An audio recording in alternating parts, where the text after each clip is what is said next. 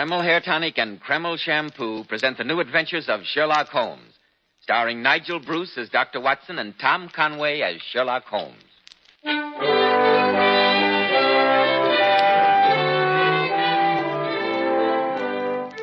Here we are once more in Dr. Watson's firelit study. The wind is howling outside, but inside the heavy red curtains have been drawn across the windows, and the only sound we can hear is the cheerful crackling of the logs in the fireplace. Good evening, Dr. Watson. Good evening, Mr. Bell. You don't know how lucky you are that you don't have to go out on a night like this. Yes, it's one of the advantages of having retired from active medical practice.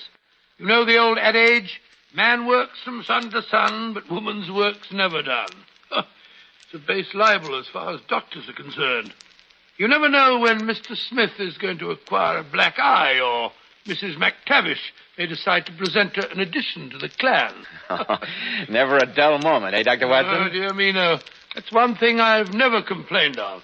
If it wasn't a patient who disturbed what little routine I had, it was Sherlock Holmes. I remember one bitter February evening. It was the second winter after my marriage. I just settled down to my after-dinner pipe when the doorbell rang. It was a note from Holmes. It said, "Come at once if convenient. If inconvenient, come all the same." And you went, of course. Now, Mr. Bell, you'll hear all about that in good time, but haven't you something to tell our listeners? Yes, Dr. Watson, I have. Men, attractive, well-groomed hair does a great deal to give a man self-assurance, to say nothing of helping his appearance. And I'm sure you'll be interested in hearing more about this modern trend in hair grooming, which has become such a nationwide favorite among America's most successful men. It's called Kreml Hair Tonic. This highly specialized hair tonic contains a combination of hair grooming ingredients which has never been duplicated in any other hair tonic. Yes, that's exactly why Kreml gives a man's hair such a natural, well-groomed look and keeps it in place longer. Keeps every hair in perfect order from morning till night. Yet Kreml never gives hair that greasy, patent leather look. Kreml keeps hair looking mighty handsome with a rich, healthy-looking luster. Yet it always feels and looks clean on your hair and scalp. No other hair tonic keeps hair more handsomely groomed, yet it never looks greasy. So men, for better groomed hair, change to Kreml. Kreml. Kreml Hair Tonic. Now, Dr. Watson, when you received the mysterious message from Sherlock Holmes, you at once went round to Baker Street, I suppose. Yes, curiosity has always been my Achilles' heel. Well, when I arrived at Baker Street, I found Holmes huddled in his armchair, his knees drawn up and his pipe in his mouth. He was sunk in a profound reverie, and I'd been in the room several moments before he became aware of my existence. Oh, so there you are, Watson, there you are. Obviously. I've been here for 7 minutes, as a matter of fact. Unimportant, completely unimportant and uninteresting. Watson, have you ever speculated on the importance of a knowledge of dogs in detective work? Dogs? Well, naturally. Bloodhounds, sleuthhounds... No, I'm not interested in that phase of the subject. It's too obvious. There is another side, far more subtle. I suppose there is, but I'm dashed if I know... You recollect in the case you so sensationally wrote up as The Adventure of the Copper Beeches? Yes, but the case was sensational. In that instance, it wasn't the dog. It was the fact that the master of the house was willing to pay a sizable sum to... Don't prattle, Watson, don't prattle. Prattle? I was about to point a moral. In the case of the Copper Beeches, I was able, by noting the actions of a rather vicious child, to draw some startling deductions as to the criminal instincts of its father, who was considered a thoroughly respectable citizen. Oh, of course, yes, I remember, but what's that got to do with... My line of thought about dogs is analogous. Whoever saw a frisky dog in a gloomy family, or a sad dog in a happy one? Snarling people have snarling dogs. Dangerous people have dangerous dogs. Surely, Holmes, you didn't rout me out on a night like this to discuss the temperaments of dogs? Not in general, no. What interests me is why Professor Presbury's faithful wolfhound Roy endeavors to bite him. You mean Professor Presbury, the famous Camford's physiologist? Quite. The dog, until recently a most devoted animal, has attacked his master twice. Huh? What do you make of it? The dog is ill. Possibly. But he attacks no one else. Nor does he molest his master save on very special occasions. Curious, Watson, very curious. Ah, that must be Mr. Bennett, Professor Presbury's assistant. He is before his time. His appointment was 8:30. Come in, come in. Ah, good evening, Mr. Bennett. Good evening. This is my friend and colleague, Dr. Watson. I couldn't consider undertaking a case or solving an enigma without his invaluable aid. Oh, Holmes, really, pay no attention to him, Mr. Bennett. He's pulling my leg again. Delighted to meet you, sir. I hope you'll forgive me arriving so early, Mr. Holmes, but Edith is so worried about her father, and naturally Quite so. Edith, my dear Watson, is Professor Presbury's daughter, to whom Mr. Bennett is engaged to be married. Am I right? Yes, Mr. Holmes, I have that honor. Oh, congratulations, young man, congratulations. Ideal state matrimony. Watson, stop chattering. Well, I was only going to say that I've only been married. Now then, Mr. Bennett, I believe you gave me the salient points of the case in your letter, but I've not had the opportunity to relate them to Dr. Watson. So if you will be good enough to go over the matter again... Certainly, Mr. Holmes. The professor, as you may know, Dr. Watson, is a man of splendid reputation. Yes, indeed he is. A trifle positive, I might even say combative, but there has never been a breath of scandal, at least until a month ago. Dear me, don't tell me that old Presbury started to sow his wild oats at his age. I always considered him the soul of respectability. Well, you see, early last fall he became attached to the daughter of Professor Morphy. It was not the reason courting of an elderly man, but rather the passionate frenzy of youth. Gracious me. In short, his family considered the infatuation rather excessive? Exactly. And so I gathered did the young lady, although her father, Professor Morphy, favored the match. Yes. Presbury is fairly well-to-do, I understand. Yes. About a month ago, Professor Presbury did something he's never done before. He left home without telling anyone he was going. A fortnight later, he returned rather travel-worn. Oh, where'd he been? Well, he refused to say. By chance, however, I received a letter from a friend of mine in Prague, saying he'd seen the professor at a distance. And now comes the remarkable part of the story. Oh? Yes, Dr. Watson. From that time on, a curious change came over the professor. Those around him had the inexplicable feeling that he was under some influence that darkened his better nature. You don't think that he was hypnotized, possibly, or mentally unbalanced in some way? No, on the contrary. His lectures were more brilliant than ever. His mind was singularly alert. But there was something new about him, something sinister. His daughter tried again and again to penetrate the mask he had put on, but in vain. Extraordinary. He behaved to her almost as though she were a stranger. In fact, all of his friends and co-workers noticed a rather singular change of personality. And the incident of the letters, Mr. Bennett. Don't forget that. I was just coming to that. You see, Dr. Watson, the professor has never had any secrets from me. I handled every paper which came in to him and opened all his letters. Yes, of course. Shortly after his return, all of this was changed. Certain letters began to arrive, marked with an X under the stamp. These I was in no account to touch. What was the handwriting like? Decidedly illiterate.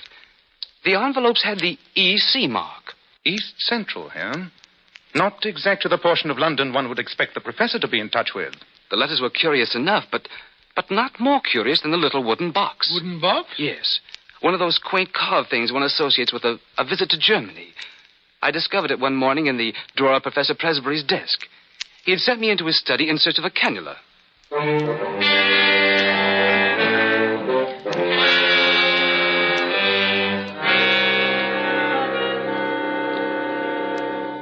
I put it on my desk, Bennett, in front of the inkwell. It's not here, Professor Presbury. I'll try the drawers. It's usually in the upper right. No, not here. Perhaps the left one. No. I say, Professor, what a curious box. I've never seen that in here before. What box? This one with the carving. You must have got it on your trip to Germany. What trip to Germany? Who said I was in Germany? Professor Presbury, I didn't mean to... You sniveling little cat. You But, contemptible sir, snooper. I What do you mean by poking about among my things? But, Put sir, that box down. Let me explain. Put that box down, I say. Go. Now get out of here. Get out before I break every bone in your body.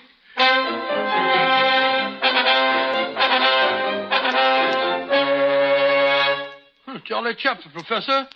Sounds as if he were heading for an apoplectic fit. Do you remember the date of that outburst, Mr. Bennett? It was December the 2nd.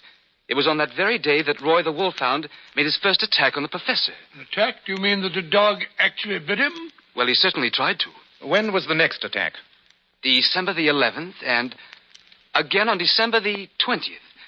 After that, we had to banish Roy to the stables. Singular, most singular.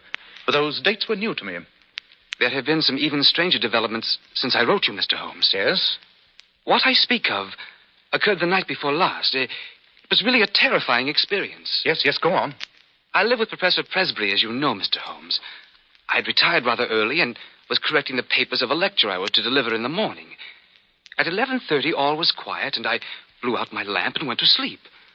A little after midnight, I was awakened by a curious shuffling and muttering in the corridor. It was followed by a series of dull knocks on what I took to be Edith's door. I heard her open the door. There was a gasp, and then she uttered a terrible scream.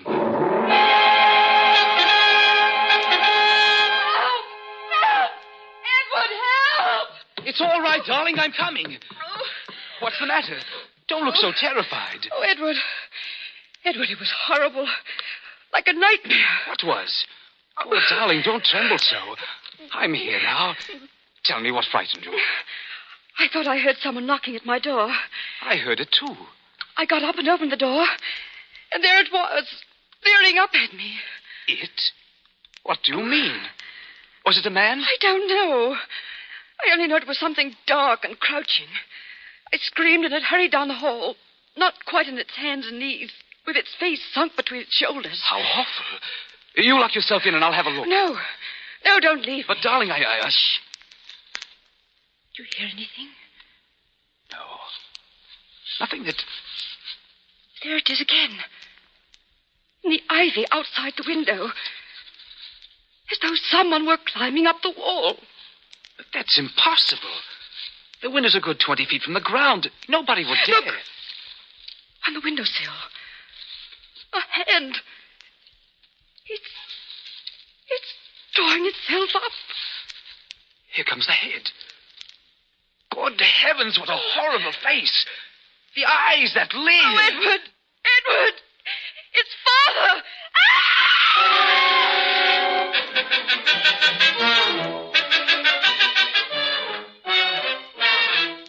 Well, Watson, what do you make of that?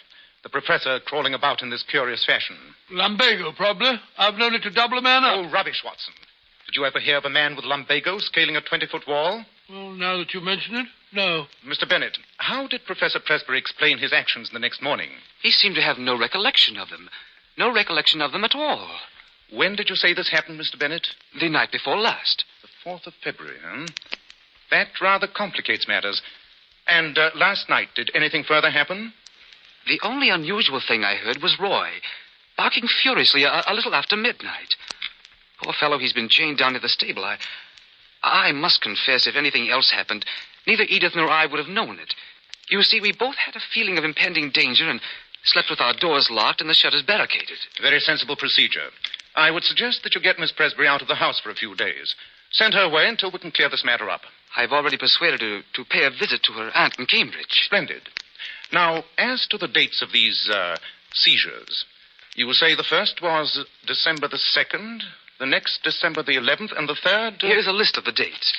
When I first observed abnormality in the professor's behavior, I felt it my duty to obtain all possible data about the case. Excellent. Let me see. Yes, as I thought, the intervals are regular. Putting 2 and 2 together, let us say that every 9 days the professor takes some strong drug, which has a passing but highly poisonous effect. He learned to take this drug while in Prague, and is now supplied by an intermediary who resides in the East Central District of London. Yes, but the dog and the creeping man in the passage. Holmes, the thing's too fantastic to be explained by simple addiction to drugs. It's not simple, not in the least. But patience, Watson, patience. We've at least made a beginning.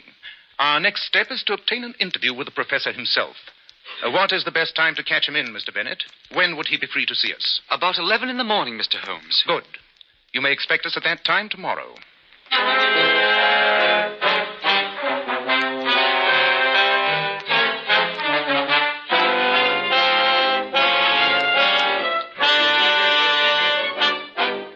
In just a moment, we'll keep our appointment with the professor. But first, men, remember, if you want your hair to look healthy and handsome, one of the first requisites is a hygienic scalp.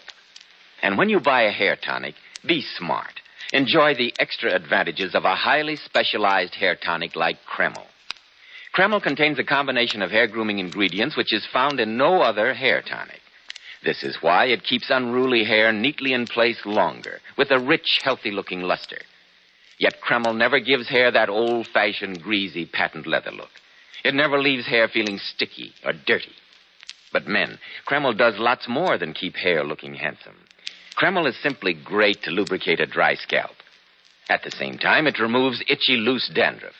A quick massage with Kreml helps stimulate the cutaneous circulation of the scalp. Notice how alive your scalp feels, how it tingles.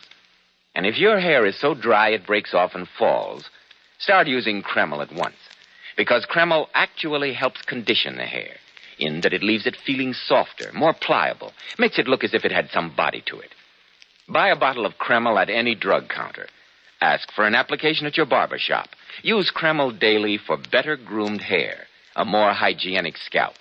Kreml, Kreml Hair Tonic. Dr. Watson, what happened next in the strange case of Professor Presbury? Well, early the next morning found us near the town of Camford, approaching a large, rather gloomy house. This must be the house, Watson. Notice the ivy vines reaching up to the bedroom windows. See? Some of the leaves have been torn away. The vines look decidedly the worse for wear. But surely no man could possibly climb up that way. No normal man, Watson. No normal man. But look, I fancy that is the professor peering at us from behind the curtains in that second window. Doesn't seem to be too well pleased at our presence. Fierce-looking chap. Tremendously vigorous for his age. I say, Holmes, do you think we ought? Ought what? Well, I mean, what excuse are you going to give for our call? Assuming that Professor Presbury's memory is a trifle defective during his bad spells, how is he to know that he didn't send for us himself? Well, isn't that rather skating on thin ice? Possibly, my dear Watson, possibly. I must say, I don't relish this interview at all. Shh! Someone's coming. It's Presbury himself. For heaven's sake, Watson, pull yourself together. You look as though you'd been caught stealing sheep. Good morning. Professor Presbury, I believe? Yes. I'm Holmes, Sherlock Holmes, the detective. Oh, yes, I believe I've heard of you. Won't you come in? This is my friend, Dr. Watson. How do you do? Oh, sorry. Come this way, gentlemen. Into my study. Oh, thank you, sir. Thank you. What a charming room. Delightful, eh, Holmes? Pray sit down, gentlemen. Now, what can I do for you? Why, that was the question I was about to put to you. To me, sir? Yes. Apropos of the communication you sent me. A letter? I sent you a letter? No, not exactly a letter. A telegram, then? Have you got it with you? No, I can't say I have. No, I dare say not. Because I sent you no telegram. Impossible. Why, then, someone's been playing a practical joke on us both. That statement, Mr. Holmes, is highly questionable. Really, Professor Presbury, I can only apologize for this needless intrusion and hope that you will forgive me. But that is hardly enough, Mr. Holmes. What kind of fool do you take me for? Why, You know I didn't send for you. You can't get out of this so easily. I say, steady, sir, I'll steady. show you, you scoundrel. Put down that paperweight, Professor. I shall... Consider your position. You can't afford a scandal. After all, I'm rather well known. You cannot possibly afford to treat me with such discourtesy. I should think not. Come on, Watson. The interview's closed. Good day, Professor. Phew. What a narrow escape. The professor was certainly in a dangerous mood. Yes, our learned friend's nerves are somewhat out of order. Highly inflammable temper. Maniacal, I should say. And yet his mind seemed perfectly clear. Too clear. That was my miscalculation. His memory is quite reliable, unfortunately. Strange.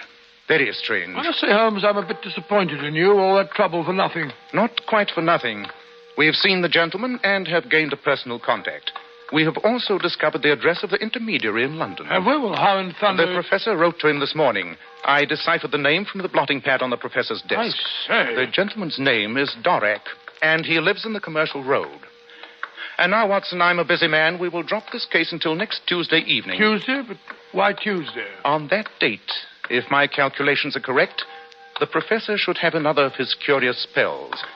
We must be on hand to notice the developments and to prevent a catastrophe.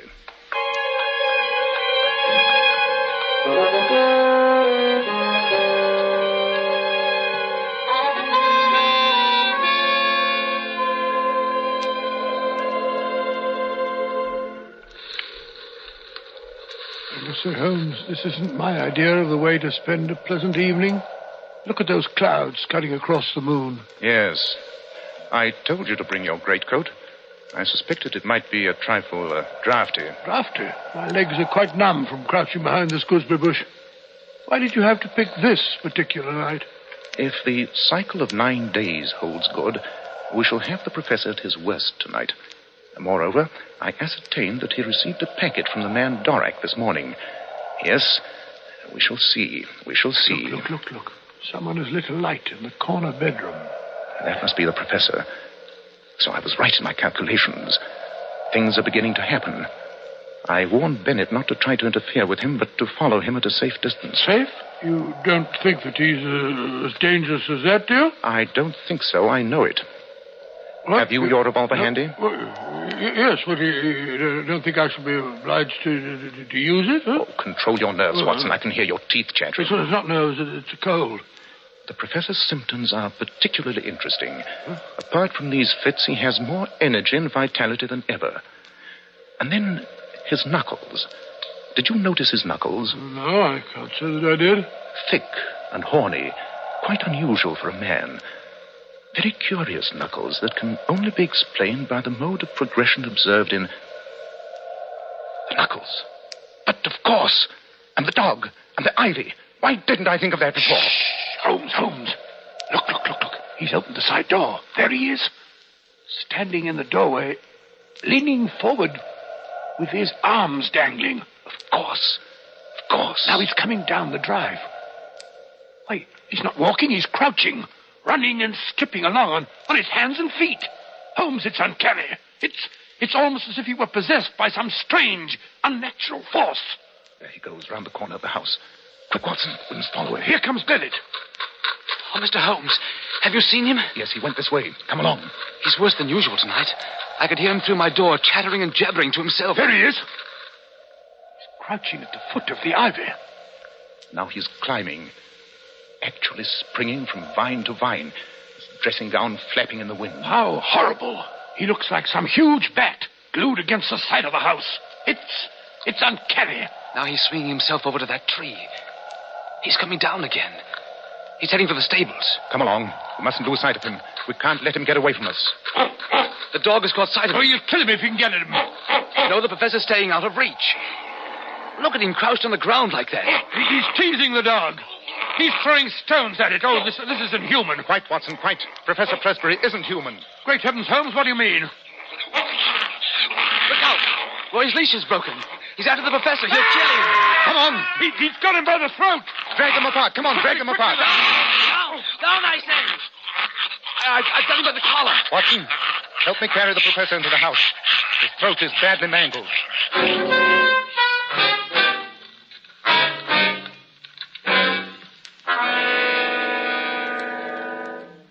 Come in, Watson, come in. I've been looking over the professor's laboratory while you were treating his injuries. How's he coming along? As well as can be expected. He pulled through, I fancy. The wound was dangerously near the carotid artery. The hemorrhage was rather serious. But, I say, what's that you got in your hand? The professor's little German box. Curious, isn't it? Yes, but it's open. You've broken the lock. Really, Holmes, did you think that you ought to go... Probably not. But not being deterred by your scruples, I've gone ahead. The contents are quite enlightening, if your conscience will permit you to look. 2 files, one empty and one nearly full. And a letter with a cross under the stamp. Yes, that's from our Mr. Dorak, the London intermediary. It contains another note that completely solves the mystery. Here it is. It's signed H. Lowenstein. H. Lowenstein? But I say, that's the Lowenstein. Obviously, Watson, obviously. I mean, it's Dr. Lowenstein, the famous Prague physician, who claims to have discovered a serum that will rejuvenate people. It's been tabooed, of course, by the medical profession because he refuses to reveal its source. And for a good reason. Here, read the letter. Have a look. Honored colleague, since your visit, I have thought much of your case. I beg you report fully to me on the results of my treatments. It is possible that the serum of anthropoid would have been better. I have, as I have explained, used black-faced langur because a specimen was accessible. The langur is, of course, a crawler and a climber, while anthropoid walks erect and is in every way nearer to man. But I say, Holmes, this is beastly. The langur is an ape. Quite. It is found on the slopes of the Himalayas and is the biggest and most human of the climbing monkeys. Then that serum explains the professor's recent peculiarities. He used it in an attempt to regain his youth. Yes, giving himself a dose at 9-day intervals, with the curious results we've witnessed. It's dangerous to trick nature, Watson. When man tries to rise above it, he is liable to fall below it. Even the highest type of man may revert to the animal if he leaves the straight road of destiny.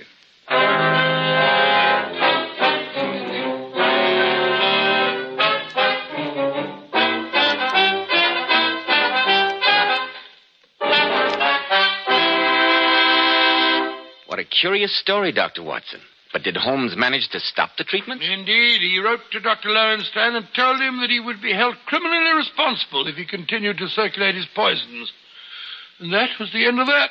Why do you suppose the dog noticed the change in his master before anyone else did? His sense of smell told him. It was the monkey and not the professor whom Roy attacked. Just as it was the monkey who teased the dog. It's fantastic. I didn't know such things were possible, Dr. Watson. Oh, dear me, yes. Both in detection and in medicine, things are apt to happen that it is difficult for the lay mind to believe. Between you and Mr. Holmes, you covered both fields. Yes, 221 Baker Street must have been an exciting place to reside when you both lived there. Yes, Mr. Bell, as you remarked a few minutes ago, we never had a dull moment. Dr. Watson will be back in just a moment to tell you about next week's story.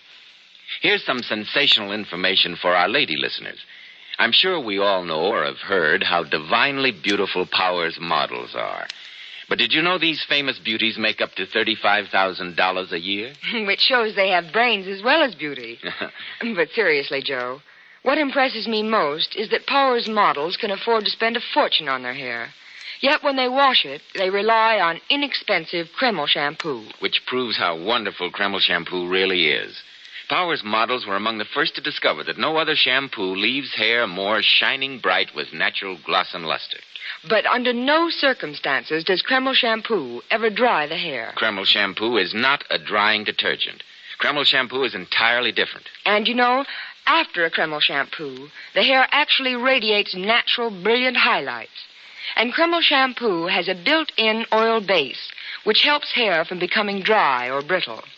It rinses out so easily and positively never leaves any dull, soapy film. So, ladies, always wash your hair with Kreml shampoo. It leaves hair a vision of shining, sparkling beauty, yet in no way hurts its texture. Kreml, Kreml shampoo.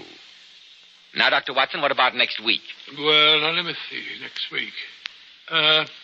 Next week, I think I'll tell you a story about international intrigue in Paris and how, in a vile apache den, I met a beautiful, glamorous spy and almost... Almost what, Dr. Watson? Well, now, Mr. Bell, you'll have to wait next week to find out. I call this story The Adventure of the Scarlet Worm.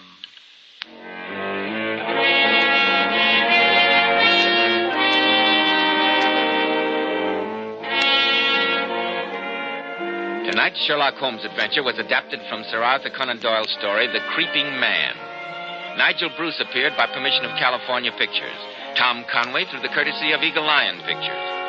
The Sherlock Holmes series is produced by Tom McKnight with original music composed and conducted by Alex Steinert. This is Joseph Bell speaking for Kreml Hair Tonic and Kreml Shampoo and inviting you to be with us next week at this same time when Dr. Watson will tell us about the adventure of the Scarlet Worm.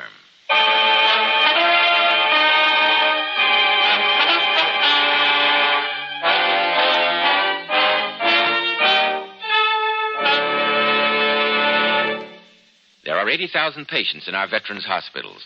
Your Red Cross contribution helps place the volunteer efforts of the community at their service. This is just one part of the Red Cross story. Give generously to the Red Cross. This is ABC, the American Broadcasting Company. The Cases of Mr. Ace, starring George Rapp.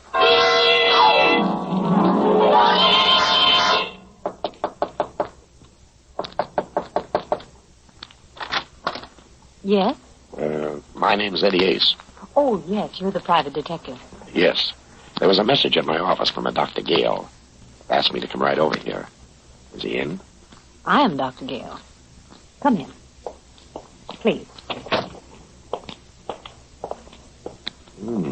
So, you're Dr. Gale. Shouldn't I be?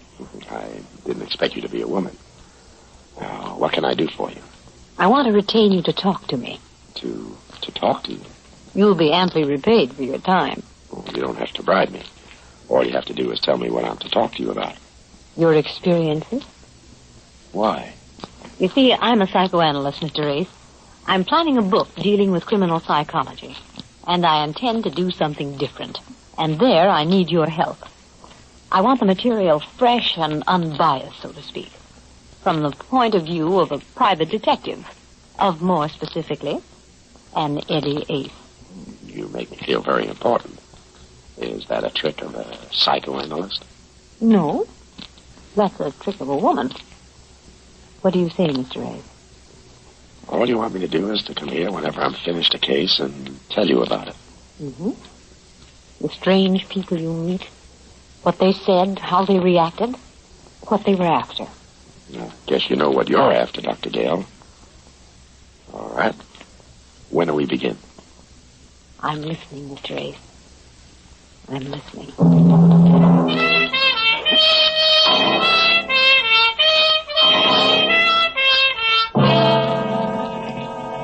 The Cases of Mr. Ace, starring George Raft, and produced and directed by Jason James.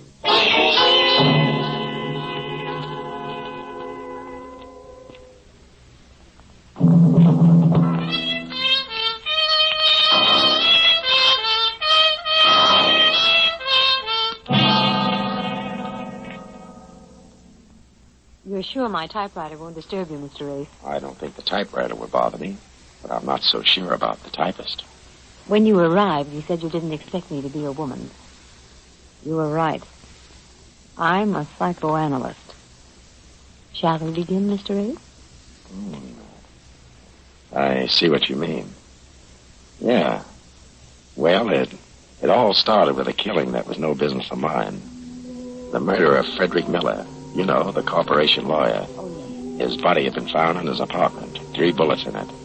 As I say, it was no business of mine until I arrived at my office over on 6th Avenue in the morning after the killing. A man was waiting to see me. He was very small, very dark, very smooth. He smiled and showed me all his teeth. He had a lot of them. I opened my door, and he followed me in. Ah, merci, monsieur. Sit down. You're French. You are very observant, monsieur. What can I do for you? Permit me. My name, monsieur, is Fauré, Pierre Fauré. I have selected you to perform for me a very important service. Oui, a service. Such as... Oui. Now we come to it. Last night, monsieur, I performed a most impulsive act. I killed a man. I see. You're a big boy now. You must learn to control yourself. You are right. But that is how I am. I killed him, and I do not feel regret. I feel only pleasure when I look into my eyes and see him die again and again. That's better than a double feature. I had warned this man, monsieur. Twice I had warned him to stay away from Sally, my wife. He would not. So I killed him. It is simple. You make it sound reasonable. Who is the lucky lover? A pig named Miller. It is in all the papers. Oh, such a fuss. All for one pig named Miller. Frederick Miller, eh? Oui. Cochon. What are your plans? That is why I have come to you, monsieur. I am now on my way to the City Hall of Justice. Giving yourself up? Oui, but it is not serious. When I explain to the man in charge of the justice why I killed this Miller, he will let me go. Yes, sure. He's cute that way. Why did you come to see me? To hold for me 2 things, monsieur. One, $500. And 2, this little key. This key, eh? Oui. You will hold it for me until after the man in charge of the justice has heard my case. When I return, he will give it to me. Suppose you don't return. Oh, it is certain. How do I know? Because I am a Frenchman. But I say, if by some silly mistake I am detained, then you will give it to my lawyer. But only if I am detained by what you call a conviction of guilty. Why not give it to your lawyer now, yourself? He still remains to be selected, and I do not wish to surrender myself to the justice dispenser with the key on my person. I see. And this $500, what do I do with it? That? You keep it, monsieur, for your trouble.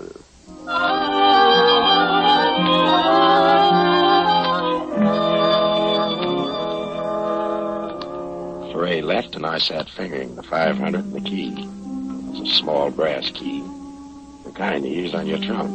No marks on it except the number, 427. I had Ferret doped as a nut.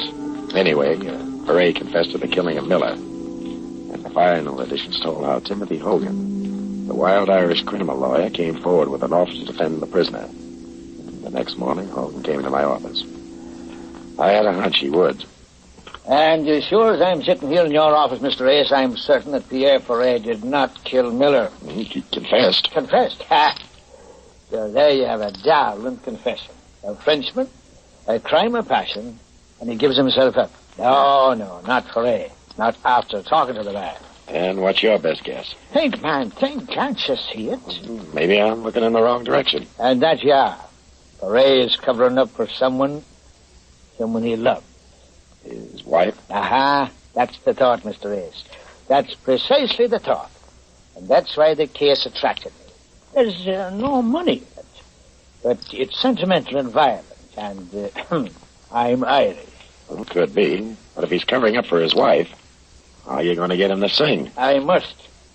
If I can get him to recant a confession from his wife, I could get her an acquittal with a twist of the wrist. Good heavens, man, look at the elements. Self-sacrificing husband, outraged and betrayed wife.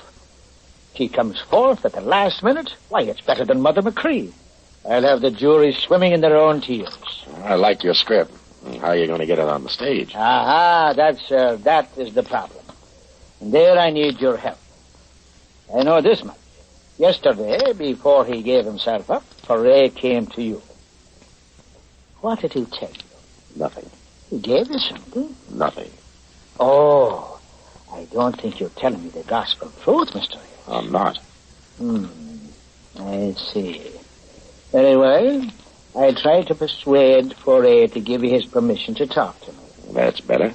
But in the meantime, Mr. Hayes, in the meantime, you might try to sound out the wife for me. Very, very discreetly, understand? But sound her out. You hiring me? Yes. Will you see what you can do? I'm practically there now.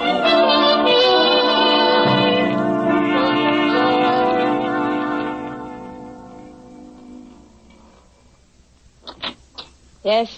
Mrs. Ferret? Go away. All day you reporters have been I'm a driving... detective. What do you want? Sit down. Say what you want and get out. Do as I say or I'll take you downtown. You don't frighten me a bit. I'm ready. I see what you mean. Okay. I'll level with you, Mrs. Ferret. I'm not from the police. I'm a private detective. I'm working for your husband's lawyer on the Miller killing. You knew Miller. Yes. Yes, I knew him. What is there to work on? That rat Pierre killed him. I hope he dies in the chair for it. Pierre says you were seeing Miller. That might save him from the chair. Let him prove that. Just let him prove I ever saw Fred Miller outside of his office on business. When did you see Miller last? None of your business. Get out. Sure. But keep this in mind, Mrs. Ferret. Your husband confessed to the murder. But maybe you'll be able to give the jury the impression that he's covering up for someone else. Someone maybe like his ever-loving wife. I said go on. Get out. Oh, by the way, did you ever see this key before? No. Now get out of here. And tell that rat Pierre I'll do my best to get a ringside seat for his execution.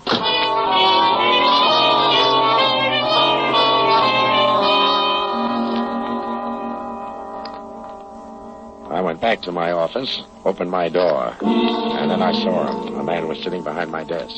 He got to his feet. He didn't introduce himself, but I could tell by the bulge in his right pocket that he had a very good reference. You are Mr. Ace. What do you want? The key, Mr. Ace. What key? Please, Mr. Ace, do not act childish. Give me the key. I'm bigger than you are. But if you force me to use this gun, I shall be liver than you are. The key, please. He pointed a stubby little revolver at my head. I gave him the key. He thanked me politely enough and left. I counted 10, then raced down the hall to the fire exit, slammed down the iron stairs, and picked up behind him as he was leaving the building. He went straight to the Times Square station. I went right behind him. He went directly to the lockers. I was right behind him. He inserted a key in the locker, number 427.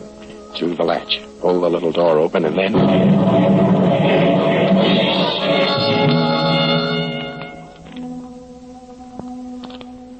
It must have been hours later when I opened my eyes. I was still in the station. Near me and around me were maybe a dozen more.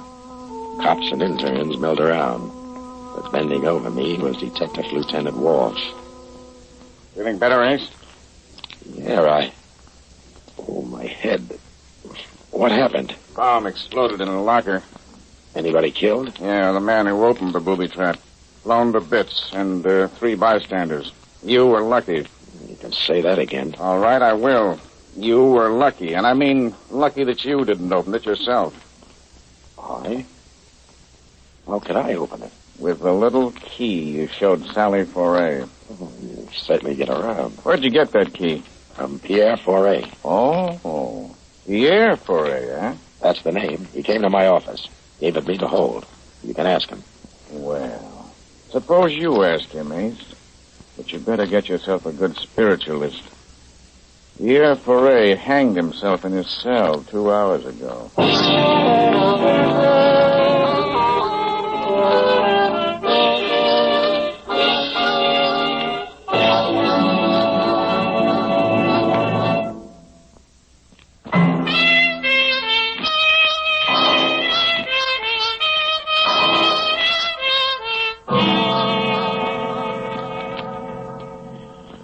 Walsh took me down to police headquarters. He talked to me for 2 hours. He didn't learn a thing, but I did. Pierre was visiting Solvay Hogan and Mrs. Foray just before he strung himself up. It was Hogan who found his body when he went back to talk to him again. I asked Walsh what he knew about Hogan, and he didn't know much. I left police headquarters and went around the corner to Jenny, the bail bond. Jenny had been around New York longer than the city charter and runs the biggest bail bond mill in town. I asked her what she knew about Timothy Hogan. She didn't know much offhand, but promised me a rundown by morning. I said I'd call her and left it at that. Outside, the rain was just beginning to wash the town. A hack pulled up.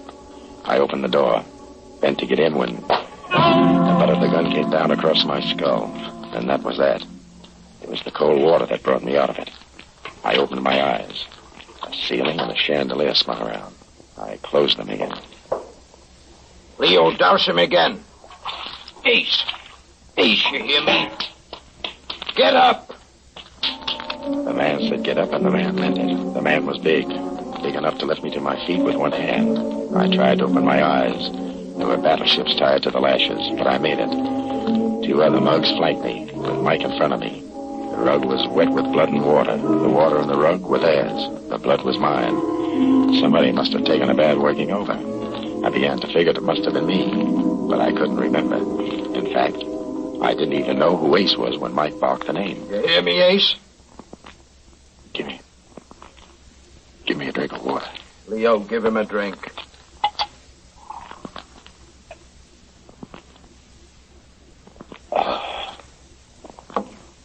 Better. Oh, you're making a lot of trouble for us, Ace. It ain't necessary. Now look what you look like. Busted nose, busted lips, busted eyes. You think we like to do things like this? And just look at me old lady's rug. Don't let it break you up. Just look at yourself. And for what? Tell me.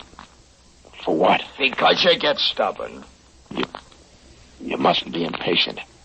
I'm not very bright. What am I stubborn about? All we want to know is where is the envelope Foray gave you? Michael, how much longer will you be? Just a few more minutes, Ma. Oh, well, just look at that rug. I'll have it cleaned. Well, hurry up. The hot cake is getting all burned. All right, Ace, I'm through talking nice. Where's the envelope? Foray didn't give me Leo, take it. Oh. Michael, for heaven's sake, be careful of the rug.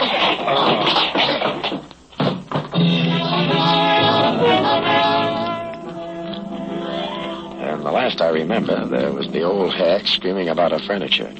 I know I smashed a chair when I went down, and that made me feel pretty good. I felt the water hitting my face again. I got my right eye unstuck. I was on my back in a field up in the Bronx. The rain washed over my bruised face, and that felt fine. But I couldn't stay to enjoy it. I remembered there was a phone call I had to make. And by the time I let myself into my apartment over on 3rd Avenue, the sun was up. I looked into a mirror. I never saw the guy before in my life. But even if he was a stranger, I had to do something for him. I wrapped some ice in a towel, held it over my face, and then I picked up the phone.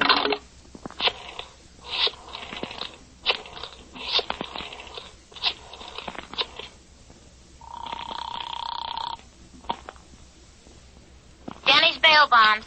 You sleep in that ratty office of yours, Jenny? Well, there's citizens being arrested, day and night, Ace. I got that smear on Hogan for you. How does he shape?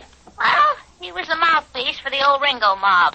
Back in Prohibition, Ringo got pushed over, rest his soul. Hogan fronted for the policy boys in Harlem. And finally, he broke away from the heist guys, went into straight criminal law. Only the very highest types of criminals. Where does he hail from? Why, he's from, here it says, Timothy Hogan, Washington University, class of 28, X. X? What's that mean? X, it says here, it says. I see, he didn't finish at Washington. No record of any other school. I see. All right, thanks, Jenny. Yeah? Anything else I can do for you? Yeah. Keep a nice fat bail bond warm. I may need it.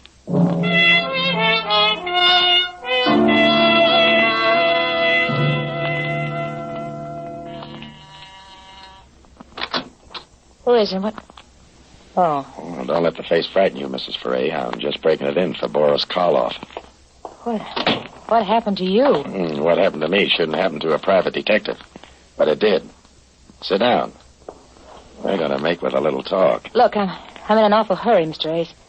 I was just going out. What did you and Hogan tell Pierre in his cell yesterday? Oh, I didn't want to go.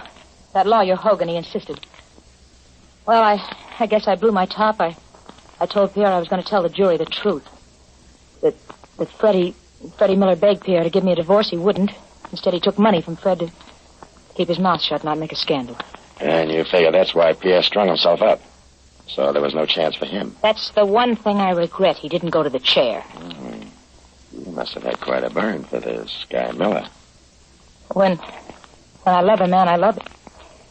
I love him. You're kind of lost now, eh? I loved him, Eddie. It's going to be awful tough. Freddie, what's the use? I wind up with memories in four walls, the kind of memories you can't forget. Kind of cut your heart out every time you breathe. Come here. What am I going to do, Eddie? How can I forget it? Easy. You call me Eddie. Just try calling me Freddie. All right. I'll try it. I'll try it.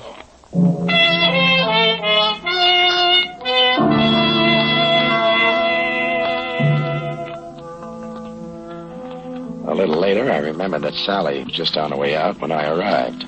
I asked where she was headed for. She hedged a little, but then I saw the court orders on the desk. She was going down to the First National Bank to open Pierre Foray's safety deposit box. I went with her.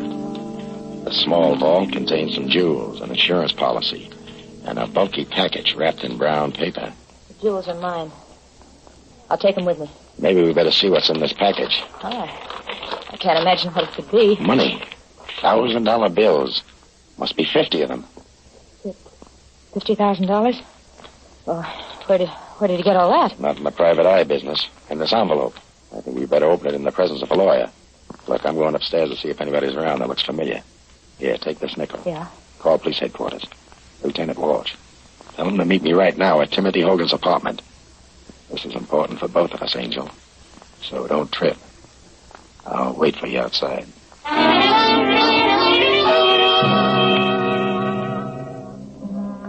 I waited. 4 minutes later, she joined me. Told me Walsh was starting out. We got to Hogan's apartment first.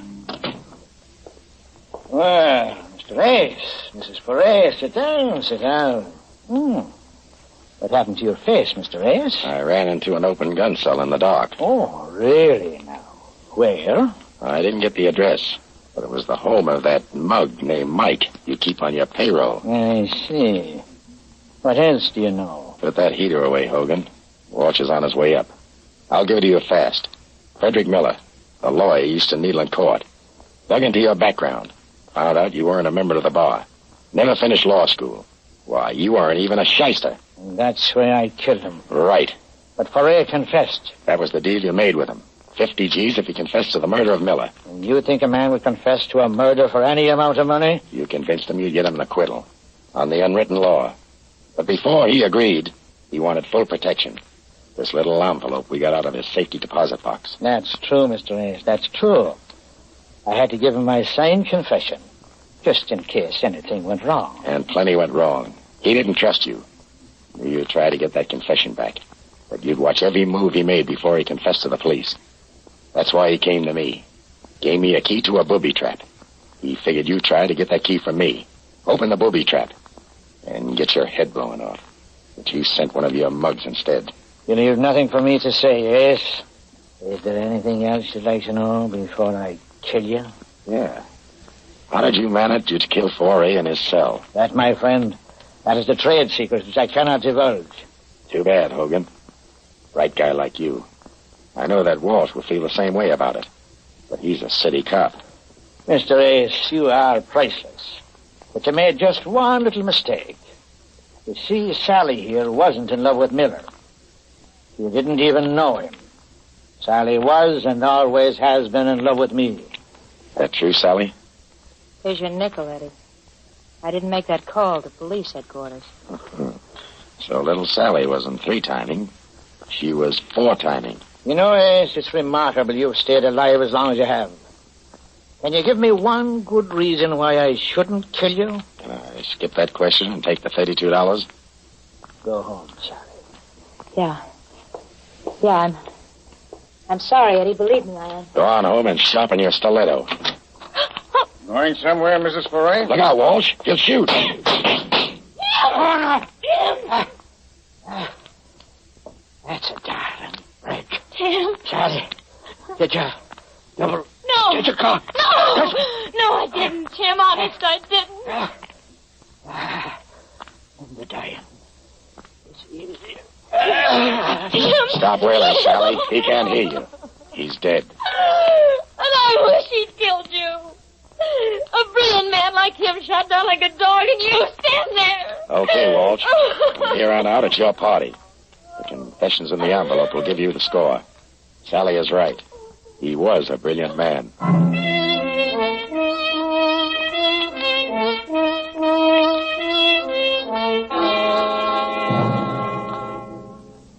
And that's how Timothy Hogan died. Yeah, I called Walsh when I left Sally for a minute at the bank. She could have been held as an accessory to the murder of her husband in his cell. But Walsh never got her down to headquarters. She took a header out of the window. I guess it was better for her like that. Well, that was a gory business, wasn't it? Gory?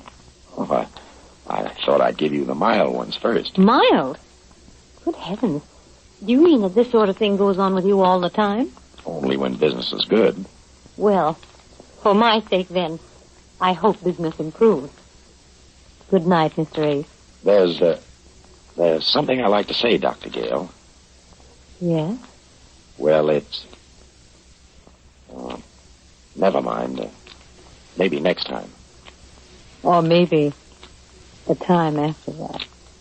You're reading my thoughts marked private. Good night, Dr. Gale.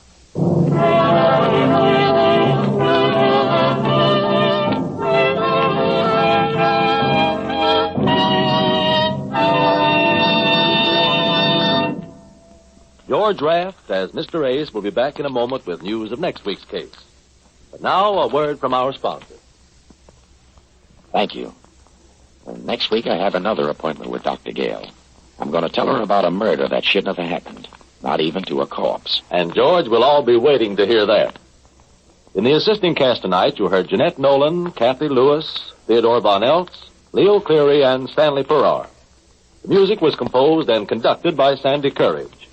This is Carlton Cadell speaking and inviting you to listen again to George Raft in the cases of Mr. Ace.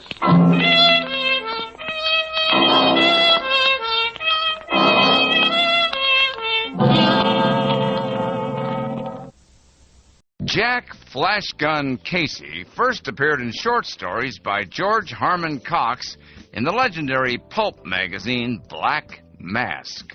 Flash Gun Casey made his movie debut back in 1936 and came to radio in 1943 with Matt Crowley in the title role. Stats Cotsworth soon took over and portrayed Casey for the duration of the series. So it's time now for Stats Cotsworth, starring as Casey, crime photographer, in The Duke of Skid Row from September 14th, 1946.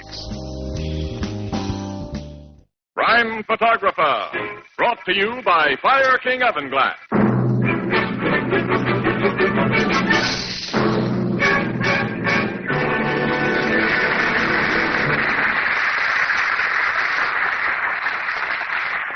Good evening, ladies and gentlemen. This is Tony Marvin. Every week at this time, the Anchor Hawking Glass Corporation brings you another adventure of Casey, crime photographer, ace cameraman who covers the crime news of a great city. Written by Alonzo Dean Cole. Our adventure for tonight, The Duke of Skid Row.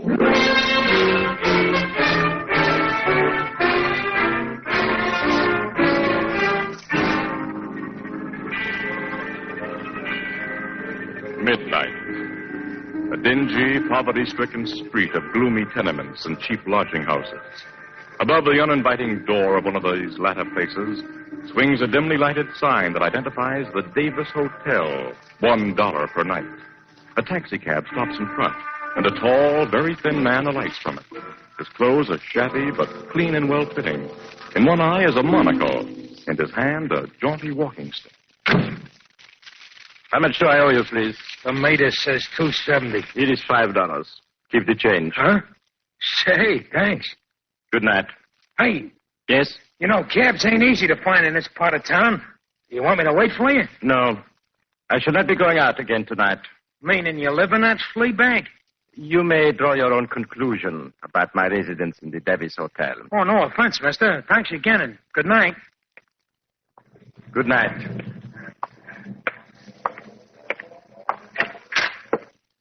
Hello, Duke. Good evening, Davis. I'll stand at the window when you get out of that cab.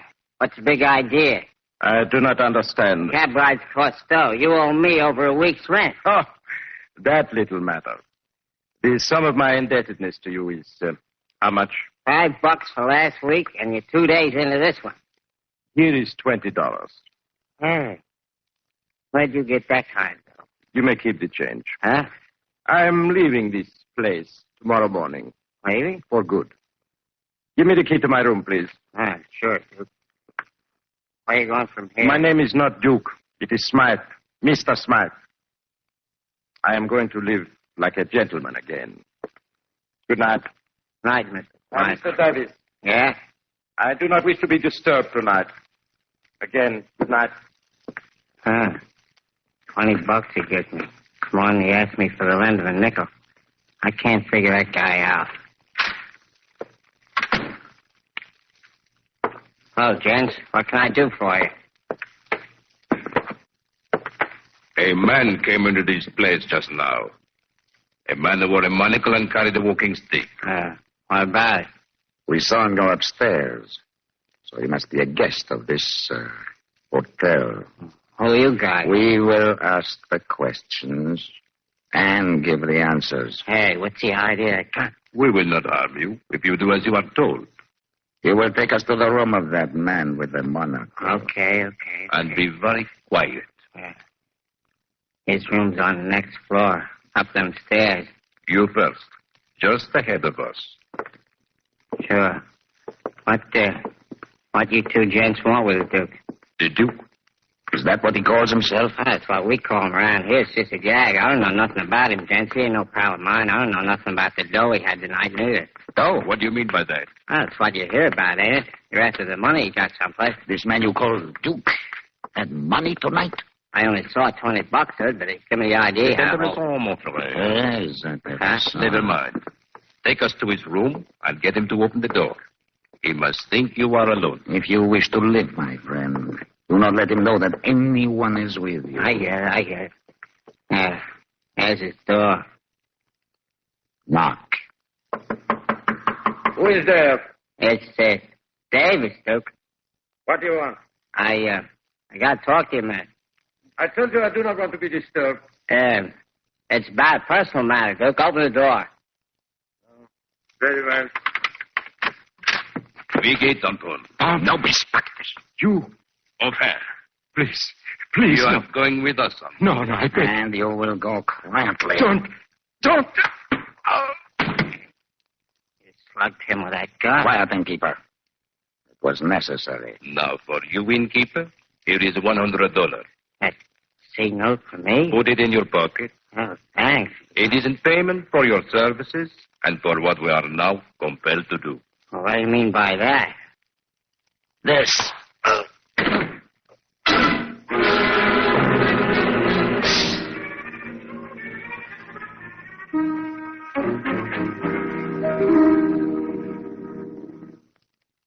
Well, Captain Logan, that conk on the head was the last thing I knew till I come to.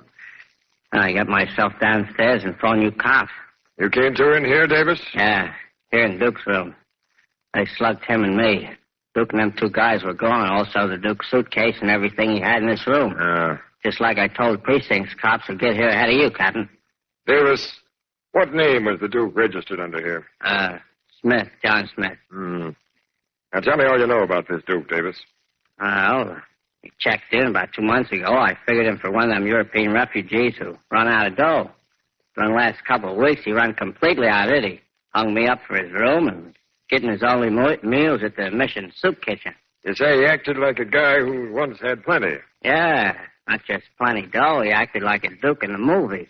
That's how we gave him his name. He used big words and spoke a lot of languages. Well, what nationality do you think he was? No one could dope that. He never said. You're going to be a big help to me. The two men who came here for him were foreigners, you say? Well, they give out in a foreign language a couple of times, but I didn't get any of it. I only parley good American. Oh, come on down to headquarters with me. You may find their pictures in our files. Okay. You take charge here, Sergeant. Yes, Captain. Hey, what's that? Just getting a picture of you, mister. You too, Logan. Oh, so you're here, Casey. Yeah. Andy and I have been getting the yarn from the precinct cops who got here first. We were just going to start upstairs for a get-together with you. You learned anything new, Captain? If you got the story from the precinct guys, Miss Williams, you got all of it. Oh, but what do you think about it? How can I know what to think yet? I haven't anything to work on. I won't have until I can learn more about this Duke and the guys who took him out of here. Their descriptions have already gone out. Naturally. The precinct guys got that on the radio and teletypes first thing. I'm taking Davis to headquarters now to look at pictures. Wait, Captain, that's my fault. The sergeant will handle it, Davis. Hello? Miss Williams and I will follow your car to headquarters, Logan. Okay, Casey. Yeah. Now, let's go. Captain, wait. What is it, Sergeant? Second precinct on the phone, sir. One of their men has found the Duke. Found the Duke? The description fits all right, and the guy is dead. I'll talk to second precinct. Hello, Captain Logan speaking. Where was the body found? Hey, underneath the dock. Casey. This is getting interesting, Annie. Say that again. He'd been tortured before he was hanged, huh? Very interesting, Casey. I'll be right over. Goodbye. Seems you've just learned more about the Duke and the guys who snatched him, Logan. Yeah. Or have I?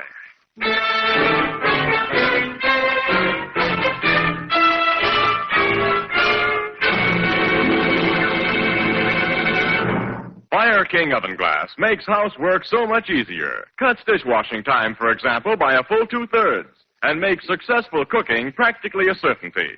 In fact, Fire King has so many points to recommend it that sometimes we overlook one of the most important facts about it, and that is cost.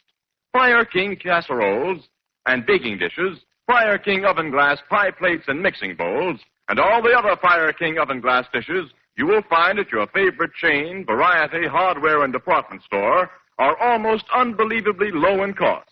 And each piece is guaranteed for a full 2 years against oven breakage. Ask for Fire King Oven Glass by name. It's a product of Anchor Hawking. A great name in glass.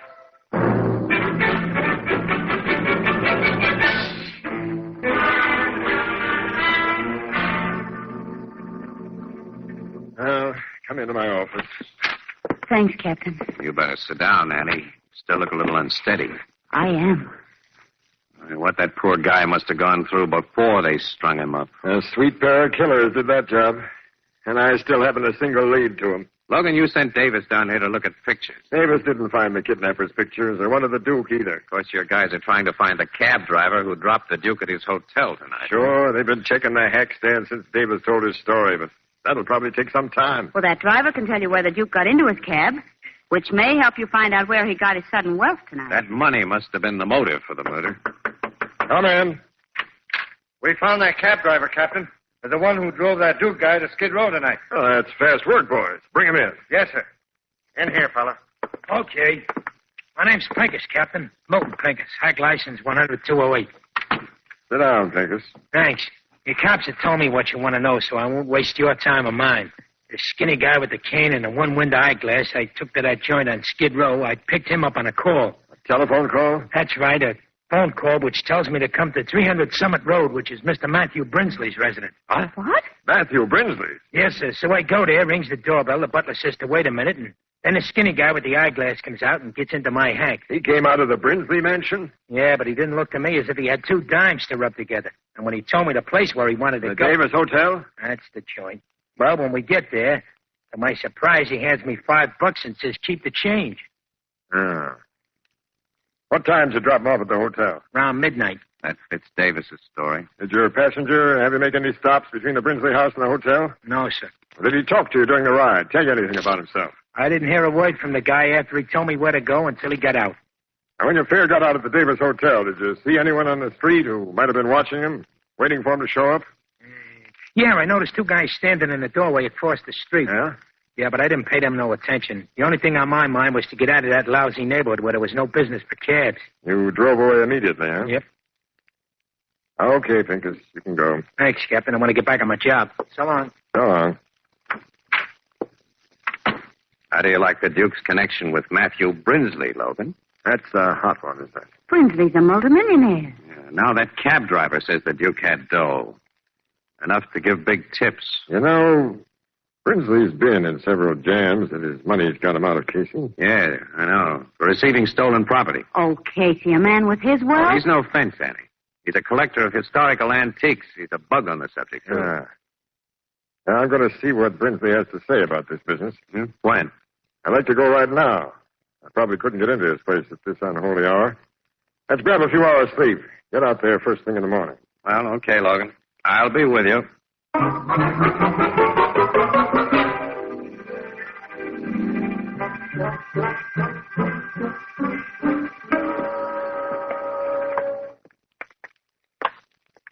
Quite a joint, this Brinsley mansion, Casey. Yeah, I'll say. Probably interrupt the old guy's breakfast, but here goes his doorbell. Hey, hold it, Logan. Someone's opening the door. Huh? What is it? Good morning. We'd like to see Mr. Brinsley. I'm Brinsley, but I can't talk to anybody now. I'm on my way to the bank. I'm a policeman, Mr. Brinsley. Huh? Here's my shield and identification. I'm Captain Logan of the Homicide Bureau. Homicide? Very well. Come inside. Thanks. Pilot? Yes, sir. Tell the chauffeur to wait. I'll be slightly delayed. Yes, Mr. Brinsley. Sit down, Captain, and... My name is Casey. What are you gentlemen here for? I haven't committed any homicide. Mr. Brinsley, you had a visitor last night, a tall, thin, shabbily dressed man who wore a monocle. What about him? I want you to tell me all you know about him. Why? He was murdered after he left your house.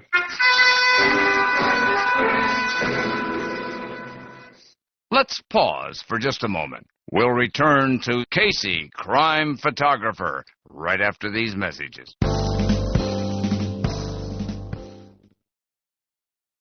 Frank Sinatra. Although he later conquered films and television, it was radio that first made Old Blue Eyes a superstar. And now Radio Spirits has carefully remastered 60 rare episodes guest starring Frank Sinatra on programs such as Suspense, Life with Luigi, Rocky Fortune, and Burns and Allen. Hear Frank Sinatra joke, sing, and act with his friends Jack Benny, Bob Hope, Lucille Ball, Humphrey Bogart, Abbott and Costello, Bing Crosby, and many more. 30 hours on 20 cassettes, all with Frank Sinatra, including a 64 4-page booklet with photographs and detailed histories of each of the 60 shows. No true Frank Sinatra fan should be without a rare collection like this. The 60 greatest old-time radio shows starring Frank Sinatra and Friends. Order now by calling 1-800-RADIO-48. That's 1-800-723-4648 or order online at MediaBay.com. And now, let's return to Stats Cotsworth as Casey, crime photographer, in the conclusion of The Duke of Skid Row.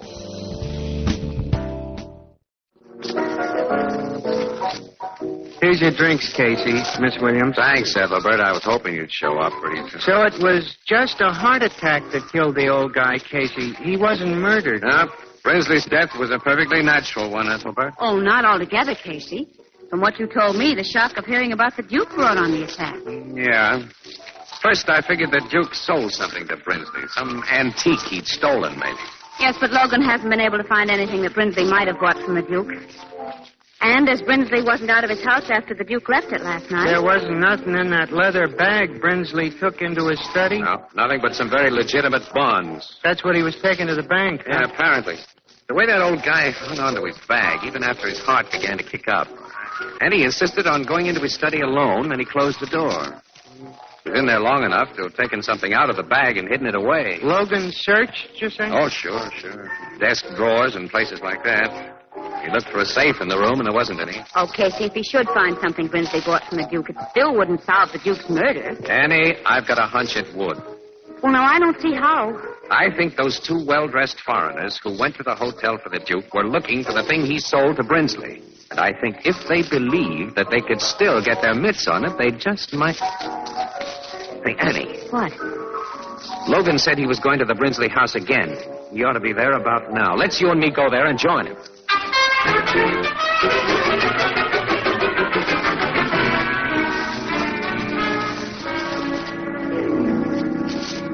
I got the same idea you got, Casey, so my men are giving that study in there a real going over right now. That's swell, Logan. Well, what do you know about that? Isn't often that you two have the same big ideas at the same time. Well, it's merely coincidental. I had a first-class basis for mine, Miss Williams. Not one of Kixie's hunches. Oh, what do you mean? Well, I've checked with Brinsley's bank. They told me that 2 days ago he withdrew $30,000 in cash. Now, they record serial numbers when dough is passed out in chunks like that. And the $20 bill the Duke gave Davis last night has one of those numbers. Brinsley must have bought something from the Duke. What could he have paid the Duke $30,000 for? Captain Logan. Yeah, Sergeant? We found something. Let's see. Come on, Annie. There, Captain. That big leather chair. Yeah? Wait till I show you. I'm used to trick hiding places, but this is one of the neatest I've run into. Look, when you press these 3 ornamental nails at the same time... The seat rises. There's a big cavity underneath. What's that thing in it? It looks to me like one of those gimmicks the King of Spades wears on his head. Casey, it's a crown. It's a gold crown. Yeah. It's not much of a crown. It's gold, but there are no jewels on it. I was just saying to myself, Captain, why hide that thing? It ain't worth more than $100. It's probably worth $100,000, Sarge. Huh? It's old and antique. Can't you see that? That crown would have fitted nicely in Brinsley's little bag, Logan. He may have thought you knew the Duke had sold it to him, that you'd search for it. So he took it out of the bag and put it in that trick chair before his heart gave out. I know all that, Casey, but now, how will that thing lead us to the killers? Well, Logan, the good old power of the press can lead them to us. What do you mean? Now, look. The only metal in this chair are the nails and coil springs. And when that crown gets back under the seat, it'll show up nicely in an X-ray picture. X-ray picture? Yeah. That the Morning Express will be carrying in all its editions tomorrow. With a nice story that you'll write, Annie. Well, okay, but what'll I write? An invitation to the death house.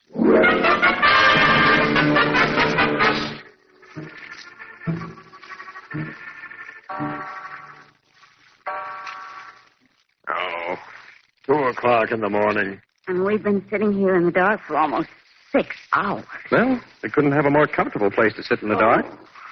Old man Brinsley put nice chairs in his house. You know, Casey, I don't think those men will come here. I don't either, Miss Williams. Only chumps would fall for that stuff in the Express this morning. Well, aren't murderous chumps? Your come on was too broad, Casey. That X-ray picture showing the crown and that leather chair and Miss Williams' story. That was a darn good story, Logan. Thank you very much. I gave a reasonable explanation for that picture. I explained that the police, in looking for clues, had to take X-ray shots of almost everything in the house. Because Brinsley's executors wouldn't let the police tear things apart or remove anything from the house. You made it sound very logical, Annie. I played up the crown shown inside that chair as a big mystery to the cops. Well, naturally, I didn't say that it was a trick chair that you'd been able to open. And I gave a reasonable explanation for everything else, and I'll come on, too. For the house being empty of servants tonight, and for... Well, the real come-on outside of that picture was the truth she wrote about the Duke's connection with Brinsley. The Duke undoubtedly told his murderers about that connection under torture, Logan. Ann's story will clinch it. I hope you're right. Quiet. Somebody's moving toward the study. I think someone's taken advantage of that rear window we left open, Logan. We'll soon see. There he is. With a flashlight. He won't be able to see us behind the screen. There's only one guy. Hey, Logan, he's making for that leather chair. Slashing the seat with a knife, isn't he? Logan, he's got the crown. That's enough. Stick up your hand. What? We've been waiting for you, mister. You're under arrest for murder. Murder? Yeah. Murder of the Duke, known as John Smith. Where's your pal who helped you kill the Duke? I am here. Put up your hand. Huh? Casey. My brother is an expert marksman. You will do as he says. Where is he? I am in the dark, where you cannot see me. Drop your gun. Guess he's got us, Logan. Yeah. Okay. You are wise. Now. But how silly they were a minute ago. My brother, they thought I had walked into their trap alone. These Americans are very simple people, Tito. Ah, I see you have the crown.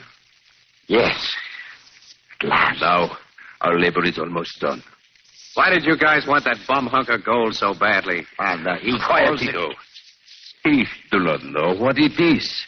He called this bum hunk of gold. Huh? Well, what is it? We have no time to answer your question or the inclination.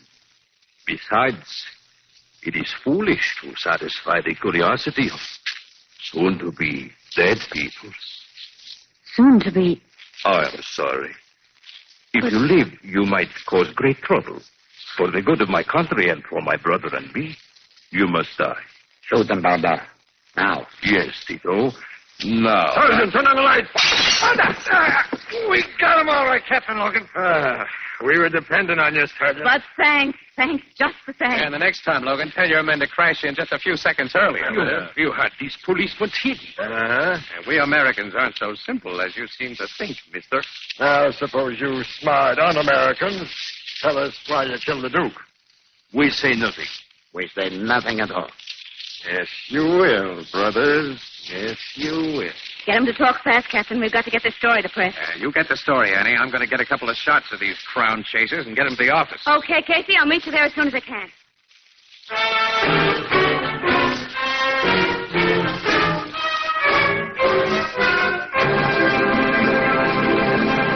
The traditional harvest moon is more than a month away, but already throughout America, most of the golden harvest of fruits and vegetables has been garnered, packed away for your use in the months to come. Now, the finest of these food products come to you in clean, sterile, crystal clear glass containers, and for a very good reason. The glass container lets you see exactly what you buy before you buy it, and the glass container protects the natural flesh flavor of its contents. A very large number of these finer products of field and orchard, of range and sea, come to you in crystal clear anchor glass containers sealed with Tampa-proof anchor caps. Products of Anchor Hawking. A great name in glass.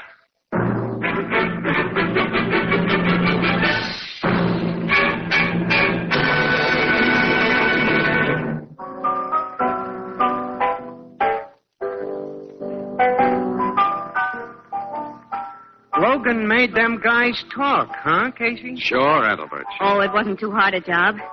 After Davis positively identified them as the men who came to his hotel for the Duke. Tell me what they said. Well, to begin with, pal, they told us the Duke wasn't really a Duke. Oh, I knew that all along. He was only a count. Huh? He was an honest cigar count, too, Ethelbert.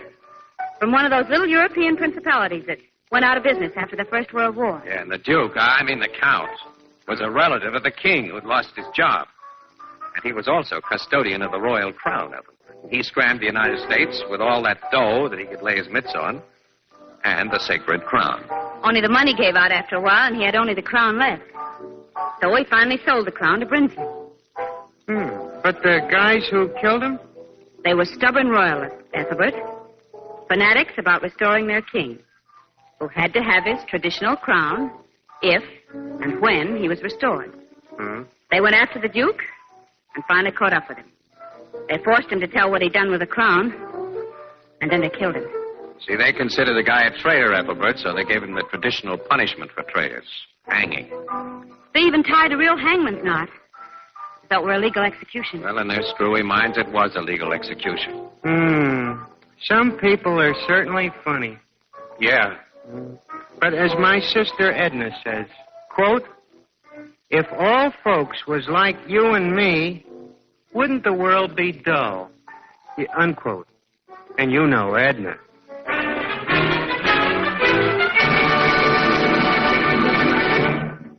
Crime Photographer is directed by John Dietz and stars Stotts Cotsworth as Casey.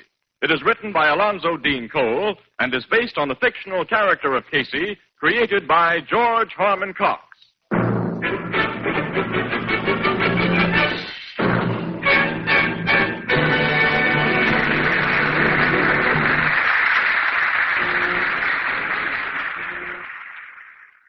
And that was Stotts Cotsworth, starring as Casey, crime photographer in The Duke of Skid Row, as originally broadcast September 14th, 1946. We proudly present the incomparable Charlie Chan in a new and exciting series. Join the famous detective every week at the same time as he combines the wisdom of the East and the science of the West in the dramatic chapter from The Adventures of Charlie Chan.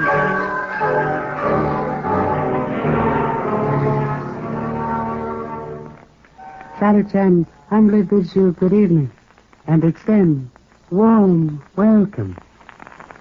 Honored sage Mencius wrote, man who gambles all should not complain when he loses same. Tonight we meet criminal game in which stakes were death. Listen please. Thank you.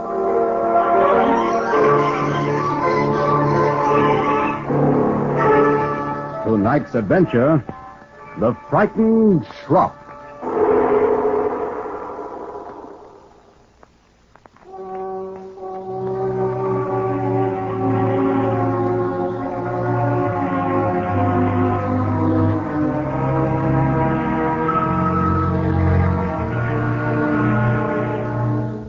Two weeks ago, Jimmy Dace was shot in a gunfight with the police. This afternoon, Charlie Chan and his number one son sit in the Dace home. Chan, fat and benevolent, gently sympathizes with the dead boy's mother. Has been written, Mrs. Dace. Sorrow, like bad weather, in time will pass and be forgotten. Do not permit grief to monopolize thoughts. This abandoned person, so sorry to be caught of son's death. It wasn't your fault, Inspector. No, you did your job. You couldn't save Jimmy. He was dead already. Dead already? The day he started running with that crowd, he was lost. It's just a question of time. Heaven only knows how I begged him and pleaded. He wouldn't listen. Most unfortunate. What's good of you to come here? You're very kind. You're the only visitor I've had since it was in the papers about Jimmy. Yes, I'm the notorious Mrs. Dace. They point at me and whisper. Great philosopher once said, any event, no matter how small, always produces large talk. Maybe. Too much for me, the looks and the whispers. No one understands the heartbreak of a son gone wrong. This person understands and sympathizes, Mrs. Dace. You're the only one. I'm leaving San Francisco, Inspector.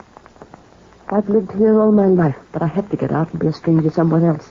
This inept brain suspected such decision. Was reason for visit. Do not run away, Mrs. Dace. There is no escape. Remain in city. Your friends will return. You will restore purity to name in time. No, it's impossible. Crime and dishonor exist everywhere. You cannot escape. Must remain and continue battle here. Oh, that's the door. More the process, I suppose. No, I'm leaving. I'm settling everything and going away. I have to.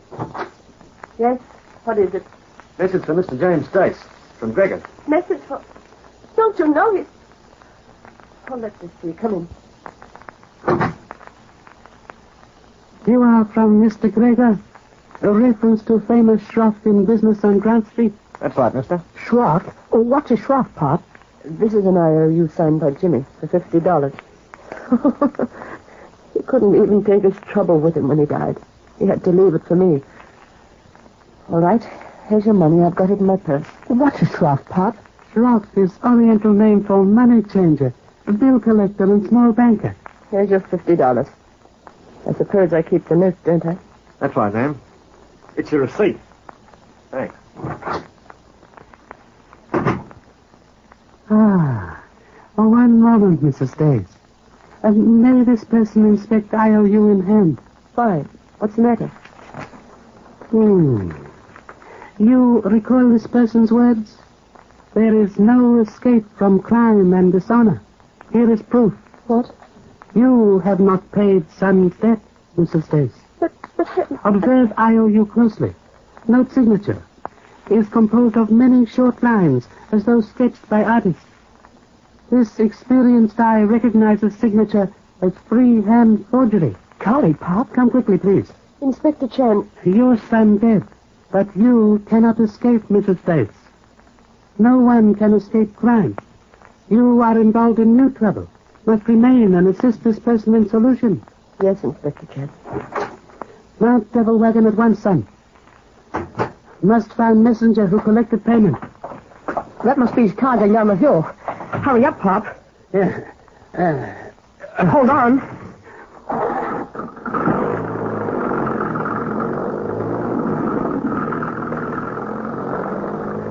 I don't know what this new business is, Pop, but I'll catch that messenger for you. Sound horn, please. Indicate desire to overtake. I don't think he knows what we want. He's speeding.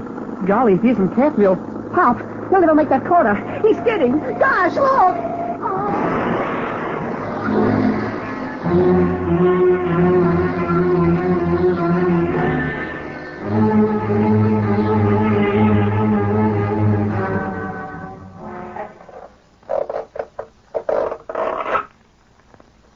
You want me to call an ambulance? Time for acceleration completed. Unfortunate gentleman dead. You ought to have known better than tear down Russian Hill like that. Perhaps. There is dispatch case under car. Kindly bring same to father. Right. What's this all about, Pop? Explanations will follow. One moment. Golly. Look at all that money. Case contains over $500. Also 3 IOU notes. I don't understand, Pop. Old signs indicate ancient confidence trick. Now in operation in San Francisco. Have a heart, Pop. Educate me. Unidentified criminal watches obituary column. Lists names and addresses of defunct persons. 2 weeks after death, presents forged IOUs for payment. As they did with Jimmy Dice? Exactly. Usually bereaved family too grief-stricken to observe ordinary business precautions. They just pay the dead man's debt, and that's easy money for someone. But how'd they forge the signature? Extremely simple to obtain sight of departed person's writing from files of telephone applications, driving licenses, voting lists, etc. Probably through rules of posing as a business investigator, political organizer, and so on. It's a smart idea. And the most vicious, victimizes persons in times of greatest tragedy. Must be stopped at once. How? What do we do? Proceed immediately to office of Shroff on Grant Street. Was wise sage who wrote, no matter how black crime may be, its source is always gold.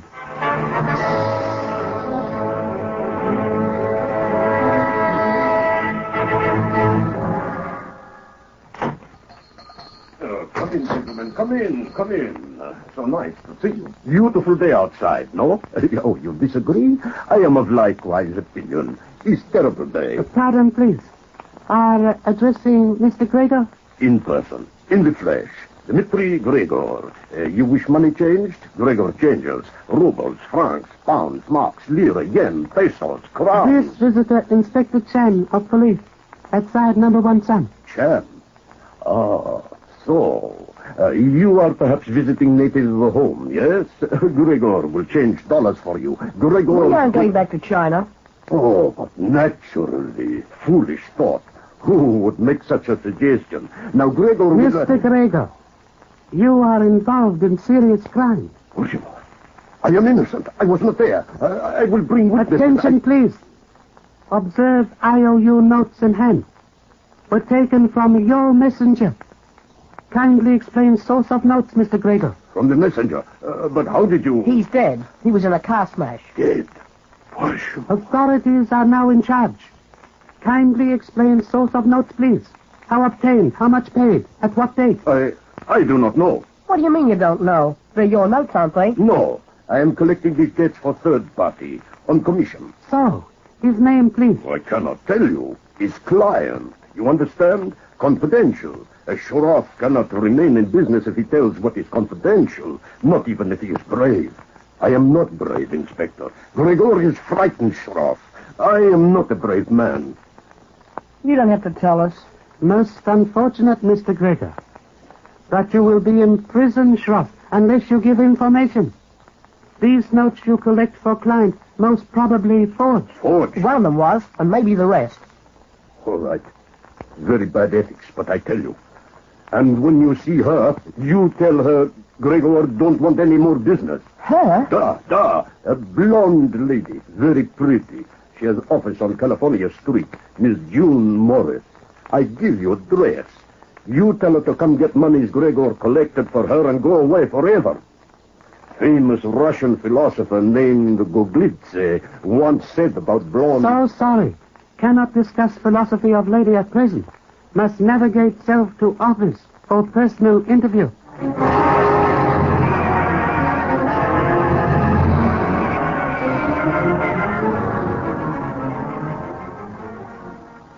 Peter Bard, 1200 Van Ness. Jack Perry, 47 Place, Roy Pascal, 7820 Hyde Street. And that's all the obituaries for today. Right, Julie, I'll start on them. Did you pick up the collection from Gregor?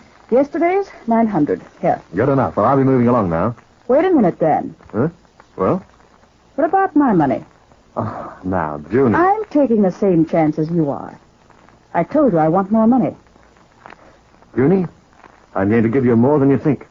You'll be getting everything I make out of this. What? What are you talking about? Wedding bells, my sweet. You're not joking, are you, Dan? Huh? Try this one for size. Mr. Temple, Mr. Temple. Have a heart. I'm just a poor working girl. All right, Junie, but how about that extra money now? I'll take it out in orange blossom. Good girl. That's what I hoped you'd say. Let's make it soon, eh? Fine. Good. I'll go and do some arranging then. Thanks for the list. I'll give it to Inky right away. Goodbye, Junie. Goodbye, Dan. Oh, and by the way, don't bother to pick up the money from Gregor's today. I'll save you the trip. You'll call for me later? Yes, Junie. I'll be calling for you.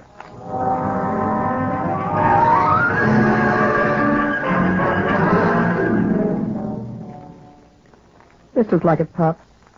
June Morris, typewriting service. Sherlock? Yes, son. Try door. Nobody here, Pop.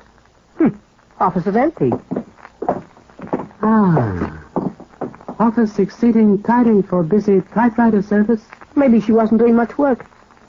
Obvious Miss Morris do little typewriting. A rubber roller of machine scarcely marked. And what's this? Obituary notice from daily paper. Son, we'll see what's behind that door, please. All right, Pop. Hey, Pop, look. There's someone here. I think... Unfortunate girl dead. Has been shot. Is it Miss Morris, do you think? This person afraid so. blonde, as Gregor the Shroff said, was getting paper from shelves here when shot fired. Initials on lapel brooch say J.M. Suggests this indeed the lady we seek. Gosh, Pop, what do we do now? Great sage say, when sudden landslide close main road, traveler must reach destination by back lane.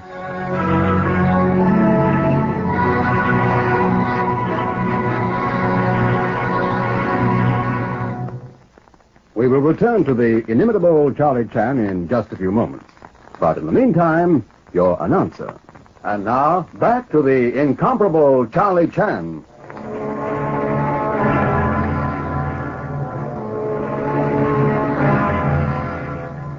While Charlie Chan and his number one son are looking for other roads to lead them to the solution of the crime, Dan Temple is busy too.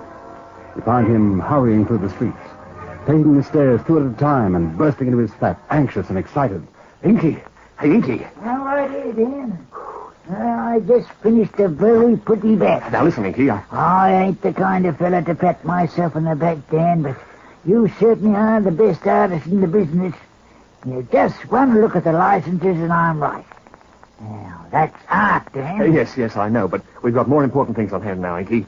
We're leaving town. What for? We'll be in trouble with Junie if we stay. What kind of trouble? Wrong trouble? I'm not joking. We're leaving tonight.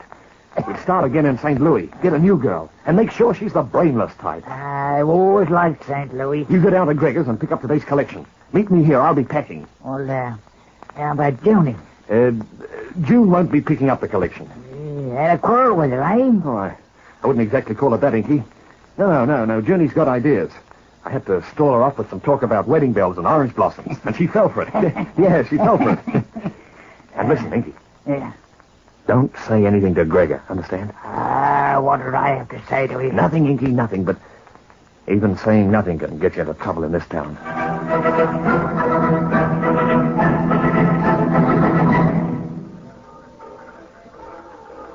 Pop, I don't get it. What are we doing here in Chinatown? Patience, son, patience. It's not going to do us any good hanging around outside the what do you call a debt collector bloke? A shroff. Is Oriental word for gentleman of this persuasion. This shroff is only road left to solution of case. Murder of Miss Morris left no clues. Must pick up trail here. How? Son has followed instructions.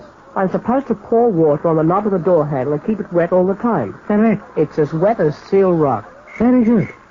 Father will explain plan. Criminal must come to office to pick up money collected for him by Shroff. If we remain inside office, they frighten him away without revealing identity. I see that.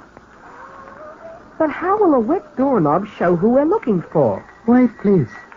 Person approaches shop. We've watched 10 people go in and come out already. How are we going to know the right man? Son will recognize suspect by blood on hands. Blood in his hands? Precisely. How's he going to get blood in his hands for a wet doorknob? Wait.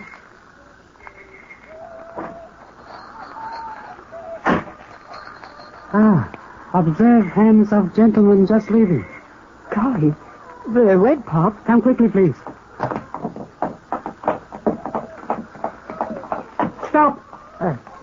What you want, mister? This, Inspector Chan of Police. Observe credentials. You are under arrest. For what? Participation in murder of Miss June Morris. What? She was shot dead an hour ago. Murder? Shot? What? I don't know anything about it. I swear. I'm sorry. Come, please. Oh, wait a minute. Wait, Inspector. I didn't have anything to do with it. But I know who did. I know. I'll turn evidence, see? I'm too old to... What are facts, please? Quickly. No wonder he's talking about leaving town.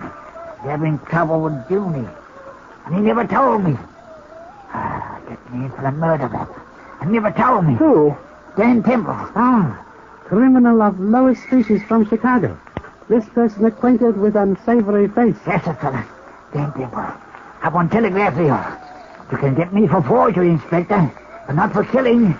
You want Dan Temple for that.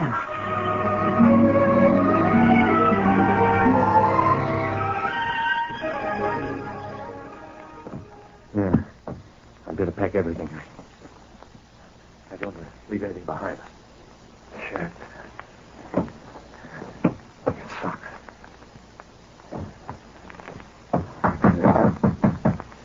Inky, that you?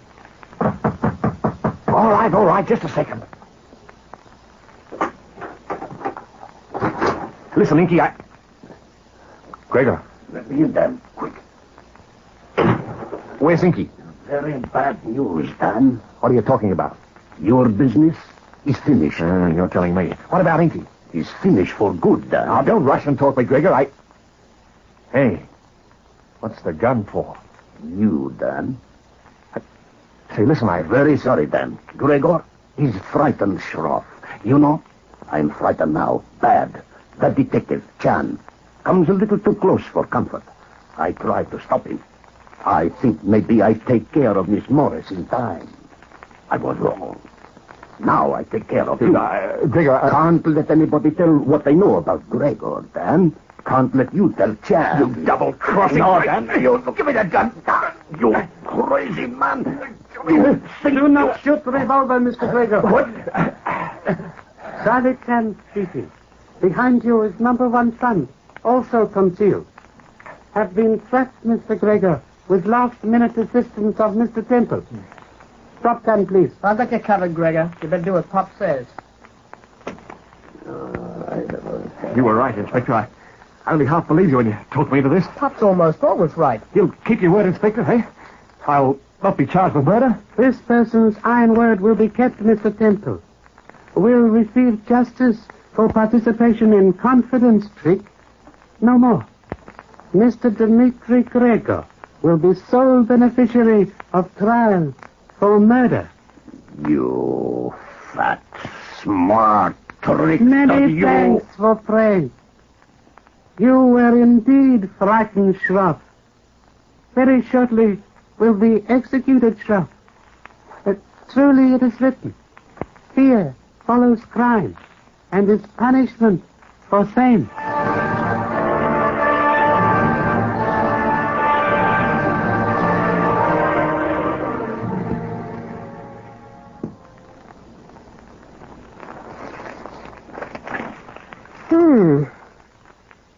We got a pretty good run of a vacation of papers, Pop. Father instructed son to read papers for news, not ancient history. Gregor was in with Temple. Mm-hmm. So when he found out we were on the trail, he tried to cover up. Precisely. This person suspected Shroff of the murder of Miss Morris. Was only person who knew intention to question same. Yes, it could have been Temple. He was with her just before we came. Mr. Temple only annoyed and frightened at demand of Miss Morris for more money. Put her off and then attempted to leave town. There's 2 things I want to know, Pop. First, what was that blood on Inky's hands? Very simple. Your father secretly dusted envelopes containing collected money in Shroff's office with anthracene dye. Anthracene? What's anthracene? Invisible dust, which turns blood red on contact with water. Used often in counterfeit cases. Oh, I see. And Inky got his hands wet on the doorknob. Then when he picked up the dusted envelopes, the dye stained his hands red. Precisely. First question, answer. But here's the second. In the paper it says that Mrs. Dace discovered the forgery and assisted you in catching the criminal. Now, that's stretching the truth, Pop. Why'd you do it? Mrs. Dace suffered because of crime. Entire life smashed. Now has profited from solution of second crime. Has achieved a standing in community and honor in eyes of friends. Well, she won't try to run away anymore. Precisely. And she has learned valuable lesson of Mencius, who said, trouble is like man's shadow, can never run fast enough to escape either.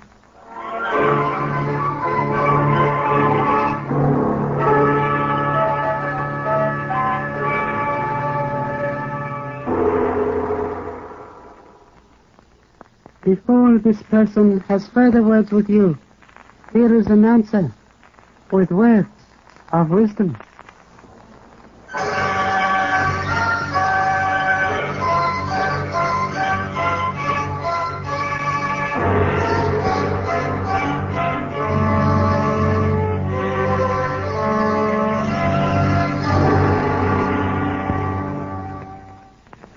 Before saying good night, Charlie Chan would like to leave you few words of ancient philosopher. Just when we are giving up seeking, it's time to find. Good night. Thank you.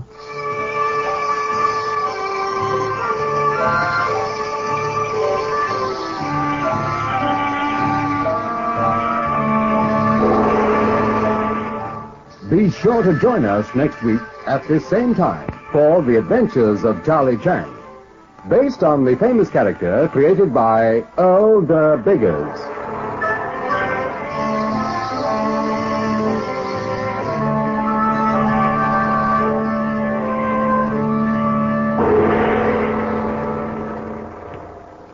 This is a Grace Gibson radio production produced by Reg Johnston.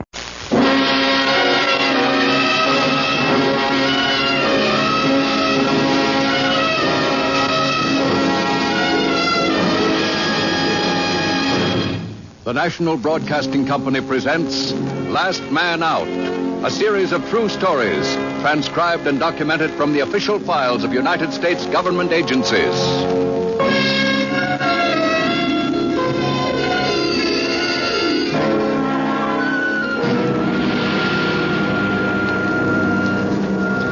All right, Eric, let me hear you recite the verse you memorized. Shall I stand up, Papa?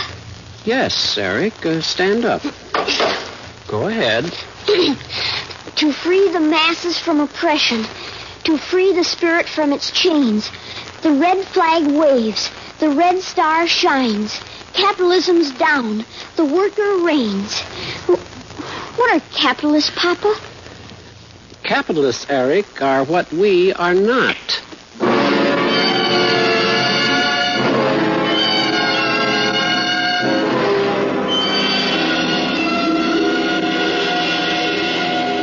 Ladies and gentlemen, here is your narrator for Last Man Out, the well-known writer, Mr. Richard English. Thank you. Tonight, ladies and gentlemen, you're going to hear one of the most important programs in this entire Last Man Out series. There's been a lot of criticism lately directed at government committees which have attempted to expose the communist infiltration of our American schools. Tonight, we're going to prove that communist infiltration did happen here. Our subject tonight is Dorothy K. Funn, a New York City school teacher. Miss Funn joined the Communist Party in 1939, left it in 1946. Her story is not what you'd call a cloak and dagger tale. It happens to be far more important and far deadlier than that. Dorothy Funn actually saw the poison that was being injected into our school systems, the attempt to mold the minds of our children into the communist pattern. Now, the subject report of former Communist Party member Dorothy K. Funn.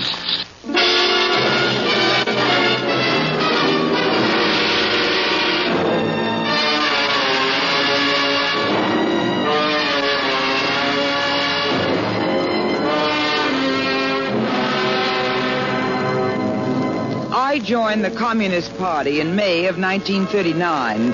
I was recruited by another teacher with whom I'd become friendly.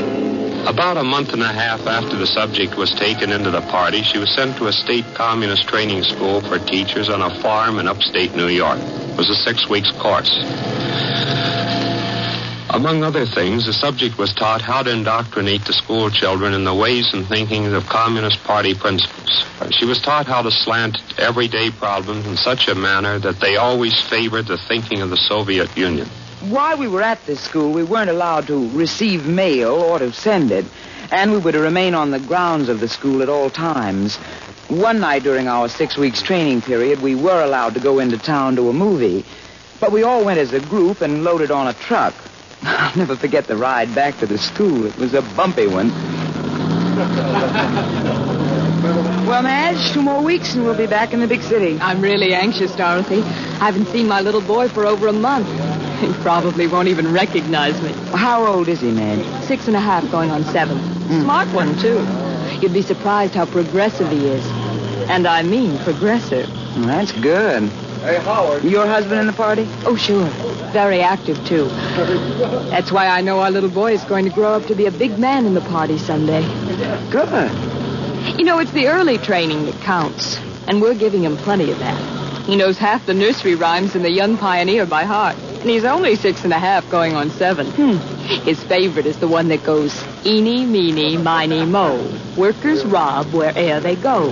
They can stop it if they're not too slow. We young comrades tell them so. Oh, I remember that one. It was one of the very first ones I ever memorized. Well, your young son sounds like he'll make a brilliant student. What's his name? Eric. Eric. That's a good name.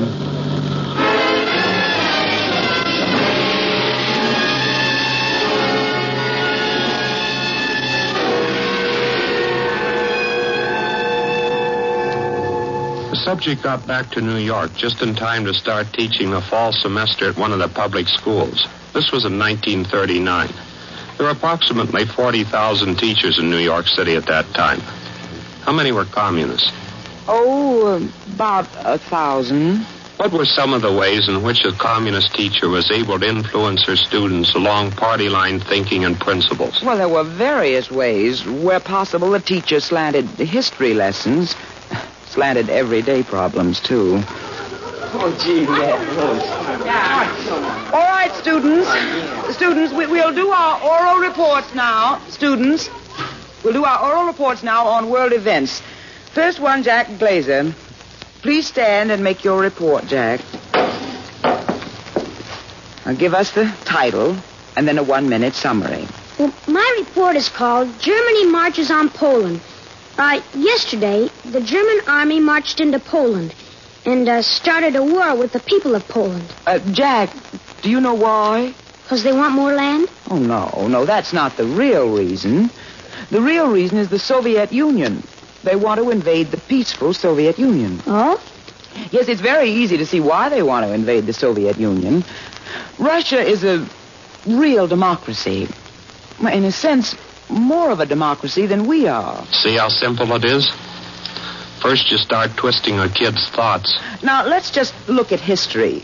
Mr. Lincoln fought a civil war to free the Negroes. And there's still Jim Crowism in this country. In Russia, it's different. In Russia, the Negro is his own master. But that's what I meant when I said, in a sense, Russia's more of a democratic nation than America is. Well, then we're all really for Russia in this war, because Russia's defending democracy. Is that right, Mrs. Funn? Yes, you might put it that way, but there's more to it than that. What do you mean, Mrs. Funn? Now the Communist Party line really comes out. Well, Germany is a totalitarian state, a dictatorship, a type of tyranny, a nation of persecution and hate and prejudice. While on the other hand, Russia's exactly the opposite. Now, we definitely find some persecution, some hate, and some prejudice in this country.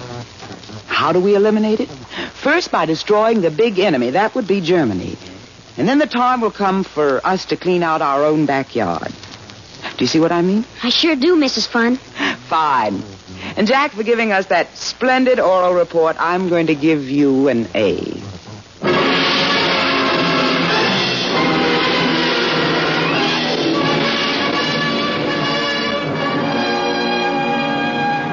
How were the party line policies that you were to push forward in your classes in the schoolrooms handed down to you, Dorothy? Well, we attended section meetings every 2 weeks, at which time we were given specific orders about what party line policies were to be pushed in the classrooms.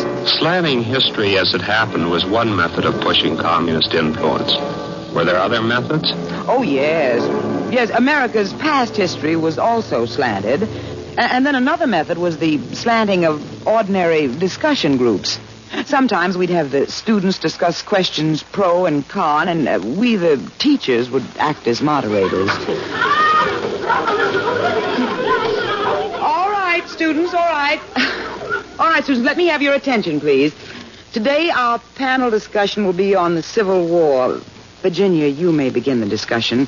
It might be a good idea to state first the reasons why the Civil War began. It began over slavery in the South. President Abraham Lincoln wanted to free the slave in the South. And I think it might be a good idea for me to inject a thought at this point. Did any of you students know that the South does not recognize President Abraham Lincoln's birthday as a holiday? Why is that, Mrs. Funn? Well, Bob, even though a war was fought to free the slaves, there's still a great deal of slavery going on in the South. For example, the textile workers in the factories. I don't know about them, but my folks said that a lot of the Negroes remained in the South because they were treated very well by their employers. They even said that some of the Negro women practically raised the children of the white folks. That's how much they were respected and loved. Well, your folks are very wrong, Bob. That's what they call propaganda. Oh, well, just a moment, boys and girls. Yes? Are you Mrs. Funn? Yes. My name is Eric Norton, Mrs. Funn. I'm a new boy.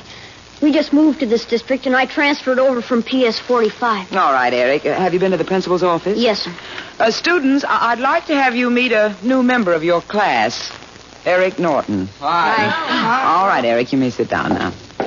Oh, Eric. Yes, sir? Is your mother a school teacher? Yes, sir. She teaches over in the Queens district. Is her first name Madge? That's right, Mrs. Funn. Madge. I'm glad to have you with us, Eric. I think you're going to like this class very much, Eric. Very much.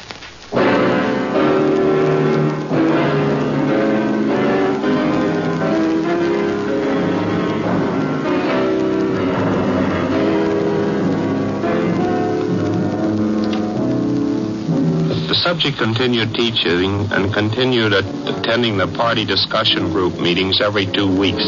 How were these groups organized? Well, everyone in the group was a teacher from some public school. We had a chairman, a treasurer, and an educational director. Let me ask you this. Were school children ever used in communist demonstrations? Oh, yes, but usually they were children whose parents were already sympathizers or party members. The May Day Parade was one of the best places to employ children for the family effects on those watching the parade. I marched in my first May Day Parade in 1940.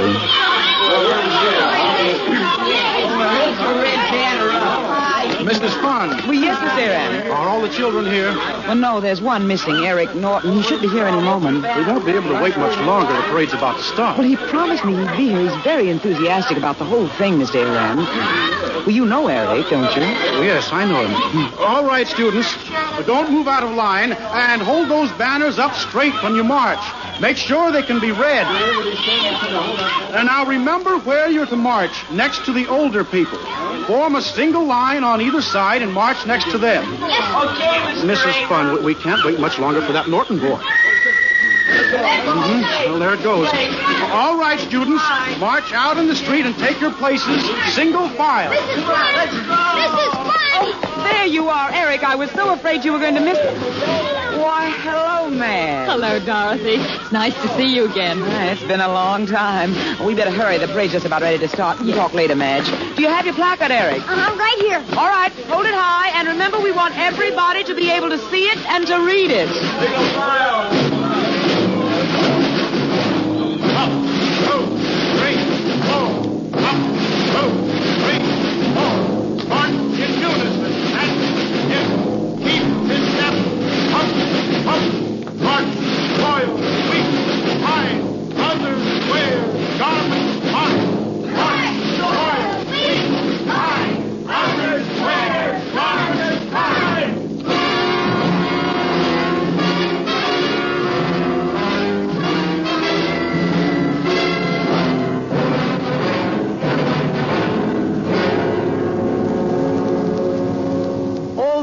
We harped on discrimination and prejudice as one thing that communism would do away with.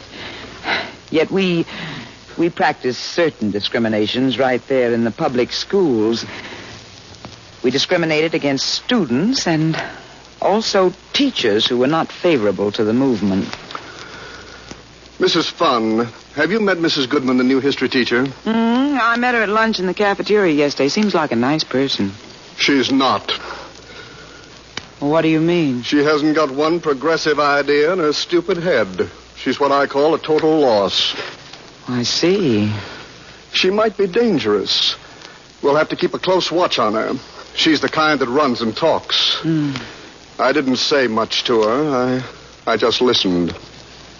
What about her family? Oh, conservative stock. I think I'll give a little party and ask everyone but her. I see. I'll also think of some other ways to isolate her. We've definitely got to make her feel she's not wanted around here. Maybe she'll ask for a transfer. That's probably the best way to handle it. You see, we've got this school pretty well organized right now. I hate to have anyone come along and mess up all the good we've done.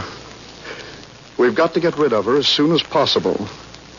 I know a liberal sub I'd like to see take her place. I'll see what kind of strings I can pull to get her in over here. But in the meantime, Mrs. Funn, pass the word along to the others. Our objective, get rid of Mrs. Goodman.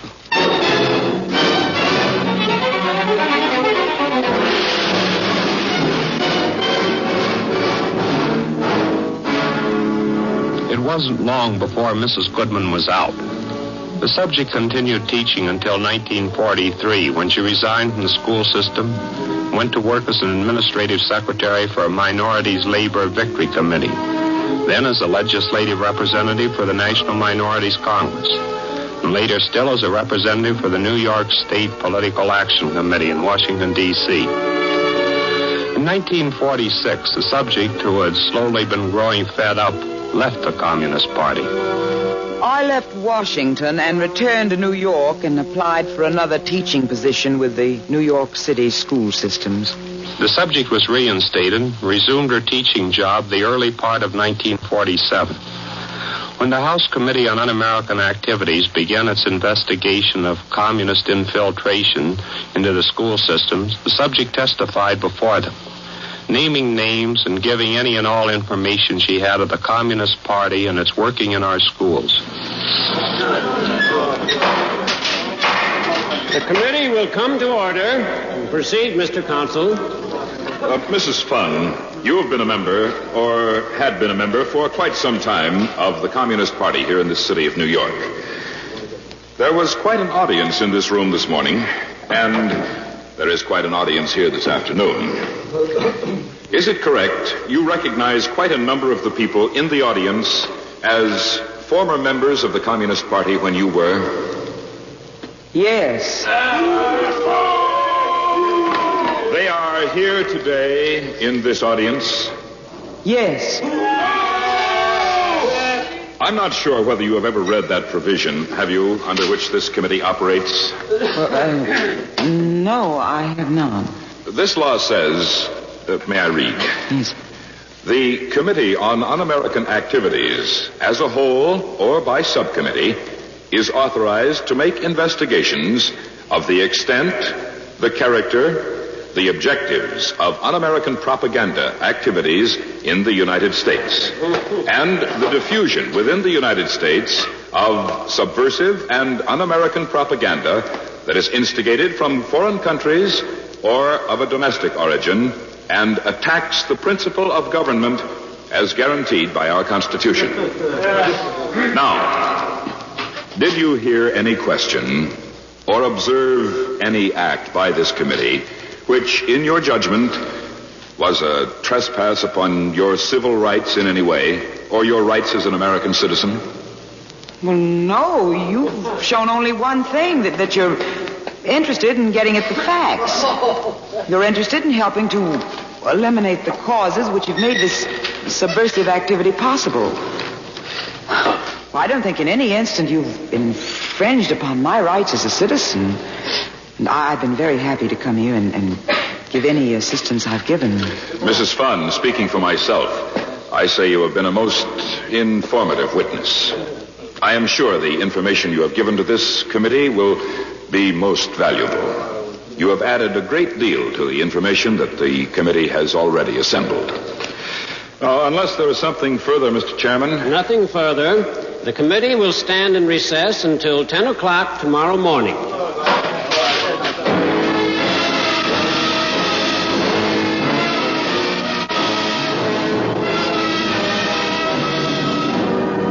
Dorothy Funn still has a tremendous feeling for the rights of the minorities. That was one of the reasons she joined the Communist Party. But she realized in time that the Communist Party wasn't the answer to what she wanted. She realized that the party used the problems of the minority to spread its own gospel. And when she found that out, she quit the party. She has resumed her teaching career, however. And it wasn't an easy road back. At times it was lonesome. But she made it. And Dorothy Funn is another good example that an ex-communist can come back.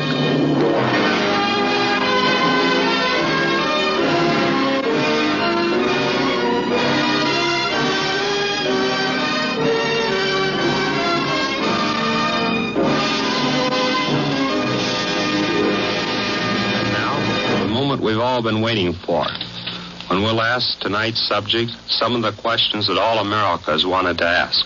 What is being done now, Dorothy, to rid the school systems of communists and communist teachers and communist training? What's being done here in New York, for example?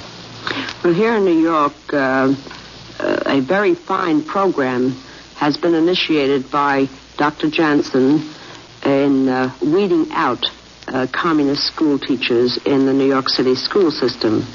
And he has received the help of a council here in New York who carries on these investigations. Would you say that this investigation has been fairly successful? I would say that it has been very successful. Did you ever have any reaction from parents when it was learned you had been a communist school teacher? No direct reaction. I see. No. It wasn't known until 4 years after you broke the party that you had ever been a communist. Is that correct? I would say yes and no. It wasn't openly known, but I think that many people by that time had considered me a member of the Communist Party. Well, how was your life affected when you broke with the party? Was it like being in a vacuum? It was very much so. I was sort of on the moon, alone for a while, since I had severed all connections with my former friends and many of my relatives in going into this Communist Party activity, so that upon my return, and of course, I was no longer welcome with those who still were members of the Communist Party, with whom I also did not wish to associate. I see. All right. Tell me now, what were the Communist Party instructions regarding teachers' relations with members of the PTA? Their instructions were for each teacher to make it a must to attend the Parent-Teacher Association meetings and to guide the actions and policies of that organization. Further, wherever possible, they were to become particularly friendly and close to those members of the PTA who looked like good material for outside work on the political scene, I might say. Yes. Looking, of course, toward the last thing of recruiting them into the Communist Party. Well, thank you very much.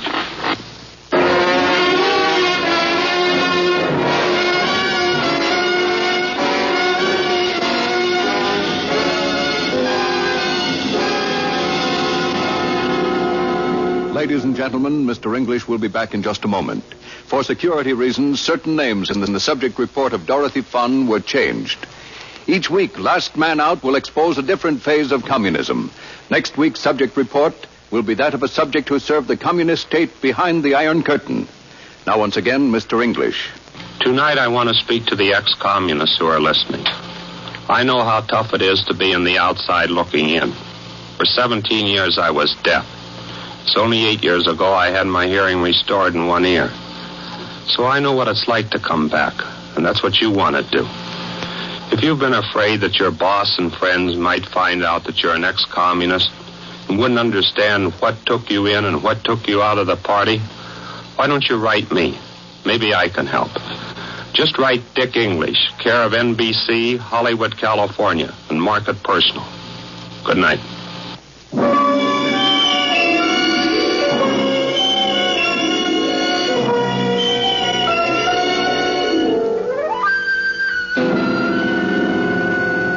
Next week, Richard English will bring to our microphones the true story of another former member of the Communist Party, documented and transcribed from the official files of United States government agencies. Last Man Out is an NBC radio network production by Richard English, directed by Andrew C. Love and written by Richard George Pedicini. Our musical score is composed and conducted by Dmitri Tiomkin, Academy Award winner.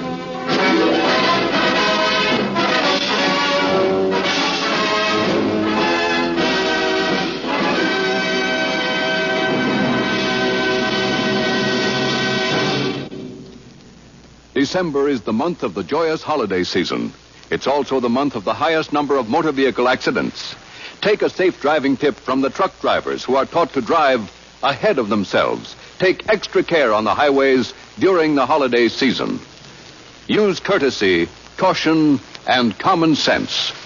This is the NBC Radio Network.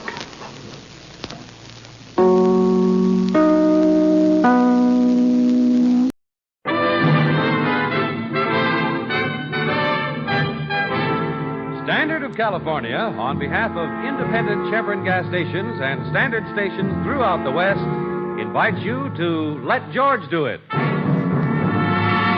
A minor case of murder, another adventure of George Valentine. Personal notice, danger's my stock and trade.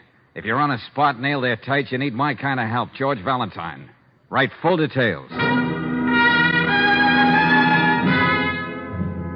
Dear Mr. Valentine, Esquire, one of the members of our Bearcat Social Club suddenly finds himself in a very embarrassing predicament. With more exactitude, he is in the can for murder. Now, knowing this fellow Bearcat as we do, we are convinced that he is innocent. Therefore, we are hiring you to prove same. As a starter, there is $100 in it for you. If that isn't enough, there's more where that came from. The address of our headquarters is 19.5 Duane Street. And it's signed Chuck Wilson, acting captain. George, this sounds like a letter a kid wrote. But to quote from this provocative communique, a fellow Bearcat is in the can for murder. That's not kid stuff, Brooksy. That depends on just how old this fellow Bearcat is. Oh, they get old early down there around Duane Street. Well, we haven't had a social evening in a long time, darling. Would you suggest we drop in at the club? With great exactitude, I answer. Yeah. Golly, I hate to think where they dug up that money for your fee. Stop sounding like a policewoman, Angel. All the Bearcats just got together and raided their piggy banks.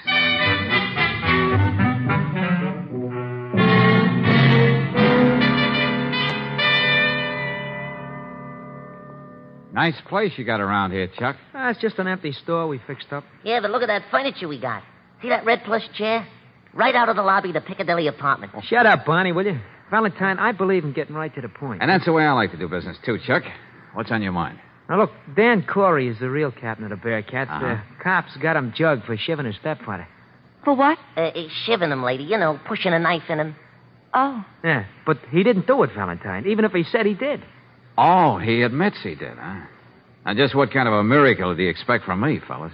Just to believe what I'm saying and find out what really happened. Well, I'm here to listen. Well, the Bearcats have our own special rules, see, and we don't go back on them. Yeah, that's right. Let me read them to you, Valentine. Yeah, okay, Barney. The guy that goes looking for trouble unless it comes your way is going to get their tails kicked in. Well, there's nothing wrong with that rule.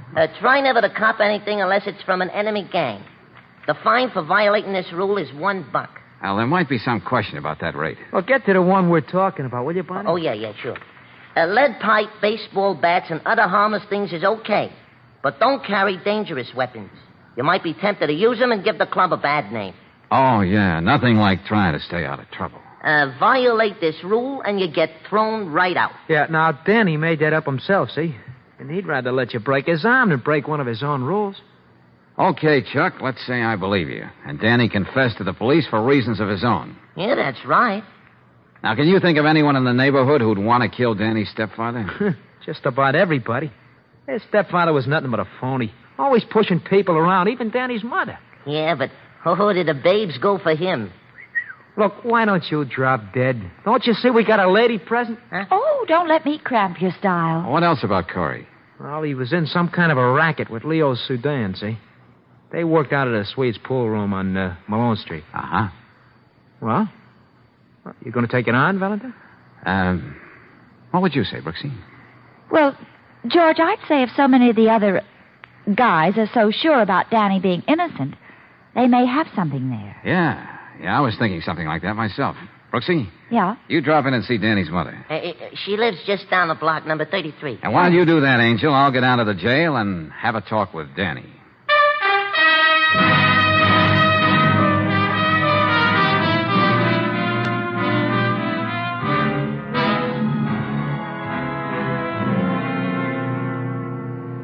Just what did happen that night, Danny? The story's the same every time they make me tell it. I came home that night from the club. The key was in the door, so I just walked in. Yeah? Well, the man who married my mother was leaving. He had his bags all packed. I knew right then he was throwing her over. So yeah, I know. But how is it the police didn't find the knife? I threw it in the river. Yeah? Why'd you go to all that trouble, Danny? And then walk up to the cop on the beat and confess? I don't know. I guess I was just half crazy. Oh, I see. So now you know. I don't think I know anything about you yet, Danny. I think you're holding out on me. All right, never mind about me. But do you think you're playing fair with Chuck, Barney, and the others? Think of those guys. Getting up all that dough and then hiring you. Well? Oh, they're nuts, all of them. And don't think I'm sorry for what I did. Corey had it coming to him. You don't treat any woman the way he treated my mother. I ought to know. After the swell way my real father always acted. Before he... All right, Danny. All right, take it easy.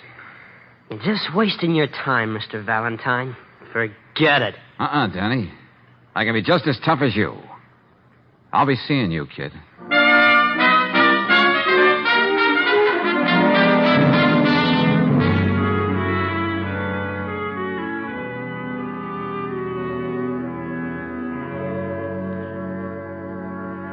Miss Brooks, I know Danny admitted he killed Phil. But if anybody's to blame, it's me. Oh, mothers have a habit of blaming themselves, Mrs. Corey. Yeah, but I knew how he worshipped his own father. And yet I married a man like Phil. A man who lived his days in a pool parlor. He wasn't the father I should have picked for my boy. But you had the right to make your own choice. Oh, Danny and his stepfather fought right from the beginning. There was no peace in the house. That's when Danny became an altogether different boy. Started that gang of his. Oh, I suppose I should have known something like this was going to happen. Why do you say that, Mrs. Corey? A few weeks after we were married, Phil was coming upstairs from that pool parlor. Danny was waiting for him. He pushed Phil down the stairs. I opened the door just in time to see him. All Danny did was look at me and walk out. Well, that's just going to make it look all the worse for Danny when he comes up for trial. Oh, I know. Everybody thinks he did it, but I can't believe it. Oh, I didn't know you had company, Mrs. Corey. Sorry. Oh, that's all right, Mrs. Ravel. Come in. This is Miss Brooks, a good friend. How do you do? Hello. Oh, I do hope you've been able to talk some sense into Mrs. Corey. She can't just sit around moping all day. Well, you've been very kind. Kind, my foot. I know what it means to feel you're all alone in the world. You forget I spent half my life in hall rooms in the strange towns when I was in the chorus line. I think I'd better be running along. And you don't have to worry about Mrs. Corey, not a bit, dearie. Like I told her, as long as I own this rooming house, there'll always be a place for her here, and I own it outright. Best kind of security for someone in show business. Like my late husband used to say... Everybody tries to be so kind. Oh, now. All you need is a good sleep, and I'm going to see that you get it. That's good advice, Mrs. Corey.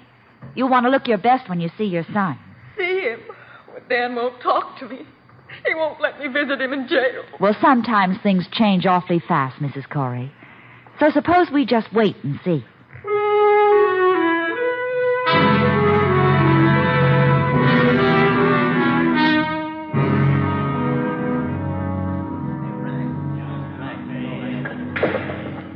Sudan? Yeah. Who are you? Let's go somewhere and talk. Don't you see I'm in the middle of a pool game? What you trying to do, jinx me? Hey, wait a minute. How'd you know my name? I never seen you before. Yeah, I'll be right with you. I asked you a question, friend. Now, what gives? I thought we might have a little talk about what happened to Phil. You know, your business partner. You a dick? No. But I'm not just the inquiring reporter either. Okay, whoever you are, scram. I got $5 on this game. What was the deal between you and Corey? The numbers, rackets, slot machines? What was it? I said beat it. Wouldn't you be at all curious if I told you maybe it wasn't Corey's kid who knifed him? Me? I ain't got a curious bone in my body. Okay. Have it your way, Sudan. But I think you can tell me a lot outside. I got one thing to tell you. This looks like the only way. Hold it. Get the pull cue down, Leo. Don't tell me what to do, sweet. I'll Give me that cue. That's better. I try to run a respectable place. Yeah, talking about that, you better put the pool ball back on the table, too, Mac. Oh, this. Yeah. Glad you reminded me. Leo almost got it between his teeth. Swede, this guy's been asking me about Phil Corey. You don't say. Hey, look, be a nice fellow, Mr. Run Along. Leo wants to finish his game. You and him got a beef, see him later. Somewhere else. Okay, you win. I know when I'm not wanted. But don't get me wrong, pal. Nothing against you personal.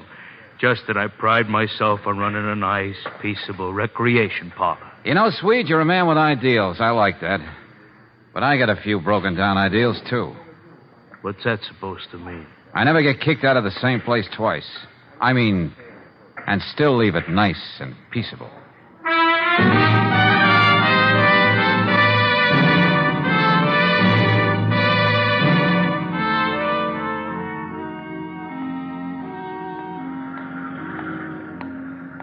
Hi, Valentine. Huh? Oh, Barney. Hey. Where'd you come from? Oh, I was in that alley there all the time. Oh? Yeah, I was waiting for you to come out of the Swede's place. Now, what do you call this? Bearcat protection? Oh, no. I just thought you liked some company, that's all. Hey, what are you carrying there, anyway? That's a camera. Yeah, you ought to see some of the pictures I took with it. Hey, that's a pretty expensive deal. Where'd you get it? Oh, don't worry, Valentine. It's mine, all right. Yeah, I can imagine. Now, what's the real gag, Barney? Huh? One of your club members going to be on my tail all the time? Oh, no, nothing like that. We know you can take care of yourself. I just happen to be loitering in the alley, that's all. Be quick, Valentine. Get this doorway. Hey, Barney, what is it? Don't ask me no questions. Come on. Hey, what the devil is this, Barney? Oh, you mean all that noise? Yeah. You're dragging me in this doorway. Boy, look at that car turning around. It's getting a works. I wish I could take a picture of it. Hey, what works, Barney? What's going on? Give. Well, Chuck figured you might be followed when you left the Swede, see? So the Bearcats were already on the roofs up and down the street. They must have seen that car was trailing you. How do you like that? But all that stuff out there on the street. Oh, the street cleaning department will clean that all up in the morning. Nothing but ash cans, bricks, cans of garbage, things like that. I suppose I should say thanks. We wasn't going to let anybody wake you over. And you notice we didn't use no guns or knives. Oh, yeah. Perfect little gentleman. Yeah, that's right.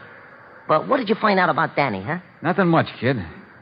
Except now there are at least two characters who do anything to keep me from finding out what really happened to Phil Corey.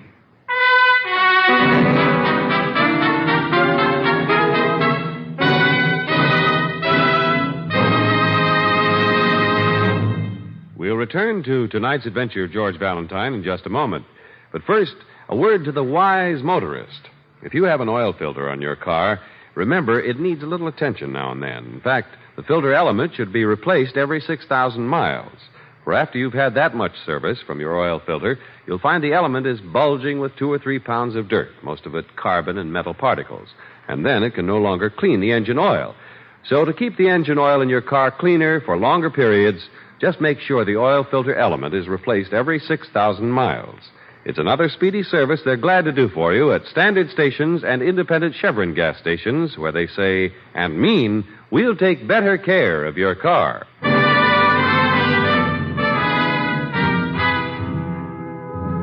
And now, back to tonight's adventure of George Valentine. Well, you find yourself working with a gang of rough kids called the Bearcats, just about as tough as they come. They won't believe that one of their members, Dan Corey, is guilty of murdering his stepfather.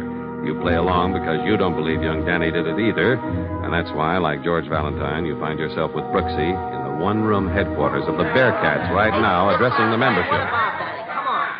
All right, now, all you guys, clam up. Come on, stop yapping, will you? I mean, the meeting will come to order. All right. We got some official business to discuss.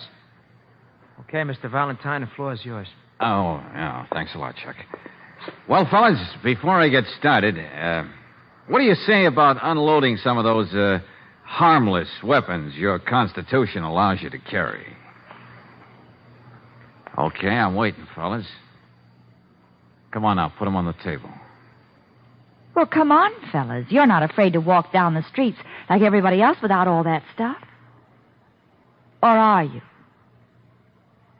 Well, okay, you heard what the lady said. Come on, get clean, will you?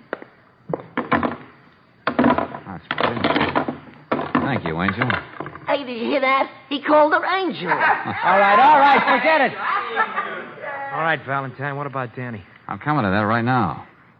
I don't have anything like real proof to clear him. Huh? What? Hey, look, we're paying you $100. You're supposed to have all the answers. Yeah, that's right, like you said in that ad you had in the paper. Please, boys, let Mr. Valentine finish. You see, fellas, it isn't as easy as you think.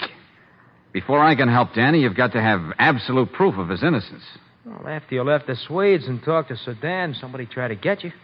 That ought to be enough for you to work on. It'd be a lot easier if I was sure we were telling each other all we know about this thing. The truth is, unless I'm sure of that, I'm pretty much of a blind alley. Now, somebody here knows what I mean. You win, Valentine. Here. No, who's got the shit?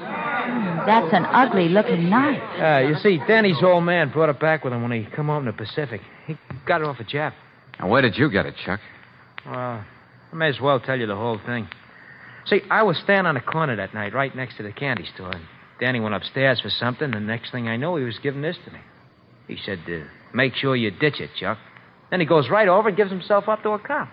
Well, weren't you afraid that if this knife were found with Danny's fingerprints on it, it'd make the case really open and shut? Yeah, I thought of that, Angel. I mean, Miss Brooks. Then why were you so careful to preserve the fingerprints, Chuck? I see you got it all wrapped up in a handkerchief. Look, I got more than half a brain, Valentine. If they convicted Danny and he didn't have a chance, I was going to come up with this. Maybe there'd be some other fingerprints on it besides his. Uh-huh. Smart thinking, Chuck. Hey, Brooksy, take this knife down to Lieutenant Riley and ask him to check the prints. Oh, George, you know he's bound to ask questions. Tell him I'll talk to him later. Right now, I got to get to work. But first, Barney. Yeah? All these harmless weapons. Get rid of them, will you? Throw them in the river. Throw him in the river? What's the idea? Now, look, it's up to you, guys. You either get rid of this stuff or I forget I ever heard of Danny. Wait a minute. He's right. Come on, he's right. Good, that's the idea. Now, with what you told me about the knife, Chuck, maybe I can really start getting places.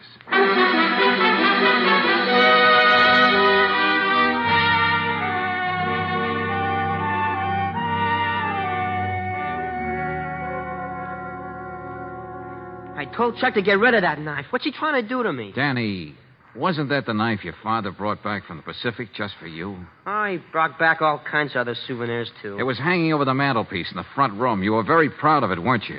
I saw it hanging there, so when I got mad at him, I grabbed it and I let him have it. You're lying through your teeth, Danny. The police believe You're trying to protect somebody. You went right out and gave yourself up. But first, you made very sure you got rid of the knife. Now, why? You asked me that before. Yeah, but this time I don't need the answer. So long, Danny. I'll still be seeing you.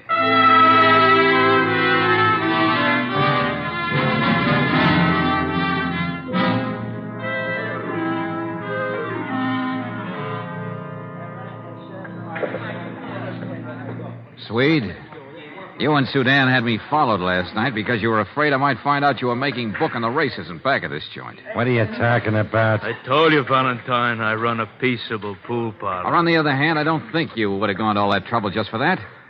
Maybe it was because the police didn't find just a railroad ticket, the key to his place, and things like that on Corey. They also found quite a wad of dough. The police never overlook anything, do they? Was he trying to get out of town with your cash, boys? Listen, Valentine, I never like to get one more tough, thing. but... Now stop shoving me with that oversized bay window of yours. Speak your piece and get out. Okay. I found the murder weapon, the knife. Now that ought to tell us who the murderer is. Don't say. Excuse me. I gotta get back to my pool game. You, my friend, you're getting out of here. Go on, you heard me? Go on out. Not before I give way to an impulse I've had since I first saw that big beer belly of yours.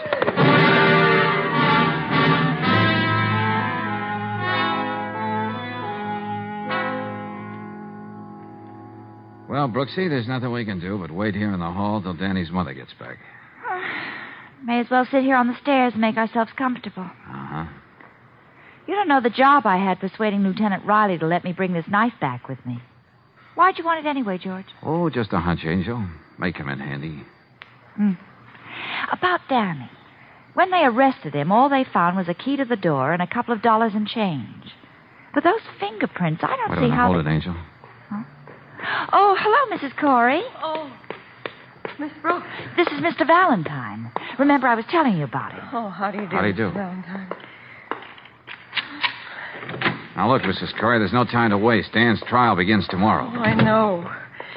That's why I've been out walking, trying to think what to do next. Mrs. Corey, your son thinks you killed your husband. Are you sure, George? What are you saying, Mr. Valentine? When he came in that night, your husband was already dead on the floor. Dan saw the knife. He was sure you did it. Oh, no. He knew the police had reasoned that only two people could be inside here alone with Corey, you and he. So he took the blame. That's why it was so important to Dan to get rid of the knife. He didn't want any suspicion to point to his mother. But what am I going to do? I didn't kill Phil, and neither did Danny. Where were you that night, Mrs. Corey? A good, tight alibi would help. Oh, I don't know where I was. Just like today, I left the house and started walking. Didn't matter where. Phil told me he was going to leave me. I'd lost my son and my husband. I'll get it. Oh, sorry, Miss Corey. Seems I keep walking in when you have company. Oh, hello, Mrs. Ravel. Hello. George, this is Mrs. Corey's landlady. Oh, well, I'm glad somebody's with you. I wanted you to have this nice hot soup. Oh, thank you.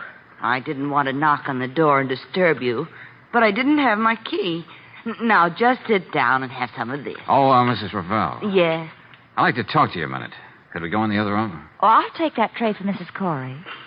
Talk to me about what, Mr. Valentine? Just a minute. Yes. Mrs. Ravel, I'm doing all I can to help Mrs. Corey and Danny. And I know you are, too. I've done my best. Well, maybe you can do me a favor. You know we found the murder weapon. Oh, you did? Well, I hope it means something. Something good. Yeah, I hope so, too. Now, here's what I'd like you to do. The knife is wrapped in a handkerchief. You'll find it in the desk of the store at 19.5 Duane Street, the Bearcat Social Club. What? I want you to go over there and get it and bring it back here. But why me, Mr. Valentine? Well, because I can't leave here, and neither can Miss Brooks. You see, we're expecting Lieutenant Riley of the police and a couple of other people. Now, if you'll do this little thing for me, you'll be saving me an awful lot of trouble. Oh, sure. But it'll take me a few minutes to make myself presentable. Well, take your time, Mrs. Ravel. The important thing is, what happens after you come back with that knife?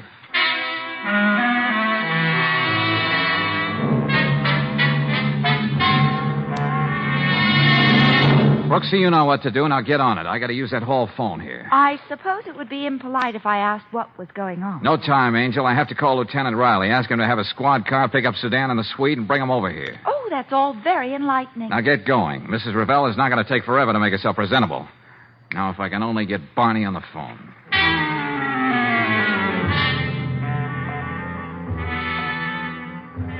So be sure you got it straight, Barney. Remember, I'm depending on you.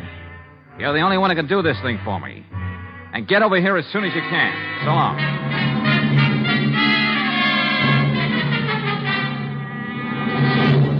All right, Swede, Sudan, you may as well sit down. Why'd the cops pick us up and bring us here? Oh, we'll get to that. Oh, Mrs. Corey, you didn't have any of that soup. She'll have it some other time, Mrs. Revelle. Valentine, nobody's got anything against us. You can't hold us here. Uh-huh. Gentlemen, I told you about the murder weapon. Well, here it is. What are we supposed to do? Faint? Oh, Mr. Valentine, what is it? I can't stand it much longer. I hope you won't have to, Mrs. Corey, and There you are, Mr. Valentine. Took me a little time to get that picture developed. What picture, George? Hey, let me see that, Bonnie. Here you are. Huh?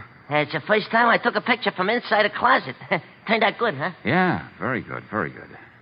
Picture of you, Mrs. Revelle, taking the knife out of the desk. What? Well, you told me to do that. You sent me there. I didn't tell you to wipe off the fingerprints as you're doing here in this picture. And that's what she is doing, George. You were afraid your fingerprints would be found on the knife, weren't you, Mrs. Revelle? I never saw that knife before. Sorry, but that won't explain away what you were doing in this picture. Besides, the fingerprints were already taken off the handle down at headquarters. Mrs. Revelle, I can't believe that you'd... Don't be a fool. Imagine me calling you a fool. There wasn't a good-looking woman in the whole neighborhood Phil didn't try to make time with. I thought he was going to leave you for me. Then when he told me he was going away, alone, I killed him. And if you didn't, sister, we might have. Corey was taking it on the lam with our dough. But, George, Lieutenant Roddy found only one set of fingerprints. Just Danny's, I know, yeah. He wiped off what he thought were his mother's fingerprints. Then my fingerprints weren't... No. You were quite safe, Mrs. Revelle. Although I suspected you, I had to have proof. And you supplied it.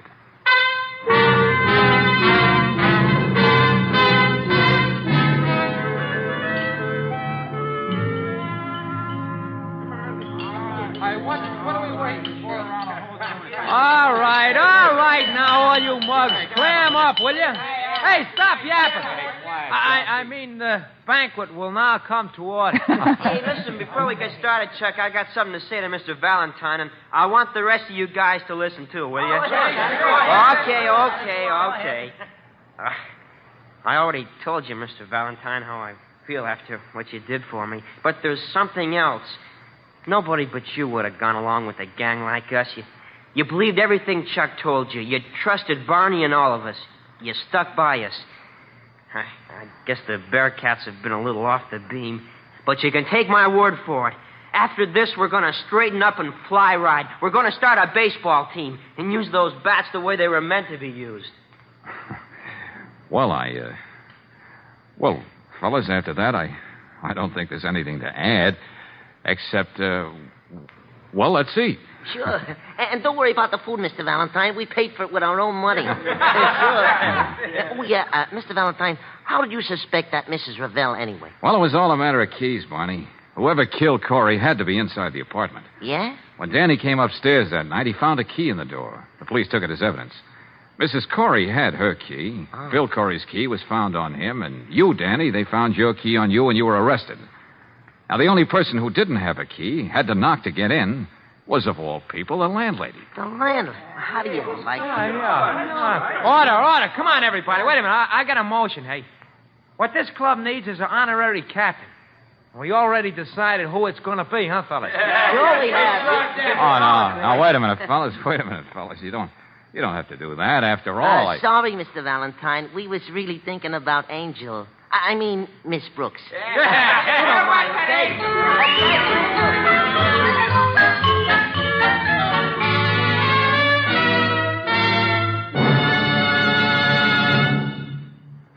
What really makes your car go?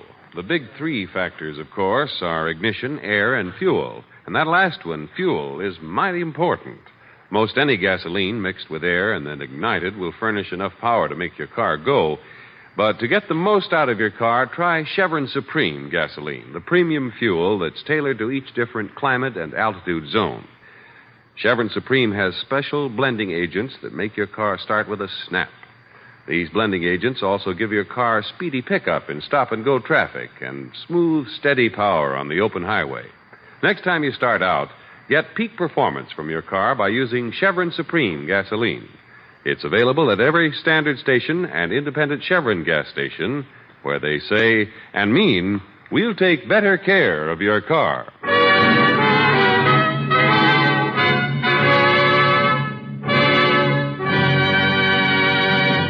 Next week, when you tune our way for another adventure of George Valentine, you'll hear... George, the woman's asleep. Maybe it'd be better if we came back in the morning. Look, see, even when people sleep, they manage to breathe. Huh? Yeah. Oh. Look, George. Maybe this empty bottle on the bed table means something. I don't know. But this note does. When you will find me, I am dead. I could not tell you the secret of the Montoyas and go on living in peace and honor. Forgive me, Maria.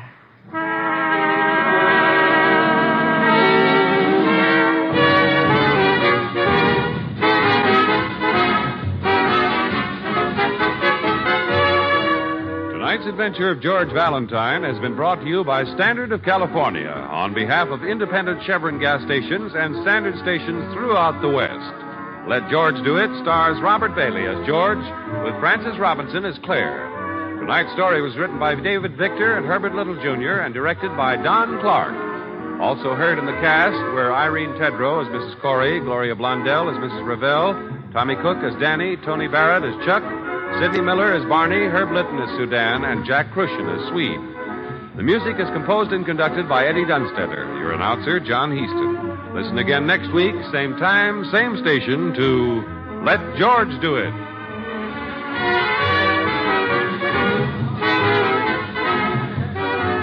This is the Mutual Don Lee Broadcasting System.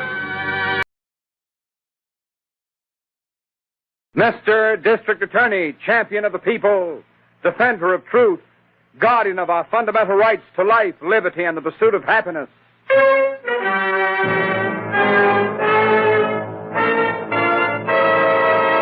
Mr. District Attorney is brought to you by Vitalis, Vitalis. Vitalis, the famous preparation that keeps your hair well groomed. And used with the speedy 60-second workout, helps you to keep your hair.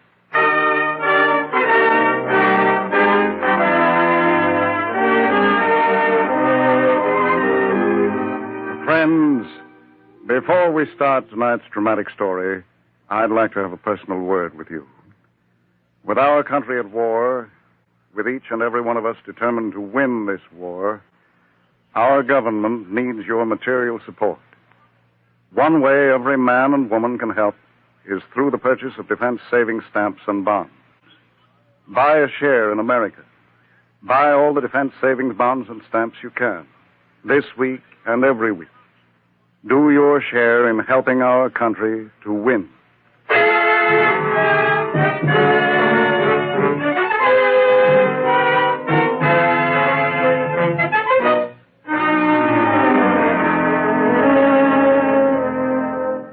Our story tonight begins in the vaulted, echoing galleries of the City Museum in your District Attorney's city. It is shortly past midnight, and in the lofty Egyptian hall, a single light high in the ceiling casts eerie patterns of black shadow.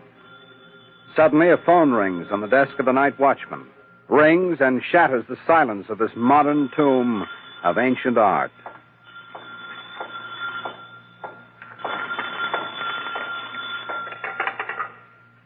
Hello? Hello? This is Patrick Cork, night watchman of the City Museum speaking. Hello? Hello? Well, don't be answering then. The devil take you for disturbing a man's rest. Now, what in the name of all that's holy? Who's that? Stop! Stop in your tracks or I'll shoot! Stop, I tell you! Oh, no, you don't. But I do, my friend. Oh.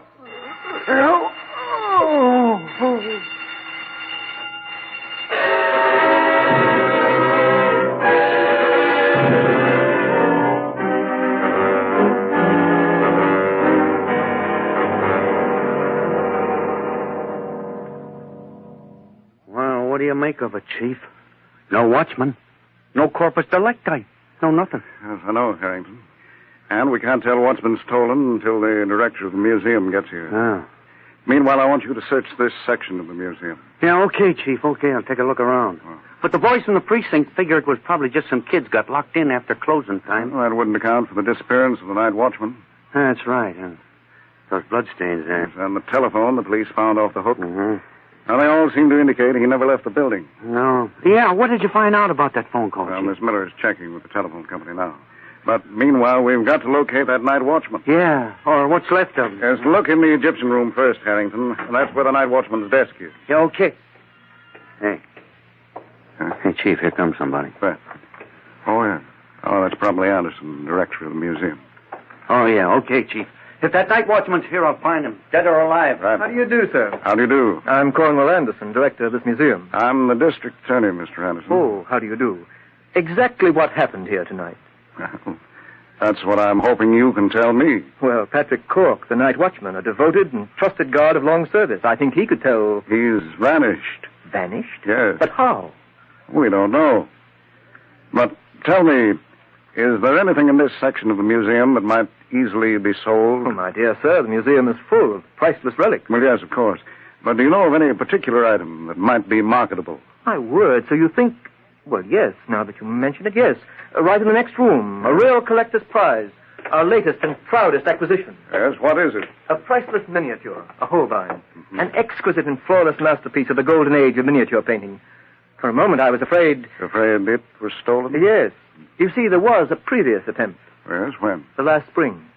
Did you report it to the police? No, it happened in London. In London? Yes, where the miniature was purchased for us. Oh, yes, I see. And is this miniature protected by the burglar alarm system? Oh, yes. Even the breaking of the glass will set off the alarm system. Well, then the breaking of the showcase in the other room must have set off the alarm. Yes. Poor Patrick must have seen the intruders, struggled with them. Then suppose you take me to the case where this miniature is kept. Of course. It's right over here in the corner of the room. I see. Well, there's nothing wrong with this case. No glass broken. No, there isn't. Oh, there's the miniature. No one has touched it. Yeah. Yes. Chief, come here, quick! Who is that? Harrington, my chief special investigator. Chief, I found him. I think I found the night watchman. Yes, where is he? Right over there in one of them Egyptian coffins, all laid out like an undertaker's done the job. My word, in a mummy case? Mummy case or coffin, he's in there. Yes, which one? The middle one, the one with the dogs and palm trees painted on it. Here, I'll just open it again. Is he dead? If he ain't, he ought to be. Oh, my word, You said it. Oh, boy, this gives me a turn. I'm used to corpses, but this... Hey, Harrington, this man isn't dead. Huh? He's unconscious, but there's pulse action and a faint heartbeat. Well, for the love of Pete, let's get him out of here. No, he may be suffering from internal injuries. Phone for an ambulance. Yeah, right, Chief, right. Now, we're getting something. Poor Patrick, why, what could have happened? You see that red welt around his throat? Why, yes, extraordinary. No, not at all. This wasn't the work of mischievous boys or amateurs, Mr. Anderson. This man was strangled by an expert.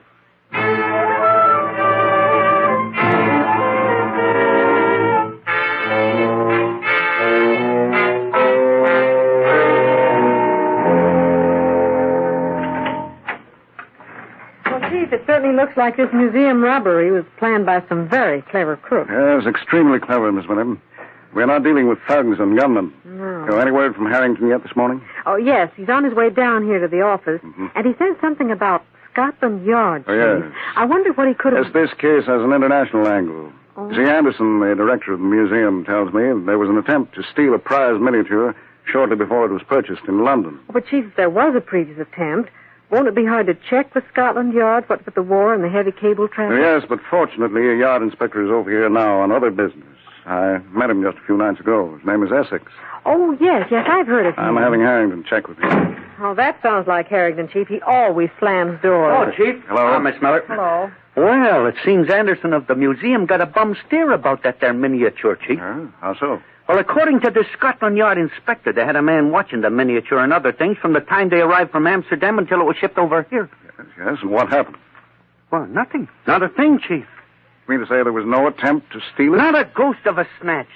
Well, Chief, this case is beginning to go soft. Things are stolen, then they ain't stolen. Guys are dead, laid out in a coffin. The next thing you know, they're up walking around. And there's a woman in the case, Harrington. A woman?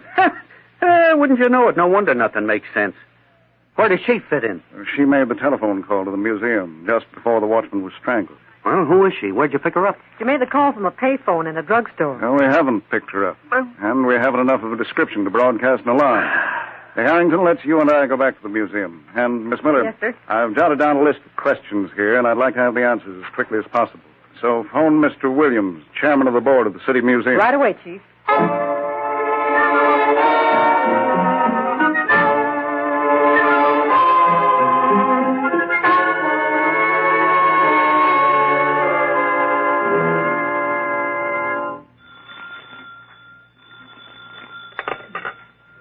Hello.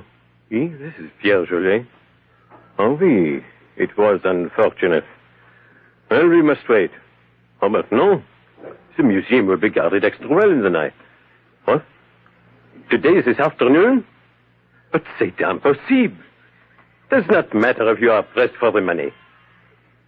But, monsieur, I tell you. Oh, mais oui. This is very clever. They would not expect such a move. You have missed your calling, monsieur. Yes. Who is it? Be quiet, Yvonne, un moment. It is only my confederate, monsieur. And your plan is good. And I shall not fail this time. I'll be at your home this afternoon and have the money ready. Au revoir, monsieur. Yvonne, how many times must I tell you? Pierre, you are not going to try again. The police will not be expecting it. But last night you almost killed a man. Many times I have almost killed Yvonne, but never yet. You think you are so very smart. But one day you will hold the silken cord a moment too long, and someone will die. The use of the silken garrote is a fine art, ma chérie. I am master of that art. Even so, why can we not wait? The radio and the newspapers report it will sleet and snow this afternoon. The museum will be deserted. By tonight, we will have the money. I do not like this. You must do your part this one more time. You must talk to the guard. Keep him interested. Now, where is my cane? Fetch it to me, Yvonne. The cane? You mean the sword cane? Mais certainement. The noisy gun, it is not for me. You are a fool, Pierre. Do as I say, Yvonne. Bring the cane or I get it myself. And I use it on you.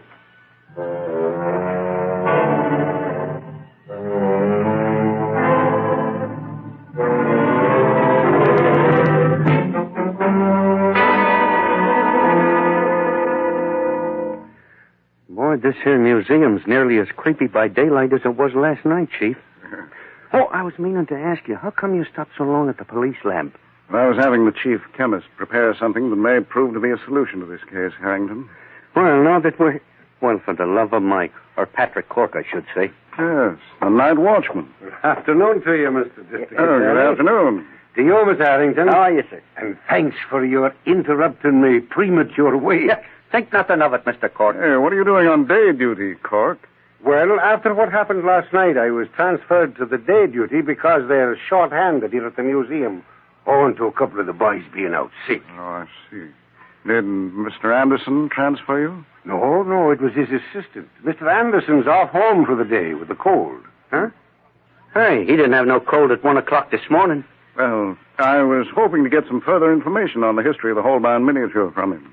Well, now, his assistant, Miss Jones, might be after having it, sir. Mm-hmm. There's a pamphlet. Yes, that might do. Go get one of those pamphlets, Harrington. Yeah, okay, Chief. Right.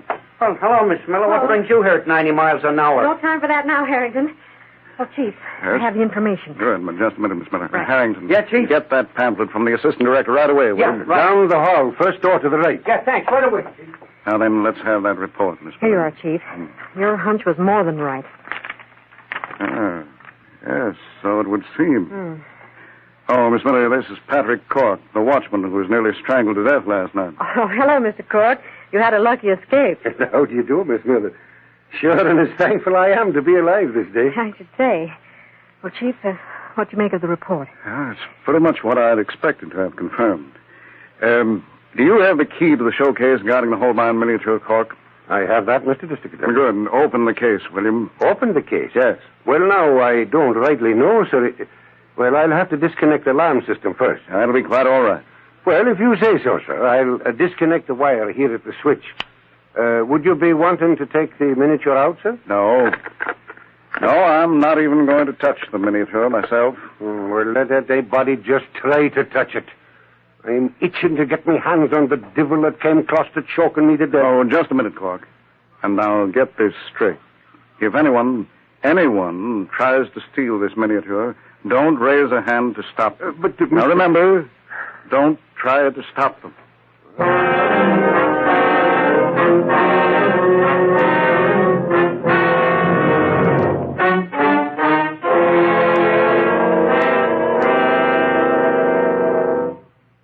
Come on, Yvonne. It is almost closing time, and we must act quickly. Museum is deserted. Pierre, this may be a trap. Nonsense. It is sleeting. That is why no one is here, and it is perfect. Now, go talk with the guard. Get him away from the miniature case, into the Egyptian room, and give me time to cut the glass. Suppose the alarm goes off, as it did last night. Even so. There is only the guard.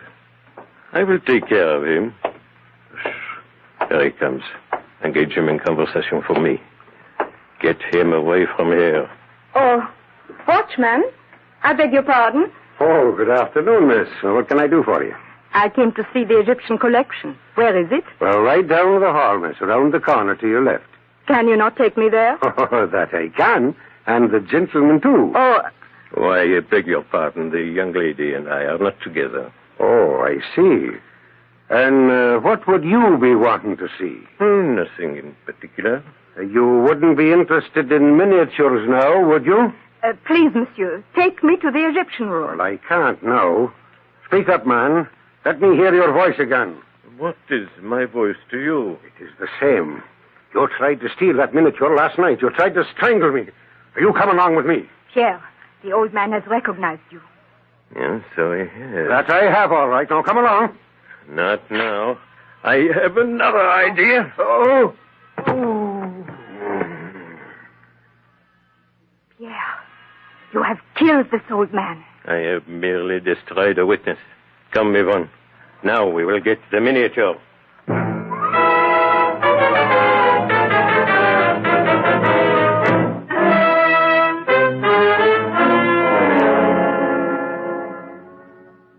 Well, Patrick Cork has ignored your district attorney's warning. We'll learn the outcome and hear the surprising developments of this case in just a moment. But first, men, I think you'll agree that the quick way to succeed in your business is to look successful. For as you know, men who look successful, men who are well-groomed and confident, get attention mighty fast. And Vitalis helps you to look successful, helps you to look like a winner so that you're always ready when opportunity comes your way. Because Vitalis gives you good-looking, well-groomed hair. You see, Vitalis makes your hair obey your comb, makes it lie smoothly and smartly in place, and makes it stay in place all day long, all evening, but with none of that offensive, gooey, patent leather shine you see on some men's hair. Instead, Vitalis gives your hair a natural look, a really well-groomed look. So men, use Vitalis and have the kind of handsome hair that helps you register a winning impression in your business contacts and in your social contacts, too. Use Vitalis and have the kind of good-looking hair that helps win you the respect of men and the admiration of women. Why don't you get a bottle of Vitalis the next time you're in a drugstore?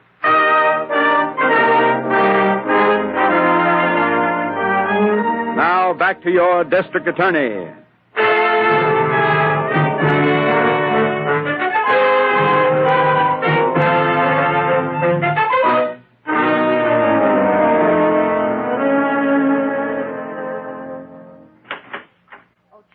Sergeant Goshen of the 4th Precinct is on the phone. He's calling from the museum. That's all right. I'll take it here. Hey, I'll bet you the trap's sprung, Chief. Hello? Worse than that, Harrington. Hello, Sergeant.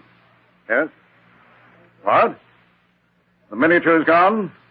Cork is injured? What? Seriously? Yes, well, get him to the hospital. Get him the best specialist in the city. Yes, I'll be there as soon as I can. Yes, all right. Goodbye. What happened, Chief? I thought you told the old geezer to lay off. Yes, I did. But I should have known a man can't forget a lifetime of training in an emergency. He tried to stop the thieves. A man and a woman with a French accent. And got strangled again. No, Harrington. This time the thief used a cane saw. Ran him through. What? Well, what are we waiting for, Chief? They've grabbed the bait. Let's go get them.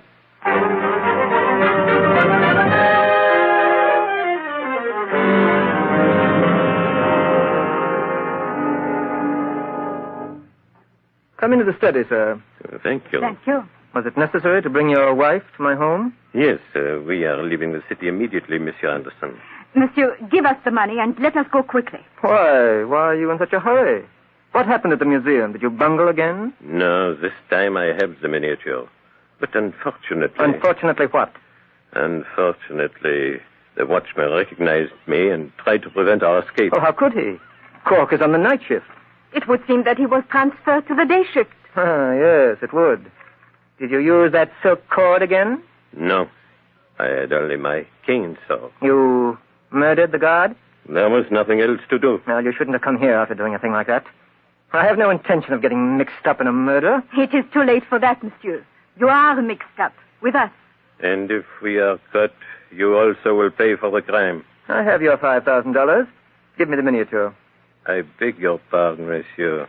Now we need $10,000. Yes, though there is a little more expensive. You agreed to sell the miniature for $5,000. I haven't $10,000 and I can't raise it. Well, how much money have you, Monsieur Anderson? $5,000. That's all I agreed to pay, and that's all you'll get. Pierre, we are wasting time. Take the money and let us get out of here. Here is the miniature. Now, where is the money? The money is in my private safe over here. Ah, private vault for all their treasures. This is not the first time you have robbed your museum. That is my business. It seems practicing crime has steeled your nerves, monsieur. Pierre, someone is at the door. Whom are you expecting? Is this some trick, monsieur? I'm not expecting anyone. The servants are off, and I'll have to answer the door. My car is out front. Whoever it is will know I'm at home. Then go to the door. Get rid of them. Oh, it may be some friend, I'll have to admit for a moment. Here, you must hide. Get in the vault, quickly, both of you. Don't be ridiculous, monsieur. Hurry, get in that vault. Oh, here. Take this miniature with you. We have no intention of getting into your vault. It would kill us both. For once, Yvonne, you are right. However, we will take the miniature. I've no time to argue with you. You involved me in one murder. It is a trap. He has a gun. A trap or not, get in that vault. It all depends on how badly you've bungled. If it's the police, if they followed you here... Get in, do you hear me, madam? You wouldn't dare use that gun, monsieur. Wouldn't I? I think he would, Yvonne. Come. You know I would. Get in that vault.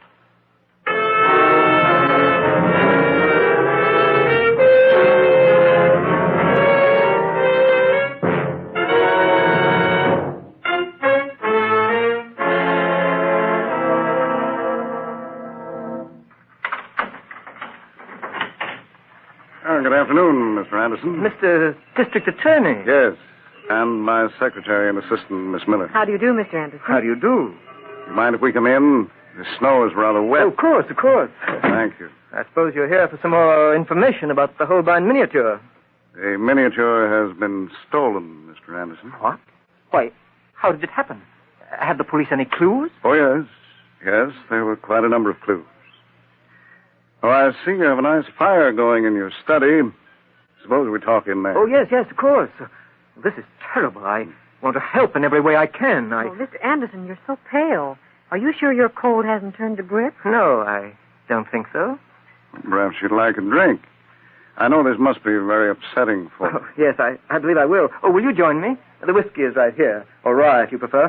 Some soda? Thank you. But if you don't mind, I'll have a plain glass of water. Oh, yes, of course. Well, that'll be enough water, thank you. Oh, Clumsy of me. I've spilled the water all over your hand. Quite all right, no harm. Chief, you are right. Look at Mr. Anderson's hand. What about my hand?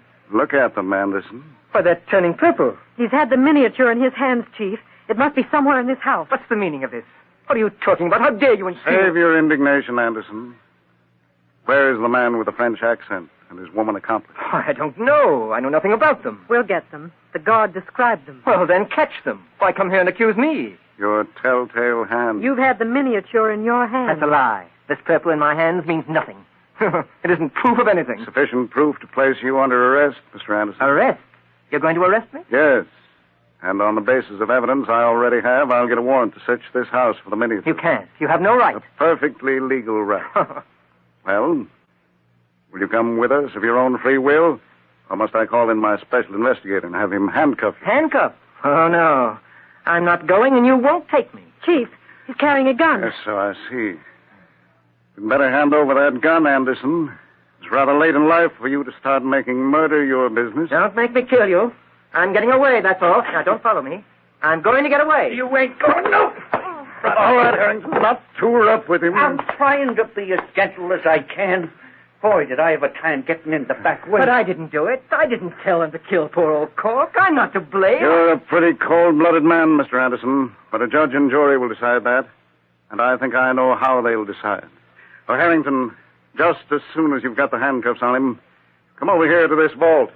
I think that's where we'll find Mr. Anderson's two companions in crime.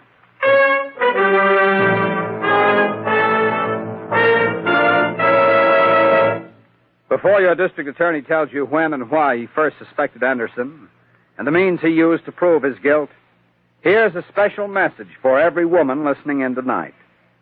Now, you want your husband or your sweetheart to do all he can to keep the hair he has, don't you? Then tell him about Vitalis and the famous 60-second workout. Yes, tell him to use Vitalis in the speedy 60-second workout because it helps a man to keep the hair he still has. For you see, men, the easy Vitalis workout helps in 4 different ways. 4 very important ways. It loosens up your tight, dry scalp and really gives your hair a chance. It stimulates the circulation. It routs unsightly loose dandruff, and it helps prevent excessive falling hair. So, men, why don't you start using Vitalis and have good-looking, well-groomed hair every day? Use Vitalis in that easy, speedy workout, and let it help you to keep the hair you still have.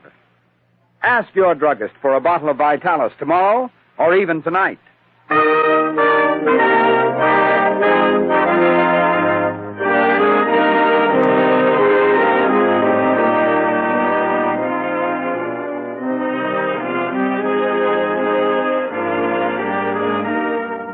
And now, here is your district attorney. Well, ladies and gentlemen, fortunately, Patrick Cork did not die. But Anderson, Pierre, and Yvonne were tried, convicted, and received long prison sentences for their crime. Oh, Chief, I think it was grand you knew Pierre and Yvonne were in that safe. Well, muddy footprints leading to the vault gave me that clue. Oh, and Chief, hadn't you better tell our audience why you suspected Anderson? Yes. His one simple lie caused us to investigate him.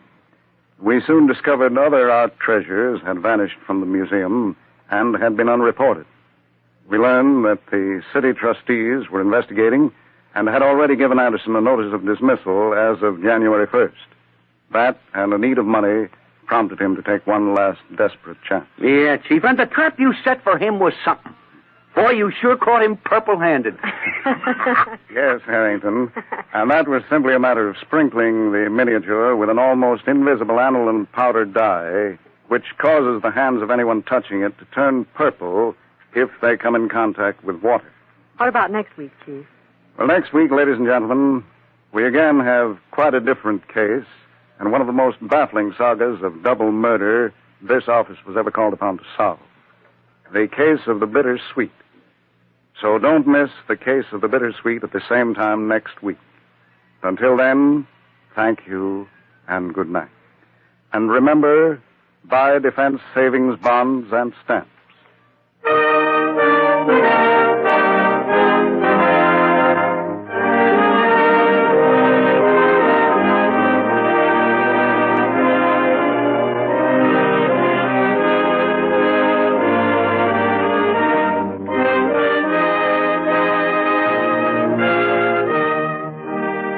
The names of all characters in tonight's dramatization are fictitious, and any resemblance to names of living persons or actual places is purely coincidental. Jay Jostin was featured in the title role, Len Doyle as Harrington, Vicky Vola as Miss Miller. The music was under the direction of Peter Van Steeden, and the author was Jerry McGill. Mr. District Attorney is brought to you by the Bristol-Myers Company, makers of Vitalis, the largest selling preparation of its kind for keeping your hair well groomed. Just think of the word vital and add IS. Vitalis, Vitalis for your hair. This is the Red Network of the National Broadcasting Company.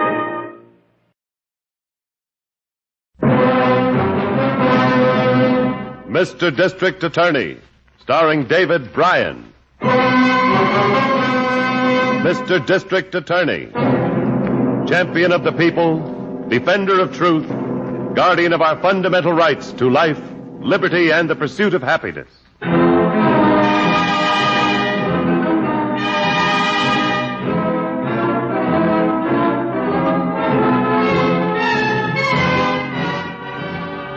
And it shall be my duty as district attorney not only to prosecute to the limit of the law all persons accused of crimes perpetrated within this county, but to defend with equal vigor the rights and privileges of all its citizens.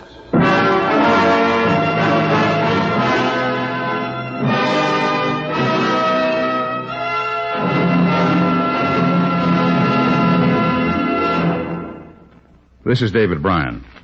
In a moment, we'll bring you another case from the files of Mr. District Attorney.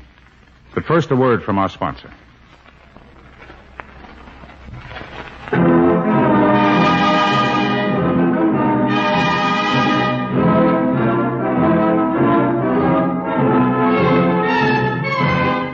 And now, here is our star, David Bryan, as Paul Garrett, Mr. District Attorney.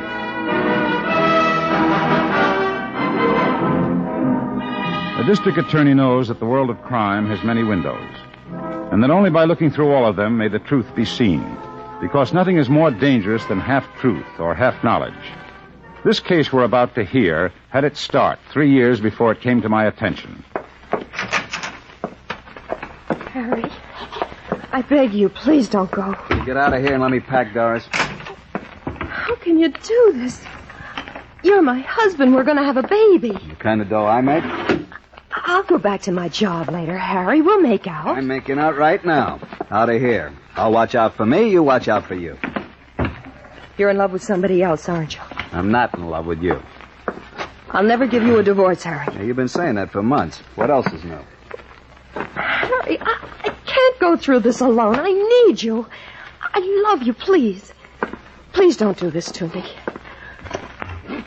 You're going to be a father. Doesn't it mean anything to you? Yeah, it means I'm going. Stay. Stay until morning, please, Harry. Harry, I'm frightened when I'm alone at night. This house is so isolated. Stop blabbering. Here, I'll leave you my gun. Do me a favor. Blow your brains out.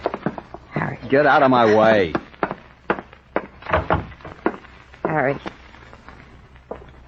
Doris, put that down.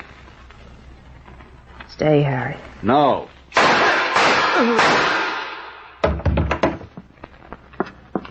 Harry. What have I done? Harry! Harry! Get out of here. Get out of here before the police find out. I'll call the doctor. No, that's no good. It's my fault, Doris. Go on. Far away. Change your name. Harry. I was no good. Go for the baby's sake. Harry. Harry.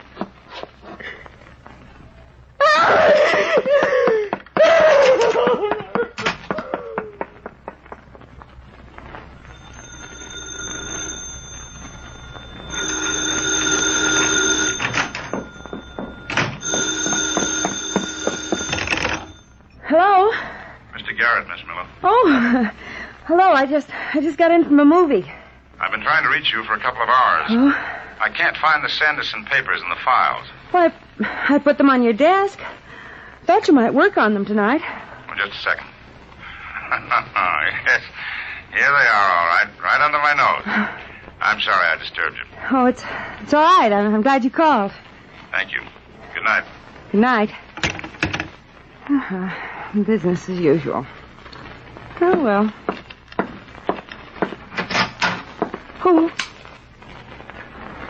Who's in there? Don't be frightened, Edith. I waited for a couple of hours. Then your landlady let me in. You seem to know me. Do I know you? Doris Griffin. I mean Doris Lloyd, before I was married. We went to high school together. Yes. Last I heard of you, you were modeling. Yes. And then I married Harry Griffin. Here, you'd better sit down. Now, what's the matter? Why did you come to see me? You work for Mr. Garrett, the district attorney. Yes. Well, I have to go to him. I'm afraid to go alone. Have you done something? I killed my husband. Oh, I see. When did this happen? 3 years ago. Our baby was coming. He was going to leave me. Where's the baby now? I gave him out for adoption in Baltimore last week. That's where I ran to after I shot Harry. I want to face it and get it over with. I want you to take me to Mr. Garrett. Well, he's at the office working tonight. I'll go in and talk to him, but you're in no condition to go anyplace tonight. You try to sleep and I'll be back.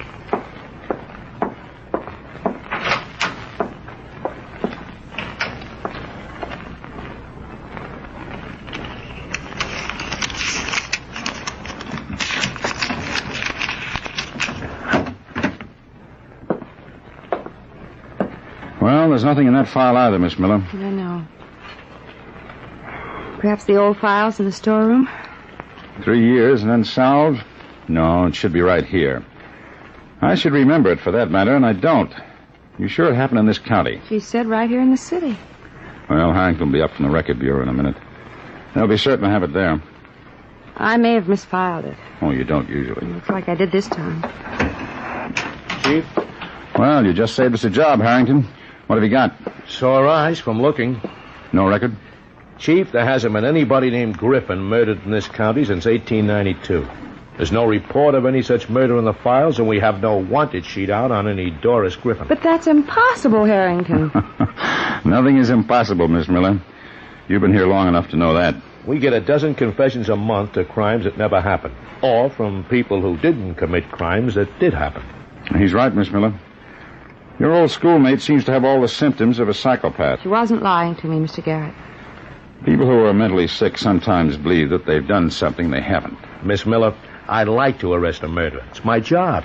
But we can't arrest anybody for a murder that hasn't happened. Unless, of course, your friend's story isn't complete. She probably never had a husband or a baby. Or if she did have a husband and shot him, as she says, it wasn't a case of hysteria or temporary insanity. What makes you say that?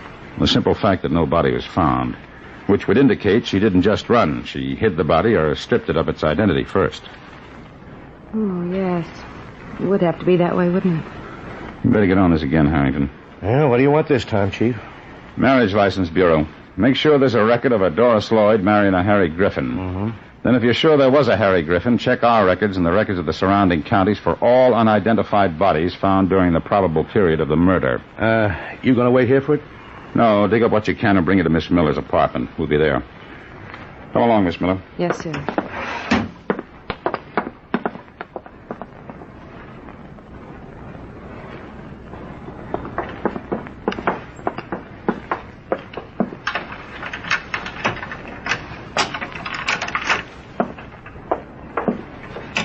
She's in the bedroom.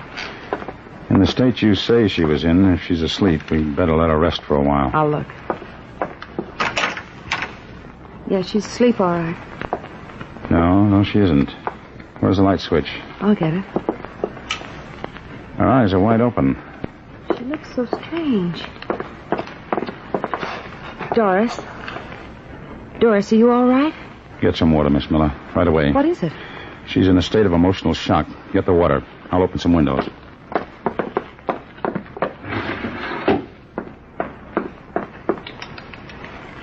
Mrs. Griffin. Mrs. Griffin, try to talk. Hurry, Miss Miller. I'm coming. Just the water. Smelling salts, too. Good. Here, open your mouth, Mrs. Griffin. Try to drink some of this. She won't touch it. Try the salts.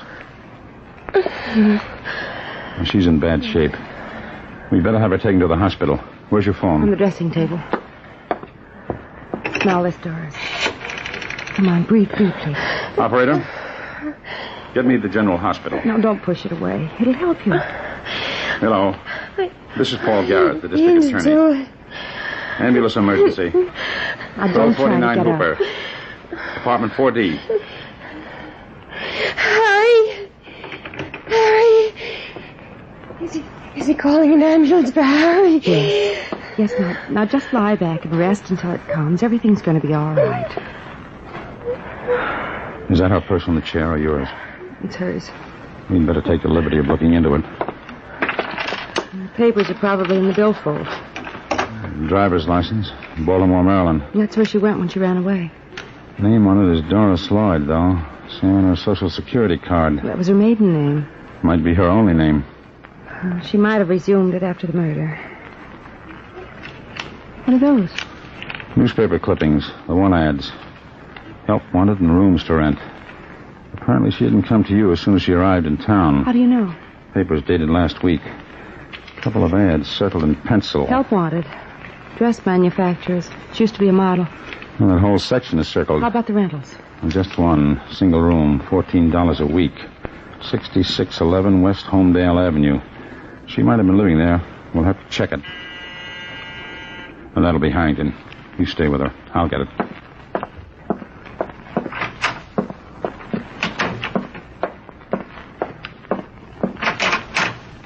Hi, Chief. How did you make out? Marriage License Bureau was another blank.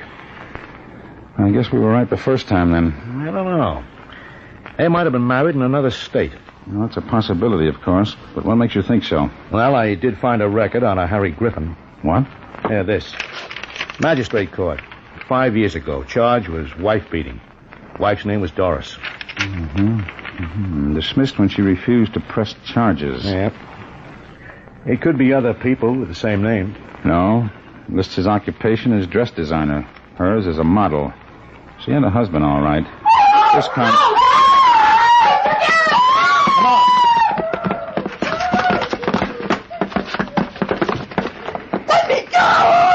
Hold on, Miss Miller. Grab her, Harrington. Chief, I have to... Go ahead. I didn't want to hit her. That was the only way. Carry her into the living room. Okay. You all right, Miss Miller? Scratched me a little, that's all.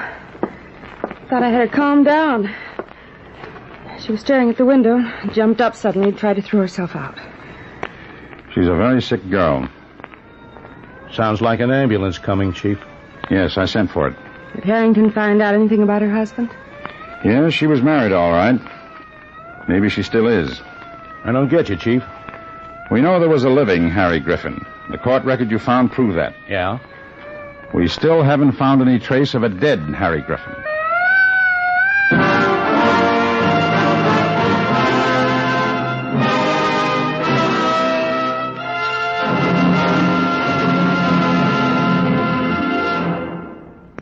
This is David Bryan. Before we continue with Mr. District Attorney in the case of the missing corpse, here's an important message I'd like you to hear.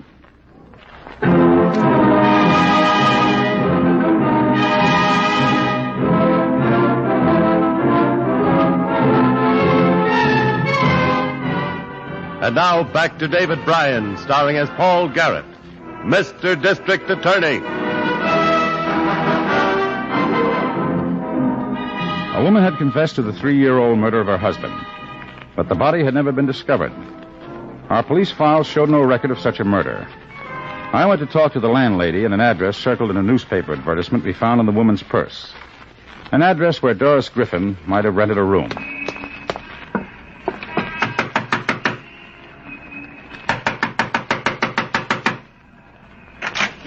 Yeah, stop your knocking. I'm sorry. Your doorbell seems to be out of order. Rooms are $14 a week and no cooking. Well, I'm not looking for a room. I'm looking for information.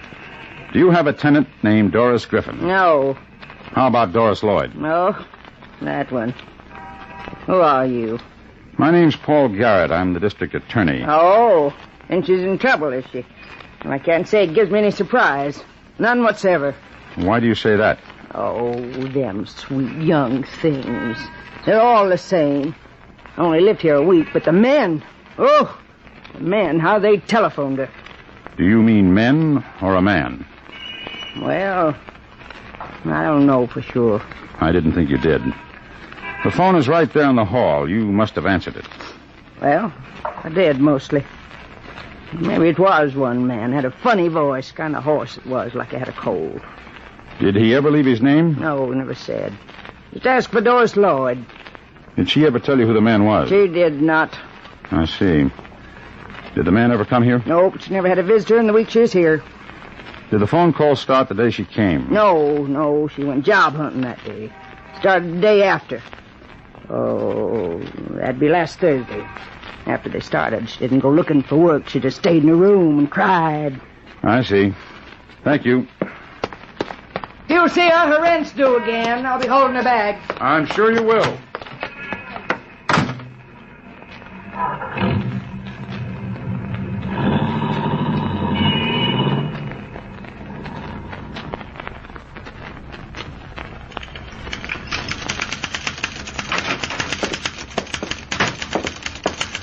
Miss Miller?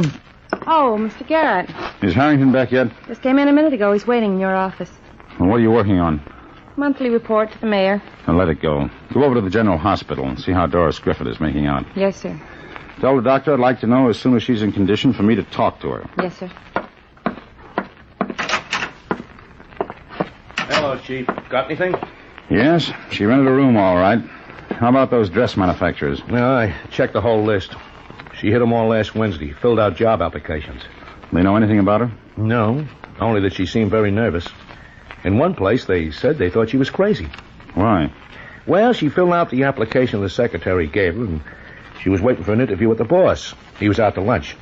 When he came in, she took one look at him and ran out. Didn't even wait to talk to him. And which place was that? The Frederick Grant Company, a big new outfit. You talked to Grant? No, I didn't. Well, why not? Well, he wasn't there, Chief. Secretary said he'd been home all week, not feeling well. As a matter of fact, he went right home after this thing happened with the Griffin girl. You get Grant's home address? It's a big place in the Ferndale Estates district. Too swanky for house numbers. I'll find it. I'm going out there.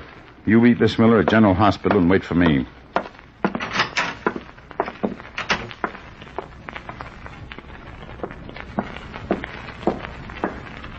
I'm sorry to keep you waiting, Mr. Garrett. I was dressing when the maid brought your card up. I'm Mrs. Grant. I guess the maid misunderstood me. It was your husband I wanted to see. Oh, well, he hasn't been feeling well. The staff has orders he isn't to be disturbed. Perhaps I can help you. Well, possibly. Oh, won't you sit down? Thank you. You have a lovely home. Thank you. Just what is it you came here about? I wanted to get some information about a Mrs. Griffin. Mrs. Harry Griffin. That name mean anything to you? Well, I can't say that it does. Have you ever heard your husband mention her? No. Should he have? Perhaps. Perhaps not. If I could ask him directly. Are you in here, Elizabeth? Oh, yes, dear. For the last time, haven't I told you... Oh, I didn't realize you had company. Mr. Garrett, this is my husband, Mr. Grant. Mr. Grant? Well, Elizabeth, I want to talk to you as soon as you're free. I'll be in the study. Oh, I can step outside for a moment if you'd like. That won't be necessary, Mr. Garrett. What's the matter now, Fred? I thought you were leaving for Acapulco tonight. Now Johnson tells me you've unpacked. That's right. Why? Because I don't want to go. Mr. Garrett, perhaps you'd better excuse us after all. I'm sorry we subjected you to this. Oh, don't apologize, Mrs. Grant. It's been very enlightening. Now, what kind of a smart crack is that? Who are you, anyhow, and what are you doing here? Perhaps the name escaped you. Garrett. Paul Garrett. I'm the district attorney. Oh. As for what I'm doing here, I can make that very brief. Do you know a Mrs. Harry Griffin? What is this, some kind of a riddle game? Is that supposed to be an answer? I never heard the name before in my life. Anything else? No, that's all. For now. Good day.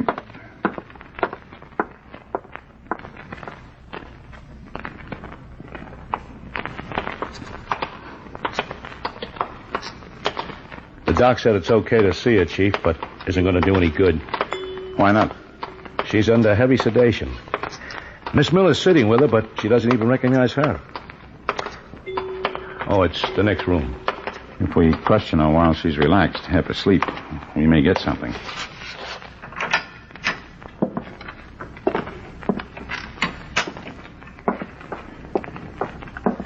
Hello, Miss Miller. Hello. We've got to try to question her. She's barely conscious. It may help.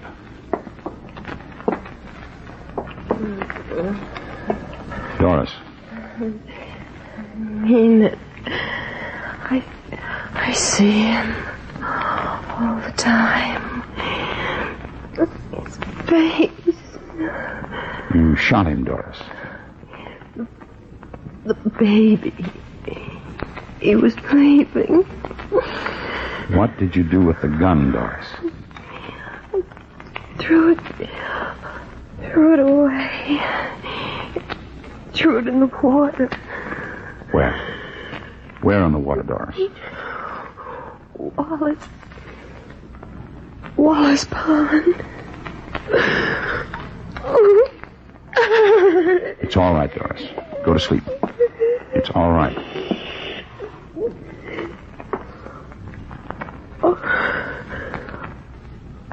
All right. Take care of her, Miss Miller. Yes, sir. Come on, Harrington.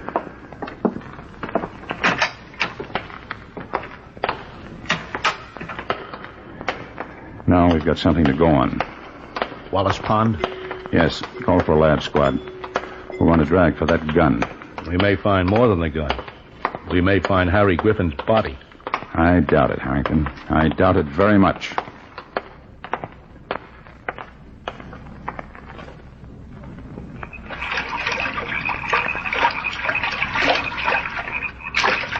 I told you to cover that end systematically. Your bare feet will find anything on the bottom. Those hooks are only stirring up mud. Right, Chief. A lot of junk down here, Chief. I should have been born with fingers on my feet instead of toes. Feel something? Yeah. Metallic. Solid. Right under my foot. Yep. I got it. Caked with mud, but it's a gun, all right. Bring it out. All right, men. We've got it. Revolver. Small caliber. Only a .22. Open the chamber. See if it's been fired. Rusted. 3 chambers empty. Hey. What is it? Let me empty this cylinder. Look. The 3 shells aren't fired. Those are blank cartridges. Oh, sure they are. This is the wrong gun. No, Harrington. I don't think so. Now I'm convinced that I know where to find Harry Griffith's body. Where? In a very luxurious home belonging to Mrs. Frederick Grant. Or maybe at the airport, waiting for a place to Acapulco. Let's go. Hey, my shoes. Put them on in the car. Oh, ouch. Oh.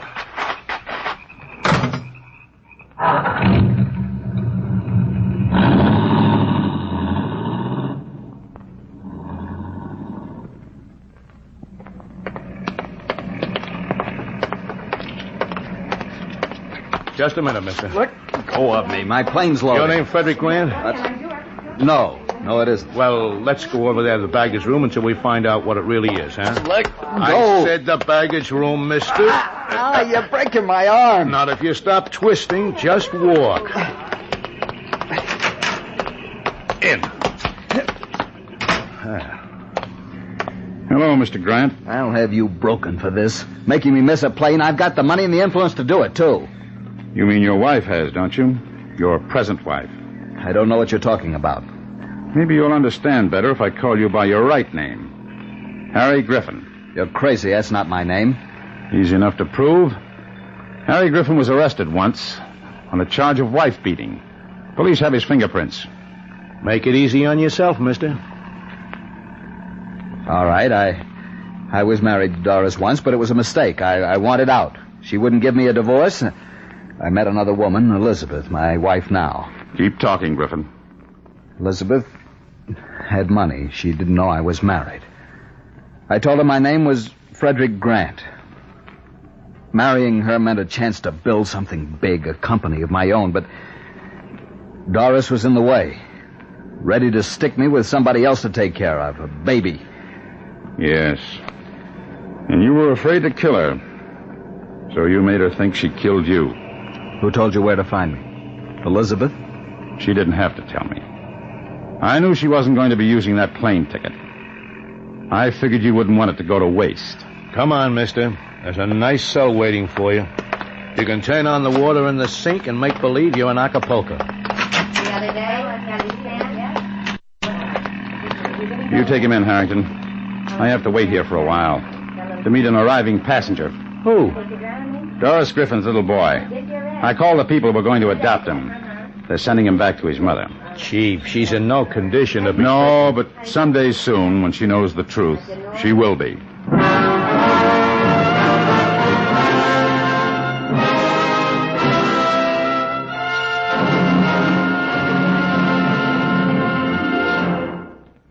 This is David Bryan. I hope you enjoy this case from the files of Mr. District Attorney. I'll be back in just a moment after this message from our sponsor.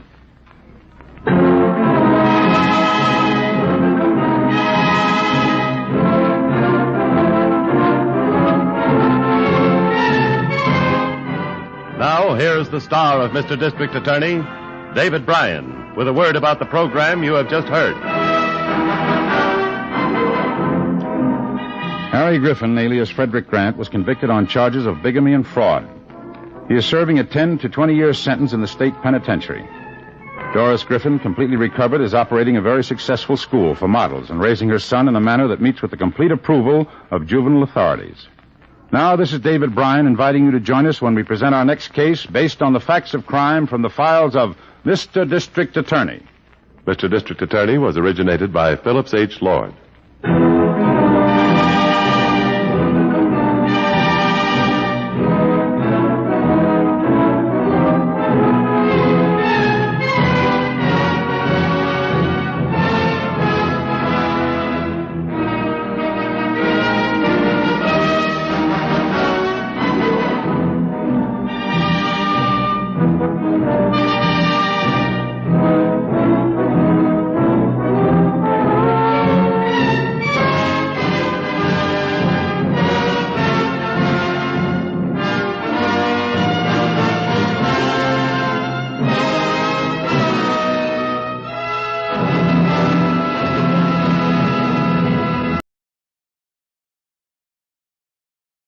Third contest winners. Yes, folks, later we'll announce the Ford winners in the third big jingle contest. So listen while new post-war Old Dutch cleanser, famous for chasing dirt, presents Nick Carter, famous for chasing crime.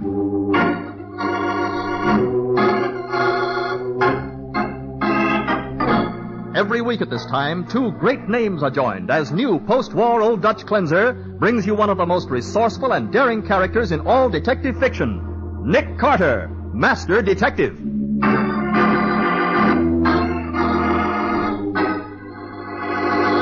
Nick, why do you want us all here in the workshop? Because, Patsy, this is where the great Canestro cooked up his most famous illusions. And it ought to be a good place for me to pull a couple of tricks, too. Now, don't tell me you're going to pull rabbits out of a hat. Rabbits? No, Patsy. A killer, I hope.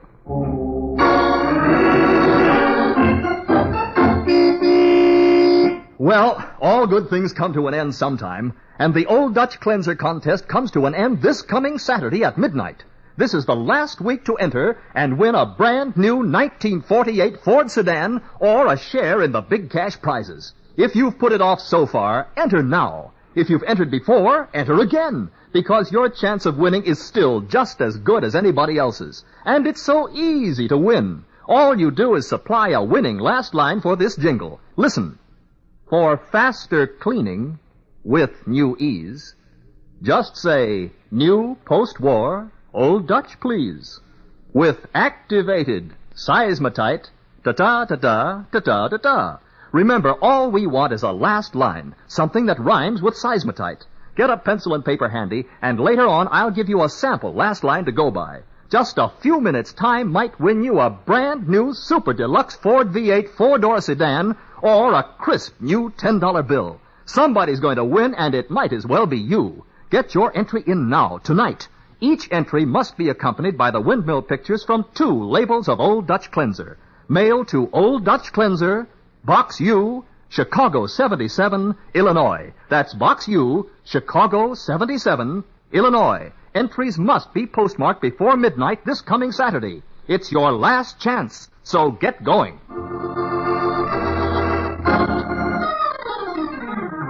And now, the case of the magic rope. Today's adventure starring Lon Clark as Nick Carter, brought to you by new post-war Old Dutch Cleanser. Tonight, at the Elton Theater, magicians from all over the country will compete for the Fulton Award, a $10,000 prize for the best illusion of the year. But the greatest magician of them all, Carlos Canestro, will not be present. Confined to a wheelchair since his almost fatal accident last year, Canestro sits in his workshop talking to Alma Whiting, once his assistant, now a leading contender for the Fulton Award. You know, Alma, I suggested the idea of the Magician's Award to Mr. Fulton myself. But I did not think he would take me seriously. Why not? He can afford it. With all his millions, he certainly can. Funny how so many people take up magic as a hobby, isn't it? With Fulton, it is more than a hobby. It is an obsession.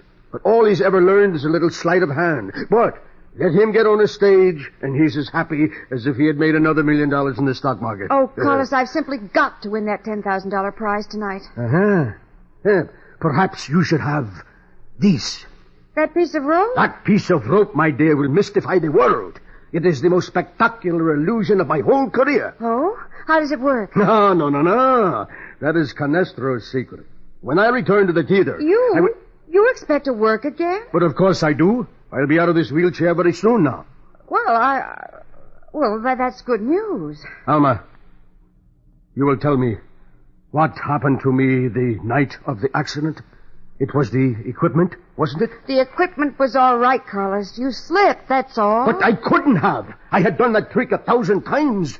Why did I fall through that trap door, Alma? Why? Carlos, you mustn't get excited. It's bad for you. See how your hands are trembling. Here. Let me hold them in mind for a moment. There now. I beg your pardon. Mrs. Canestro. Carlos, dinner is ready. Wheel yourself into the dining room, will you? I want to say something to Alma. Very well, Catherine. Come back again soon, Alma. What I have to say won't take long, Alma. Mrs. Canestro, what you saw didn't mean a thing. I don't want to hear any lies. You've been in love with my husband for years. Oh, that's ridiculous. If you weren't so crazy I told jealous... you never to come here.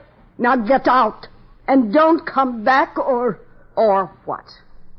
You'd better be pretty nice to me, Mrs. Canestro, or I might tell the newspapers exactly why Carlos fell that night. And you wouldn't want that, would you?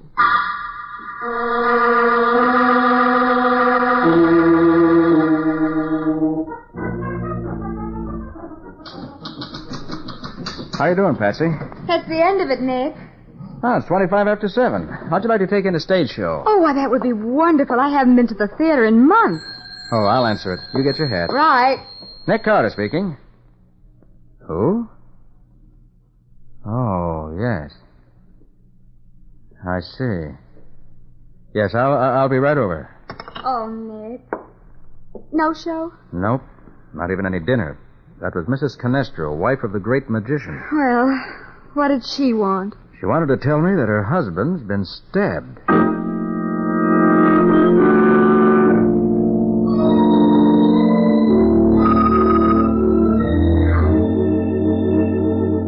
He's been dead for at least 2 hours. Mrs. Canestro, when did you find the body? Only a few minutes ago. I opened the door and there he was with that knife in his chest. You ever seen this knife before? Yes, it was part of Carlos' magic act.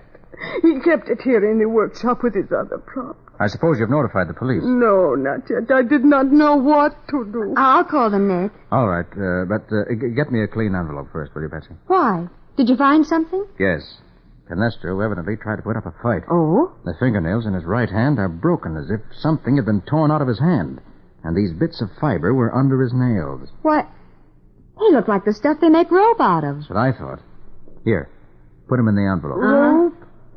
The rope trick, Mr. Carter, it is gone. What rope trick? It is an illusion Carlos was working on. He wouldn't tell me how it worked, but he said it was the most spectacular trick he'd ever created. It was here on this desk only this afternoon. A trick as good as that would be worth a fortune to any magician. That must have been what he was shouting about. Shouting? What do you mean? Well, we had an early dinner, and I went up to my room about 6. Yes? And a few minutes later, I heard Carlos screaming at someone. He was in a rage. I didn't think anything about it at the time. Carlos was always excitable. You remember what he said? He was shouting, "No, you cannot have it. No one can have it." And you haven't any idea whom he was talking to? No, I haven't. People were always dropping in. He'd go to the door in his wheelchair and let them in himself. That is how Alma Whiting got in this afternoon. Alma Whiting? Yes. Isn't she a magician, too? Yes, she was.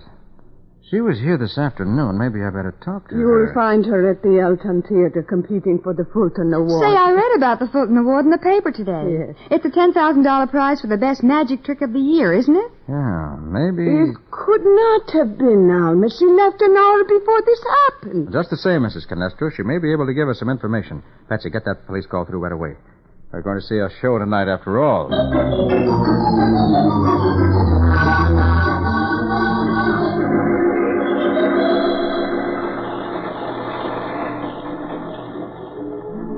I beg your pardon, Mr. Fulton? Who let you into my box? I distinctly told the My usher... name's Nick Carter.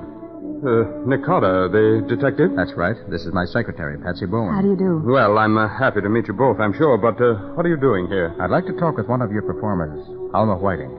Thought perhaps you could tell me when the best time would be. But Elma's on in a few minutes.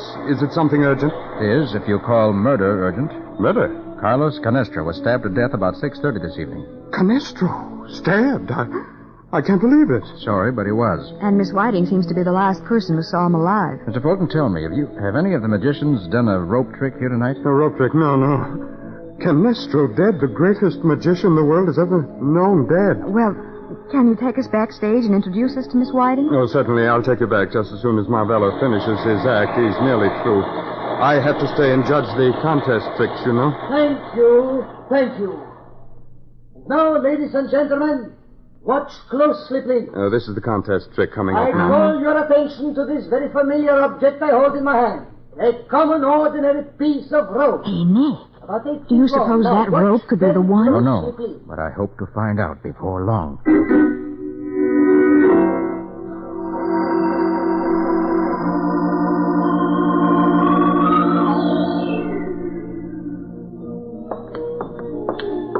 Watch your step, Miss Bowen. It's pretty dark backstage here. Oh, there's Alma. Alma. Yes, Mr. Fulton? This is Mr. Carter and Miss Bowen, Alma. Hello, how do you do? Alma, something terrible's happened. Canestro is dead. He's what? He was stabbed about 6:30 this evening, Miss Whiting. Who killed him? That's what we're trying to find out. You mind telling me where you were at that time? I was right here in the theater rehearsing. I suppose you can prove that. Yes, of course I can. Marvello was here, too, and he saw me. If you think you're going to put the blame on me, you're out of your mind. What's the audience laughing at? Oh, that's the comedy magician going on after Marvello's act. Oh. Do you want to talk to Marvello, too, Mr. Carter? Yes, I do. I'll get him right away. Mr. Carter, I don't understand this. Why would anybody want to kill Carlos? Well, Mrs. Canestro thinks it was to steal a magic trick he just perfected. That's ridiculous, and she knows it. Nobody who knew Carlos would do a thing like that. Why not? Because he... Well, I mean, they'd know they couldn't get away with it. Why not?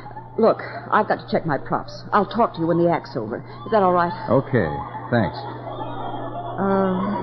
What do you think, Nick? There's something she isn't telling us, Patsy. And I don't know whether she's afraid of me or Hey, whether... I thought this was a magic show. What's the idea of the clown act? Comedy relief, I suppose. Kill time while they strike one act and set up the next. Mr. Carter, this is Marvello, one of our best magicians. Is it true the great Canestro is dead? Yes.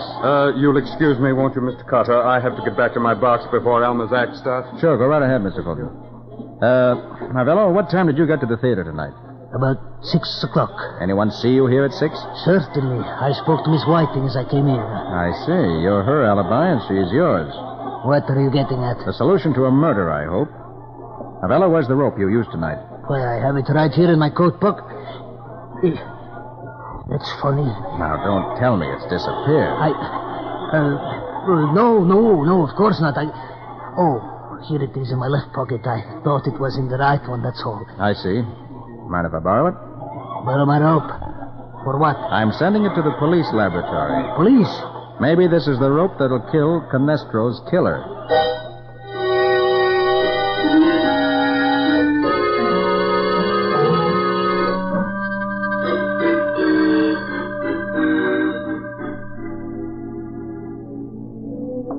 Nick, where have you been? Alma Whiting's act's almost over. Phoning Matty. Asked him to send an officer over here to pick up that rope. Oh, are they going to make a comparison test? Yeah. And if those fibers we found under Canestro's fingernails are from the same rope that Marvello used, it'll show up... Nick, look. What? You may have another rope for the sergeant to pick up. Look what Alma's doing out there on the stage. Yeah, what's she doing up there on that platform? Let's listen. Ladies and gentlemen, your own representatives from the audience have examined this rope to be sure there is no trickery. They themselves have tied the rope firmly around my neck. Two rope tricks tonight, You have seen the rope tested with a heavy sandbag. You have seen with your own eyes that it does not reach within 8 feet of the floor. Hey, is she going to jump off that platform with the rope around her neck? That's it. Of course, as soon as she falls, she'll be out of sight behind that screen. Oh, I'm glad it's her instead of me. My hands are securely tied as well as my feet. Looks like a good trick. This, too, has been done by the committee from the audience. If it's Canestro's rope trick, though, she may find this is only a rehearsal for the real thing. And now, the leap of death. Nick, she jumped. Yeah. Well, what now? Well, there shouldn't be a dead pause like this. Why doesn't she come out from behind that screen or whatever she's supposed to do? I don't know. Unless something's gone wrong. Look, those men. They're running back at the screen. And Mr. Fulton's coming up over the footlight. Betsy, something has happened. Come on. Yeah. Curtain, Joe! Bring down the curtain, you knockhead! You there! Pull that screen out the way! Oh, Nick, look! Great Scott. The trick didn't work. She's dead.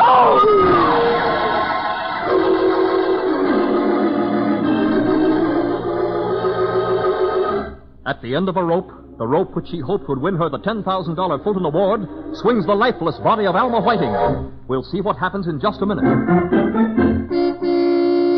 Well, folks, this is your last chance to get in on the Old Dutch Cleanser Jingle Contest. The deadline is midnight this coming Saturday, so get going now. And wham! Maybe you'll be the winner of a brand new 1948 Super Deluxe 4D8 four-door sedan, just for thinking up a last line to this jingle. For faster cleaning with new ease, just say, new post-war Old Dutch, please. With activated seismatite, ta-ta-ta-ta, ta-ta-ta-ta. You give us a last line only, something to rhyme with seismatite. Get your pencil now and I'll give you a sample. Ready? Both sink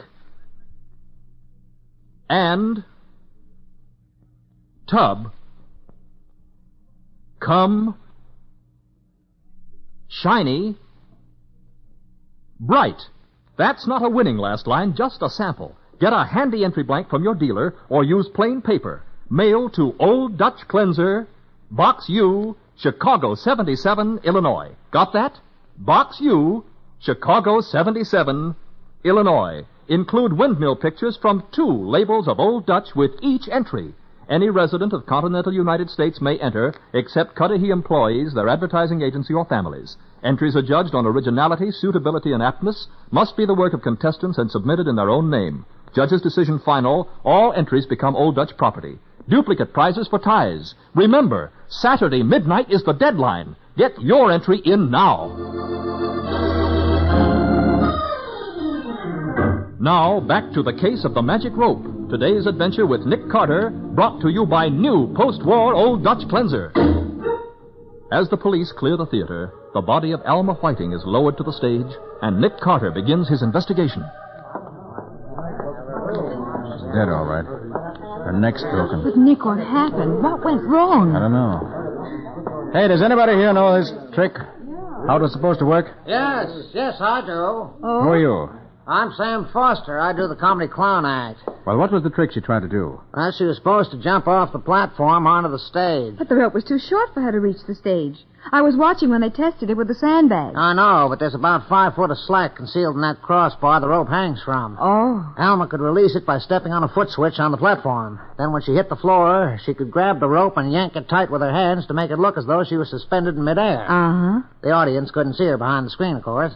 But her hands were tied. Oh, no. She got them loose during the patter before she jumped. Now, my part of the act was to come up through the trapdoor in the stage and take her place. Oh, I see. Then she'd step out in front, pull away the screen, and instead of Alma being suspended there, the audience would see me in this clown suit hanging from the noose by my feet. The whole thing took only about 5 seconds. Then the trouble must have been with that foot switch that was supposed to release the extra rope. Yeah, something must have gone wrong with it. Oh. Show me that switch, will you? Sure. Works by electricity. Here. See this wire running up the back of the platform to the... Hey, look. Nick, the wire's been cut. Wow. For the second time tonight, Patsy, we're face to face with murder.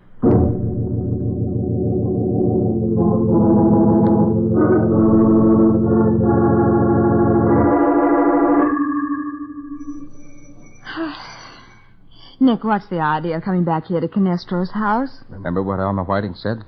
That no one who knew Canestro would have killed him to get the rope trick? Yes, but I don't know what she meant by it. Neither do I, but I think perhaps Mrs. Canestro does. Why, Mr. Carter. Sorry to disturb you, Mrs. Canestro. Please, not now. Come back tomorrow. I'm sorry, but this can't wait. Please. Oh, but Nick's trying to help you, Mrs. Canestro. Nobody can help me now. Carlos is gone. Dead.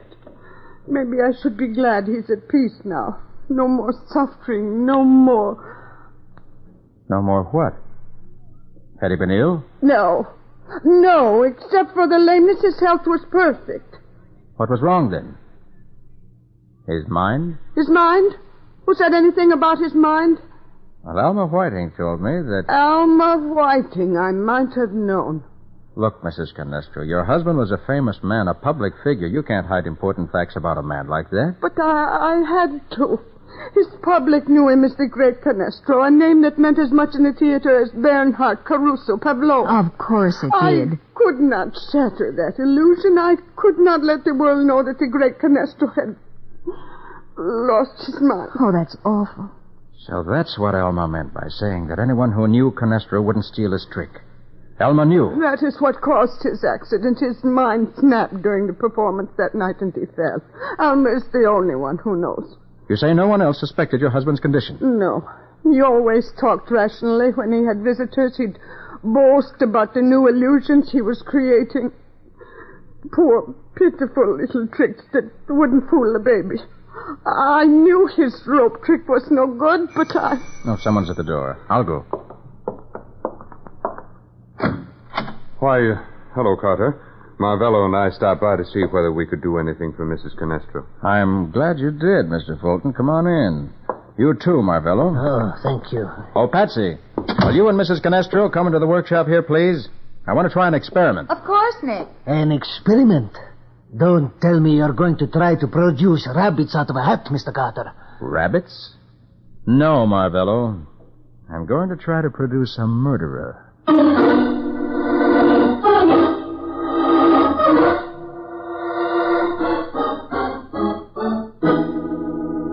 You mean you got us all here in the workshop just to tell us Canestro's rope trick was worthless, Mr. Carter? Well, I thought you might be interested in knowing it was worth about 50 cents, the cost of the rope itself. Then that proves I did not steal it. You saw my rope trick. You heard how the audience applauded. Marvello, I got a report from the police laboratory on that rope you used tonight. The fibers match those I found under Canestro's fingernails perfectly. What are you trying to say? I'm saying that your rope is the one that was stolen out of this room early this evening. The rope somebody killed Carlos Canestro for. No, I did not do it. It is a lie. I'll tell you who killed them. Mrs. Canestro did it. What? She was wildly jealous of Alma and Carlos. Everybody in the profession knew it. That is a lie. Then, after she killed him, it would have been easy enough for her to sneak backstage and cut the wire on that foot switch. A good theory, except for one thing. What's that? Alma Whiting left me to check her props just before I talked to you, Marvello. And she certainly wouldn't have overlooked testing anything as important as that switch. Her life depended on it. Naturally not. All right, then. The wire was cut after she tested it, in the last 2 or 3 minutes before she started her act. And at that time, we were all standing within a few feet of the platform that contained the switch. If Mrs. Canestro had been there, I'd have seen her. So you're trying to put the blame on me, huh? No, I'm not. You were talking to me all during that time. Then Marvello couldn't have done it. No, he couldn't. And nobody else was there except the stagehands. Well? I think we can count them out, Mr. Fulton. They'd have no reason to kill either Alma or Canestro. But that does not leave anyone but to... Nick, watch him. He's getting away. Stay where you are, Fulton. Carter, put away that gun. You don't seriously think that a man in my position... I don't think, Fulton. I know. Here, Patsy, you hold the gun while I frisk him. But this is ridiculous. I could buy and sell Canestro 100 times. Why should I steal anything from him? Because there are some things that money can't buy. And that rope trick was one of them. You're being silly. Am I? You're crazy about magic, Fulton. And when you couldn't buy that trick, you killed Canestro to get it. Has he got a gun, Nick? No, there's nothing on him. Keep him covered while I call a police car. Uh-huh. Police headquarters? And hurry. Oh, Patsy. Yes, Nick? Patsy, look at me for a minute. Yes, Nick? Can you see any... Thanks. Oh, Nick! He got the gun away from me. Yes, thanks for looking at Carter instead of me, Miss Bowen. Now put down that phone, Carter.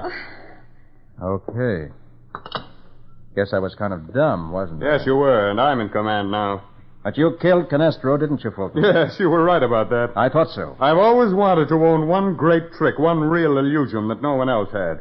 So I tried to buy the rope trick from him. But he laughed at me, said his trick was much too good for a mere beginner like me. I flew into a rage... And grabbed the knife off the desk and stabbed him. Yes. He shouldn't have laughed.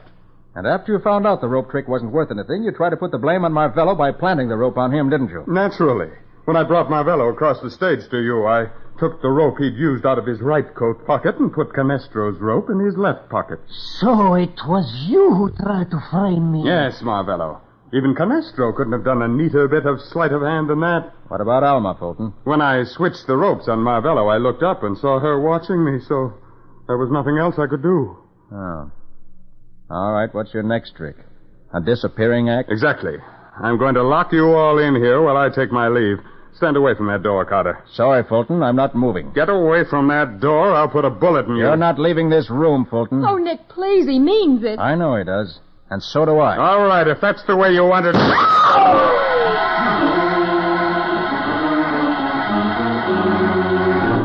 While the others stand by dumbfounded, Fulton at point-blank range fires his revolver directly at Nick Carter's heart. We'll see what happens in just a minute. Now, ladies, the margarine color problem is solved. Mixing bowl mess ended by new Del Rich Easy Color Pack Margarine. To color, just need the bag. No tax on your time, energy, or budget. And Del Rich naturally tastes better, fresher, because its delicate country sweet flavor is sealed in. A new American favorite. Now for the conclusion of the case of the magic rope. Today's adventure with Nick Carter, brought to you by new post-war Old Dutch Cleanser. In the workshop of Carlos Canestro, world-famous magician, J.B. Fulton makes a desperate attempt to escape as he points a gun at Nick's heart and says... Get away from that door, Carter. I'll put a bullet in you. You're not leaving this room, Fulton. All right, if that's the way you want it. What? All right. You through playing with that gun, Fulton? If you are, please notice that I've got you covered with a revolver that shoots real bullets. Oh, Nick, for the love of Pete, what happened? That revolver Fulton has only shoots blank cartridges. Huh? I picked it up here in the workshop. It must be the gun Carlos used in his act. I guess it was, Mrs. Canestro, but Fulton didn't know it. Why, you dirty... Skip it, Fulton. All right, Patsy. Call headquarters and tell them to come here and pick up Fulton the Great.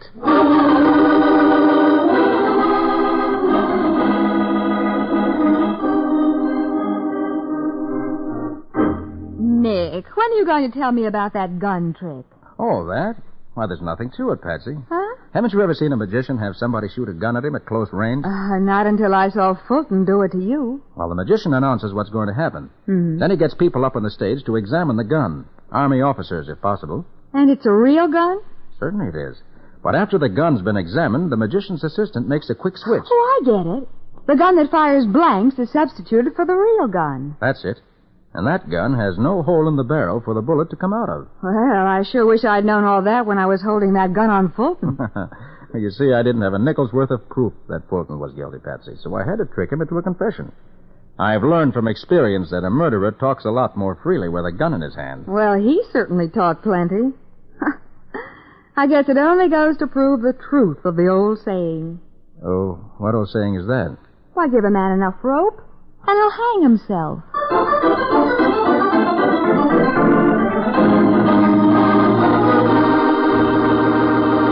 And now, the winners of the 4 1948 Super Deluxe Ford V8 four-door sedans in the third new post-war Old Dutch Cleanser Jingle Contest, which closed March 13th. Well, Nick, are you going to make the awards? Am I? Mike, I've been looking forward to this all week. Here are the folks who get those brand new 1948 Fords. Eileen Brassfield of 221 Emerson Avenue, Aspinwall, Pennsylvania. Mrs. Helen Hill McWilliams, in care of E.S. West of 167 Park Street, East Orange, New Jersey. Mrs. Robert L. Perry of 2314 West Adams Street, Phoenix, Arizona. And Mrs. Helen Jane Stage of 6926 Parnell Avenue, Chicago, Illinois. And let me add that I hope these lucky people get as much pleasure driving their Fords as I had in awarding them. Yes, to all these Ford and other prize winners, congratulations. And remember, we'll have more winners next week, so be sure to listen then. And that reminds me, Nick, what about next week's adventure? Well, Mike, you might call it a story about pirates, the modern kind, who operate on the highways instead of on the high seas. Are you referring to the thugs who robbed those big motor freight trucks? Uh-huh. And, Mike, we'd still be locked in the cellar of that abandoned brewery if Nick hadn't figured out a perfectly fantastic way to escape. What do you call the story, Nick? I call it The Case of the Martyred Rat.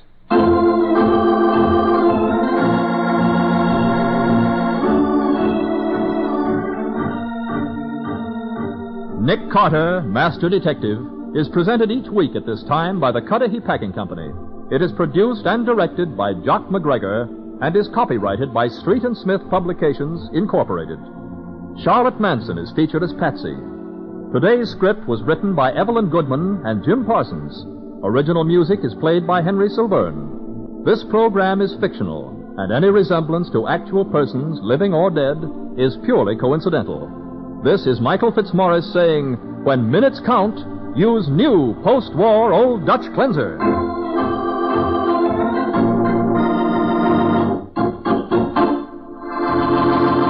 This is the Mutual Broadcasting System.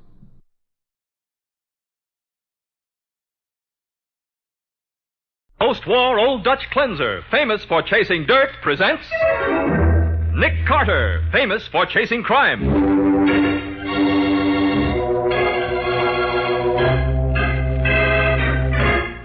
Every week at this time, two great names are joined as new post-war Old Dutch Cleanser brings you one of the most resourceful and daring characters in all detective fiction, Nick Carter, Master Detective.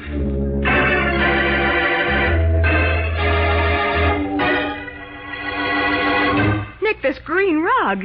It's completely out of place in this room. Everything else is blue. You're right, Patsy. It doesn't belong here at all. Good grief, at a time like this, you two have to worry about the interior decoration. Besides, there's no reason for a rug there. No. Not unless it was placed there to cover something. Oh, lift it up. Maybe you'll find somebody hiding under... Suffering wildcats. Nick, that's blood.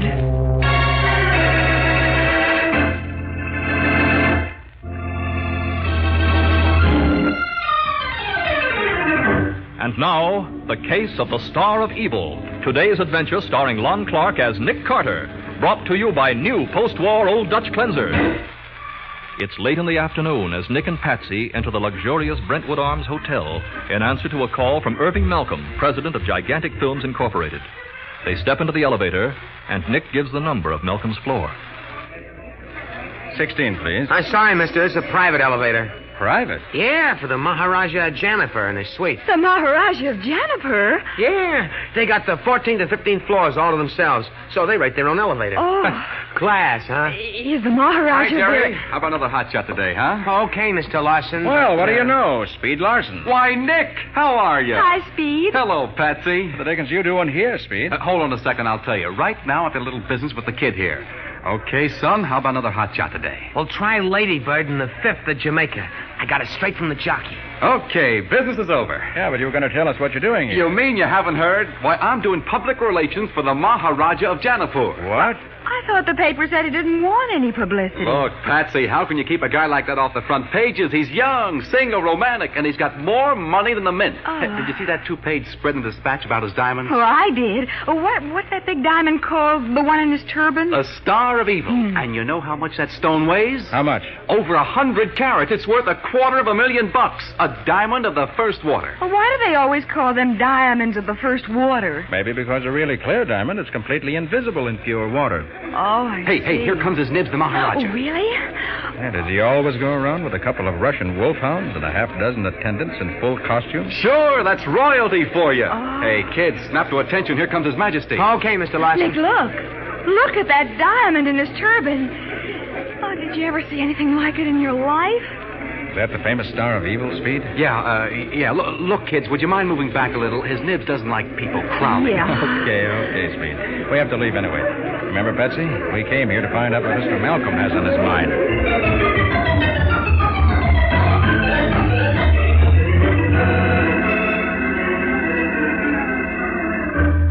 It's my daughter, Carter. She's disappeared.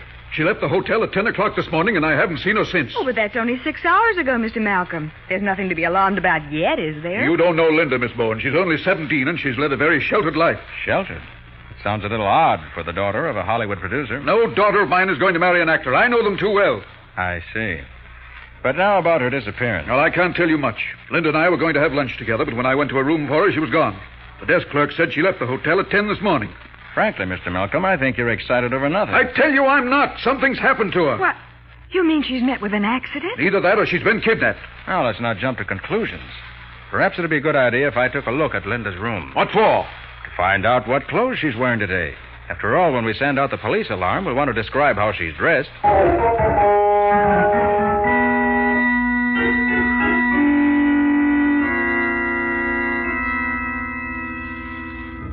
There's certainly plenty of dresses in this closet. Mr. Malcolm, can you tell what's missing? I'm afraid not, Carter. Here, wait a minute. Her leopard skin coat's gone. I know she had that with her. Did she bring all her things in these 2 bags? No, there should be one more, an overnight bag. And her jewel case, that's missing, too. In other words, she left with her jewel case, an overnight bag, and a fur coat for which today's weather is entirely too warm. I don't understand. It almost looks as though she's run away, doesn't it? Yes, it almost does. Nick, come over here. Yeah, what is it, Patsy? This blotter on the writing desk, it's a new one, but it has some pretty plain ink marks on it. Oh, let's hold it up to the mirror. Uh-huh. Well, look. It's the end of a letter. I can make out until tomorrow. There's something else, and then darling, and the signature Linda. That's impossible. Linda doesn't call anyone darling. And that part that's blurred just before darling, that could be a name. Yeah, it could. Starts with a capital R. Could it be Robert? No. Loops go in the wrong direction. Looks more like Romney. Romney? Romney Lewis. So that's who it is.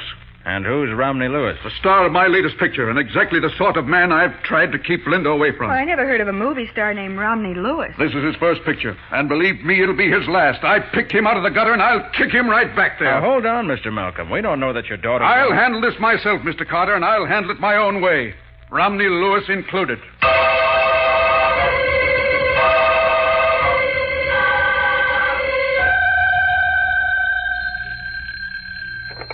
Nick Carter's office, Patsy Bowen speaking. Is Mr. Carter there? Oh, just a moment. It's for you, Nick. Thanks. Hey, Carter speaking. This is Mr. Pringle, manager of the Brentwood Arms Hotel. Can you come over right away? Why, yes, I guess so. You calling for Mr. Malcolm? No, I don't know anything about Mr. Malcolm, but there's been a robbery here on the 15th floor. The 15th floor? Yes. Isn't that the one occupied by the Maharaja of Janapur? Yes, that's why I want the hotel to have its own investigator on the case. The Maharaja's so much in the public eye, the publicity will be ruinous if we don't get it back. Get what back, Mr. Pringle? What's been stolen? That diamond of his. The Star of Evil.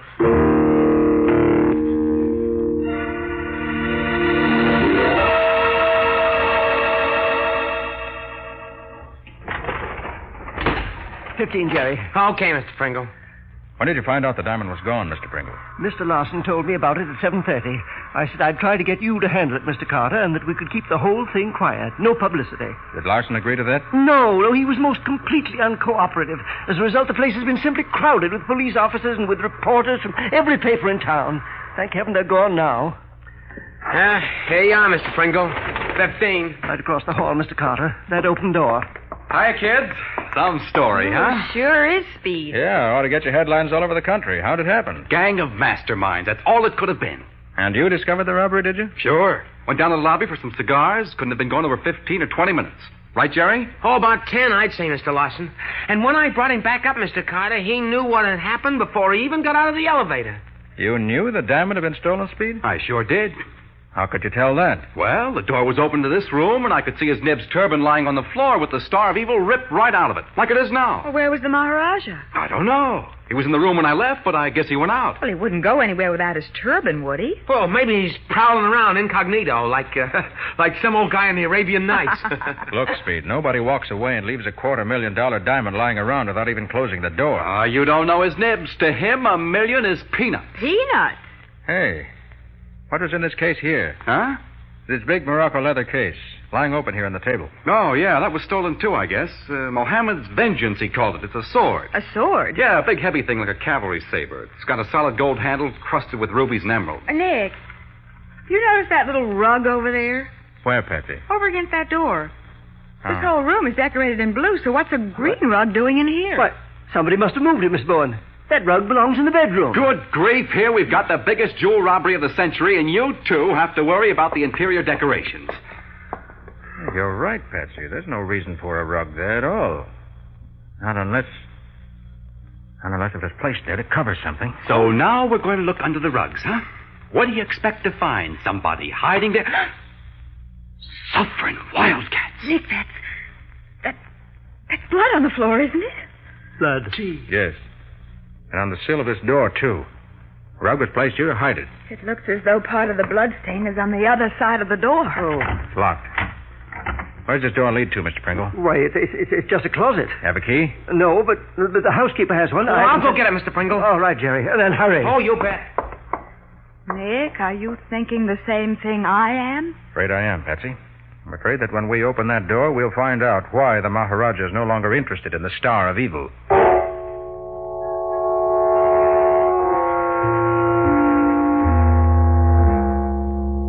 Here's the key to that closet, Mr. Pringle. The one in the living room was gone, so I had to go down to the desk. Thanks, Jerry. Here, Mr. Carter. Thanks.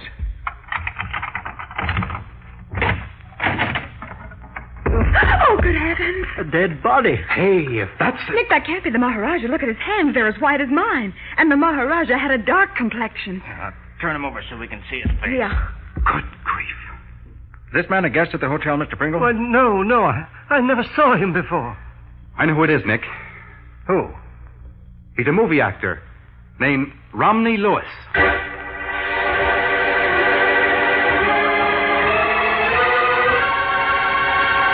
Romney Lewis, who's supposed to be in Hollywood, is found dead in the New York hotel rooms of the mysterious Maharaja of Jaunipur. And Linda Malcolm, in love with Lewis, has disappeared. We'll see what happens in just a moment.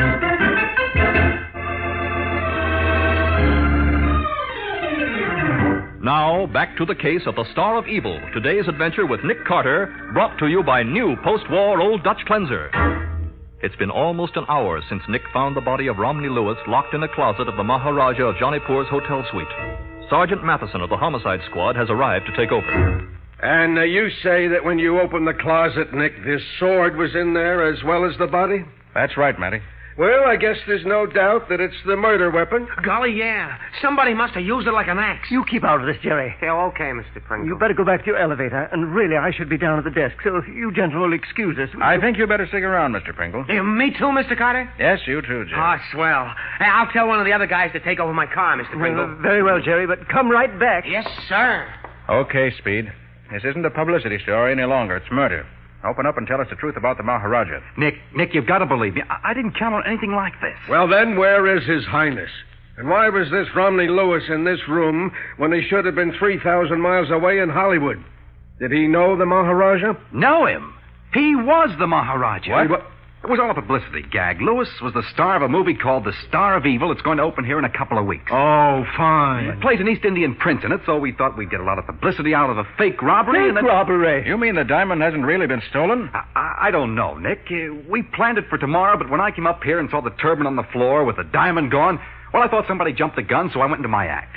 Speed, how much was that diamond really worth? Oh, a couple of $100, maybe. Hey, Eddie's taking over the elevator for me, Mr. Pringle.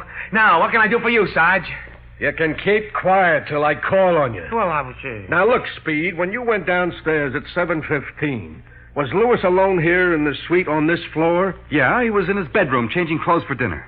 Not only changed, he took off the Indian makeup. Where were all those East Indian servants? Well, their rooms are on the floor below this. They're really Hollywood extras, not servants, so they never come up here unless the reporters are in the place. Yeah, well, one of them could have made a sneak up the stairs, couldn't he? Look, sonny boy, would you mind letting me ask the questions? As a matter of fact, Sergeant, nothing like that could have happened. The stairway doors are locked. Mr. Larson's instructions. Yeah, but I... Jerry!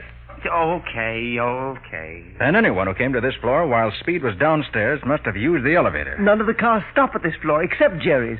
You didn't bring anyone up here, did you, Jerry? Well, no, there wasn't anybody came up in the elevator, but... Nick, I found that letter. It was hidden under Lewis's handkerchiefs in his dresser drawer. What letter's that, Patsy? A letter to Romney Lewis from Linda Malcolm. I have an idea they were planning to elope. They were. The letter says she'll be waiting for him at the Alexander Hotel in Chicago. He was to take a plane and join her there so they could be married tomorrow. So Lewis was running off with the boss's daughter. Great jumping horn toads. Say, I'll bet Malcolm was wild. Yeah, you're right about that. So that's why Mr. Malcolm made that disgraceful scene in the lobby. What's that? What do you mean, Mr. Pringle? As I was going on duty at the desk about 7 o'clock, there was a commotion over by the elevators, and I looked up just in time to see Mr. Malcolm grab the Maharaja, Mr. Lewis, that is, by the coat as if you were actually going to strike him. Did you hear what they said? No, but he was terribly angry. Anyone could see that. Yeah, I heard him, Sarge. He said, if you don't keep away from my daughter, I'll kill you. Well, I guess that solves this case, all right. Don't be so sure, Matty. What? How do you think Malcolm got here? Jerry says nobody came to this floor by elevator, and the stairway door was locked. That's what I've been trying to tell you. Mr. Malcolm stand on the floor above this, and that stairway door ain't locked. What? It isn't? No, I noticed it when I was out in the hall a minute ago. Come on, Nick. We're going to call on Mr. Malcolm in a hurry.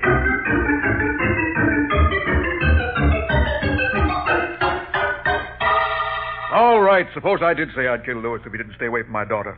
Naturally, I didn't mean it literally. Yeah, but 15 minutes after you said it, he was dead. Now, how do you explain that? I don't have to explain it. He promised not to see her again, so I didn't have any reason to murder him. Uh-huh. How do we know Lewis promised? Did anyone hear him? No, but I can prove that he did. He told me where Linda is, at the Alexander Hotel in Chicago. I put through a long-distance call to her. I'm waiting for it to come through now. Lewis undoubtedly made you that promise, Mr. Malcolm, but I'm afraid he didn't intend to keep it. What do you mean? Take a look at this. Huh? What is it, Nick? Copy of a telegram Lewis phoned down to the desk at 7:15. Hey, let me see that. Linda Malcolm, Alexander Hotel, Chicago. Disregard any messages from your father. Disregard? Take plane to St. Louis, meet you there tomorrow, and go through with plan as scheduled. Romney. Why, that dirty double-crossing... So that's why he got out of that Maharaja get-up. He was hopping a plane for St. Louis, eh? And when you found out about it, Malcolm, you knocked him off just like you said you would. That's a lie. I didn't even know he was dead until you told me. Matty, I want to ask a couple of questions. Go ahead, Nick. I want to look around this room anyway. What do you expect to find? Another body hidden in the closet? Never mind the wisecracks. Mr. Malcolm, Lewis was murdered between 7:15 and 7:30. Only a few minutes after you threatened him in the lobby. Where were you at that time? Well, I came up here to my room for a while. Yeah? And then I went out for a walk.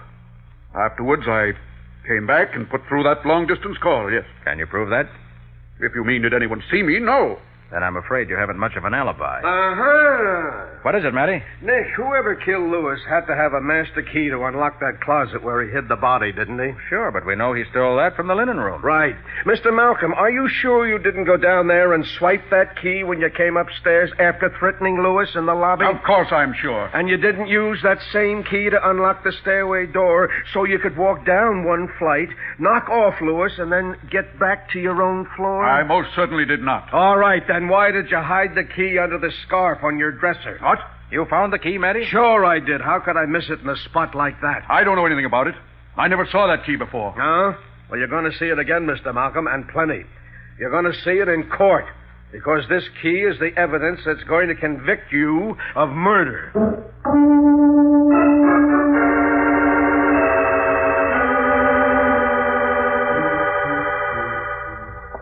Hey, Nick, why did Patsy stay up in Malcolm's suite after he was taken to headquarters, huh? Oh, he asked her to stay and take that long-distance call from his daughter when it comes through, Matty.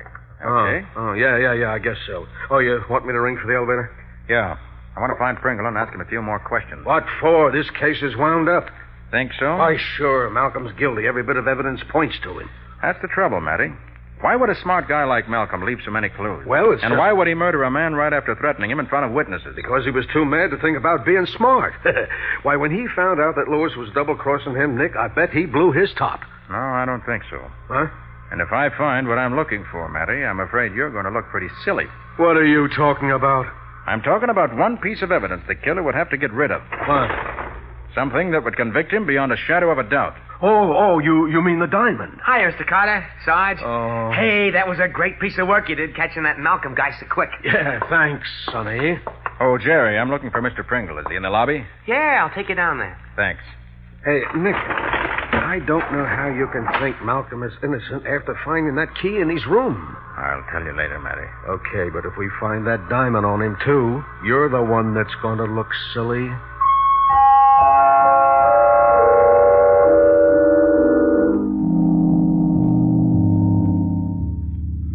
Mr. Pringle say you want to look in the incinerator. Well, this here is it. Thanks, Sam.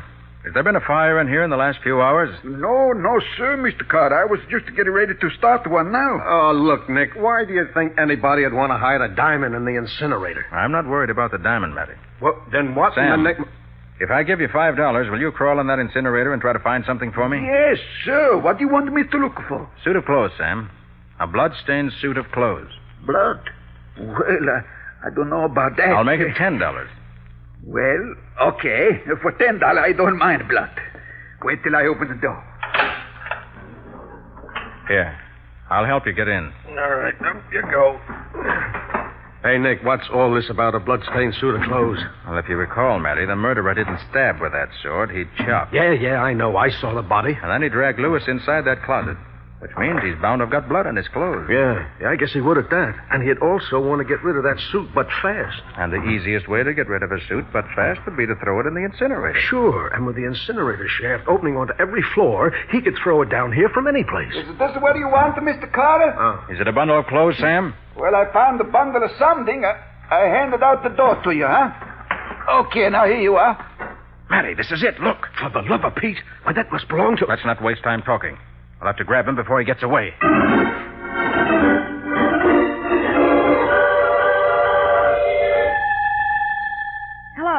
Hello, operator. This is Miss Bowen and Mr. Malcolm's suite. No word on that call to Chicago yet? Oh, I see. Well, thank you. Yes, I'll wait here till it comes through.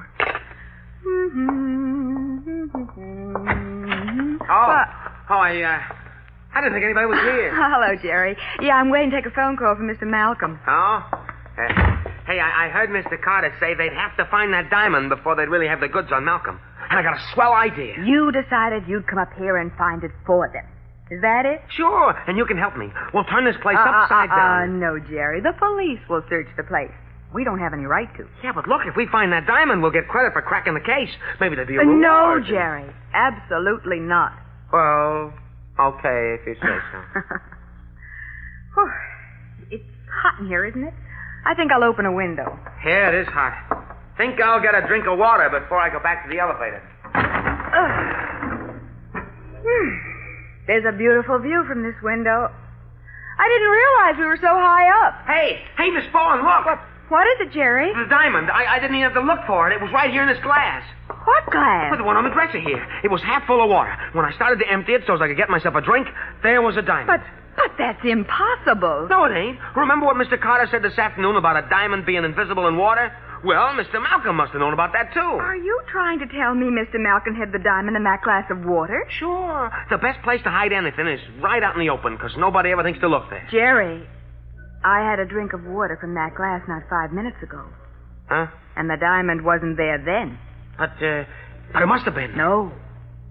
You just put it there. No. That's why you came to this room, to hide that diamond someplace where you thought the police would find it. No, you're wrong. Just as you hid that key here to plant suspicion on Mr. Malcolm. No, I didn't. You stole that diamond, Jerry. You killed Lewis. All right, so what if I did?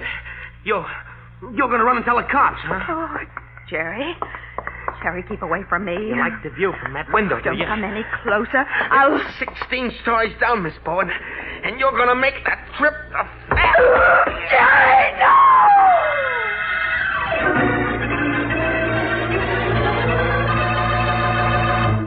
Patsy clings desperately to the window frame, but her strength is no match for Jerry's. And slowly he forces her backward through the open window. We'll see what happens in just a moment.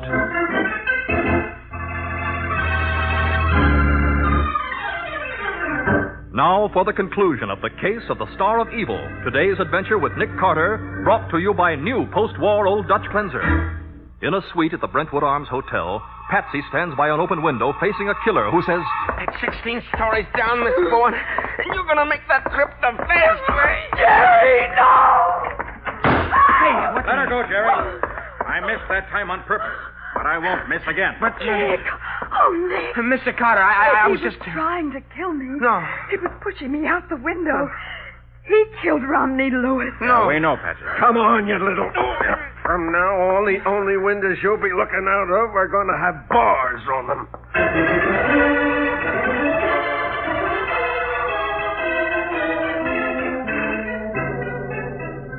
And so, Patsy, when we found that blood-stained uniform in the incinerator, Nick and I started to look for the elevator boy. And the indicator showed that his elevator was stopped at the 16th floor. That's why we figured he'd gone up to Malcolm's suite. Well, thank goodness you got there when you did. We got a complete confession from him at headquarters. Good. It seems that when he came back up in the elevator after taking Speed Larson downstairs, the door across the hall was open, and there was the turban with the diamond, and nobody in the room. Uh-huh. And I suppose Lewis came in and caught him stealing it, huh? Yeah. And Jerry got panicky and grabbed a sword off the table and slashed at him. Whoa. When he realized Lewis was dead, he remembered the quarrel in the lobby and got the idea of framing Malcolm for the murder. That's why he stole the master key from the linen room. Yes. He locked Lewis's body in the closet, unlocked the stairway door, then planted the key in Malcolm's suite. Yeah, but what about the blood-stained uniform? That was his next move. Huh? He got to the bellboy's locker room without being seen, changed into another uniform, and threw the one he'd been wearing down the incinerator shaft, thinking it'd be burned up before anyone found it. Now tell me, Nick, when did you begin to suspect Jerry? Almost from the beginning, Matty. Yeah, how come? Neither Speed nor any of the Hollywood extras acting as the Maharaja's servants would have any motive for stealing the diamond. They all knew it was a fake. And Pringle was on duty at the desk when Lewis was killed. Right, so there wasn't anyone left but Jerry. That is, after I eliminated Malcolm. Yeah, you eliminated everybody but Jerry. And after his trial, Nick, I got a hunch the state is going to eliminate him.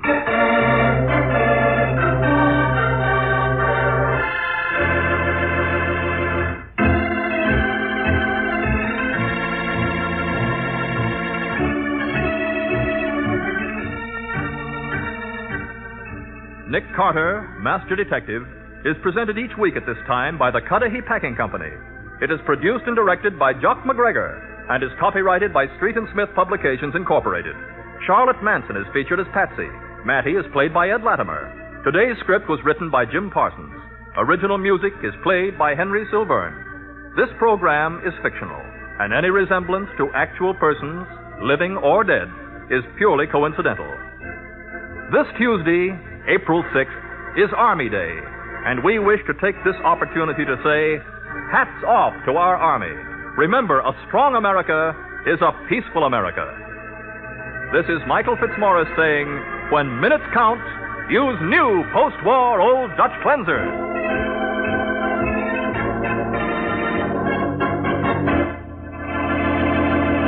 This is the Mutual Broadcasting System.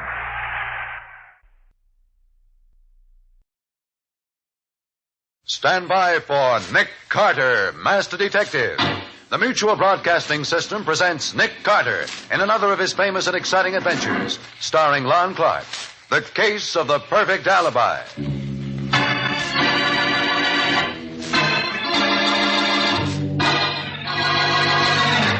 Patsy, what's the idea of phoning me here? What's up? Well, Nick, you've got to come to the hotel right away, room 411, and bring that box with you. Oh, why, Patsy? What's the matter? I can't tell you, but don't say anything to Chief Brody. If you do, Patsy, something's wrong. What is it? No, nothing's wrong. Only Come, Nick. They're going to... Patsy!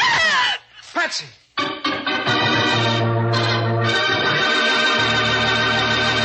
Now, Nick Carter, Master Detective, and the case of the perfect alibi. It is midnight in the little upstate resort town of Lake Hillman. Chief Brody of the local police stands beside a flashy, expensive sedan. Behind the wheel is a dark, heavy-set man wearing a huge diamond on his left hand. His face disfigured by a jacket scar. So I run through a red light. So what? So you get a ticket, mister. Let's see your driver's license and the car registration. Sure. You fellas think you can come up here from the city and do just about anything you want. I aim to show you different. Here. Huh? Oh, the license. Give me it. Robert J. Hey, you ain't one of the Crane brothers that's mixed up in all them rackets down the city, are you? Am I? Sure you are. Remember last year when that brother of yours got sent to the electric chair for killing an officer?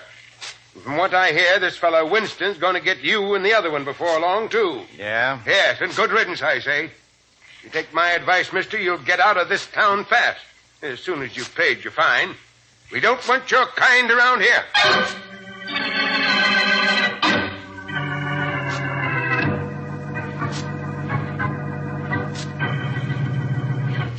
Nice and cozy, ain't it, Mr. Winston? Just you and me alone here in your apartment where we can talk without nobody to bother us, huh? I'm not afraid of that gun, Crane. And I'm not afraid of you. Now say what you came to say and get out. Sure, but not for a while yet. This ain't much of a dump for a big shot like you to live in. The DA's office don't pay the special prosecutors so good, huh? I'm satisfied. You like working for glory, huh? I'm working for the satisfaction of wiping out such scum as you, Crane. Murderers and racketeers. Yeah, and making a big name for yourself, too. You and your big campaign to clean up the town. Crane, if you weren't scared, you wouldn't have come here tonight. But it won't do you any good. I'll get you and the rest of your mob, just as I got that gun-crazy kid brother of yours. That's what I come to talk about, Mr. Winston, my brother Johnny. He was a killer, and he got what he deserved, the chair. Yeah, you sent Johnny to the chair just 1 year ago tonight, just at midnight. Now do you know why I'm here? No. Why? It's 1 minute to midnight now, Mr. Winston. And when that clock starts to strike, I'm going to send you the same place you sent my kid brother. You can't bluff me. Why, every cop in town... Cops, you know what I think of cops? I'll show you. Pick up that phone if you want to. Go on, call the cops. See if they can help you. What is this, a trick? Go on, call them. All right, I will. Operator, give me the police, quick. It's midnight, Mr. Winston. Hello, this is Special Prosecutor Winston. Send... Rocky...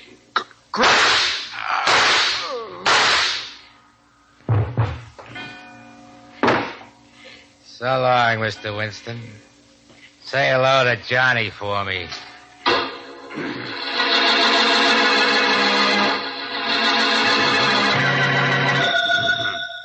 Hello, this is Sergeant Matheson, homicide. Sent out a call for Rocky Crane, suspicion of murder. Send a couple of boys to every one of those gambling houses he owns. And send a couple to his apartment. Notify the radio cars to watch out for a 1949 Cadillac sedan. Light gray and loaded down with chromium. License number 6...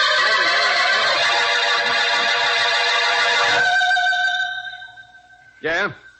Oh, yeah, Dolan. He's spending the weekend where? Lake Hillman, huh? Okay. I'll get in touch with the Lake Hillman police and have them bring him in.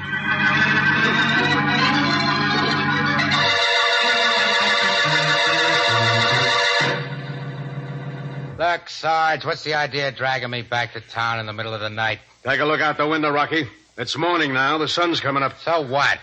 What's the beef, Sarge? You were picked up just as you got out of your car in front of the Lake Hillman Hotel at exactly 13 minutes to 2. That's right. Where had you been? Just out for a little ride. Why? I'll say you'd been out for a ride. You rode back here to the city, bumped off Leonard Winston from the DA's office. And then somebody knocked off Mr. Winston? Well, now, ain't that too bad? It's too bad for you, smart guy. You hated Winston because he sent your brother to the chair.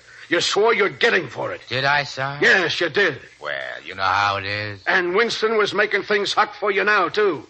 In another month, he'd have closed up every one of those gambling houses of yours and run you out of town. He couldn't have proved nothing on me. Sure, I'm glad he's dead, but I didn't do it. Look, you can't lie out of this one, Rocky. Winston called headquarters just before he was killed. He started to say your name. But, Sarge, I wasn't anywhere near the city last night. Oh, no? You're going to have a tough time making a jury believe that. Why, Sarge, it ain't going to be tough at all. What? Take a look at this. What is it? It's a ticket for running through a red light in Lake Hillman, 150 miles from here, Sarge. And look at the time on it. 12 o'clock midnight. 12... Midnight? What?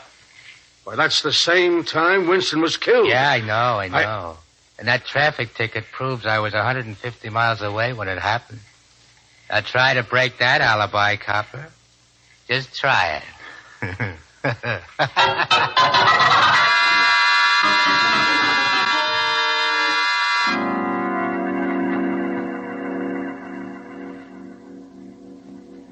Oh, I had to turn him loose, Nick.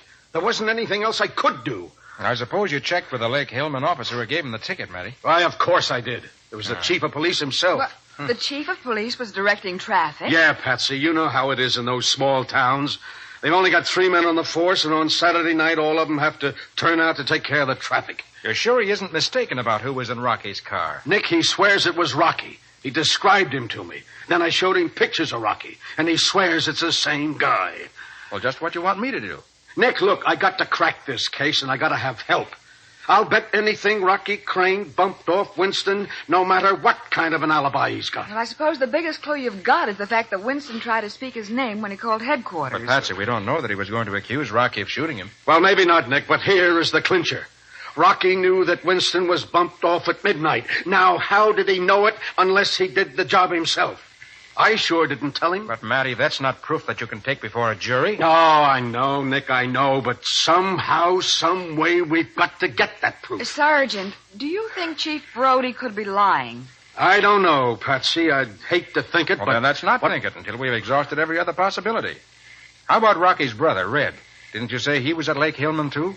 Yeah, Nick, Why, but what... Nick, Red's just as bad as Rocky, and he'd have had the same motive Rocky did for killing Winston. I'll bet You forget, Patsy. Huh? It was Rocky's name Winston tried to say on the phone. Yeah, and besides that, Red's got a better alibi than Rocky has.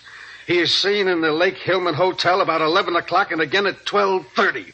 Positive identification. Then maybe Red was driving Rocky's car when Chief Brody gave him the ticket. Look, Patsy, Rocky was driving his own car when Brody picked him up just before 2 o'clock.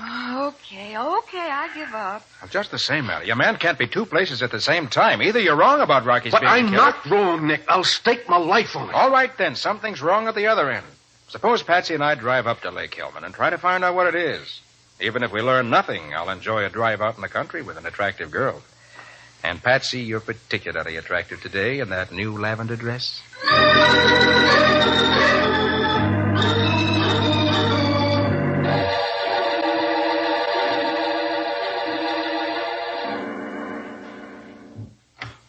Rocky, Jeepers, I'm glad to see you. I was afraid something had gone wrong. No, they turned me loose about 2 o'clock this afternoon. And then where you been all this time? It's after 10 now. I went around to the club for a while. Get your stuff together, Red. I want to pick up the old man. Don't worry about him. I took care of that little matter myself this morning. You what? Sure. After the cops picked you up, this town was buzzing. I thought if the old boy heard anything, he started putting 2 and 2 together. You thought? Since one of you got brains enough to think? I said we'd dump him on the way back to the city, didn't I? Yeah, but suppose he'd have got wise. Suppose he'd gone to the cops. Yeah, maybe you were right at that. Yeah, sure I was. So I had him meet me out at the edge of town. Never mind the blueprint. What about his stuff? His stuff? Yeah, his clothes and things. I guess they're still over at that crummy boarding house where he was staying. Why? Ed, you mean you didn't have him take all his stuff with him when he left? No. Why make him think something was up? You dumb ox, you stupid fat-headed jerk. Take it easy, Rocky. What's it got there anyway? A couple of shirts, an extra pair of socks, maybe. And the box, bird brain. Oh, gee, Rocky. I forgot about that. If the cops ever find that box and hook the old man up with us, we're sunk. I might have known you'd louse things up for me. I can get it back, Rocky. I can go over there right now. Then get moving. And listen, Red. Yeah. Get everything else that belonged to him, everything. Let him think he skipped his room right and beat it. But don't let nobody see you. They ain't gonna see me. If they do... If they do, just make sure they don't talk about it. Make sure they don't never talk about that or anything else.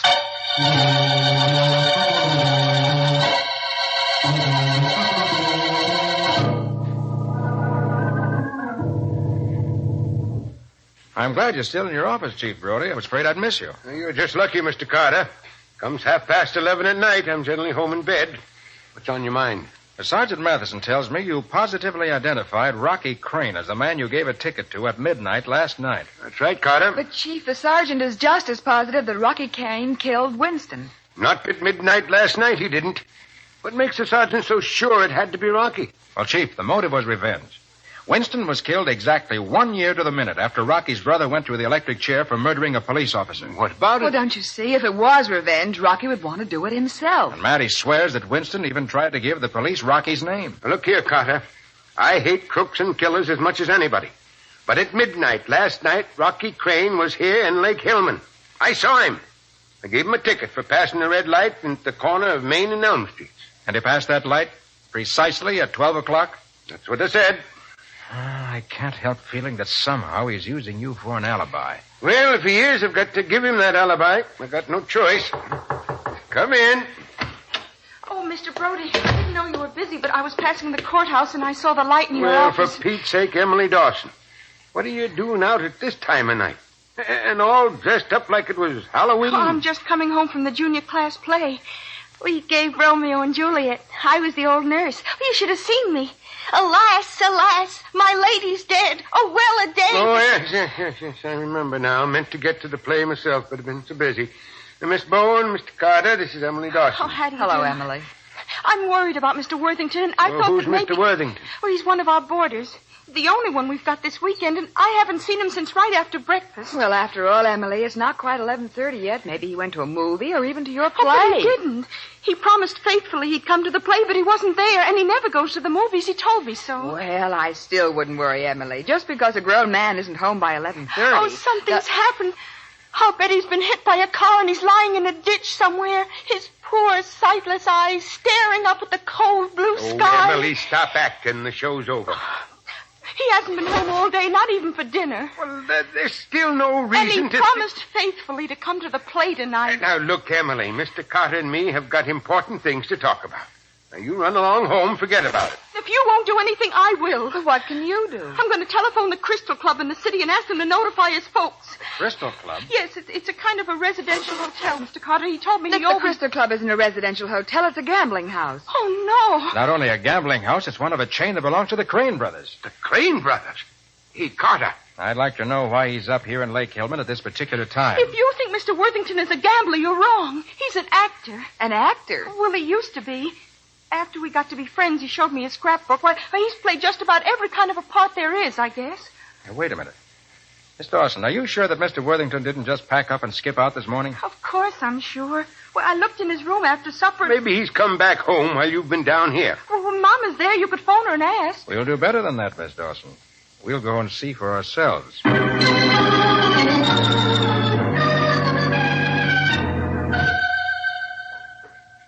Thanks for calling me up, Susan. I'll tell Emily how much you enjoyed the play. No, I'm all alone in the house now, but I expect her any minute. She was worried about our new boarder. And... Huh? Oh, nothing important. You know how excitable Emily is. Yes, I'll tell you about it tomorrow. Bye, Susan. I wonder if I should have waited and come home with Emily. She may have run... What's that? Huh. Oh, that must be Mr. Worthington. Mr. Worthington! That's funny. I better go see if he's all right. I'm sure that noise came from his room. Are you in your room, Mr. Worthington? Mr. Worthington, you're not sick, are you? Mr. Worth... Oh!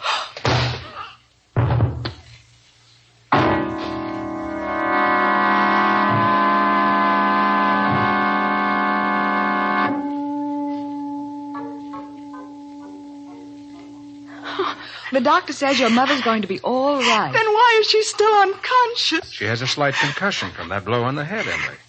In a few days, she'll be as good as ever. But why would anyone want to hurt Mama? I'm afraid we'll have to blame your friend, Mr. Worthington, Emily. Mr. Worthington? I don't believe it. Oh, but don't you see, darling, he had some connection with those racketeers. But he's such a nice old man. Oh, Patsy, I'm more inclined to think that it was someone else. Someone who came here for his belongings. One of the Crane brothers? Maybe. What? And when Mrs. Dawson walked into the room, he socked her and got away. Then Worthington must have had something in his room that would incriminate them, some piece of evidence. Well, if he did, it's not there now. Everything that belonged to him is gone. Well, everything that was in the room is gone. What? I have his makeup box. You do? Yes, sir. Mr. Worthington was just wonderful with makeup, and he promised he'd fix me up to look like an old lady for the class play tonight, but he didn't come home, so I went up to his room and got it. Well, where is it, Emily? Right over here on the mantel. Oh, I wouldn't have kept it or anything like that. I just wanted to... Let me see the box, please. Oh, yes, sir. I know Mr. Worthington wouldn't have minded my using it. He told me that Don't worry, Emily. I'm not blaming you for the box. I'm glad you did. Now, let's see what's in here. Looks just like every other makeup box, doesn't it? A lot of old, dirty sticks of grease paint. Yes, but everything isn't old, Patsy. Here's a brand new bottle of collodion and a new bottle of spirit gum. Oh, the spirit gum is what they use for sticking on false beards. False mustaches, too. And collodion makes an excellent artificial scar. An artificial scar? Then maybe it wasn't Rocky that Chief Brody gave the traffic ticket to after all. Maybe it was Mr. Worthington, made up to look like him. It could be. With only a dim light from the dashboard on his face, it wouldn't be hard to get away with a disguise. No. Emily, tell me. Is Mr. Worthington a heavy-set man with a deep voice? Oh, no, Mr. Carter. He's little and skinny. He's got a high, sort of cracked-sounding voice. A man like that could never impersonate Rocky Crane, not with all the makeup in the world. No, but I know who could. You do? Patsy, get us a couple of rooms at the hotel. We won't be going back to the city tonight. All right, Nick, but what are we staying here for? I'm going back to see Chief Brody. I've got a nice new idea I want to test out.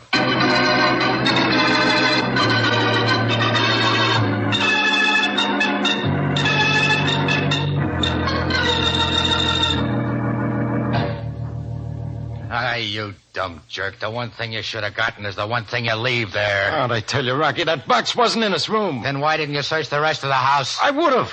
But right after I slugged the old lady, I heard Carter and the two dames coming in. I had to beat it out the window. And Carter did find the box. You're sure of that? I told you, didn't I? I hung around outside to see what was going to happen. After about an hour, Carter came out with the box under his arm. I seen it plain under the street light. Okay. So he's got the box. So maybe he'll even figure out how we worked it, but that still ain't proof, Red. Sure it ain't, Rocky. That dumb police chief swore he was giving me a ticket at midnight, and a smart lawyer can tie him in knots if he tries to take it back in spite of what... Hey, wait a minute. Huh? What, Rocky? You didn't touch none of that stuff in the box, did you? There ain't nothing there that might have your fingerprints on it, is there? Well, Come on. Did you touch anything or didn't you? Well, the old man had to make me up in the car, and a couple of times I had to hold things for him. You stupid idiot! Oh, Rocky, what's the matter? What's the idea of socking me like that? You know what you done? You give them everything they want. You give them all the proof they need to send us both to the chair. Oh, we get the box back. How can we get it back? Tell me that, genius. Hey, that girl that works for Carter. What about her? She's right here in this hotel. She was at the desk signing up for a room when I come in. Look, Hold it. Maybe you got something. Yeah. It just might work. It's got to. Yeah, you see? I ain't always so dumb. Get on that phone, Red. Find out what room she's in. Sure, Rocky. Then what, huh? Never mind. You get her room number. I'll take care of the rest.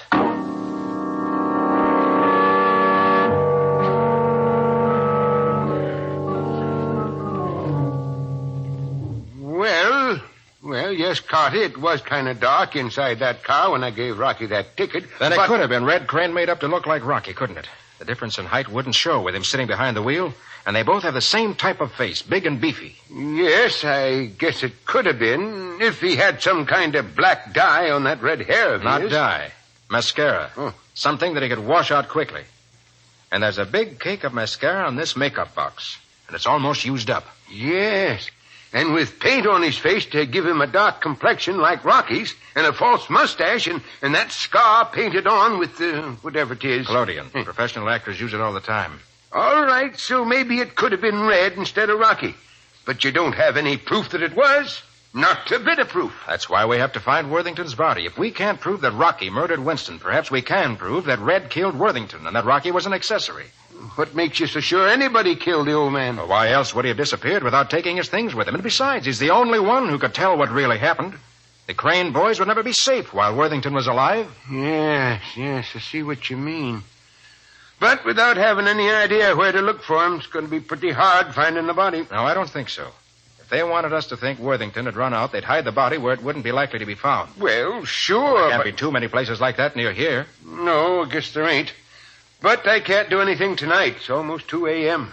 Well, all right, morning will be all right. But get every man you can on the job. The sooner we get at it. Oh, for the love of Pete, what now? I want to get home, get to bed. Lake Hillman Police Station, Chief Brody speaking. Chief, this is Patsy Bowen. Oh, hello, Miss Bowen. May I... Is Nick there? Just a minute. For you, Carter. Oh, thanks. Yes, Patsy, what's up? Nick, you've got to come to the hotel right away. Room 411, and bring that makeup box with you.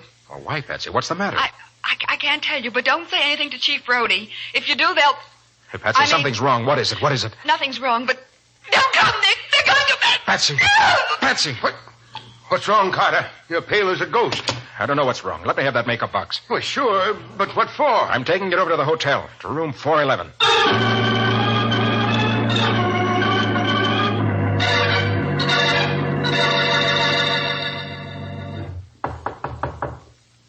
Come in, Carter. What's the score, Rocky? Where's Patsy? Sit down, Carter.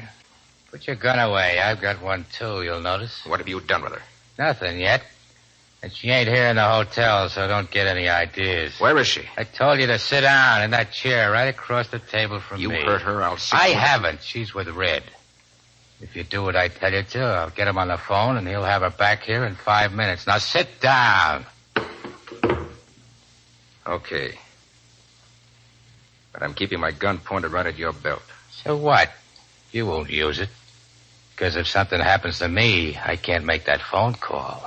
It'll be too bad for the little lady. What do you want? I want that makeup box under your arm. I let you have it? You let Patsy go? Right away? Yeah, sure. Now hand over that box and put away that gun. And leave you sitting there with a gun pointed at me? Oh, no. The way things are now, we're even. I've got you covered and you got me covered. But I got an ace in the hole, don't forget. Your girlfriend. If I don't make that phone call in the next 15 minutes, Red will... You're going to make that call, Rocky. I'm betting my life and Patsy's life that you're afraid to shoot it out. You'll lose that bet, wise guy. I'd just as soon die this way as in the chair, and if I do, you go with me. Not if I shoot first. Even if you shoot first, look at the way I'm holding this rod, propped against the table lamp, pointed straight at you. I've already pulled the trigger, Carter. The only thing that's keeping the hammer from falling is my thumb. So what? So if you shoot me, my thumb lets go of the hammer and you get a bullet. Not only that, the girl will too. Red's got his orders.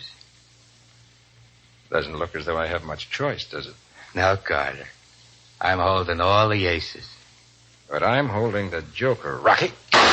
You dirty! Keep away from that gun, Rocky. You shot me. No, I didn't. I aimed at the gun itself. Your hand's only numb from the shot. Well, how? What? It's one bet you overlooked.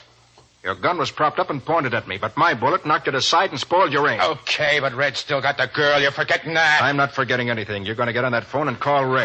No, I ain't. You'd rather have me break your arm? I ain't making any call. Let her die. Don't make that. Don't stop. Are you going to make that call? Yeah. But let up on my arm. All right, over here to the phone.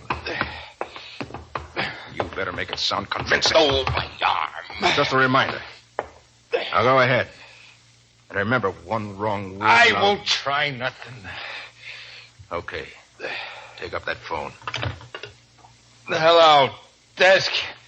Give me room 619. No, you were lying. She is here in the hotel. Yeah, Red's Save your breath for Red. Hello, Red. It's Rocky. Yeah, everything's fine. I got it. You can let her go now. Don't argue with me. Do what I tell you.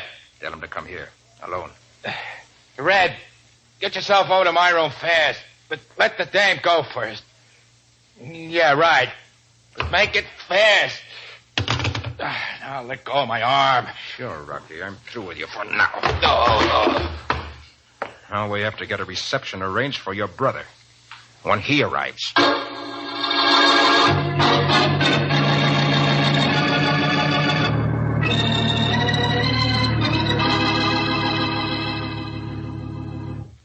Nick, did they find Mr. Worthington's body? Oh, yes, Matty. It was in the old stone quarry under 20 feet of water, weighted down with scrap iron. Yeah, but have you really got any proof that Red killed him? Plenty. Ballistics can prove that he was shot with Red's revolver. Oh, then I suppose Rocky will be convicted, too, as an accessory. So it doesn't matter whether or not you ever prove that he murdered Winston. Probably.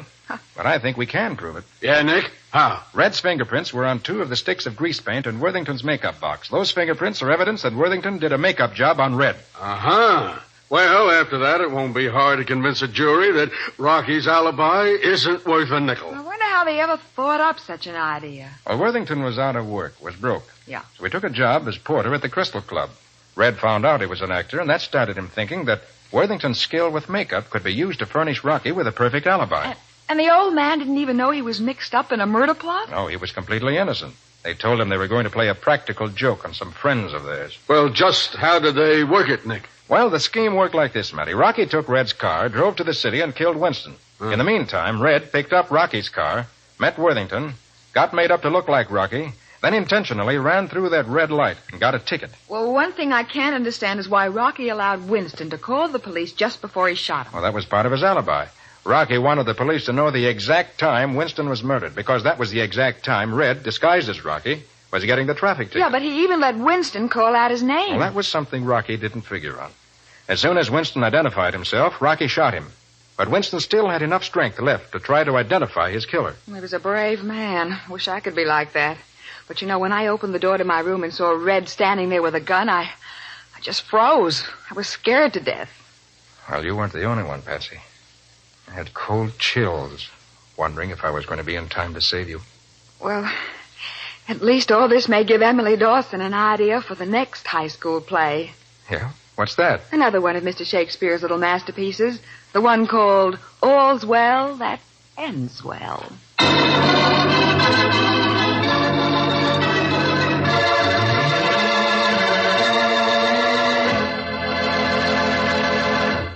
No thanks, Laura. Not tonight. Okay, bye. Who was that, Patsy? Laura Bruce. She wanted me to go to a seance with her. Can you imagine me going to a seance? Well, why not? Spirit mediums can do wonderful things sometimes. Remember Madame Janer? Oh, that one. You'll have to admit that she told her clients things nobody in the world could possibly have known, except a ghost. Oh, she certainly did. But the way she found out those things, makes me shiver. Well, save your shivers for next week, Patsy, when we tell all about Madame Janer and the case of the custom-made corpse.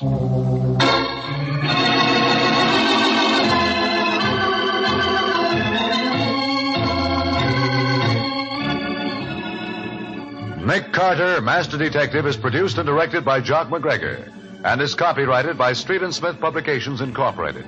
Lon Clark is starred as Nick. Charlotte Manson is featured as Patsy. Ed Latimer plays Matty.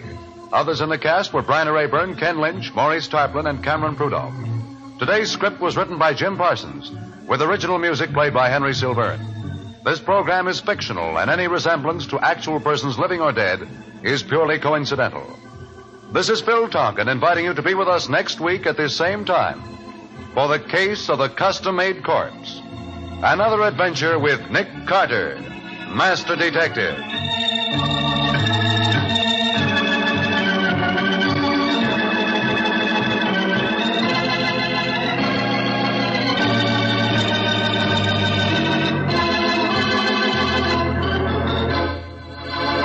This is the Mutual Broadcasting System.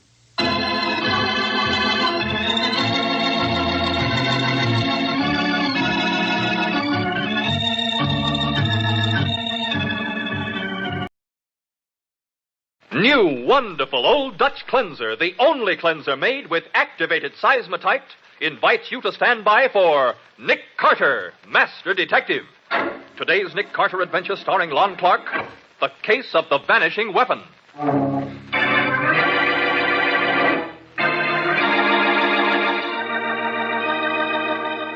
I, Dorothy, take thee, Wayne, to my lawful wedded husband, to love, honor, and cherish. Wayne, darling, please, let's move back from the edge. High places always frighten me, and Wayne, no, don't, Wayne, don't!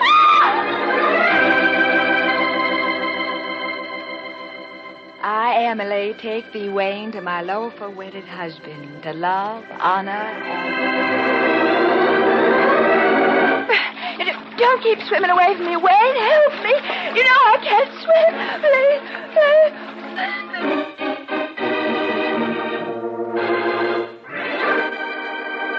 Now, Nick Carter and the case of the vanishing weapon, brought to you by new, wonderful Old Dutch Cleanser.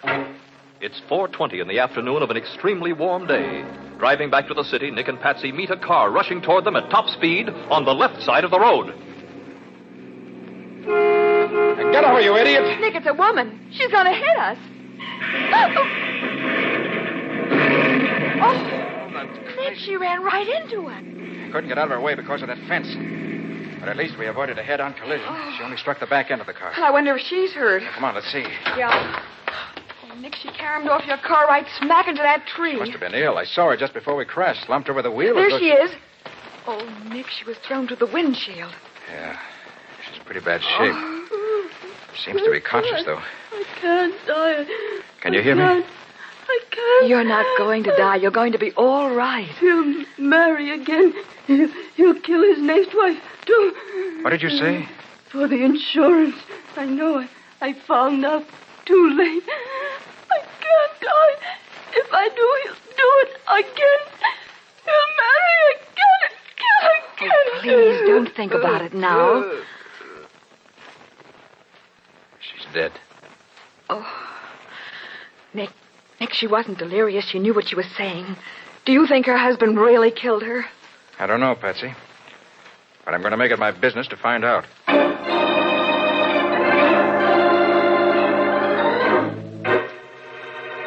In just a moment, we'll return to The Case of the Vanishing Weapon. Today's adventure with Nick Carter.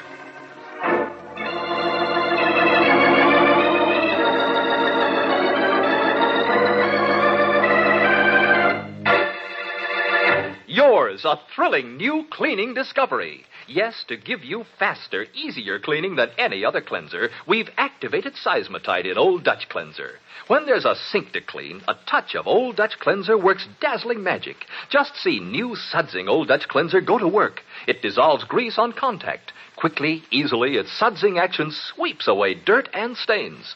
Snowy white Old Dutch Cleanser cleans fast, safe, sure. Leaves no gritty sediment. Rinses away completely. Doesn't clog drains. Get 2 cans of Old Dutch Cleanser. 1 for the kitchen, 1 for the bathroom. Old Dutch Cleanser, the only cleanser made with activated Seismotite.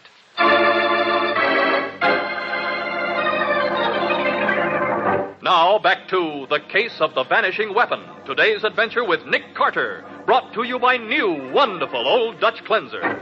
It is a short time later. Nick and Patsy are talking with the chief of police of Elm City, the town the dead woman lived in. Well, that's the story, Chief. I've given you her exact words. Oh, I've known Kay Bolton since she was a little girl. Well, do you know her husband, too? Sure. He came here from out west someplace, I understand. They've been married long? Well, about a year, I guess. I see. Kay was a widow with a good farm, a little money in the bank. I guess Bolton knowed a good thing when he seen it, and he just swept her right off her feet. What did her family think about it? She don't have no family except a brother, and he was away at the time. You see, he builds bridges. I see. Hey, Chief, did you notice that the windows in Mrs. Bolton's car were all shut up tight? A day like this, it must have been sweltering in there. Yeah, it would be. Well, Kay had hay fever kind of bad. I heard her say many times she'd rather roast than sneeze her head off from the pollen in the air. Yes, but that's no reason to have the heater on. The heater? Yeah. When I examined the wreck, I noticed that the heater was on full blast. Nick, you said she was slumped over the wheel as though she were unconscious just before the collision. Yeah? Maybe she passed out from the heat. Well, now, that don't make sense, Miss Bowen. If it was that bad, seems like even Kay'd stop and cool off. Hay fever, no. I'd think she would. But suppose she were unconscious from carbon monoxide fumes or something. Huh? You mean Bolton might have done something to the exhaust pipe so them fumes go inside? Maybe. But she wasn't unconscious when you got to her. No. But the shock of the wreck could have snapped her out of it. Well... Look, Chief, suppose we don't say anything about our suspicions until after we talk to her husband. Yeah.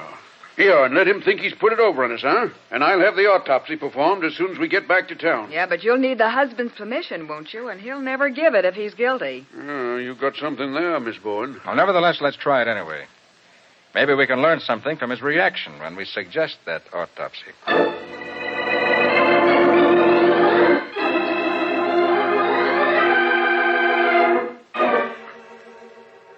An autopsy, nothing doing. Kay suffered enough already. Just a minute, Bolton. Kay was my sister as well as your wife. And if the chief thinks an autopsy would serve any useful purpose, I'm in favor of it. But what useful purpose? An autopsy would show whether there was anything in her system that would make her unconscious, What Mr. Bolton. difference does it make? She's dead. Autopsy won't bring her back. Did she have any insurance, Mr. Bolton? Yes, we had a joint policy for $20,000 payable to the survivor. And this farm, who gets that? Well, I don't know. We never discussed it. Well, you get it, Bolton. Huh? Kay wrote me she'd made a new will after she married you, leaving you everything. I didn't know. Well, there won't be any autopsy, and that's final. As Kay's brother, I have something to say about that. And if there's any suspicion that her death wasn't accidental... You have any reason to think that, Mr. McEwen? Well, why else would you want an autopsy? And why would you want to know who benefits by her death? If there's any doubt, I want it cleared up. And you should too, Bolton. Well, I do, Mac, of course, Well, but... then just sign this paper giving your consent. Well, very well. Give it here. There you are. Mr. Bolton, I don't like to butt in, but I can't find the housekeeper. She went to her room, Sam. She's all upset. Oh. Well, Mr. Mack, that 5 gallons of ice cream Mr. Bolton got for the party tomorrow, she didn't put in the deep freeze, and it's all melted. I was wondering... Throw it out. Do anything you want with it. Only get out of here and go back to your work. Oh, yes, sir. Who's that, Chief? That's Sam Webb, the hired hand. What you doing here, Chief? Ain't nothing wrong, is there? Yes, Sam, it's Mrs. Bolton. She's dead. No. Wrecked the car, did she? What makes you think that? Huh? Why, just the first thing that popped into my head, I guess. Besides, I thought she wasn't in no condition to drive when she come out to the barn and drove off. What? You mean she was ill? Oh, no, ma'am. She was mad. Blazing mad, if you ask me. Folks can't keep their mind on their driving when they're like that. What were you doing in the barn? I thought I told you to mend that fence at the bottom of the west pasture. Well, I finished up early, Mr. Bolton. So I thought I'd clean out the stalls and do some repairing. I was there when you come in. Sam, did Mrs. Bolton tell you what she was angry about? No, sir, but she was good and mad. Oh, it wasn't anything, Mr. Carter. Bolton was late getting back with the car, and Kay had an appointment in Elm City. She was mad because she was going to be late. I couldn't help being late. I was delayed. Was there a quarrel, Mr. Bolton? Of course not. Kay was always flying off the handle, but it didn't mean anything. I sent Mac out to the car for the rest of the supplies I'd brought back while I tried to talk her out of it, but I couldn't. I see. Well, thanks for giving your consent to the autopsy, Mr. Bolton. May I answer some very important questions?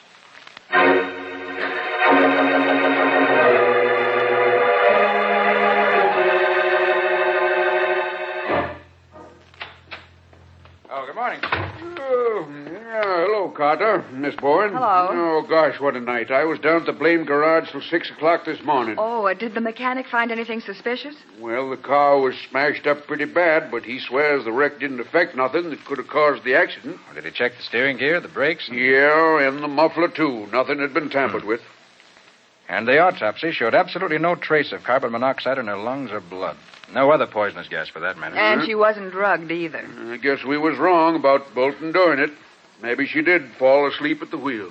No, I doubt that, Chief. Anyone who was as upset and angry as Sam said Mrs. Bolton was just wouldn't doze off. Are you still trying to make out it was more than an accident, are you? Oh, we're sure it was. Well, now, if Bolton caused that wreck without tampering with the car and without drugging her in any way, he's committed a perfect crime. A murder without a single clue. I wouldn't say that, Chief. Every unexplained fact is a clue. And there's several in this case. Such as what? Well, why was Sam so sure she'd been killed in an auto wreck?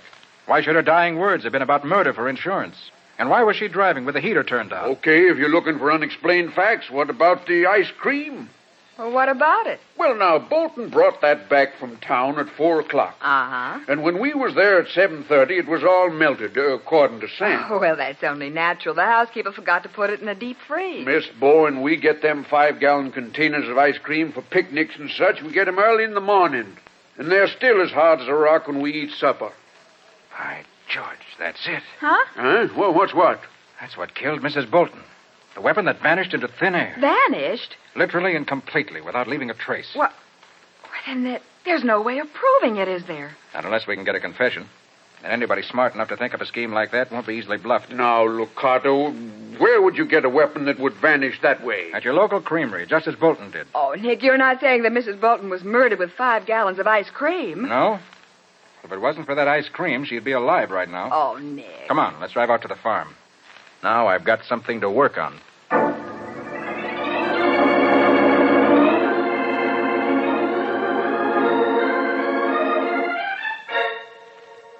Why, no, Carter. I carried that container of ice cream into the house from the car without opening it. But, Bolton...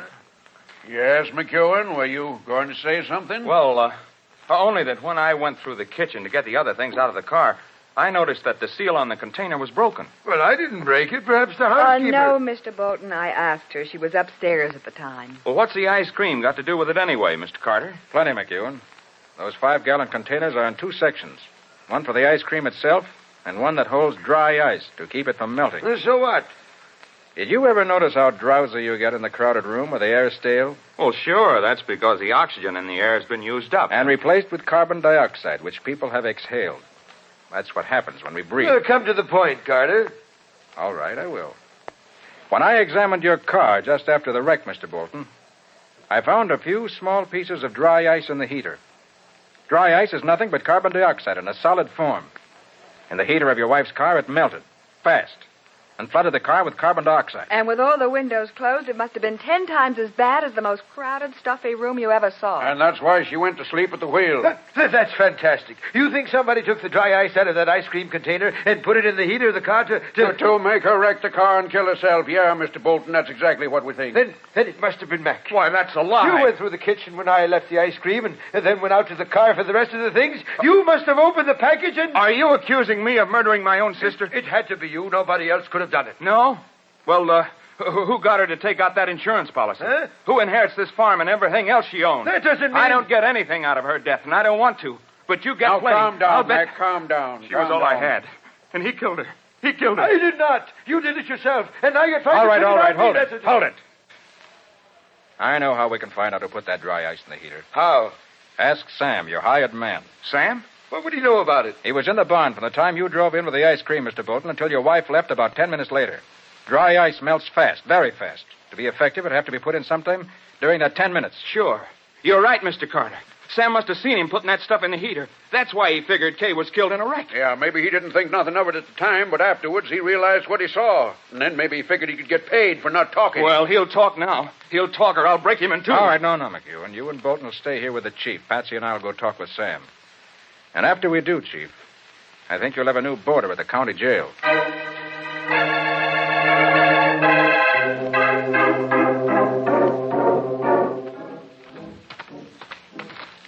Nick, you didn't really find any dry ice in the heater of that car, did you? Why, of course not, Patsy. I told you I'd have to bluff. Yeah, but if Sam did see something, it won't be a bluff any longer.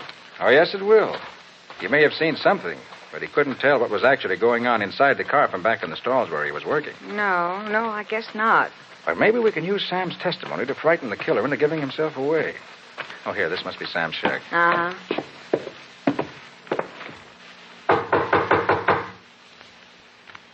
He must be here. We know he's nowhere else on the farm. Yeah. Let's see if the door's locked.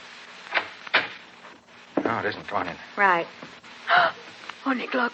They're on the floor. Oh, that's Sam. Nick, he's dead, isn't he? Yeah. Shot through the head. Probably sometime last night. Look around the floor. See if you can find an empty cartridge. Right. If he was killed with an automatic, there's a chance the empty shell's on the floor somewhere. Well, if it is, I'll find it. Here. Here's something. What is it? Somebody knelt down beside the body. There's a perfect knee print and a smear of blood. You can even see the weave of the material the trousers were made of. Some sort of coarse tweed. Nick, I found it. The cartridge shell? Yes, it was under the table. Here. Uh-huh. Now we can really get down to business. Yes, this time we've got a weapon that can't vanish into thin air.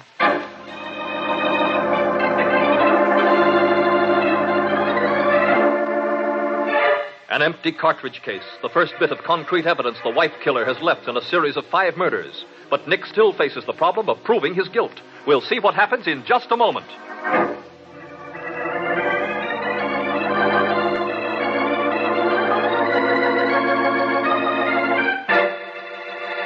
An important announcement. Coming next week on Nick Carter, Old Dutch Cleanser's big new contest. Listen so you can get an early start in this easy, fascinating contest that pays off with loads of valuable prizes. And remember, we've activated Seismotite in Old Dutch Cleanser. Its amazing sudsing action sweeps away dirt and stains, cuts grease on contact, cleans fast, safe, sure, leaves no gritty sediment, rinses away completely, saves you time and work, helps you keep your house at its shining best. New sudsing Old Dutch Cleanser is at your grocer's now in the same familiar package. Get 2 cans tomorrow. 1 for the kitchen, 1 for the bathroom. Old Dutch Cleanser, the only cleanser made with activated Seismotite.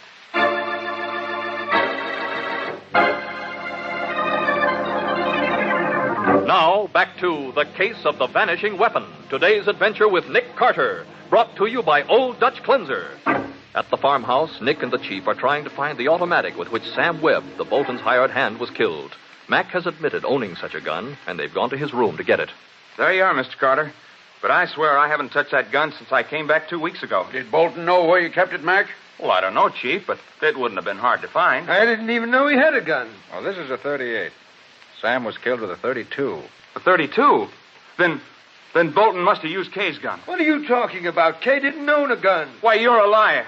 She had a 32 automatic for years, kept at her bedside table, and you know it. That's not true. You can come and look for yourself, Chief. Our room is right across the hall. But you won't find any guns there. No, don't expect to, not now.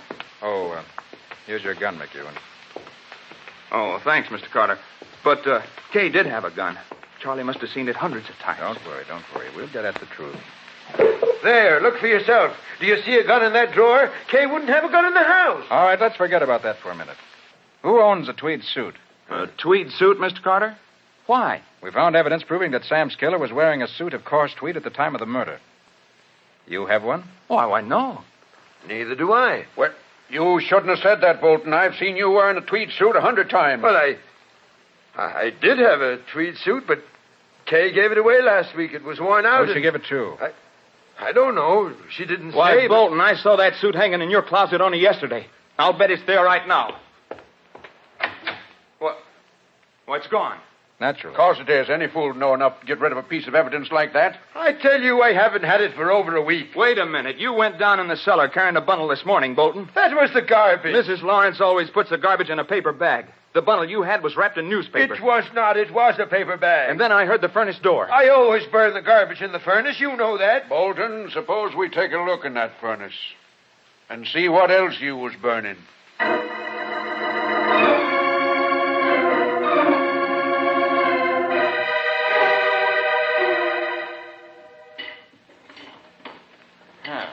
Here's another scrap of tweed that didn't burn. That's part of your suit, ain't it, Bolton? Yes, but I didn't put it there. Mac did it. He's framing me. Oh, sure. He is, I tell you. Everything you found could have been done by him, couldn't it? He could have put that dry ice in the car heater as well as me. He could have shot Sam and put that suit in the furnace. And wore the suit to kill Sam, too, I guess. Why, you blame fool. Anybody can see that Mac couldn't get into your clothes with a shoehorn. He's twice as big as you are. And I never owned a tweed suit in my life. Anyway, the knee print by Sam's body had exactly the same weave as this tweed that was burned in the furnace. Wait a minute. Did you find something else, Nick? I'll say I did, down among the ashes. Look. That's it. That's Kay's gun. I never saw that gun before in all my life. Any fingerprints on it, Carter? Afraid not, Chief. The whole outside is burned clean. Yes, but a ballistics test will show if it's the gun that Sam was killed with. Won't it, Nick? Without a doubt. Even if it's the same gun, that doesn't prove anything. Well, here's something that does, Bolton. A perfect set of fingerprints. Prints? Well, I thought you said the gun was burned clean. The outside was, yes. But there's a fine set here on the cartridge clip. I thought they might have been overlooked. That's smart thinking, Carter. Well, how come the cartridges didn't explode in the fire, Nick? The clip's empty, Patsy. Oh. But the prints are nice and clear. They're not my prints. I never saw that gun. Yeah? Well, now, I'll just take that clip over to the county seat and let the fingerprint man there have a look at him. Oh, if you don't mind, Chief, I'd rather take this to the fingerprint lab in the city. Huh? What's the matter with Joe Parker over at the county seat? Well, he may be perfectly all right, but... Well, look, let me have my own way, will you, please? I'll stay at the hotel in Elm City tonight, drive into the city tomorrow, and have a report you can depend on before tomorrow evening. Okay, keep the blame clip. And you, Bolton, come on. I'm locking you up where you can't get out to commit no more murders.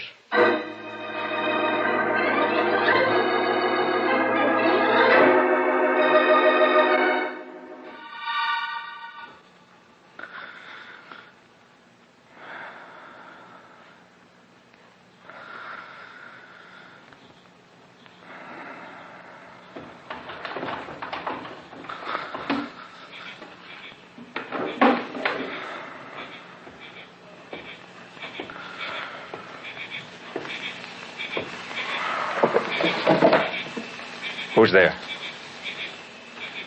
Who's in the room?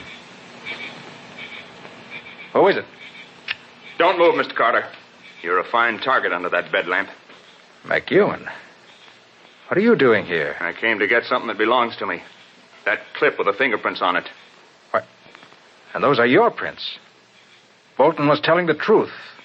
You killed Sam. Sure I did. I couldn't let him tell about seeing me put that dry ice in the heater of Kay's car, could I? And he said he had been in the barn at the time. I had to get rid of him.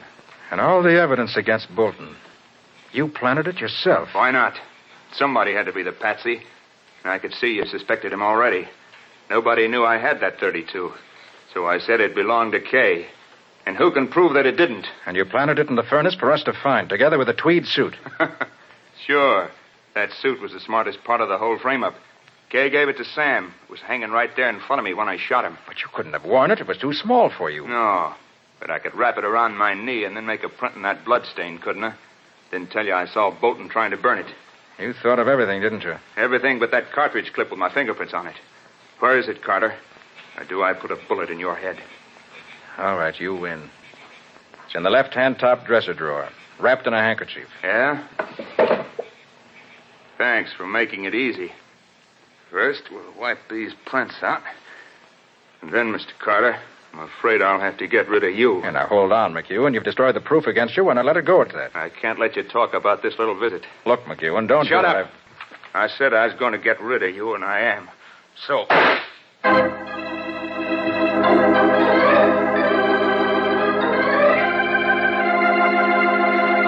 As Mac points his gun at Nick's head and pulls the trigger, he stands only a few feet away, too close to miss. We'll see what happens in just a moment.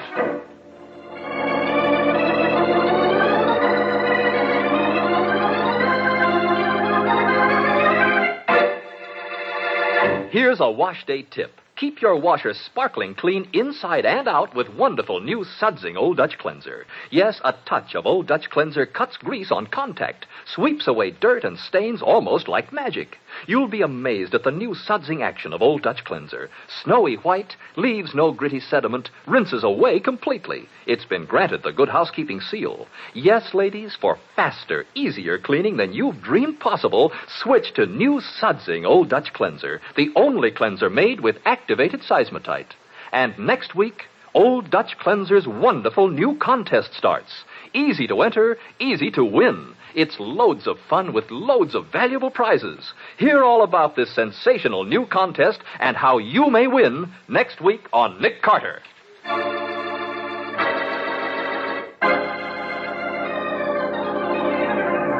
Now for the conclusion of The Case of the Vanishing Weapon. Today's adventure with Nick Carter, brought to you by new, wonderful Old Dutch Cleanser. In Nick's hotel room, he faces a killer with a gun who says, I said I was going to get rid of you, and I am. So... You had a gun all the time under the bedclothes. Sorry, Mac. I tried to warn you. Nick, are you all right? I'm okay, Patsy. But our friend here has a bullet in his arm. Come on in. The girl down a shorthand, Nick. The microphone picked up every You word mean he said. This was a trap? You bet it was. See, I expected you to come for that cartridge clip. If my gun hadn't jammed... It didn't jam.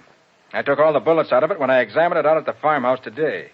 But I couldn't be sure you hadn't discovered that and reloaded it, so I had to shoot first. What's the matter there? Who fired that gun? What's going on? Everything's under control. Call the chief of police, will you? Sure, Mr. Carter, sure. I'll get him here in 2 shakes. Where's your proof, Carter? My fingerprints aren't on the cartridge clip anymore. Your confession before 2 witnesses is proof enough, McEwen. And as for those fingerprints, I was bluffing you. Why, you So far as I know, there weren't any prints on that clip.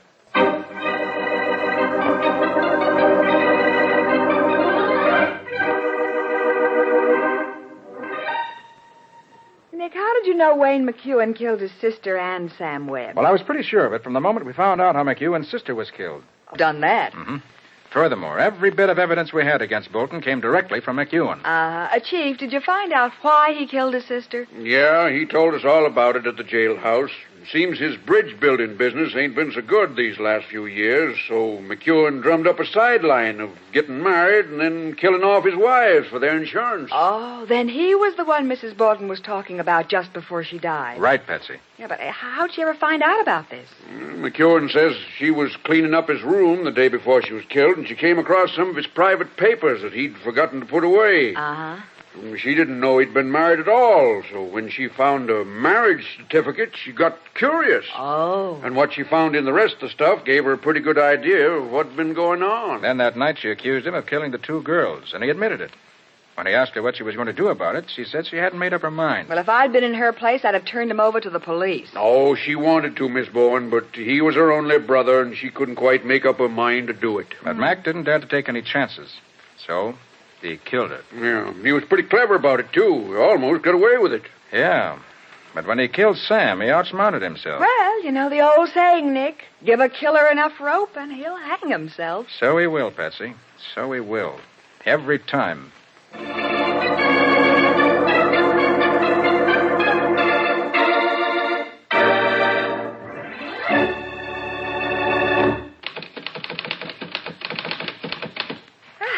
Well, Nick, that's the last of them. Okay, Patsy, that's all for now. You better go home and change. Remember, we're meeting Bill and his wife at 7:30 for dinner. Well, how about after dinner? I want to know how to dress. Well, Bill said something about taking in an amusement park and ending up with a boat ride on the river in the moonlight. Oh, hold on. Take it easy, Carter. Hey, for heaven's sake, Patsy. Amusement park, boat rides, redheads, penicillin.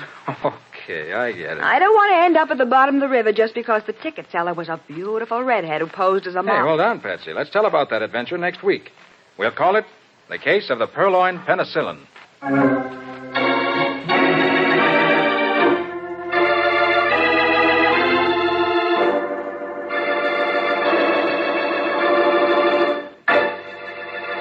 Ladies, have you discovered Delrich margarine? Delicious, rich Delrich makes friends at first taste. Full-flavored, it's the perfect spread for bread, rolls, toast. Try Delrich in your cooking and baking, too. Mighty good, mighty economical. Only Delrich gives you the original easy color pack, the easy, modern way to color margarine. And, where state laws permit, ask for Delrich in golden yellow quarters. Delrich, America's new favorite. Del for delicious, rich for rich, full flavor. Get Delrich margarine tomorrow, for Delrich makes friends at first taste.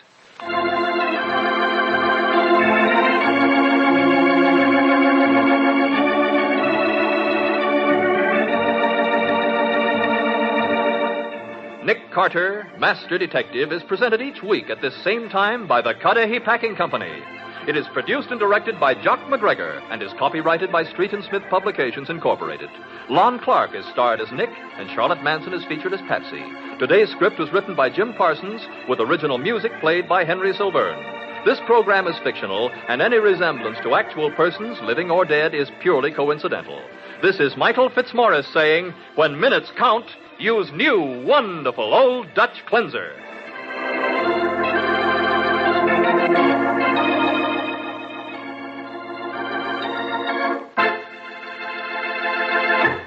This is the Mutual Broadcasting System.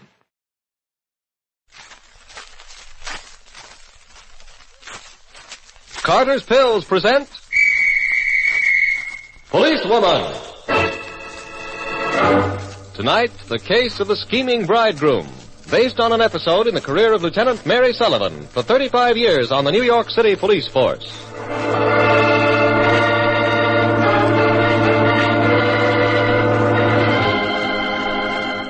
Lieutenant Sullivan? Yes? They told me to speak to you. Oh, who are you? Bianca Riazzo. And what's on your mind? Well, you see, I want to get married. Oh, well, what you want is City Hall, young lady, not the police department. Oh, no, I do not make myself clear. Apparently not. Well, you see, I want to get married, so I read the ads in the Lonely Hearts magazine. Oh, here, see this advertisement? Oh, yes. Sounds like most of the others. Oh, no, this one is different. Then why don't you answer it? I should like to, only I'm afraid. Afraid? Afraid of what? This man who looks for a wife. I think he's a murderer.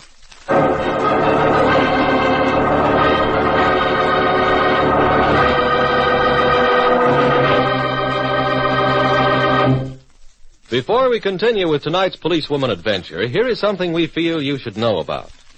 If you're out driving and see a train coming, would you try to beat it to the crossing? Of course not. Then, friends, listen. Stop dosing your stomach with soda or alkalizers for indigestion if your trouble is irregularity. Instead, unblock your digestive tract for the real relief you want. For your real trouble is not in the stomach, but in the rest of the digestive tract, where 80% of your food is digested. And when the lower part gets blocked, food may fail to digest easily. Thus, for real relief, don't take soda or an alkalizer. You want something to unblock your lower digestive tract. Something to clean it out gently but effectively. Help nature get back on her feet. Get Carter's Pills right now, because taken as directed, Carter's Pills gently and effectively unblock your digestive tract. This permits all 5 of nature's own digestive juices to mix better with your food. You get genuine relief from indigestion so you can feel really good again. Buy Carter's Pills at any drugstore, and let Carter's Pills unblock your digestive tract for real relief from indigestion due to irregularity. Now back to Policewoman, the case of the scheming bridegroom.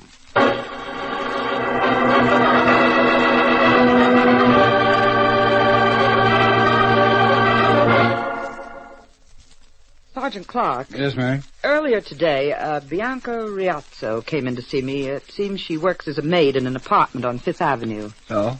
Well, about 6 months ago, there was a cook in that house named Frida. Both girls began answering these lovelorn ads, you know, the ones that appear in certain magazines. Oh, sure. Wife wanted, you mean, and so forth? Yes. Well, Frida answered an ad and then left for California. Yes, and I can guess the rest of it, Mary. The man who sent for her was a crook who wanted to cheat her out of her life savings. Worse than that, Sergeant. Oh? Murder? Exactly. Now, Bianca gave me a full description, and I started calling the California police. I learned that a girl answering Frida's description was found dead in Newtown, California, about 6 months ago. Everything checks. Did they catch the killer? No. All they have are some fingerprints, which were left on Frida's handbag. Well, how come Bianca came to see you today? Well, last night she ran across another advertisement in this Lonely Hearts magazine. The ad was identical with the one that Frida answered. Oh, he shifted his operations from California to New York. Right. Does Bianca know what Frida's intended look like? Yes, Frida showed her a picture. That's all she knows. Well, there's the matter of the fingerprints. Yes, now, if I could get a sample... Mary, don't tell me. You're right, Sergeant. I need a husband desperate. So I'm answering that ad myself right away.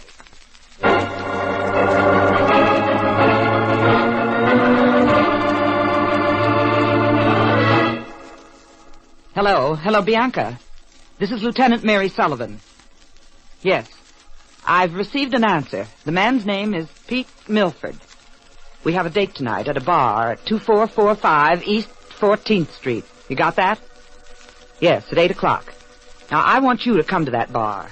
If you recognize Milford, I want you to say, "Very hot tonight, isn't it?" You get it? Very hot tonight, isn't it?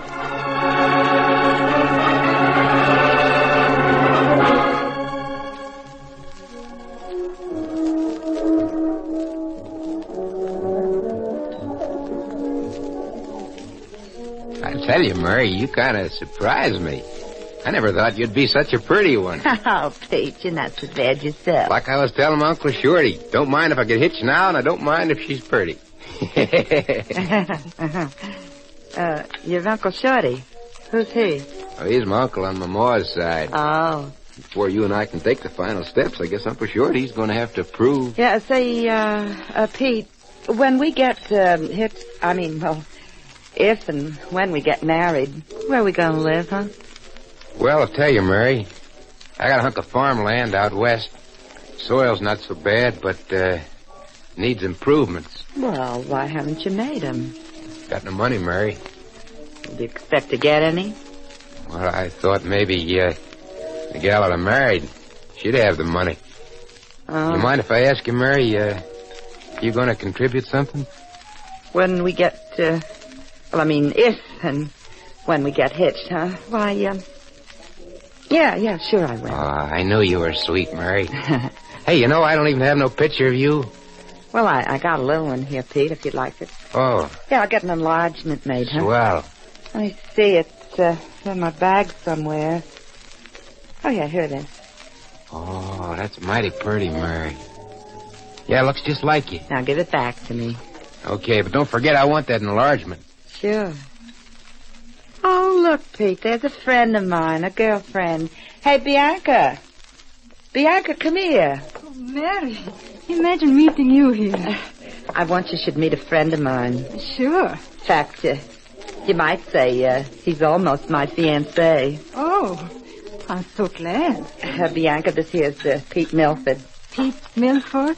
Glad to meet you. Likewise, I'm sure. Can you sit down with us? No, I must be going right away. Oh, come on, sit a while, huh? No, I can't.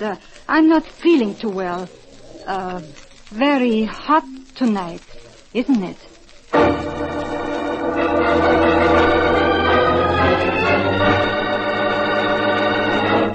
All right, Mary, give me the dope. I've just got a few seconds now, Sergeant, so listen carefully. Shoot. That picture of myself on your desk. Yeah? It's got Pete Milford's fingerprints all over it. Now, I want you to develop the prints and wire the complete set to Commissioner Williams, Newtown, California. You got that? Yeah. Have him wire back a report. Where'll you be in the meantime? Well, I've got to meet Uncle Shorty. Who? Uncle Shorty. He lives out on Jamaica Bay. Now, cut it out, Mary. I know everyone in your family. There's no... I can't explain now, but after I see Uncle Shorty, I'll call you back.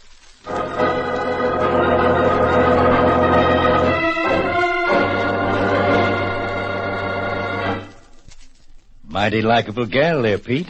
I told you I can pick him, Uncle Shorty. Oh, now, will you two stop that man talk? Well, I'm happy for both you, Pete. If you want my blessing, you have it. Gee, thanks, Uncle Shorty. Say, when you planning to tie up? Oh, pretty soon. Maybe in a couple of days. Well, then why wait? How about eloping tonight?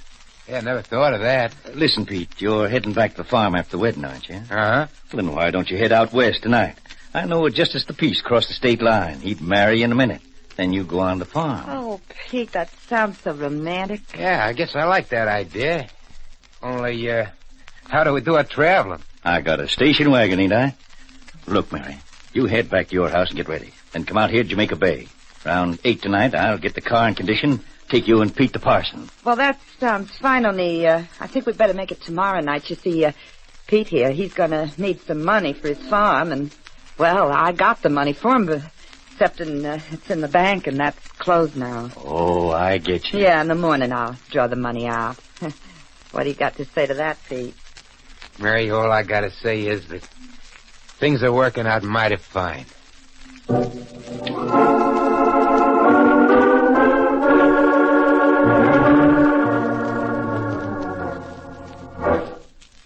Hello, Sergeant. This is Mary Sullivan. Where were you all day yesterday, Mary? Well, just so happens I was out at Jamaica Bay, and, oh, by the way, I'm going back there tonight. You see, Pete Milford will be with me tonight, and, I expect the payoff. What? Yeah, now listen. The address is 47 Front Street. You got that? Yeah. It's way out in Brooklyn. It's a lonely spot, just the house and water. That is, in case you're interested. Oh, sure, I'm interested, but listen, Mary, I've got news, too. Oh, you have? Go ahead. Got a report from California this morning. Well, don't keep me in suspense. The fingerprints found on the dead girl are not Pete Milford's. Mary, you still there? Yes. See, I'd kind of expected something else. Yeah, I know you did. Still going to keep that date with Pete? Yeah. Oh, this is a setback, I admit, but I can't drop Pete until I'm sure.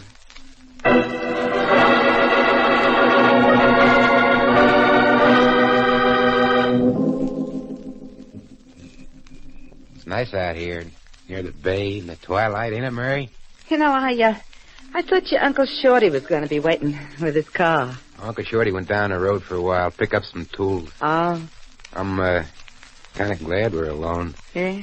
Because we're going to be married. I think there's something you ought to know, Mary.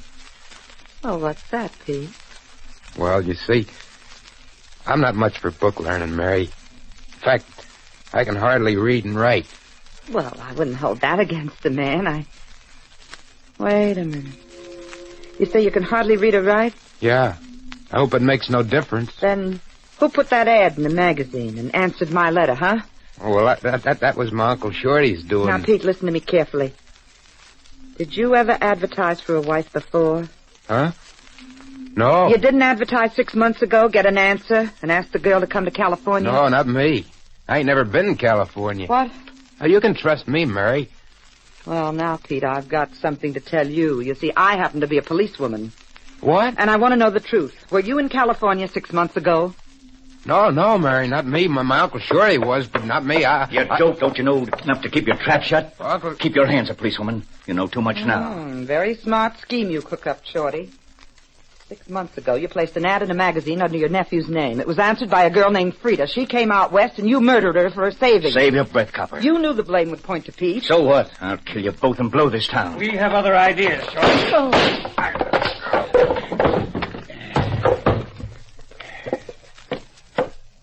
He's out cold, Sergeant. Yeah. Lucky I didn't forget the address of this place. I was right outside. I saw and heard it all. Hey, is that the guy who's been courting her? Yeah, that's me.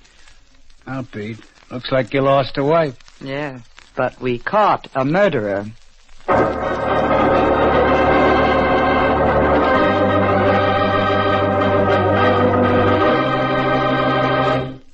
In just a moment, Mary Sullivan in person will tell you more about tonight's policewoman case. In the meantime, does your underarm deodorant really protect you and your clothes from offending others, or are you half safe? Or are you half safe?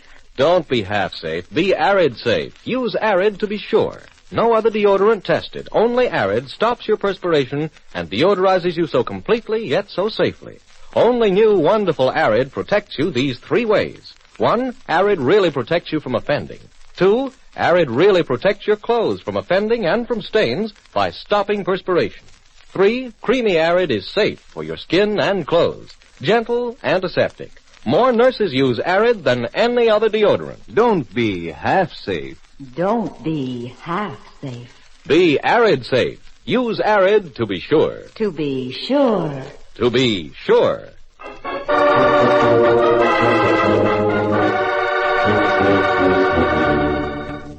And now, here is Mary Sullivan. Pete Milford was found to be the innocent dupe of his uncle and released. Uncle Shorty was executed for the vicious murder he committed. This is the last program of our current series, and I want to thank my many listeners from coast to coast for their kind letters of interest, and hope they've enjoyed the show as much as I have. Until we meet again on the air, this is Lieutenant Mary Sullivan saying au revoir. Thank you, Mary Sullivan. This program, as well as all other programs of the series, was based on an episode in the career of Lieutenant Mary Sullivan for 35 years on the New York City Police Force. This is Dick Dunham speaking.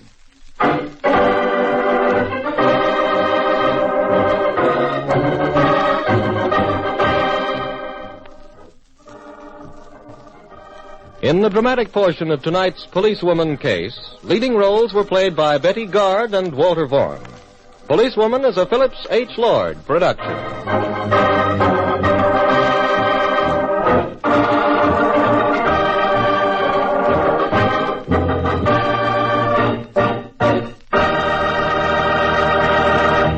This is ABC, the American...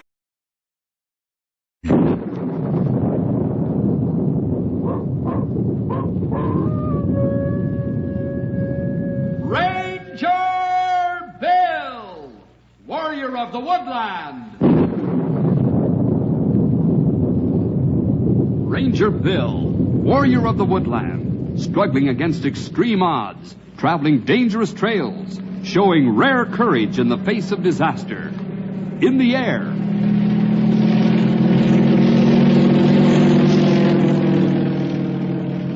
On horseback.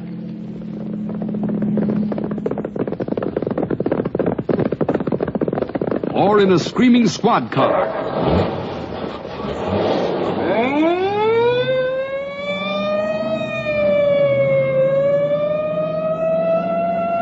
Ranger Bill, his mind alert, a ready smile, unswerving, loyal to his mission. And all this in exchange for the satisfaction and pride of a job well done.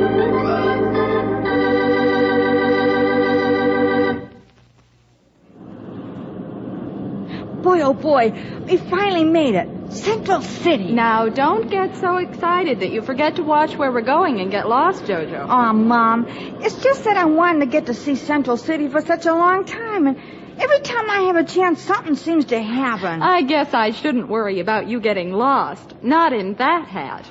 I don't think you like my Sherlock Holmes hat, Mom. Well, I just think you're a little too old to be playing Sherlock Holmes. That's all. I'm not playing Sherlock Holmes. I just like this kind of hat. I just think it looks silly, but go ahead and wear it if you must. Well, now that we're here, I'd like to get a lot of shopping done. Oh, Mom, let's go around and see the sights. We'll do that a little later. We have all day, you know. Right now, I really do want to stop in this store and look around. Boy, some fun. I might just as well be back in Naughty Pine going shopping with you. Speaking about being back in Naughty Pine, Jojo, look over there, across the street. I didn't know he was coming up this way. We might have ridden with him. Where are you looking? Over there, see? In front of that men's store. Bill! Hey, that's Ranger Bill over there. Only look, Mom, he's not in his ranger uniform. Why don't we run over there and say hello? If he isn't too busy, maybe we can ask him to have lunch with us. Oh, boy, that's swell.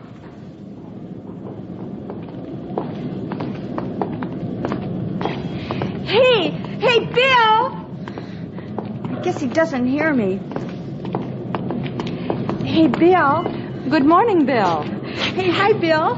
Were you addressing me, young man? Yeah, sure. Oh, come on, Bill. Don't think just because you don't have your uniform on that you can fool us. I thought Stumpy was in charge of the joke department. You two go ahead and talk while I stop in this store to look around. Okay, Come Mom. in, Jojo, when you're through. Okay, Mom. Why are you out of uniform, Bill? Uniform? I'm afraid you have me confused with someone else. Bill, don't you recognize me? It's Jojo. Are you all right, Bill? I told you that you have me confused with someone else. Now, please leave me. But you look like Bill, except for the uniform you usually wear, and you even sound like Bill. Oh, come on, Bill. What is this, a joke? Young man, this is not a joke, as you call it. You have me confused with this Bill person who I am not. Now, if you will not leave me, I will leave you. Hey, wait a minute, Bill. That is Bill, I'm sure of it. Wonder why the brush off. Hey, I know. He must be on some sort of secret assignment. He didn't dare recognize me. Wow. I wonder what it is. He sure did a good job of pretending he didn't know me. Almost gave me the creeps to see someone you know who says he doesn't know you. I wonder if I should follow him. No, better not. Probably a pretty important job if he isn't in uniform and isn't supposed to know anyone. But maybe he'd go somewhere where it would be safe to talk. No, I shouldn't get in his way. Maybe someone would see us who shouldn't, and then... Still, maybe I could help him if he ran into trouble. I guess maybe I will follow him at a safe distance. Just in case he should need help all of a sudden.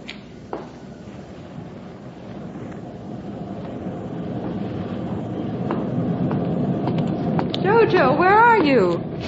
Jojo? I wonder where he went. That boy, I told him to come straight in.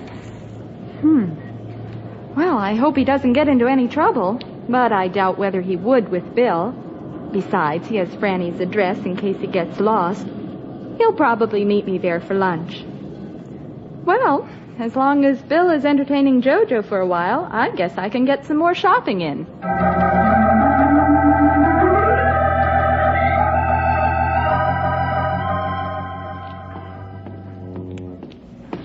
Boy, looks like we're getting near the waterfront. All these warehouses. I'm starting to feel like Sherlock Holmes, way I've been following Bill. I don't even think he knows it. I've been out of sight every time he looked around. Whoops. Almost missed his turn in there. I'd better hurry. He turned this corner. I'd better peek around the corner first.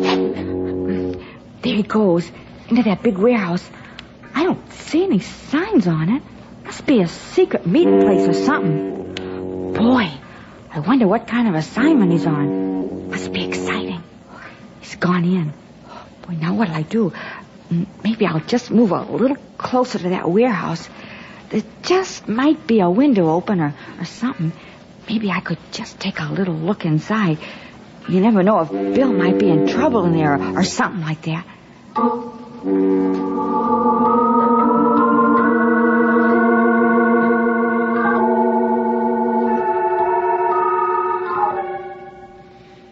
Is that you, 16? Yes, 13. I just came in. I'm coming right up.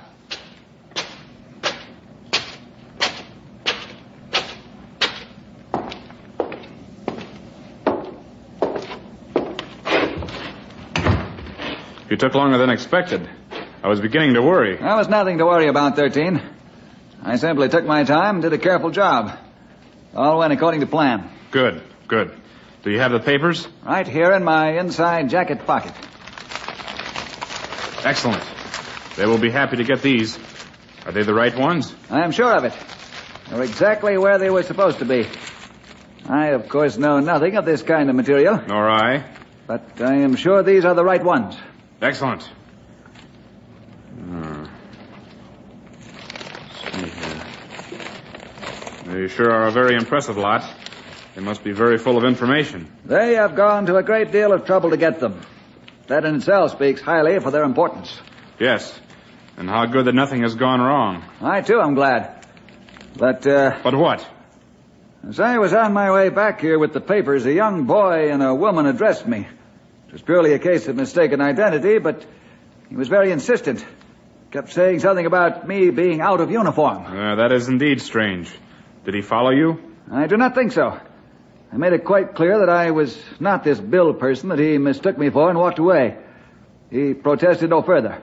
Well, maybe it was just a case of mistaken identity. As long as you were not followed. To my knowledge, no. I am sure it was only a harmless incident. We cannot be too careful. These papers are too important to be mistaken about such a thing. I do not think he was an agent. He was only a young boy with a funny hat. A funny hat? Yes. It was quite unusual. It had peaks on both ends and somehow tied its side flaps at the top. It is difficult to describe. It does not seem probable that an agent would make himself quite so obvious. I thought exactly. That is why I've passed off the whole incident as precisely what it appeared to be. A case of mistaken identity. These papers spell riches for us, 16. You had better get busy microfilming them. It'd be a sad day indeed if something were to happen to them this late in the game. Yes, of course. And while I am microfilming them, you had better go out and get our plane tickets to get us out of the country. Yes, that is a good idea. Fortunately, it is not hard to get plane reservations from this city. Possibly we could be well on our way tonight. I hope so. The sooner the better. Now that we have the papers, there is no need for our waiting around. In fact, it would be better for us to leave immediately. Then I will go for reservations at once. And I will hurry to get these papers microfilmed and hidden. What? The alarm. Someone is trying to get into the warehouse. This is the first such attempt. For a moment, I did not know what the alarm sound was. Quickly, turn on the television camera. Let us see who our visitor is. Right. While I am operating this camera, you had best get those papers out of sight. It's beginning to focus. I'll hide them here. In the wastebasket? Who would think to look for them there? Good idea. Now, let's see who is intruding on our privacy. What? Look, climbing that back window. It looks like... That young boy who stopped me on the street. He must have followed me here. That is right. And perhaps we have misjudged his importance. Perhaps he is not just a harmless boy with a funny hat. He's inside. He seems to be alone. He's shutting the window now behind him. I think we had better go down into the warehouse and welcome our young visitor.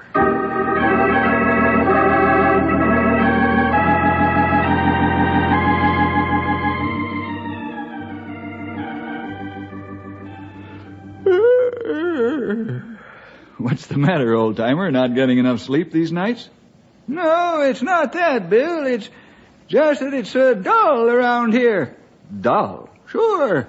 Look at it this way, Bill. Henry's away at camp, and it ain't very good weather for forest fires, and even Pat O'Rourke and JoJo Jones are away. Just ain't anyone around to cause a little excitement. I don't know how to take that, old-timer. I'm still around here. Oh, sure, but you and me, well, we know each other so well and have been together for so long. It's like I'm talking to myself when we talk. I feel the same way, Stumpy. Hurry! A disaster is struck. Somebody's in trouble, demanding our attention right away. Why don't you just answer it and see what it is? I know what it'll be. Someone in trouble. trapped on a ledge for weeks with nothing to eat but eagle eggs. Ranger Headquarters, Stumpy Jenkins speaking. We specialize in rescues. It's for you, Bill. Long distance. I'm sorry, old-timer. That's all right. Bill Jefferson speaking. Bill, what are you doing in Knotty Pine? Oh, hello, Mrs. Jones. I don't quite understand your question. I just wondered what you're doing there. And where is JoJo? Really, Bill, I thought you would have been more considerate. Excuse me, Mrs. Jones, but maybe we'd better start from the beginning. I don't quite follow you. All right. After you and JoJo talked today, where did you go? Already I'm lost. JoJo spoke with me today? Yes, today. This morning here in Central City. There must be some mistake, Mrs. Jones. I haven't been in Central City for weeks. Nonsense. I said hello to you here myself. You might have said hello to someone who looked like me, Mrs. Jones, but I can assure you it wasn't me. Well. I'm sorry I couldn't help you. Bill, now I'm even more worried. If JoJo isn't with you, where is he? Well, now maybe we'd better start again. Fill me in on anything you can, if you will. Certainly, Bill. As you know, JoJo and I were going to spend the day here in Central City. That's where I'm calling from. Uh-huh. Well, we arrived here this morning and were doing a little shopping when we saw you. At least we thought we saw you. Well, Bill, it looked so much like you that I didn't even question it for a minute. I said that JoJo should ask you to join us for lunch. Then I went into a store to look around. When I came back, JoJo was gone, and so were you. At least the man who looked like you. Uh-huh. What did you do? Well, naturally, I thought JoJo was with you, and I didn't worry about him. I just went on shopping, figuring we'd all get together, probably at my sister's house. JoJo knows her address. That's where I'm calling from now. So anyhow, I just went right on shopping. And you say this was early this morning? Yes. I'd say about 9 or 9:30. Bill, it's after 4 now, and I haven't heard from JoJo at all. That's why I called. I really don't know what to tell you, Mrs. Jones. You'd think JoJo would at least try to contact you. Unless he's in some kind of trouble? Is that what you were going to say, Bill? Mrs. Jones, you sit tight right where you are. Stumpy and I'll hop in the Ranger Cub and fly up there on the double. Maybe between the three of us, we can locate JoJo.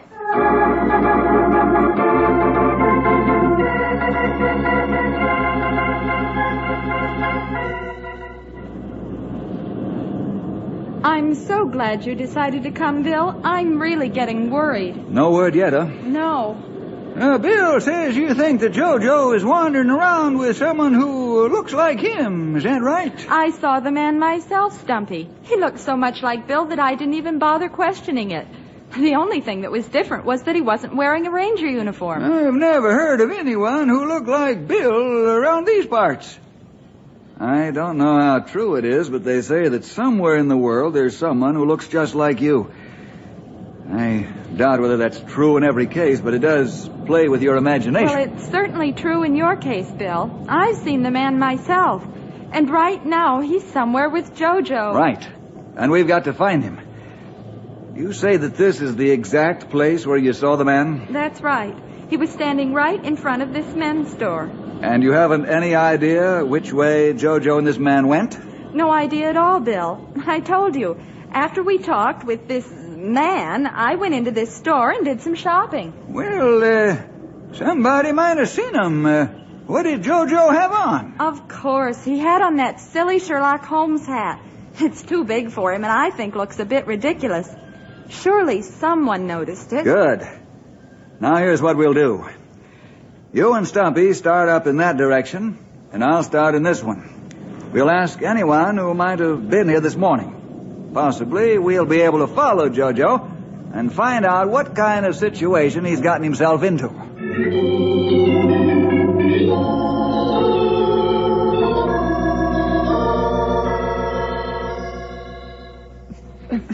There, that should hold him.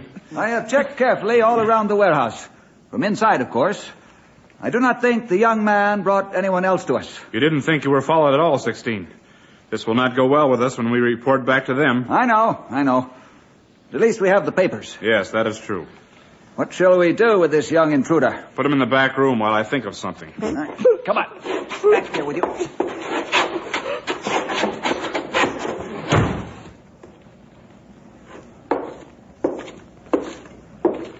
He does present us with a problem. I will puzzle it out as I microfilm these papers. I'd better retrieve them from the wastebasket. Yes. And I will set out to get our plane reservations. Take great care, 16. Too much has gone wrong already. Let's be sure nothing else interferes. I will do what I can, 13. I will go now to make our reservations.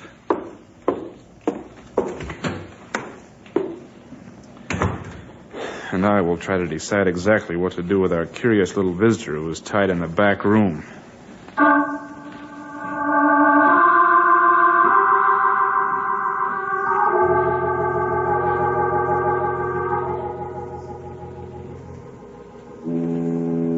I'll never complain about that silly hat again. It sure is a good thing he was wearing it. I'll say. Surprising how many people noticed him.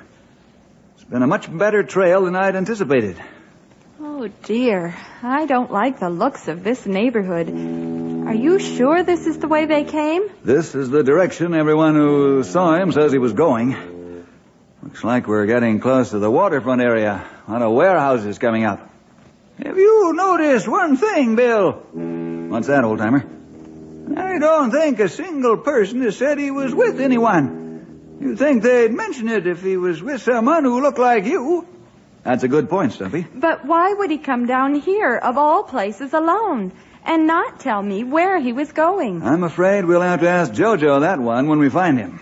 My, aren't there a lot of these warehouses? How will we know where to look? Maybe this feller coming this way will know something. Ask him if he's seen Jojo, will you, Bill? I sure will. Excuse me, sir. We're trying to locate a young friend of ours who we think came into this area sometime earlier today. We wonder if you've seen him. Not bad, Rudolph. Not bad at all. What was that? I don't think I made that out myself. Excuse me, sir. Maybe you didn't quite hear me. I heard you, Rudolph. I was complimenting you. This is one of the best yet. I think this feller probably won't be much help, Bill. Oh, Bill, is it? I guess it depends on the country, eh? Where'd you get the forest ranger uniform, Rudolph? Maybe we'd better start from the beginning. Maybe we'd better start for that car over there, all of you. If you come along peaceably, there won't be any trouble. If not, I and my friends in the car will have to, convince you to come. Hey, what's this all about? The name is Downs, FBI. Oh, dear. FBI? That's right. I don't know how you two are involved with this phony ranger here, but we'd all better go for a ride together. Phony? Now, hold on there, you young whippersnapper. Bill Jefferson is no phony. As a matter of fact, how do we know that you're the real article? Let's go over to the car. Come on. Just a minute. We do have the right to be satisfied as to your actually being an FBI agent. Over to the car. We don't want any trouble. I'll show you all the identification you want. Then maybe you can show me some papers we're interested in recovering.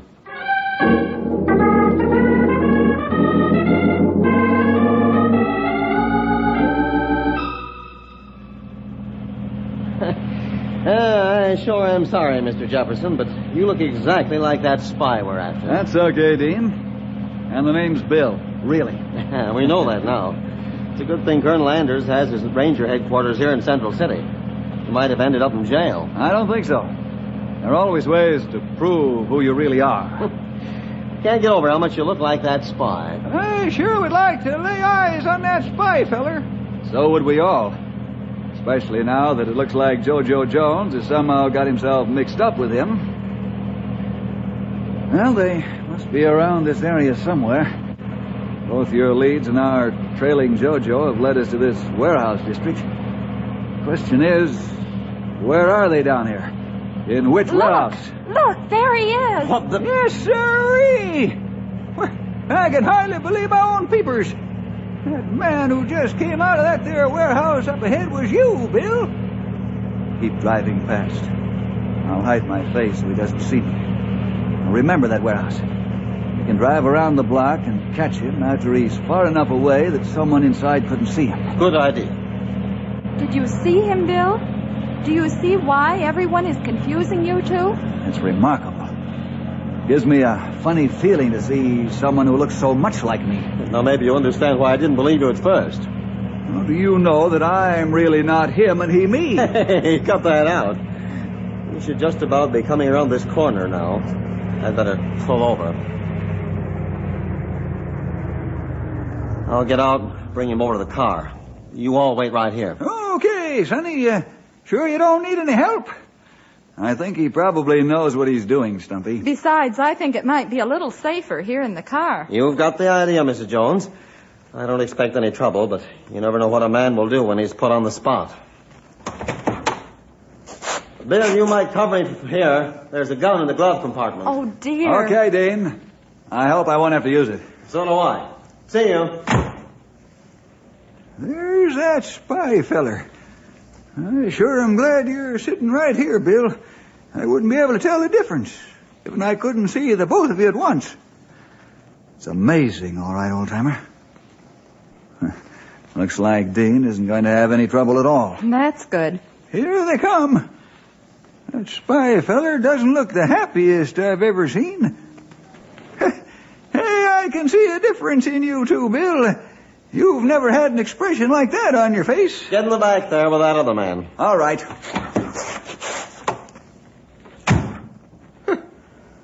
I can hardly believe it. Even this close up. I'm coming around to sit in front.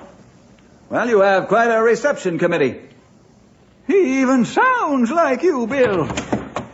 Yeah, it's uncanny, isn't it? What is all this that you're talking about? Bill, turn around and show this guy who you are. All right. Good afternoon. What? Look at the look on his face. He looks like he's seen a ghost. He sure does. You'd think he'd never looked in a mirror before. Who would have thought that there would be someone that would look so much like me? Whoops, hold on there. If you aren't watching, there's no way of telling who's talking. You must be the Bill person that the boy was... That's right, I am. That's exactly what we wanted to know. Jojo is with you, isn't he? I don't know who or what you're talking about. Is he harmed at all? What have you done with him? I guess he isn't talking. We've got to get into that warehouse and find out what's going on. Let's get back there. Not so fast. Who said that? I did, Bill. I have an idea. If they're planning to leave tonight and have those papers, they wouldn't just be relaxing.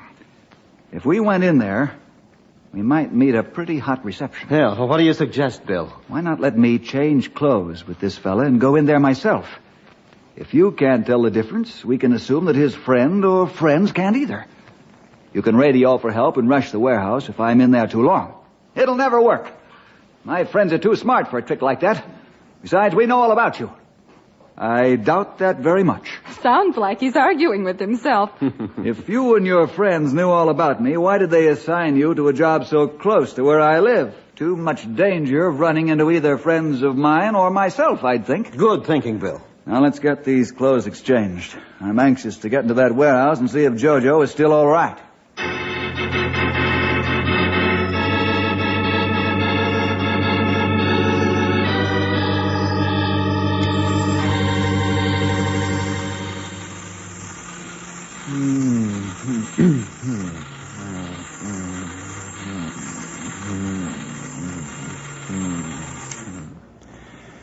There. Just a few more and they'll be ready to go. Now what? The television viewer is still on. Let me see who breaks in upon us now. What? That's stupid. Why has he come back? 16, what are you doing back here? I forgot something. It'll only take a minute. Well, hurry up here. What if someone saw you? I don't think there's any danger of my being caught. There is danger. For both of us. And what do you mean coming in that way? You set off the alarm. I'm sorry. I forgot my key. Of all the stupid. Why, I might have killed you. Come in quickly.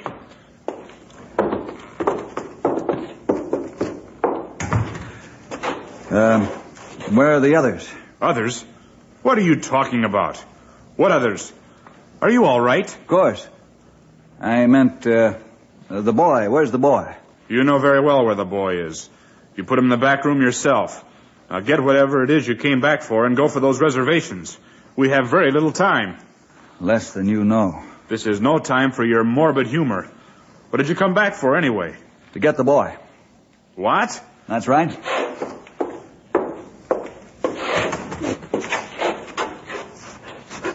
Here you go, Jojo. What are you doing? Have you lost your senses? I'm releasing the boy. What does it look like I'm doing? But why? Stop it. There you go, Jojo. Now the gag. There. I demand to know what you're doing. Why have you released the boy? I needed the rope. What are you going to do to me now? What did you need the rope for? There's plenty of rope around here. I needed this rope to tie you with, my friend. Bill, is it you? Is it really you, Bill? What? That's right, Jojo. Are there any others around here? I don't think so. Just him and another guy who looks like you. Good. You won't take me. You won't take me. Bill is getting away. Stay put, Jojo. He's not going far.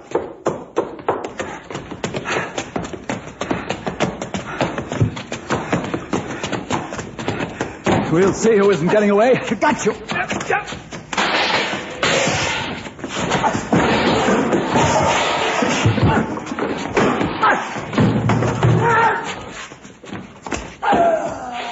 Wow, you got him, Bill. Run outside, will you, Jojo? There should be a few FBI men waiting to come in here.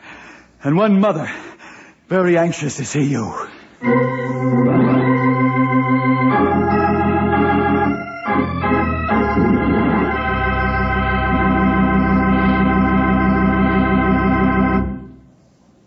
Well, boys and girls, as you can see, sometimes it isn't easy to tell the real thing just by looking. You can see why the Bible tells us, the Lord sees not as man sees, for man looks on the outward appearance, but the Lord looks on the heart. It's there that what a man really is seen. Well, see you next week for more adventure with Ranger Bill!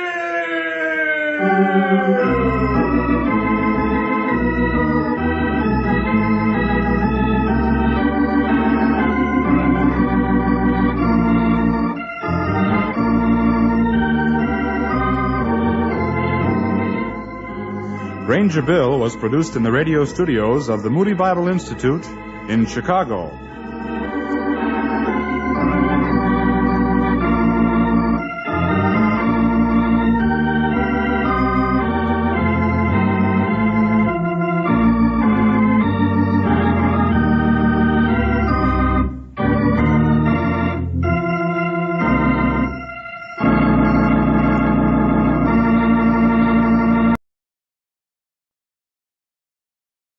Portions of the following program are transcribed.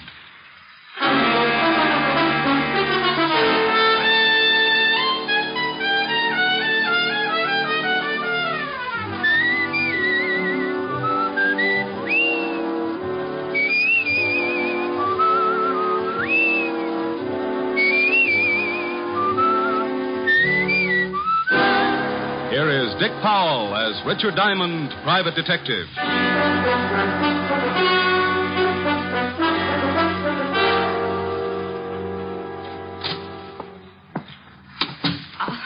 Are you Mr. Diamond? Creditor or client? I'm a client. I'm a Diamond. I'm Glad. It's a little informal, but hello, Glad. Call me Rick. Oh, no. My name is Julia Bates. Mrs.? Yes, but you don't have to call me Mrs. Bates. I'm a widow, you see. Oh. In fact, it may help our relationship if you call me Julia. Oh, well, here we go again. All right, Julia, you can call me Rick. The fee's $100 a day in expenses. I want you to stay at my house tonight. I said $100 a day in expenses. Oh, the fee is all right, Mr. Rick. Money means nothing. Yeah, well, you think your way and I'll think mine. I'll make out a check right now. No hurry. Anytime in the next 10 seconds. Oh, there. Thanks. Now, about this assignment. Well, it may sound silly, but I'm afraid of the house I live in. Oh, dandy. I said it might sound silly, but it's deadly serious, I assure you. No, I'm sure it is. You see, my husband, Warner Bates, died 3 months ago. He was a very strange man and believed devoutly in many forms of mysticism. Oh, yeah. Well, he built this house as a monument to his beliefs and filled it with secret passages and rooms and steps that lead nowhere. Why not move out? Well, I'll be perfectly honest. It's because of the money. Oh. In his will, Warner stipulated I was to live in the house for a period of 3 months following his death. 3 months is up tomorrow. And it doesn't help that Warner is buried in the basement vault. What's he doing? Watching Benny's money? Well, he had a crypt built in the cellar, and a key, the only key to it, was placed in his coffin. What's supposed to happen tonight? Well, let me tell you the whole story. A month ago, I began to hear the strangest things in the house at night, and I found food half-eaten on the kitchen table. Ever try setting traps? Well, the worst shot came when I went to the cellar a few days ago. I found footprints in the dust, naked footprints, leading to and from the crypt. Maybe he had to take a shower. Oh, please let me finish. On his deathbed, Warner swore he'd visit me at the end of the 3rd month, and if he could, take me with him back to the spirit world. Oh, and tonight is the night. Yes. Oh, at first, I didn't think it would get me, but... Oh, no, I'm scared, really scared. Yeah, well, now, look, baby, let's get off this mystic kick. Who inherits if you don't live up to your requirements? Well, that's just it. No one. That is, no person. The money goes to charities and schools. Mr. Anderson, the executor of the estate, says the will is foolproof, legal, and binding. Either I live in the house until noon tomorrow or forfeit the inheritance. So what you wanted me to do is hang around tonight and see that hubby doesn't go death walking. Yes, that's right. You don't have to be there till dark, but, don't be any later than that. Say 6 o'clock? Excuse me. Diamond Detective Agency, freewheeling corpses. Ask the man who kills one. Rick, when are you going to stop those awful slogans? Oh, hello, Helen, baby. Got to call you back? Got a client. Oh, all right. Is she pretty? I don't know. I'm parked behind a curve. What? Forget it. I'll call you back. Bye. Now, Julia, you better go on home. Where's your broom? Broom? Do you think I look like a witch? You don't look like one. More like the good fairy after she'd heard about men. Now, you fly on home, sweetheart, and I'll see you at 6. Don't be late. I'll be there with bones on.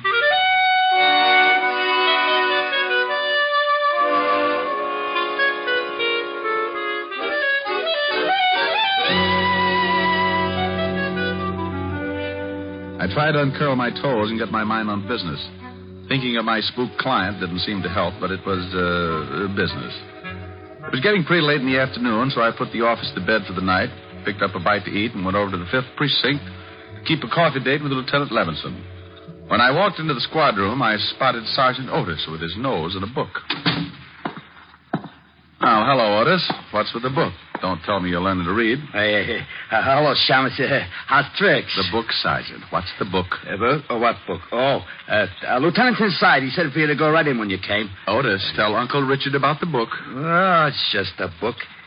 Here, I was trying to improve myself. Well, don't feel ashamed, Otis. You've got reason to do that. Yeah, very funny. Let's see. The art of graceful dancing. Otis. Well, what's wrong with me dancing, Shamus? I don't want to be no social outcast. Dancing? Well, maybe. But graceful? Otis, you couldn't be graceful even if your feet did match. Tell you what, though, I'll give you a hand. Now, just open your arms and pretend you have a dame. Go on, I'll start you on a waltz. Well, okay. Da-da-dee-dee-dum, tweet-tweet-tweet-tweet. Da-da. Oh, no, Otis. You look like an elephant with sprained ankles. Now try again and close your eyes. Ya-da-dum-dee-dee-dee-dee. Otis, where's the button? Otis, put me down. What? Oh, yeah, I'm sorry, Lieutenant. I thought you was a dame. You what? Oh. I mean, I had my eyes closed. I was dancing. Oh, Lieutenant, the Shamus talked me into it. Rick, would you mind telling me what you're doing? Saving Arthur Murray ulcers. Yeah, well, come on in and get some coffee. And Otis. Yeah? Shut up. Shall I pour? Please do. You know how I like mine, Walt. Yeah, no cream, 12 lumps. Better change that. I would think so. Okay, how many? Make it 14. Your coffee's stronger than mine. It's not so strong, Rick. Here. Thanks. You better wipe that spot off the desk. The varnish is beginning to smoke. Your jokes aren't any better. Going to stick around for the Hart game tonight? I can't, Walt. I've got a client with a house full of spirits. What? The dead kind. With you on the job, there'll be corpses jumping out of every window. Yeah. Well, if they start, I'll give you a call. I know. Why don't you give up being a detective, Rick? Play postman or something. Walt, you just don't seem to appreciate my favors. I'm getting late. It's nearly 6. It's a peaceful night, Rick. See if you can't keep it that way. Oh, sure, Walt, sure. This is one night you can take it easy. Give me 2 more lumps, please.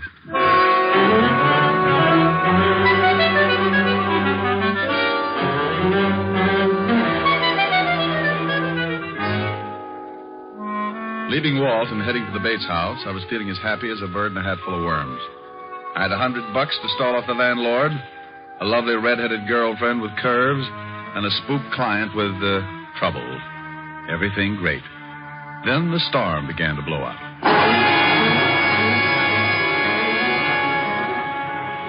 It had started to rain when I saw the Bates house on Temple Street. A big, ugly house straight out of a horror story, with gables and shuttered windows.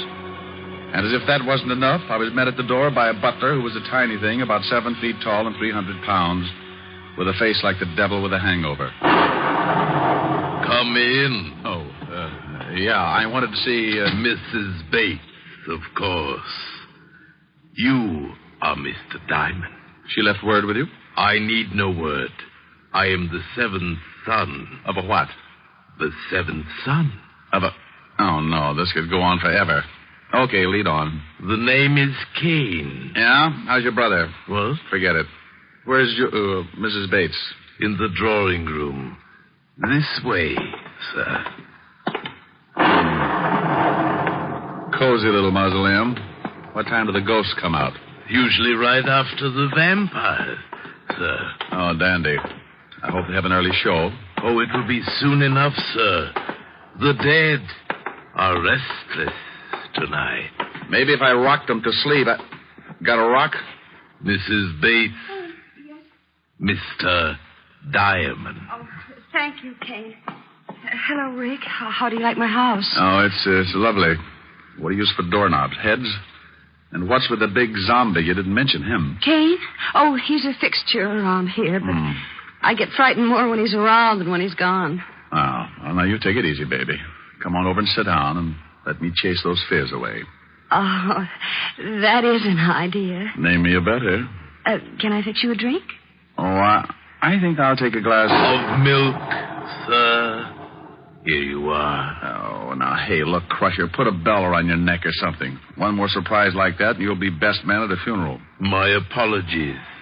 Your milk, sir. Yeah, thanks, sir. Come on, Julia, let's get back to where we were. And you, Kane, you... Hey, where'd he go? Rick, there it is. Huh? Yeah. But that's the way it starts. Listen. It's the stairs to the cellar. Someone's climbing them. What? Oh, it's probably Kane. You wanted me, sir. Kane? Then who...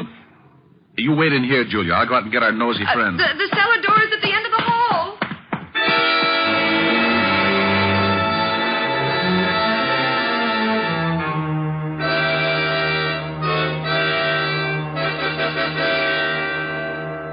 I left Julia looking as nervous as a one-legged man walking a tightrope and took off down the long hall.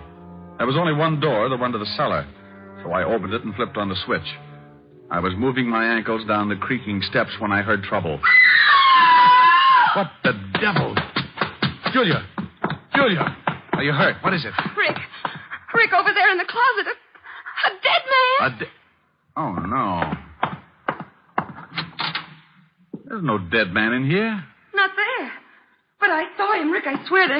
There was a man in there. He was all bloody, and there was a big knife in his chest. Oh, but you must have been mistaken. About a corpse? Rick, he was there. I don't see it. Oh, wait a minute. Here on the floor, bloodstains. You see, there was a man in there. This is blood, all right. But where'd the body go? He couldn't have been moved that fast. Unless... Where's Kane? Right here, Mr. Diamond. But I did not move the dead one. No? Where were you just now when Julia screamed? Having tea with a vampire? No, I was in the kitchen, sir. Do not be mystified, Mr. Diamond.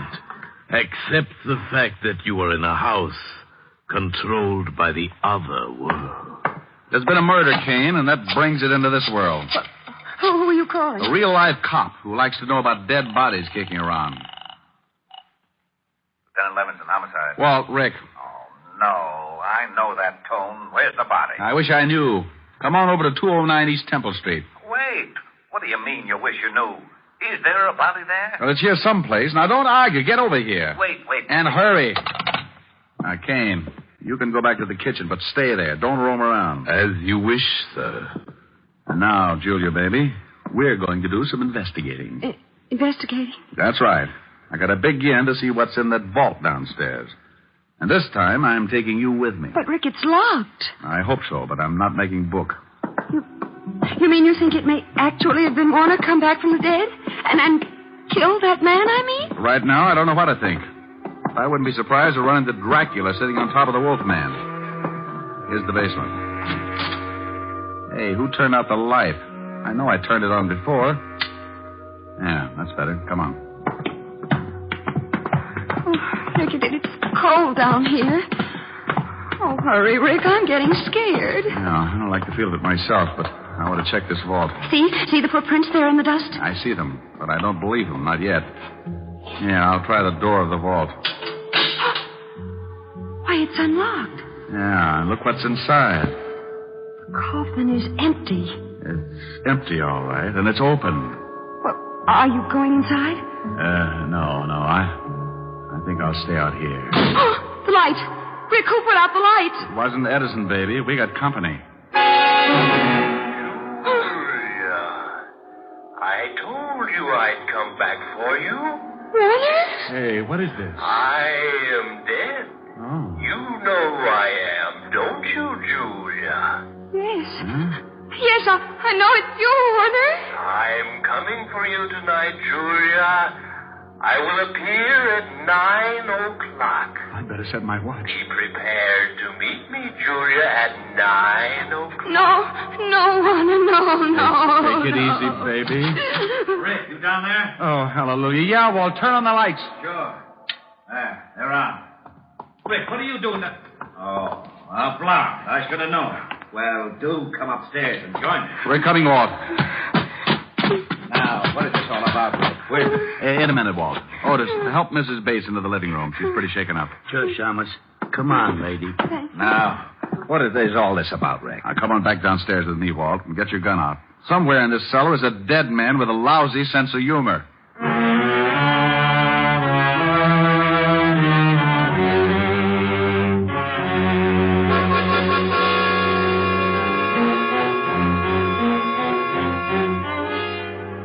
We searched the long cellar but good while I briefed Walt on the events of the evening. Neither was much of a success. Walt didn't believe me, and our ghost remained a ghost. As we went back up into the living room, I was at a point where I didn't believe the things myself. They couldn't have happened, but they had. Hey, Otis, where did Mrs. Bates go? She went upstairs to pack, Shama. Said she was going to leave. Leave? And give up her dough? Oh, for Pete's sake, she can't... Not just because of this ghost house. Ghost house? Oh, this is the wackiest yet. Rick, if I didn't know you were so... Walt, do I look like I'm happy about these things? I'm at a point where I'm believing in spooks and spirit worlds and dead men who talk from out of nowhere. Yeah, so the Shamus is afraid of spooks. This I'm loving. Otis. I know, Lieutenant. Shut up. Did I say that, Otis? Well, no, Lieutenant. What do you want me to do? Shut up. Oh. Gee, I wish I had a glass of... A glass of water, Sergeant. Oh, come out from behind that chair, Otis. It's only Kane. Who's he? Well, didn't he let you in? No, we found the door open. When we rang and no one answered, we came in. Oh, did you? Hey, Kane, where were you? Did you hear the doorbell? I knew the door was open, Mr. Diamond, and I was busy. Like maybe playing ghost? No, sir. Baking a cake. Cake? Oh, swell. I'm all packed. Will you take me to a hotel? Now, but Julia, look, you can't leave. Think of the money. Money or no money, I'm getting out of here, Rick. That was Warner's voice, and I just don't have the nerve to stay. Oh, but look, baby, you know there aren't any such things as ghosts. Do I? You were in the cellar with me. You heard him. And did you find anybody down there afterwards? Well, no, but... Just a minute, Mrs. Bates. You saw a murdered man earlier this evening, didn't you? You know I did, in that closet. Yeah, well, until I find out who he is and who killed him, you don't leave this house. But Warner... I'm sorry, Julia. We'll protect you, but you can't leave. Otis, take Mrs. Bates into the library and make her comfortable. Hey, Lieutenant. Come on, Mrs. Bates. Well... Now, Rick, enough is enough. How could there have been a body in that closet one minute and not the next? Where did it go and why? Well, how the devil should I know? She saw it, screamed, I ran back, opened the closet, and it was gone. Oh, great. Now, come on. I want a better look at that closet. Well, looks all right. Wonder how it sounds. Use your gun butt on the walls. Yeah.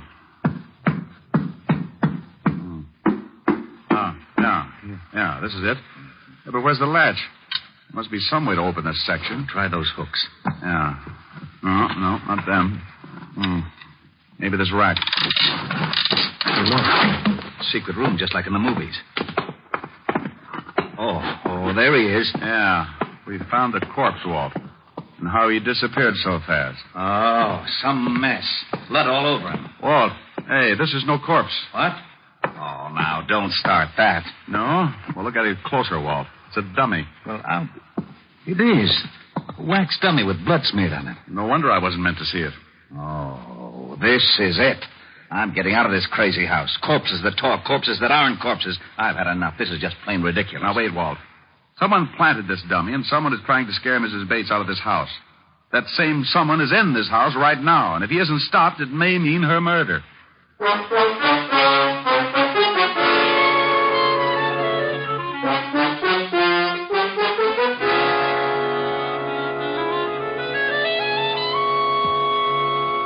How are you feeling, Julia? I'm exhausted, Rick, but We found the body, Julia. It was a dummy. A dummy? Well, then there wasn't any murdered man? No, this whole thing is a bluff, even that voice in the cellar. Oh, no, that couldn't be. That was Warner's voice, Rick. I know it was. And he's not in his coffin. I know, baby, and I think that's all phony, too. Now, tell me, who knew of that only key in the coffin business? Well, just myself. And Mr. Anderson. Anderson? Oh, that's right. You remember, he was Warner's lawyer. Oh, yeah. How about Kane? Did he know of the key? Well, I don't know, Rick. He may have. Warner confided in him a great deal. Rick, this isn't getting us any place. Come with me. Otis, you stay with Mrs. Bates. Yeah, Lieutenant. All right, Walt. What are we going to do, grill the dummy? Go ahead. Be funny. But I want to search this whole house. Oh, Walt, this place is a nut house full of secret rooms and hocus pocus. It'll take 2 maps and a Ouija board to get around in it. Well, I'm going to get around it, and up these stairs is as good a place as any to start. Oh!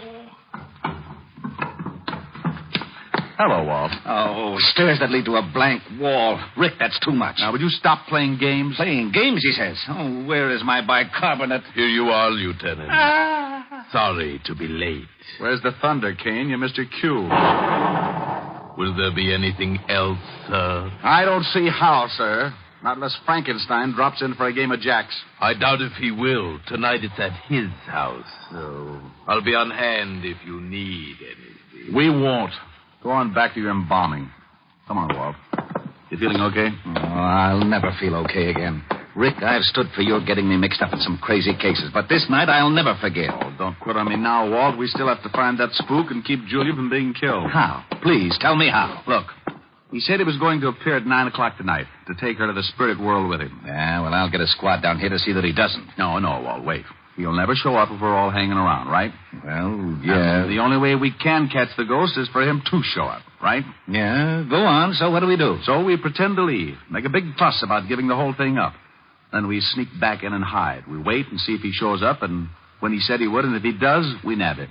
Case closed. Well, it sounds screwy, but to wind this case up, I'll buy anything. Where do we hide? We'll get Julia to wait in the living room. We'll sneak back and hide in that secret room behind the closet. If the ghost shows, we can grab him as soon as he gives himself away. And I think he'll show.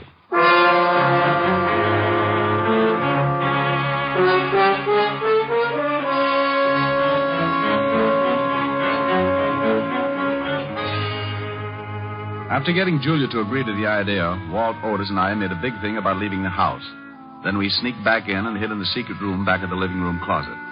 The closet door was open enough so we could see Julia pretending to read on the couch. And for the next few centuries, we waited. Waited for a dead man to keep a date. What time is it, Rick? It's 2 minutes to 9. If he's going to show it, won't be long. Hey, you think a dead man really can come back to life? If you don't shut up, Otis, I'll give you a personal chance to try. I wish he'd hurry. Yeah. Well, it's just time now. I hope Julia plays her part okay. She looks pretty nervous. No, why would she be nervous? She's only waiting for a dead man. A phony dead man, Walt, I hope. Now, don't you start believing in ghosts. You know there aren't any such things. Rick, the lights went out. Shh, listen. I told you I would come for you, Julia.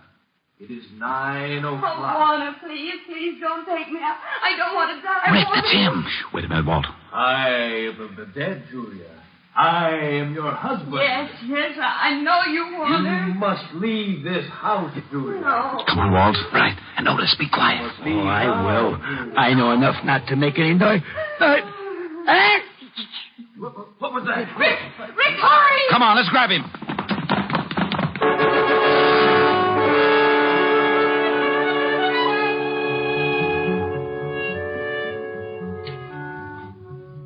We all took off after the ghost. It led us on the screwiest chase yet, in and out of the secret passages, upstairs, and then back downstairs again. Trying to lay hands on him was like trying to swat a fly by the piece of string. He finally made a break for the outside door. Then, not to be outdone, I made like a big athlete. Hey, that was a pretty nifty tackle, Diamond. Rick, you okay? Yeah. As soon as I get this hood off, I'm going to have a few words with this spook. There. He's out cold. Otis, bring Mrs. Bates in here. Oh, okay. Come on, you. Wake up. Who is he? I don't know. Come on, wake up. Before I make a real ghost out of you. Okay, don't hit me anymore, please. Here she is, Lieutenant. Mrs. Bates, do you know who this man is? Why, it's Warner's lawyer, Mr. Anderson, the executor of the estate. Sure, baby, had to be. All right, Buster, what's the story? Oh, all right. It was the money. If I could get Julia to break the will, I had a dummy charity set up so I could get the estate. He's all yours, Walt. Wrap him up. It'll be a pleasure. Otis, put the cuffs on him. Take him out of here. Yeah, Lieutenant. Come on, Spooky. Well, that takes care of that. Hey, what about Kane? He must have known about all this. Of course I knew, Lieutenant, but I did not wish to intrude. Those who interfere with the dead pay their own penalty. Lose their haunting license? Nothing. Oh, sir, my cake is done. Would you like some? It's devil's food. No thanks. I'll skip it. With nuts?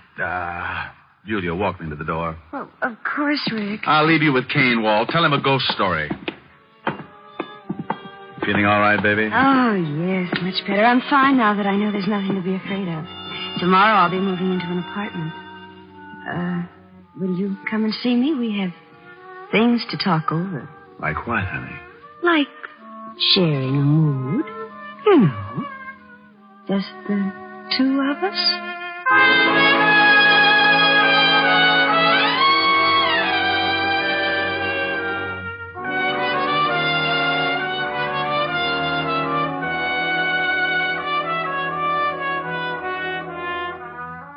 With that, she reached up and showed me what she meant with a big smoochie.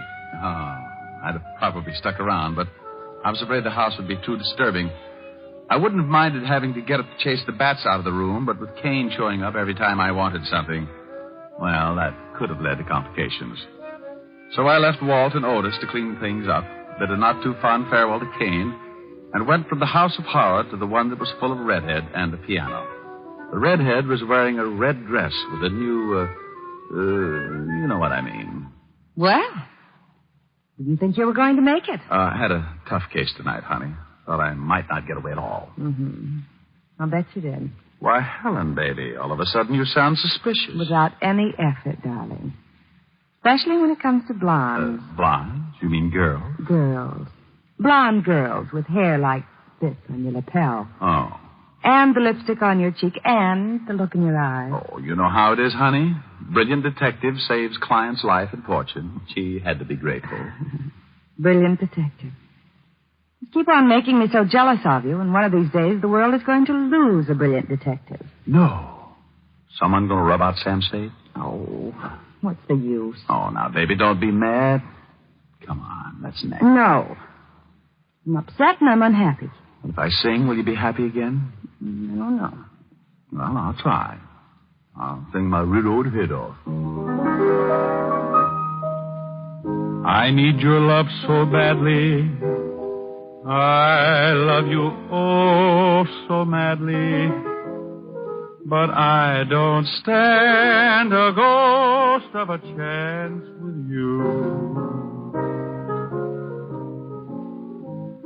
I thought at last I'd found you, but other loves surround you, and I don't stand a ghost of a chance with you. Are you listening? if you'll surrender just for a tender kiss or two, you might discover that I'm the lover meant for you, and I'd be true. But what's the good of scheming? I know I must be dreaming, but I don't stand a ghost of a chance with you. Happy? You sang nice. Do we neck? No. No, it's still early enough to catch a late show. Well, if I take you to the show? Yes. Okay. What's the show you want to see? Oh, it's a wonderful horror picture full of spooks. The ghost talks. Oh, no.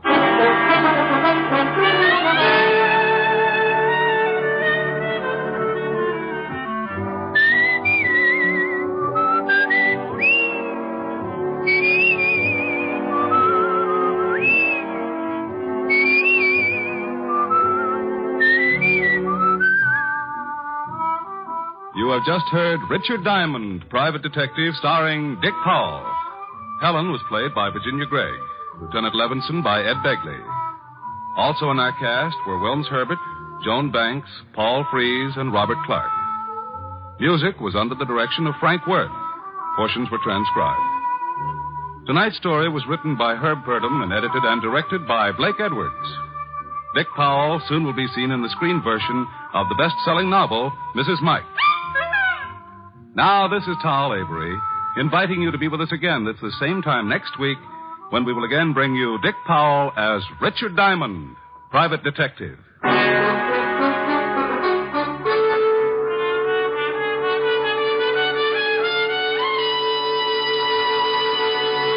What's on NBC tomorrow?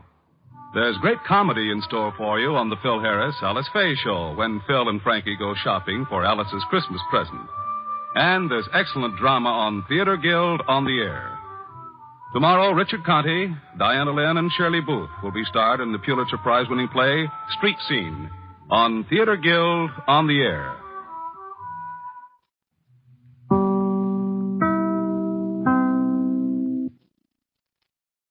Time now for Rocky Jordan.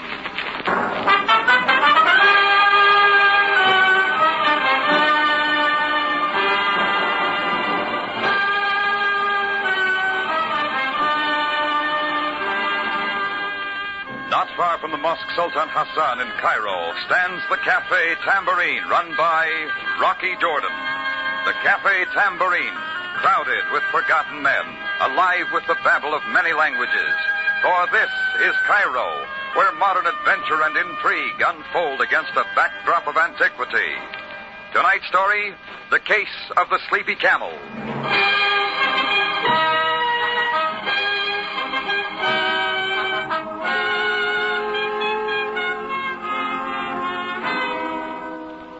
I was standing at the back end of the bar in my Cafe Tambourine during a lull after the lunch hour. A group of tourists lingered at a nearby table, their dragoman holding them spellbound with the usual double talk, his jaws flapping like a noose in the comp scene.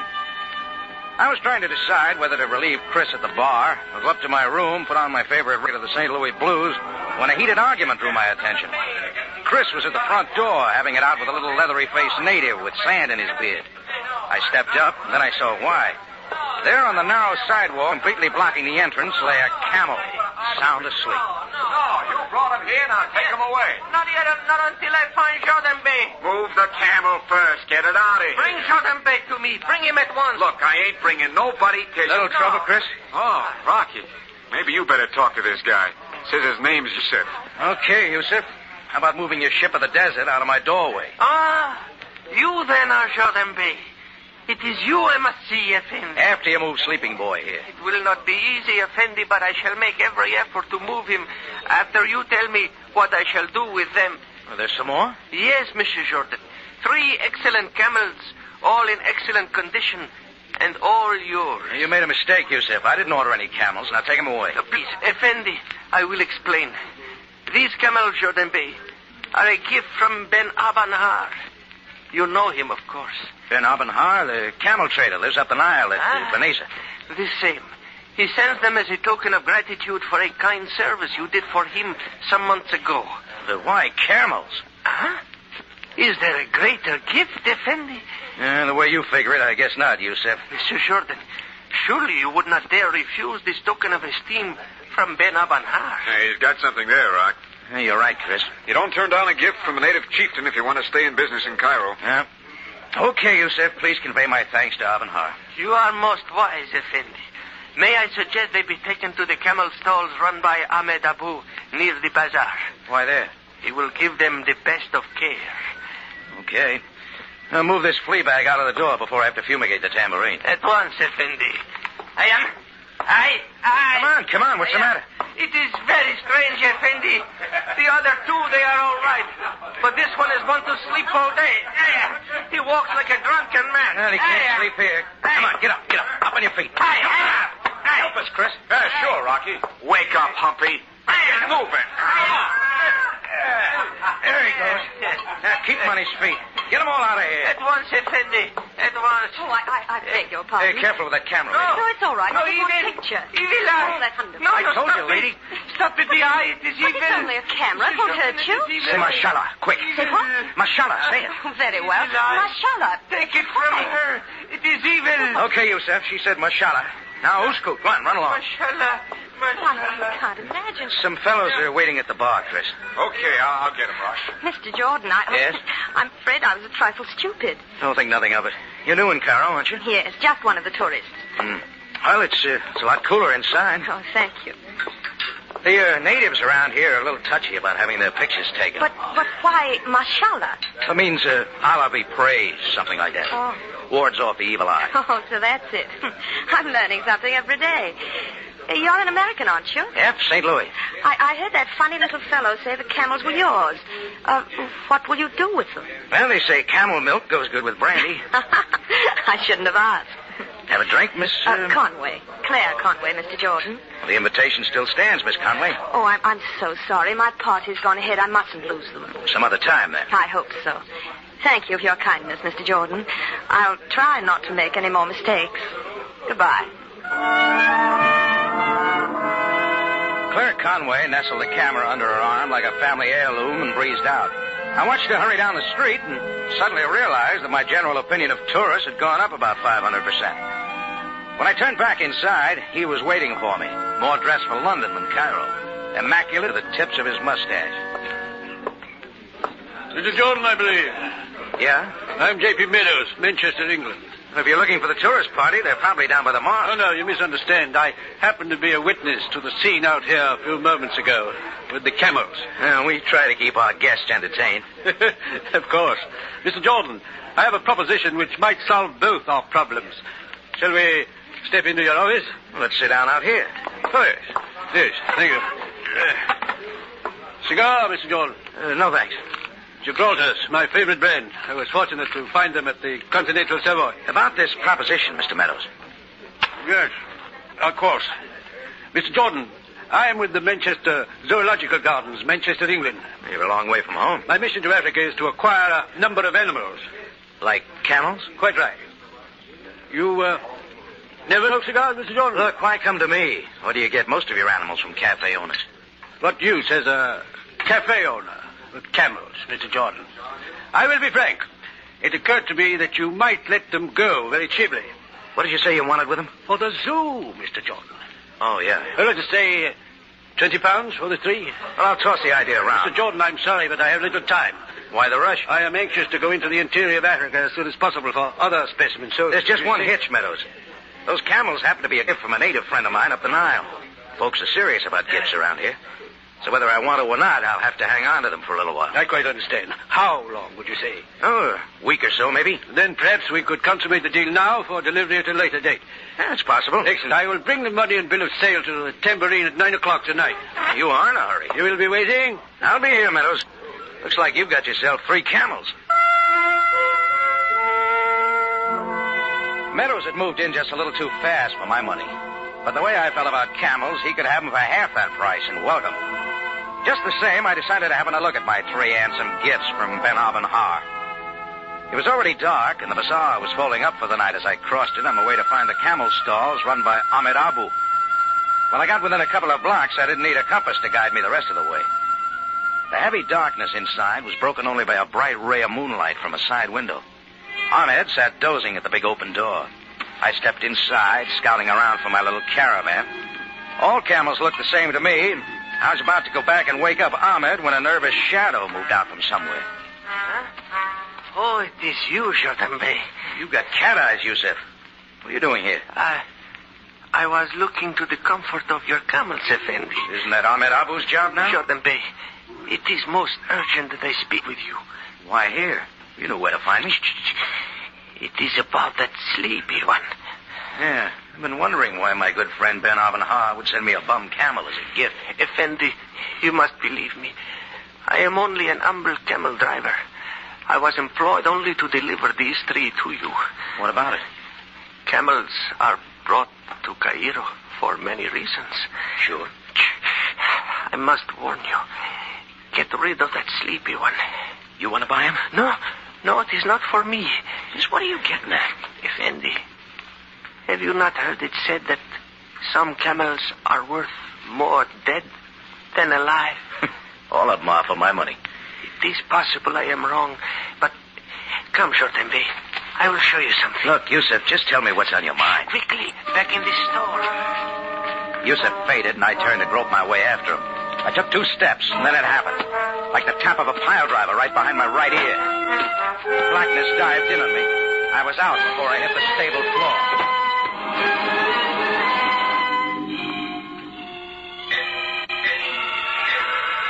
Assorted hammers were working on my head when I finally sat up. I tested my legs, ready for more trouble. Except for the grunts of a camel or 2, there was no sound. But I had the feeling that someone was staring at me. He was, only he couldn't see me. Propped up against a post there in the ray of moonlight sat the little camel driver, Yusuf. A knife in his back.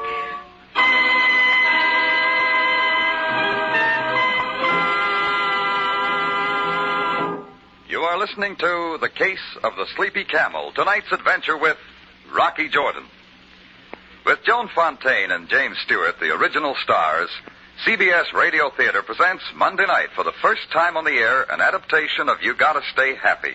Presented by radio's favorite dramatic program, You Gotta Stay Happy is sure to have all the flavor of the delightful screen version of this romantic comedy hit.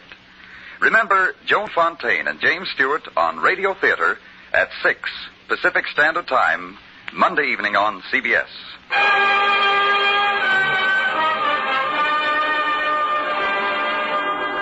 And now we take you back to Cairo and tonight's adventure with Rocky Jordan, the case of the Sleepy Camel.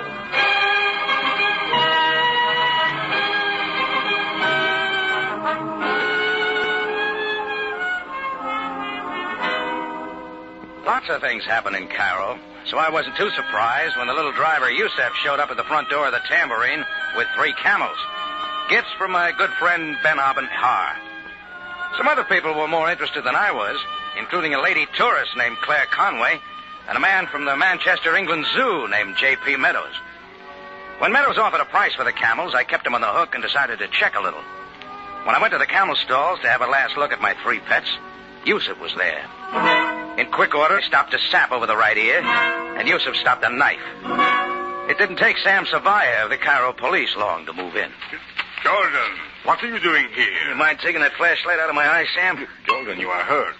What happened to you? I can't tell you. I wasn't looking. Obviously, a blunt instrument was used. You're improving, Sam. How about swinging your light over to little Yusuf? There.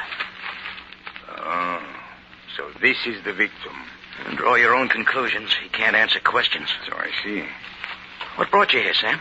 A murder was reported by Ahmed Abu, the keeper of these stalls, I believe. Jordan, who did you say this was? His name was Yusuf, camel driver.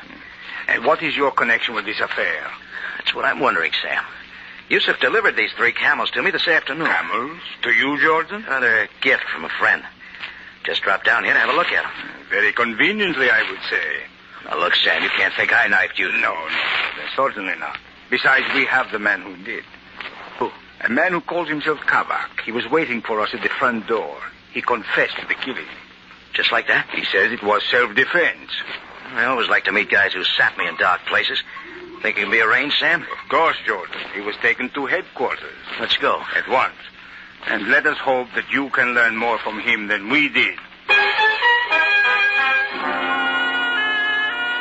By this time, the excitement in the stables had all the camels on their feet, except one of mine who slept peacefully through it all. Sam instructed one of his boys to take care of Yusuf, and we went down to headquarters. Sam had the prisoner named Kavak brought to his office.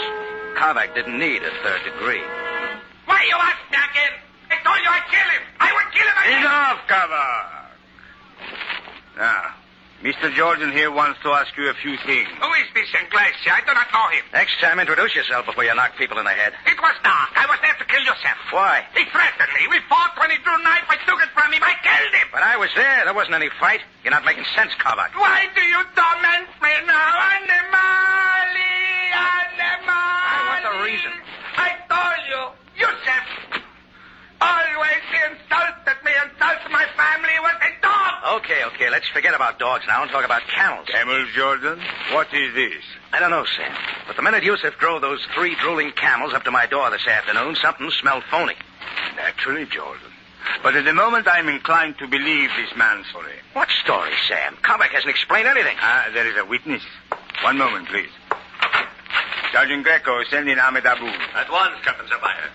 Ahmed Abu, Sam? Yes, the keeper of the stalls. He knows much of this business. He's a guy I want to see. Here he is, Captain. Come in, Ahmed. You wish to see me, Captain Zabaya? Yes, Ahmed. This is Rocky Jordan of the Cafe Tambor. Effendi? It is he who was slugged at your place incident to the killing of Yusuf. Oh, I trust that the Effendi is not seriously harmed. Only my pride, Ahmed. Let's have it. Tell Jordan what you know of Yusuf and this Kavak. Well, as I told you, Sabaya Bey, I myself heard Yusuf threaten Kavak with a knife many times. Kavak was in constant fear for his life. What was the basis of their dispute? It was a personal affair. Wait a minute. What did you see tonight? I saw nothing. I heard sharp words in the stable. I went back and found Yusuf dead. Kavak was there. But you didn't see the fight? Effendi, Kavak has confessed. What more do you want? Sure. Enough of this. I killed him. Like that dog. And a dog, I would kill him. Kavak, you will please keep quiet. I would cut out his liver. His insults I could not stand always. He threatened me with a knife. Be quiet. What Kavak says is true. That's Yusuf. That boy is insult. You see, it was self-defense. Kavak was always in danger. Yusuf wanted to tell me something about these camels. What was it? How should I know? It was his life or mine. He threatened me once too often. I took his knife like that. Much crying. Jordan, where are you going? Any place but here, Sam. They're all yours. I killed that ankabut in the Bahiti. That Yusuf.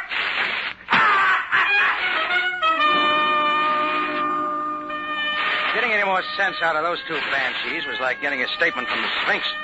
Besides, their act was too pat. I was sure now those camels held the answer. Yusuf wanted to tell me, so now he was dead. A certain Mr. Meadows was a bit too anxious to get my camels. Then I remembered my date with him at the tambourine. I found him waiting in my office, seated behind my desk. He was unwrapping another cigar. Mr. Jordan, there you are. I see I'm not too late, Meadows. Think nothing of it. I didn't want to rush you, Mr. Jordan. You didn't. I was delayed by a blackjack. The fact of it is, I was a little later myself, but no matter. You been busy, too? Somewhat. Well, let's get on with it. I have the money here, £20. I believe that was the figure. Yeah. Now, I believe this bill of sale is in order. You will note that it is made out of the Manchester Zoo. Everything's in order, is it? Good. Oh, a pen, of course. You may use mine. Well, Mr. Meadows, got a change of heart. I beg your pardon. No sale. Perhaps I was a little unfair in my offer. Very well. Let's make it £30. Not selling? But why not, Mr. Jordan?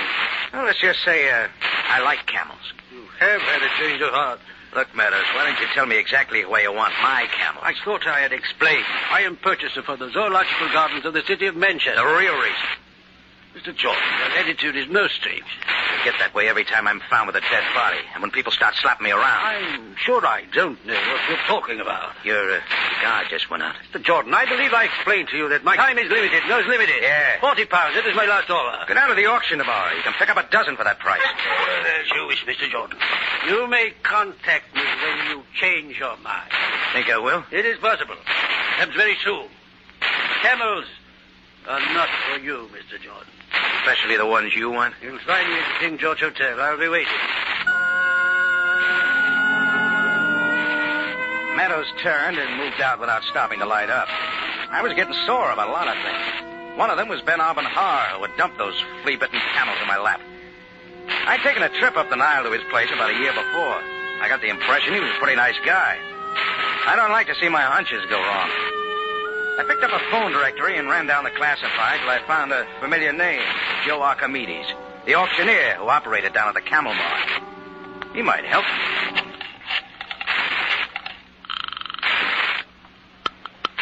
Hello? Hello, Rocky. This is Rocky Jordan. Rocky, I am honored. You want to auction off your cafe tambourine? No, I wouldn't bring much. I'm the best auctioneer in Cairo. I can get money for anything. Say, you know a camel trader named Ben Har? Sure, Rocky. Send me many fine camels to auction. I get it the finest price, much more than they were worth. Yeah, I'll bet. Listen, I can sell anything. Only today I auctioned off a herd of goats, 3 donkeys, and a sheik's wife. On the side, of course. Everyone was most satisfied, including the wife. Archie, has Ben Arbin sent you any camels lately? Oh, no, Rocky. Not for a long time. No, didn't you know? No, what? Ben Har retired 6 months ago. He's now living in Casablanca. What do you know? Nothing much. Think it over about the tambourine, Rocky. Oh, yeah, thanks. So long, Archie. I wasn't surprised much. But somebody was using Ben Har's good name to hook me in, and I didn't like that. At least it gave me confidence in my next hunch. I hunted up a flashlight and set for a return engagement at Ahmed Abu's stable to do some scratching around. I didn't see anything of Ahmed, so I moved on in. I played the light along the stalls and around the barn. A fresh scattering of straw covered the place where Yusuf had died. My camels were still in their stalls. I kicked them. 2 protested, but finally got up. The other stayed where he was, slowly chewing away in his sleep. Even when I pulled back his eyelids, he didn't move. Then I switched off my light quick. Somebody was in the next stall. I backed against the wall, and a figure darted out and toward the front. I was after it. What are you doing here? Come on, let's have it. Stop it. Let me go. No, not yet. Oh, so it's a dame. Turn me loose immediately. Let's have a look, lady. Are you in the habit of slapping women around? When they toss me in with murder, I don't draw the line. I don't know what you're talking about. Wait a minute. That face is familiar. Yeah, we met at the tambourine this afternoon. Why, Rocky Jordan. I remember the name, too. Claire Conway. She got lost from your party again. Will you let me go? Stick around, Miss Conway. I want to know what there is about my camels that interests you so much. You're beginning to sound ridiculous. Oh, am I? Just how does a female tourist wind up in a camel stable this time of night? That's my business. Just who are you, Miss Conway? What do you want here? I can't tell you. Maybe you'd like me to tell you. What do you mean? Come on over here. There's something to show you. Mr. Jordan. Huh? Are you sure you know what you're doing? I think so. Take a look at my prize camel. He doesn't want to wake up. Is that unusual? Maybe. He was too sleepy in front of my cafe this afternoon. When we got him up, he walked like he was drunk. What about it? I should have gotten wise right then. He wasn't drunk. He was doped. Narcotics, Miss Conway. Why would anyone feed dope to a camel? Smuggling narcotics in a camel's stomach is nothing new. They force the camels to swallow little pouches filled with the stuff. Might have worked this time, only one of the pouches broke open. My sleeping boy here got a good case of bad dreams. Mr. Jordan, wouldn't you be wise to let sleeping camels lie? I don't get the joke. Perhaps it is time I told you who I am. That would help. I happen to be a narcotics agent for the British Crown. Yeah? The authorities know I'm here. So I suggest that you not try anything desperate.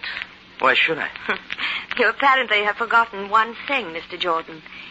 These 3 camels, which are being used to run narcotics, belong to you.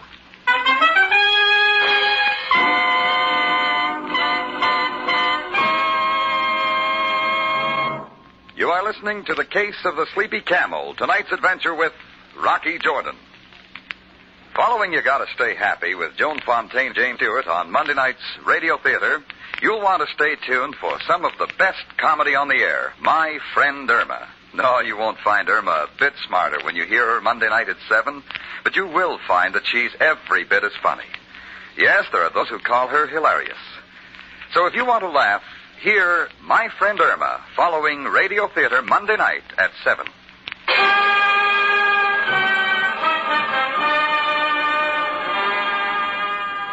And now we take you back to Cairo and tonight's adventure with Rocky Jordan, the case of the sleepy camel.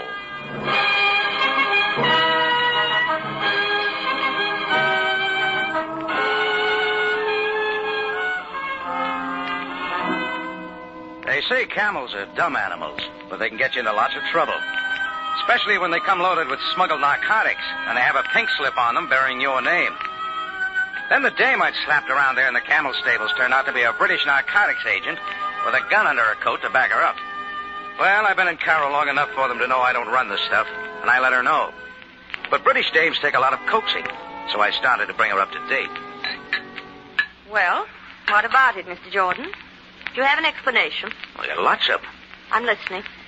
Supposing a smuggling ring wants to get these camels with the dope into Cairo, but they have an idea the agents are waiting for them. Go on. Now, put yourself in their place. What would you do? I'm sure I don't know. You might pick out somebody in Cairo who's got a pretty good reputation for leveling. Like you? Maybe. Then you might deliver the hot camels to this person. That would take the heat off them. The agents would be looking someplace else for the stuff. And then what happens? Then, very casually, somebody steps up and offers to buy the camels. It just becomes a legitimate sale. I was just being used to keep the camels in cold storage for a while. Well, that's an interesting theory. It's better than that. There's a guy who's been trying to buy these camels from me all day. Oh, who is he? Calls himself J.P. Meadows. He's the one you're after. Where can I find him? Stick to me, lady, and we'll both find him. Very well, Mr. Jordan. Shall we go? We left the barn and moved out into the Cairo streets. It was closing in on midnight, and they were empty. J.P. Meadows lived in a small hotel called the King George in the English Quarter, a crumpet's throw from the Esbekia Gardens. His apartment was down the end of a hall, and a light shone under the door. Claire and I didn't stop to knock. We found him on a sofa, draped in a silk smoking jacket, unwrapping a cigar. When he saw us, a question mark covered his face. Well, John, you've come sooner than I expected. Yeah, it surprised me, too. Who's the charming young lady? We haven't met. You will. Meadows had stood up, then he began to move slowly toward a desk. He got halfway to the desk. That's when Claire stopped him by pulling a gun. My name's Claire Conway. We've been just missing each other for some time now. Yes, we have. So you're the man from the Manchester Zoo who is in Cairo to buy camels. Well, at least that's what I told Jordan. Don't blame him if he believed me. I'm such a good liar. He didn't. Then I'm not the liar I thought I was. Apparently not. Who did you tell him you were, Miss Conway? A British narcotics officer. Yeah. Is she a good liar, Jordan? No better than you. It figures you're the narcotics officer, and she's the one who was supposed to collect the shipment of stuff. And how did you arrive at that, Mr. Jordan? Ahmed Abu, the stable owner who knows Kavak killed Yusuf because he got wise, tried to get him off on a self-defense angle. And what does that prove? Nothing. But it tells me Ahmed's a phony. And so are you, because you're working together. You see, he's been following us ever since we left the barn to make sure I didn't try to relieve you of your gun. Well, let's make it a foursome, lady. Let's call him in. Why not? Come in, Ahmed. I am here, Miss Conway. Well, Meadows, you wanted to pay me 20 pounds for the camel. Yes, I figured if I had them, the runners would have to come to me and I would be able to find out who they were. Yeah, I'll tell you what I'll do. I'll sell you something you want more for the same price. What's that?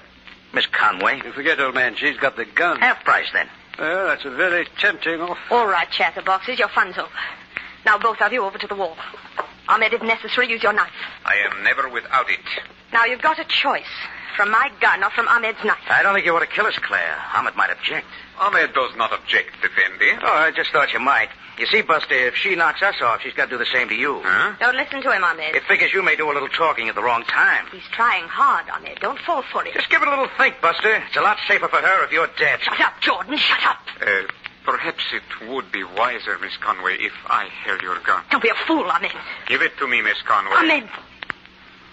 All right, I'll give it to you. She threw 3 slugs at Ahmed's middle, and he twisted up like a piece of wet newspaper. Then he straightened and stumbled forward. He made a grab for Claire, and her finger worked again. That's all that was needed. Both Meadows and I moved, and it turned out to be a football practice with Claire, the dummy. There was a lot of noise for a while, and her language got real colorful. When it was over, Ahmed was hugging the floor. Meadows was doing likewise to her gun, and I ended up with Claire.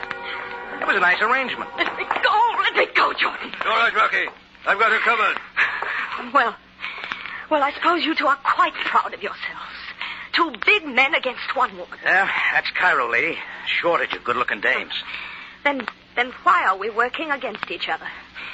We go awfully well together, Rocky. Sorry, baby. You're already dated. With homicide.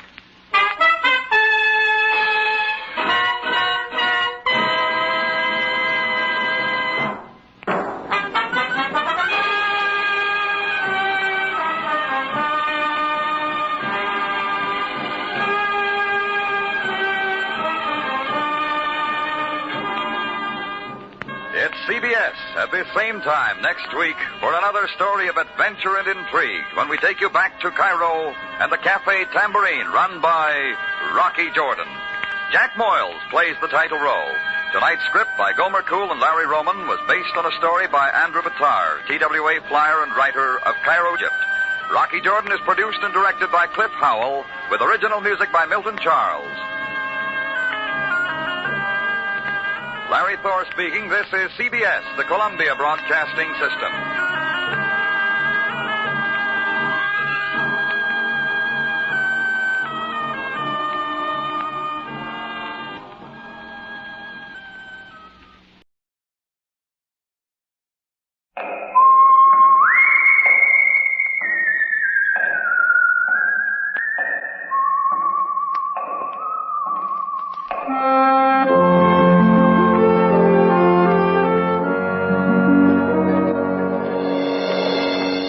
The Adventures of the Saint, starring Vincent Price.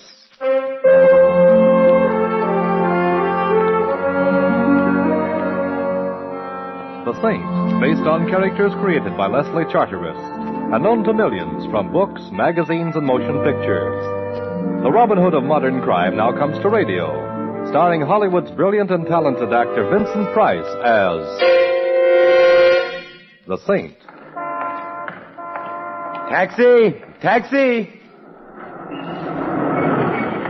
4500 Sutter, please. It's kind of late, ain't it? Yes, it is. It comes this time of night, I figure a guy should order... 4500 Sutter, please. Mind you, I don't like to get personal, you Driver. know, but, yeah? Of all the cabs in San Francisco, most of them operated by drivers who mind their own business. Why did I have to get your cab? Well, I like... Who are you going to see at 4500? My name is Simon Templar. I'm 6'1" tall, and I have a birthmark on my right shoulder blade. My income for last year was... That's all right. Evading the question, huh? I give up. I'm going to visit a man named Clarence Quigley. Clarence Quigley? Clarence Quigley. You going to see this alleged Clarence Quigley Look, about... he's got a collection of paintings. I like to look at paintings. Maybe that will seem odd to you, but... Oh, come now. No temper. Now, if I was your wife, you'd have to do better than that, you know. Oh. So how much do I owe you, and go away? Well, would you think I was soaking you if I suggested $3? I would. As one man of the world to another, let's make it $3 anyway. Let's just be yokels and make it 50 cents. Here you are. Well, Hey, is that blonde giving you the eye or me? Blonde? Yeah, the one coming down the street towards us. Oh, yeah. Best foot forward. I never saw her before in my life. Ellsworth, dear. Oh, Ellsworth, dear. I beg your pardon, but that's my neck you've got your arms around, Miss... A man named Clarence Quigley, huh? Driver, stop heckling. Look, miss, whatever your name is, the way you're strangling me is a pleasant way to be strangled, but... Ellsworth, dear, you sound so cold. I'm not Ellsworth, dear. I think I can honestly say I have never been Ellsworth, dear. You're not? No. Oh, I'm sorry. I thought you were. Or maybe I just hoped you were. Don't you know Ellsworth, dear, when you see him? No, I don't, I guess. But, I saw you, and then the name came to me, so I thought... who is Ellsworth? I don't know. Well, I suppose a certain amount of confusion about who or what Ellsworth is understandable, But that isn't the worst. It isn't? No, you see, not only don't I know who Ellsworth is, but Yes? I don't even know who I am.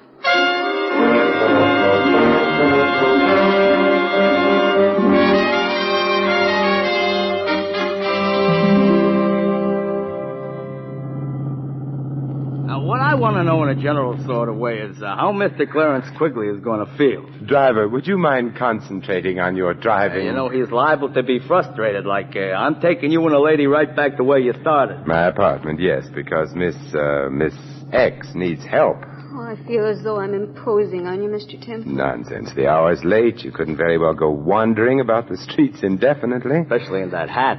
Is anything wrong with my head? Not a thing. No, it's very charming and immaculate. Yeah, also, it resembles a bird's home away from home.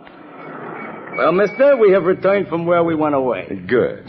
Miss X? Thank you. Huh? You're going to keep on being a yokel, huh? Here. Mm-hmm. This time only half a yokel. Well, goodbye. You know where I'm going? No. I'm going to lurk outside of Clarence Quigley's. I think tonight he's a fellow who needs a friend. I need one, too. Oh, come along now.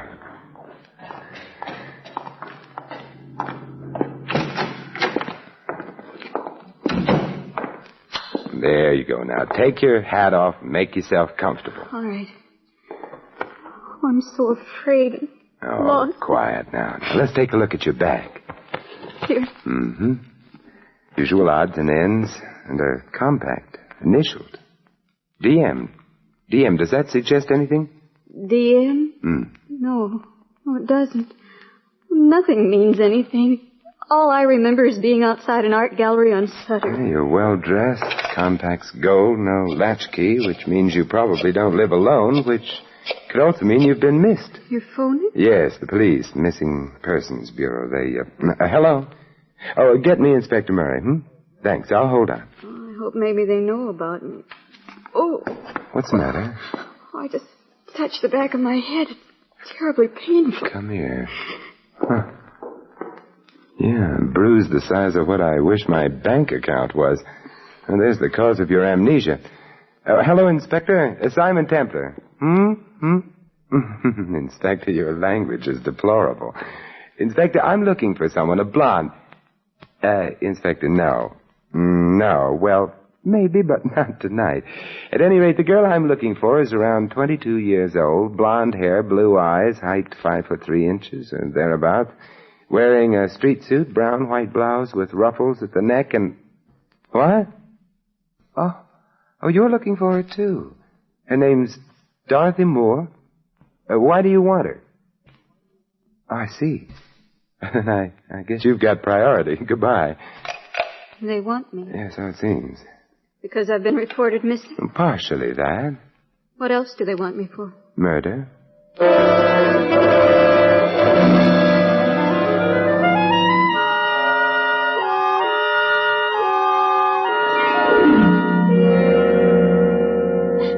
Here, now, try another cup of coffee. Dorothy, I guess we'll call you that unless we get evidence to the contrary. Dorothy Moore would fit the initials on your compact. What am I going to do? You stay here and wait for me. Where are you going? Well, from the information I've been able to get on the phone, your guardian, a man named Matthew Schreiber, was shot and killed earlier this evening. You disappeared. That's all the information in the public domain at the moment. I'm going to look for more. At my house? Yes. Or shouldn't you turn me over to the police? Oh, well, actually, I don't really know that you are Dorothy Moore. I'd like to know a little more about the murder itself before coming to any decisions. You mean you want to help me? Yes. I need help so, because you see what's so terrible about it all is that I don't remember anything at all, so I can't even say I didn't murder anyone.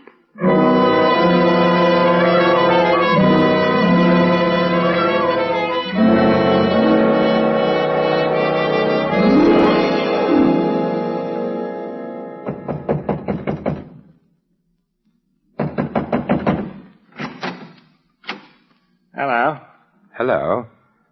Well, it's been fun meeting you. Goodbye. Now, wait a minute. Don't shut the door. Why not? I'm coming in. Oh, all right.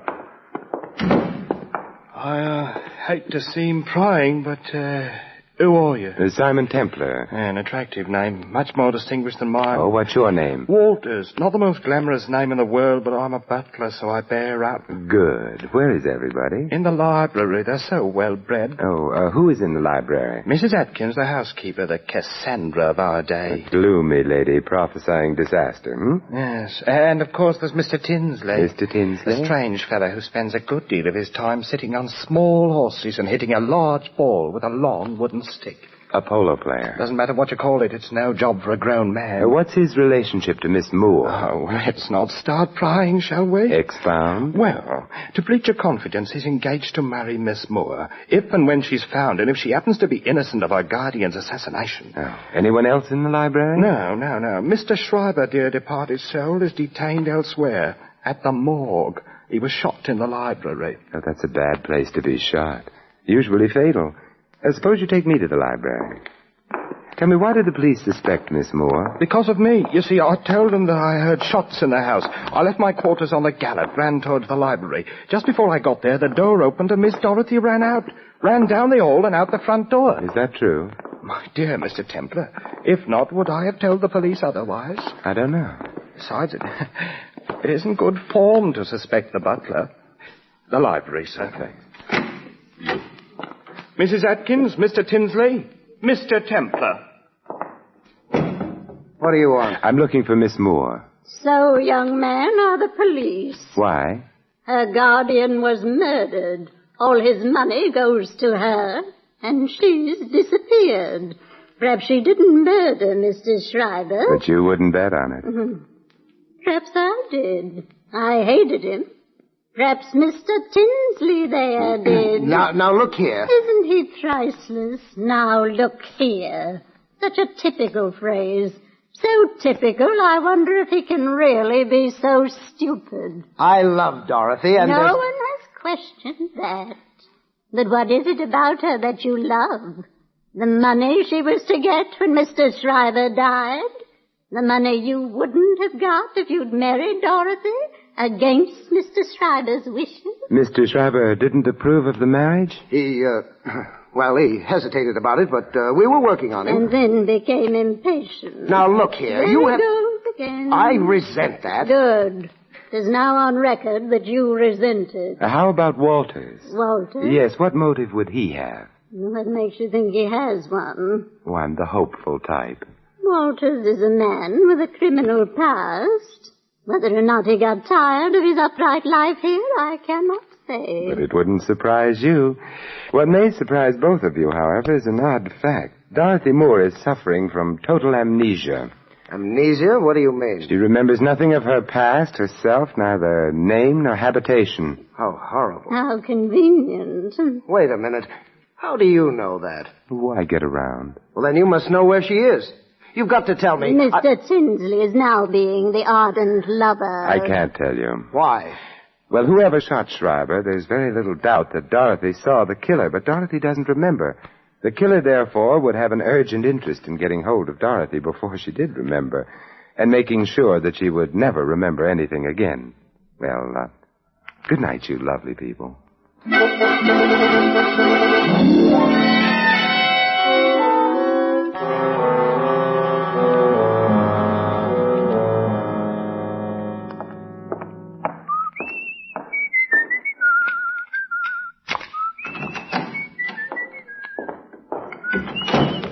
Dorothy? Dorothy? Dorothy? Dorothy!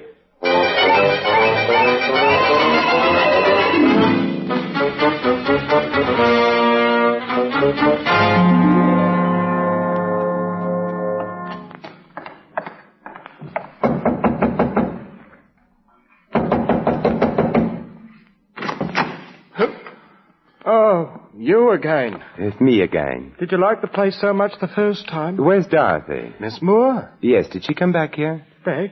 From where? She was at my apartment. When I got there, she was gone. She did come back here. She didn't ring. Let's find out. Tinsley and Mrs. Atkins still around? Mrs. Atkins has gone up to bed, I think. As for Mr. Tinsley, I imagine he's sampling the whiskey. Yeah, we'll find out. Tinsley, Oh, it's you. Yes, where's Dorothy? You're the one who knows. I'm the one who knew. Did she come back here? I haven't seen her. Walters, where's Mrs. Atkins' room? This way, sir. Come along, Tinsley. I'd like both of you in sight. If you insist. Mrs. Atkins will not be pleased at having her sleep interrupted. I'm not pleased either. This is her room, sir. Oh, thanks.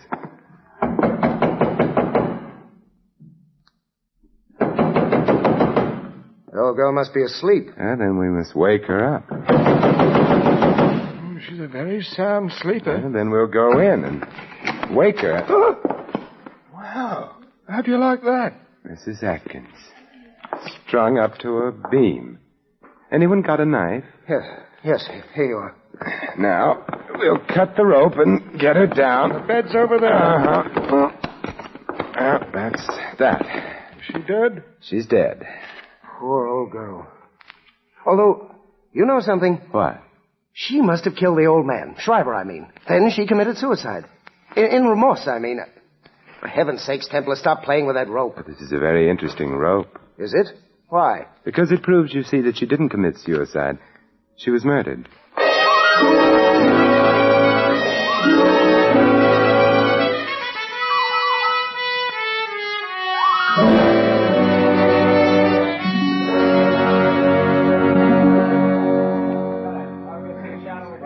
Templar? Yes, Inspector Murray. I understand you don't think that Mrs. Atkins committed suicide. I know she didn't. Well, while the boys are playing with fingerprints and stuff, would you mind explaining to a poor benighted member of the lower intellectual classes, a cop like me? Oh, Murray, now stop pulling my leg. You're one of the brainiest men I know. Then why do you always beat me to a case? Oh, I'm prettier. Uh-huh.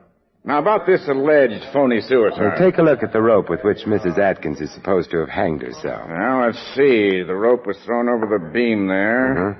I'm afraid you're right, Templar. Yeah, it wasn't hard to spot. Her weight would have pulled the rope sharply down over the beam. The fibers of the rope, therefore, should have slanted upward. Instead of which they slant down, indicating that somebody put the rope around Mrs. Atkins' neck and then hauled her up. We were supposed to think that Mrs. Atkins committed suicide as a confession of guilt. Which leaves us where? In the Schreiber home. I'm more interested in where the girl is. Dorothy Moore? Uh-huh. Why? Because I have... Hey, Mary. Look, coming through the door. I'm not sure. Simon. Oh, hello, Dorothy. I don't know exactly how I got here, but I don't recognize the place at all. Yet I should, shouldn't I? Yes, you should, Miss Moore. Because this is where you live. But I'm afraid you're not going to stay very long. What do you mean? I'm placing you under arrest on suspicion of murder.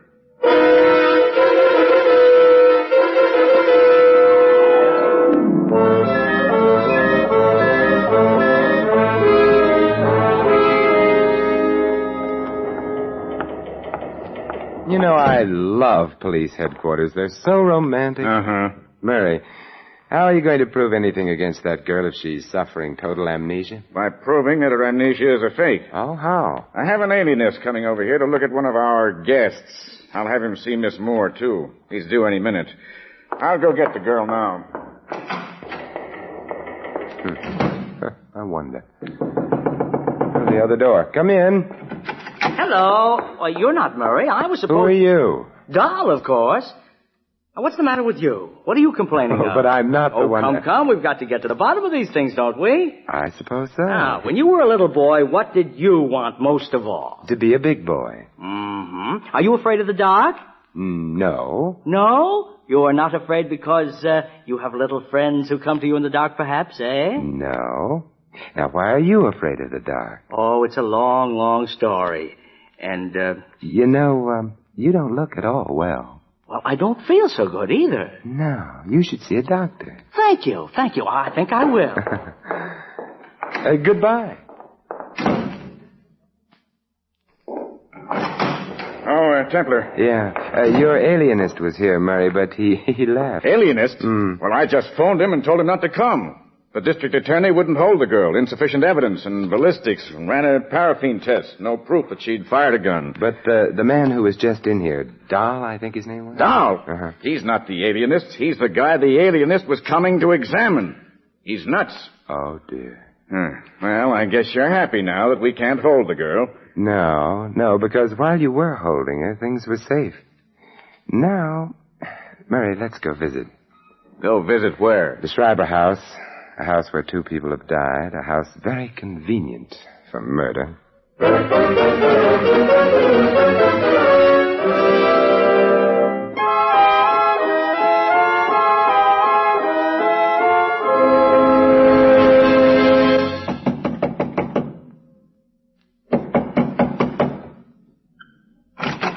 Yes? It's no Oz, Walters. We're coming in. Yes, sir. Dorothy's home? Yes, sir. She got here when? 10 minutes ago, perhaps. Well, we'll go to the library. Yes, sir. She got here 10 minutes ago, and then? She sat in this room for a few minutes, made a phone call, and went up to bed. She tried to phone you, Mr. Templar. I'll wake her up and get her down here. Hold on. Tinsley around? In the guest room, playing solitaire, I think. Get him down here, too. That I will, sir. And Walters. Yes? You come back, too. Sure. Having fun, Templar? I don't care very much for this stage of any case, but What are you doing with that telephone? Hiding it under the couch here. Are you being subtle again? Again? Oh, you flatter me. Simon. Hello, Dorothy. Sorry to have had you waked, but I wasn't asleep. I was trying to remember. You will if you get the chance. Tinsley's here in the house, isn't he? Yes, he is. For heaven's sakes, is a man never to get any peace? You know Inspector Murray, Mr. Tinsley? Oh, yes. The policeman. Oh, look, now get off your polo pony and... Where's Walters? By now, on his way to Canada, I imagine. Dorothy, get on the phone right away. The phone? Yes, of course. Oh, there doesn't seem to be one in here. Perhaps in the next room. Why do you want me to phone? I don't. But you just said... Dorothy, didn't there used to be a phone in this room?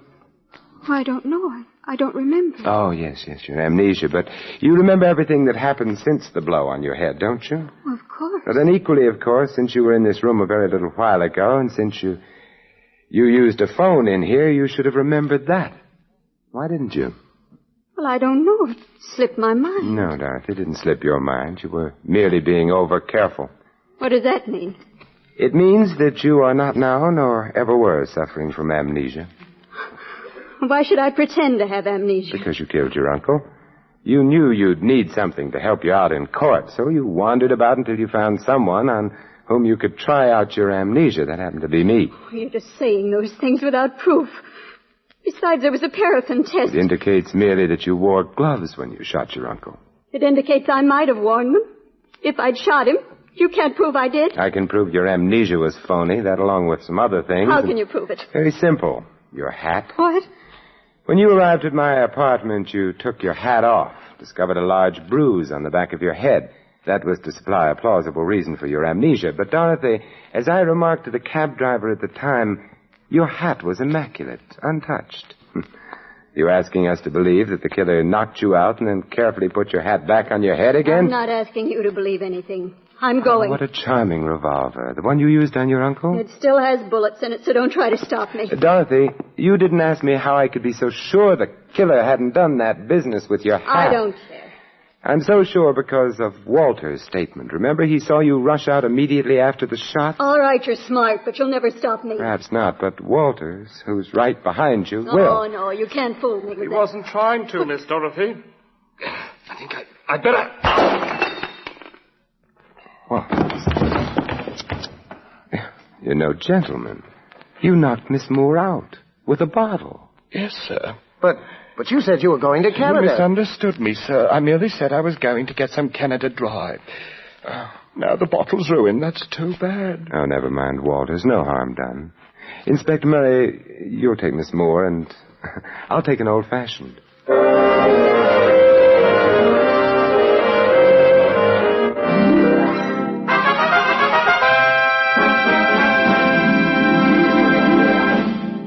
You have been listening to another adventure of the Saint, the Robin Hood of modern crime.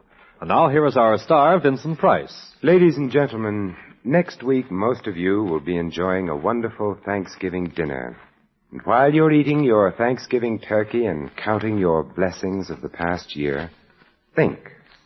Think for a moment of the millions of people who don't get enough to eat. Think, and then send your subscription right away for a food package to be delivered to some needy family in Europe. Send your contribution to CARE, C-A-R-E, New York. This is Vincent Price inviting you to join us again next week at this same time for another exciting adventure of the Saint. Good night.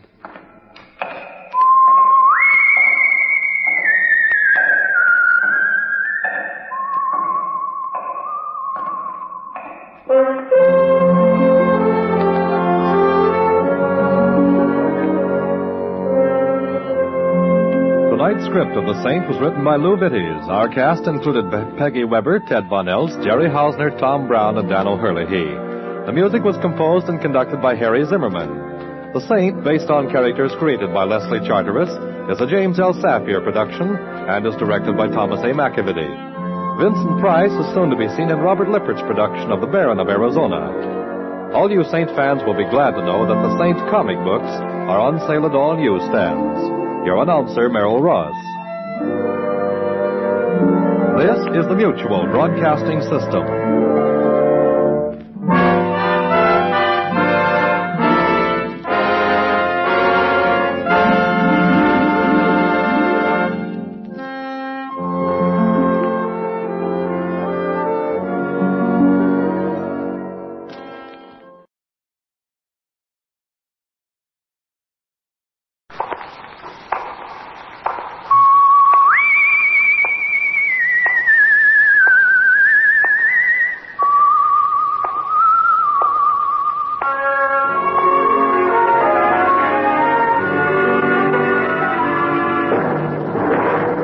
Adventures of the Saint, starring Vincent Price.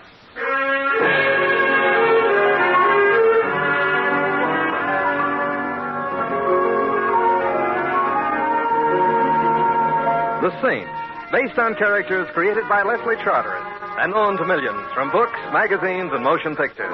The Robin Hood of modern crime now comes transcribed to radio, starring Hollywood's brilliant and talented actor Vincent Price as the Saint. Templar? Mr. Templar. I'm asleep. Mr. Templar. Noisy dream. You're not dreaming, That's Mr. what Templar. you say. I'm alone in my bedroom. I'm in bed. It's dark. But you're not alone. I'm here. Go away. I'm sorry. I didn't climb into your bedroom in the middle of the night merely to go away again. What did you expect? A 21-gun salute? I expect your attention. You can't see me, can you? No, I'd be even happier if I couldn't hear you. But I can see you, however. You're silhouetted against the window behind you. That was cunning of me. It helps me aim the gun I'm pointing at you. I'm so glad. I'd hate to have your aim suffer. Well, what do I do now? Get up, put the lights on, You don't do anything of the kind. No? Why? Are you shy? Yes. Let's say I'm shy. That's why you insist on holding this conversation with me in the dark.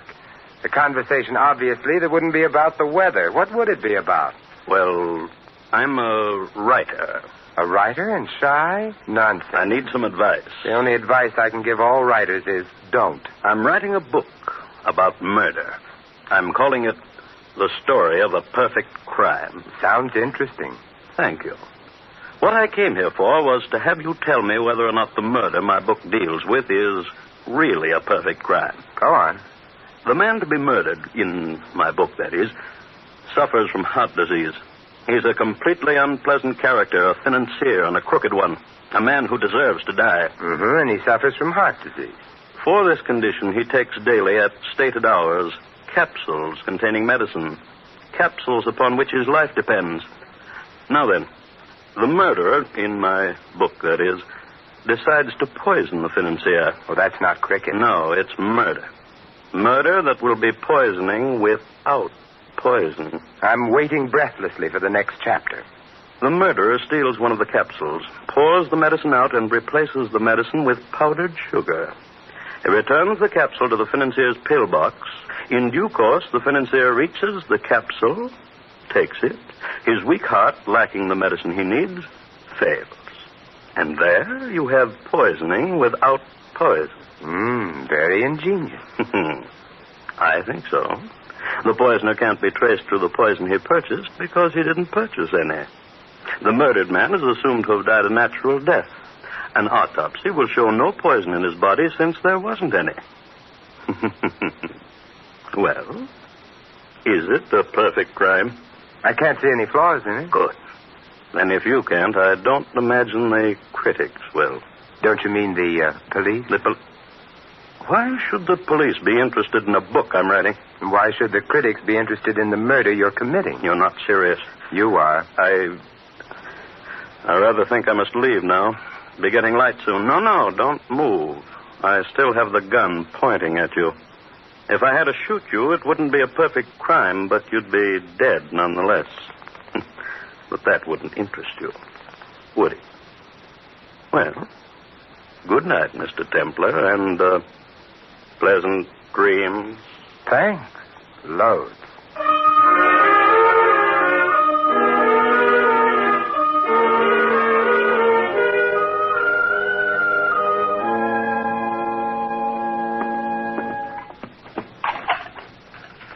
Coffee, your toast, Mr. Templar, and the morning paper. Oh, thank you. You're up early this morning, aren't you? I couldn't sleep. Hey, any resemblance between this toast and toast is purely coincidental. What does your chef do, tan the stuff? Oh, no, Mr. Templar. He probably uses old shoe leather. What's the matter? Don't you like the headlines? Can't say that I do. Frank A. Clark, noted financier, dies of heart attack as police arrest him for alleged embezzlement. Oh. Was he a friend of yours, Mr. Templar? No. But he was a financier. He was crooked, and he had a weak heart. No wonder he died when he got arrested. It depends on whether he took medicine in capsules. What depends on that, sir? Murder, my friend. Murder.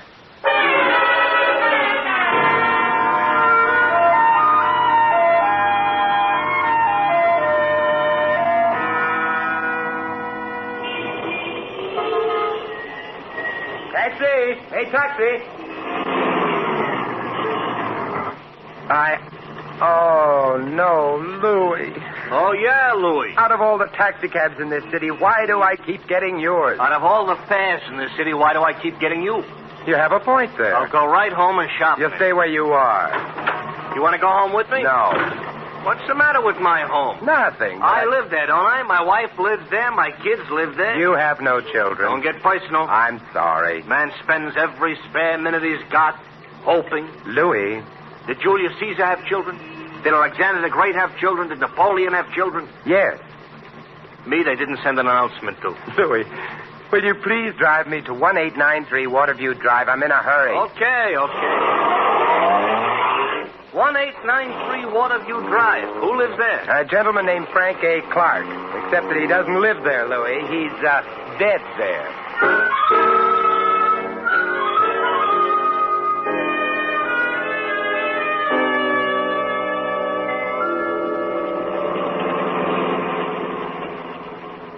You're going to keep company with a corpse, Mr. Templar? I am going to visit his surviving relatives, if any. Why? Does it occur to you that it might be none of your business? Sure. It's none of your business? Well, now that we got that clear, why are you going to visit his relatives? Louis, stop the car, quick! Louis, stop. What happened? We've reached 1893 Waterview Drive. Oh, I'm careless about little details like that. Here, Louis, and don't forget to mention it to your income tax collector. I'll write to him. Hey, don't you want me to wait? No, but you will, Louis. You will.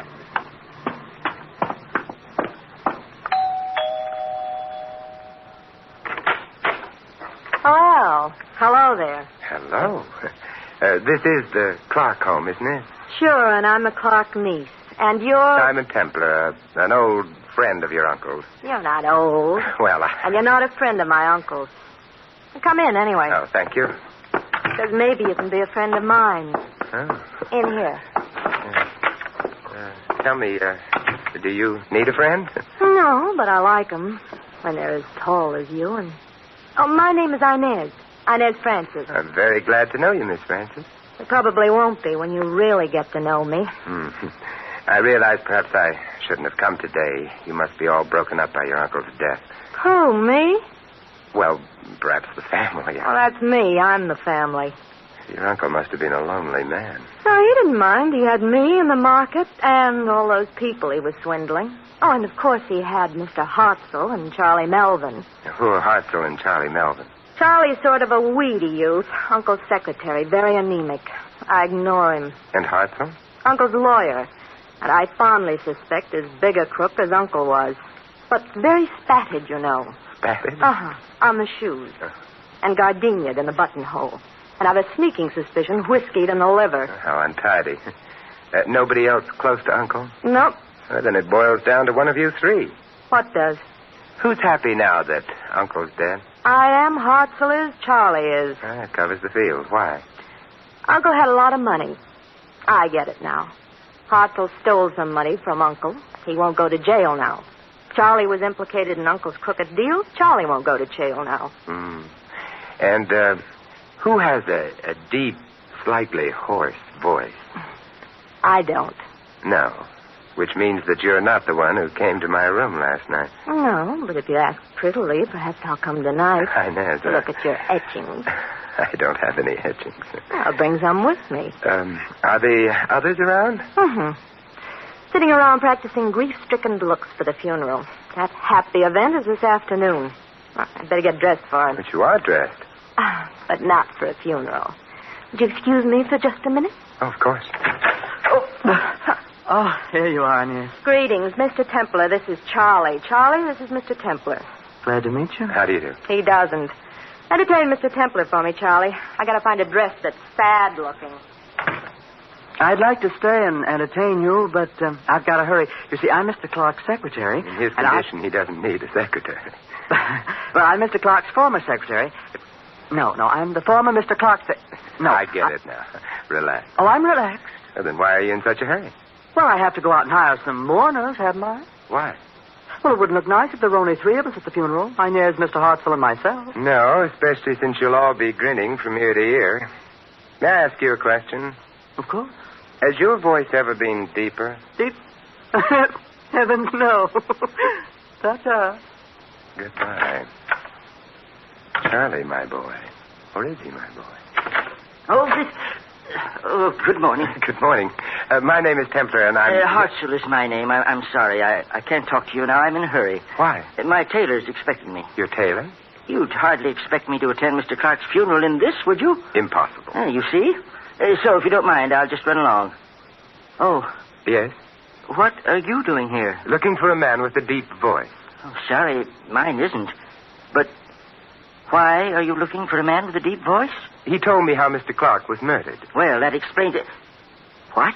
Yes, he was murdered. But Mr. Clark died of heart failure. Indeed. You must be... I demand an explanation immediately. You've forgotten one thing, Mr. Hartzell. What's that? Your tailor is waiting. But And tailors are sometimes very temperamental. Besides, we can discuss this some other time. This evening? This evening. Here's my card.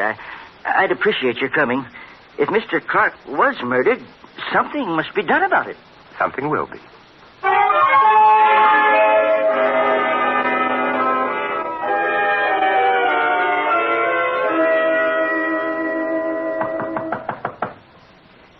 Who knocks at my gate? Enter. Templar, as I live on sufferance and breathe with difficulty, Templar. Hello, Desmond. What happy winds waft you hither, Simon the Subtle? Desmond, I'm not an audience. Oh, Templar, I'm an old ham. And contrary to what they say, hams do not improve by aging. Still the gay adventurer? Well, I'm not especially gay at the moment. Murder. Oh, the last murder that was of any interest to me was that Elsinore thing. You know, when Claudius and Gertrude put their heads together and slipped Gertrude's royal husband a slug of poison in the ear. I remember it well. And the fat prince, Hamlet, I think his name was, mooned about like a ninny, sending Ophelia to a watery grave and the rest of the cast to a most bloody one. You would have made a good Hamlet. Bless you! Oh, I wanted to play Hamlet. Instead, they preferred me as a ventriloquist, confound them. That's why I'm here. You've been a ventriloquist. Oh. I am involved in a case which hangs on the identity of a voice. Desmond, could anyone change his voice so that it would be completely different from his real voice? Oh, yes. But you'd always know that the second voice wasn't natural. That does it, then. Does what, Simon? Look, Desmond, 3 people wanted a man named Clark dead. Clark is dead. Presumably, therefore, one of the 3 killed Clark. Yes. Now, I was told of the method whereby Clark was going to be killed. by a very distinctive voice in the dark. Therefore, the problem was simple. Find which of my 3 suspects had a voice like that and go on from there. Well? Not one of the 3 has that kind of voice, which leaves me with an interesting problem, but leaves the murderer free to go on murdering.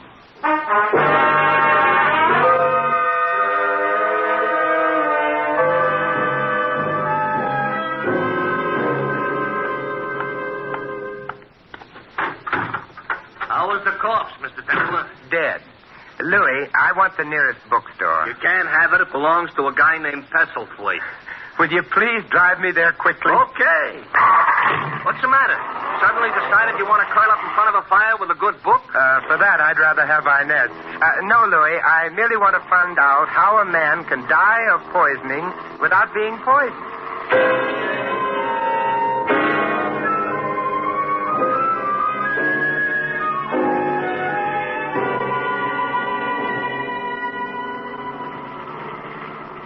You didn't stay in that bookstore very long. What's the matter? You didn't like Pestlethwaite? He didn't have the book I wanted. I know a place. Not that kind of book, Louis. What I wanted was a book on heart diseases. Oh, light reading, huh? Interesting. Heart disease. These stores had one book on heart disease in stock until yesterday. So? Yesterday, the book was sold to a man, Pestlethwaite told me, who behaved in a strenuously agitated fashion. A man named Hartzell. Maybe the name was bothering you. Which reminds me, where am I taking you? Naturally, Louis, to a man named Hartzell.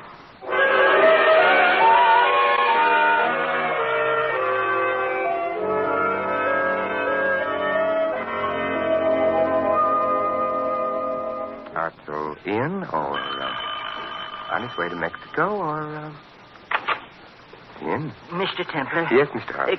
Come in at once. Oh, thank you. Oh, I'm jittery. That funeral this afternoon. I see. Well, have you tried reading? It's very soothing. I have no patience with books. Now, please tell... Not even books on heart disease? Hmm? Oh, why? Excuse me. Hello? Oh, yes, Inez. What? Oh, how dreadful. Oh, yes, at once. Goodbye. You're pale. I'm shocked. Charlie Melvin. You know him? Mr. Clark's secretary. Yes, well, it seems that something's happened to him. What? He's dead.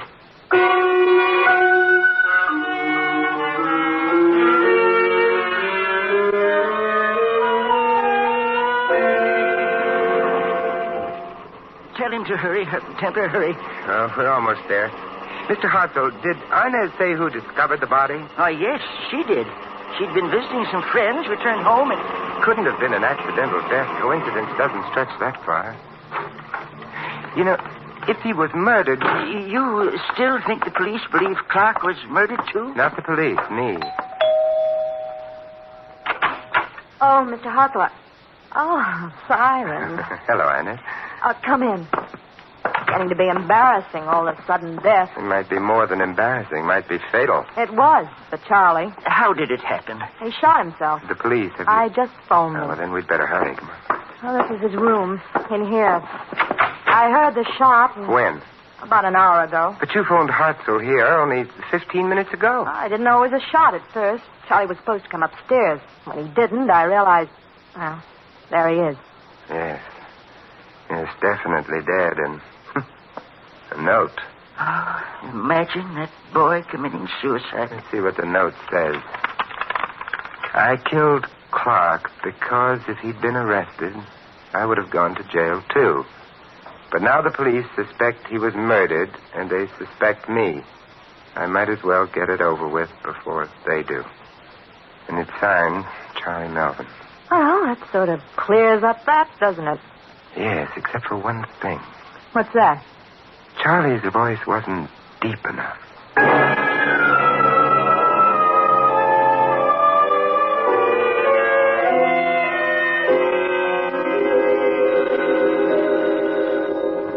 Alexander Graham Bell's little invention should sometimes be strangled.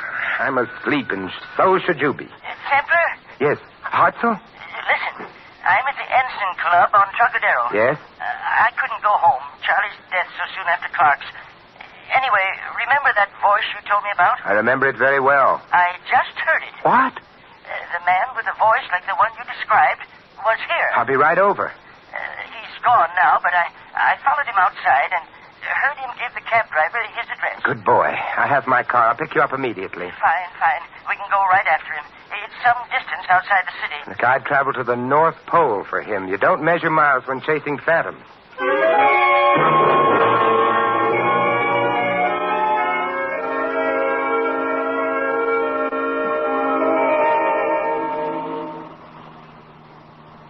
Of course, I can't be absolutely sure it's the man you want. Me, I'm grabbing at straws.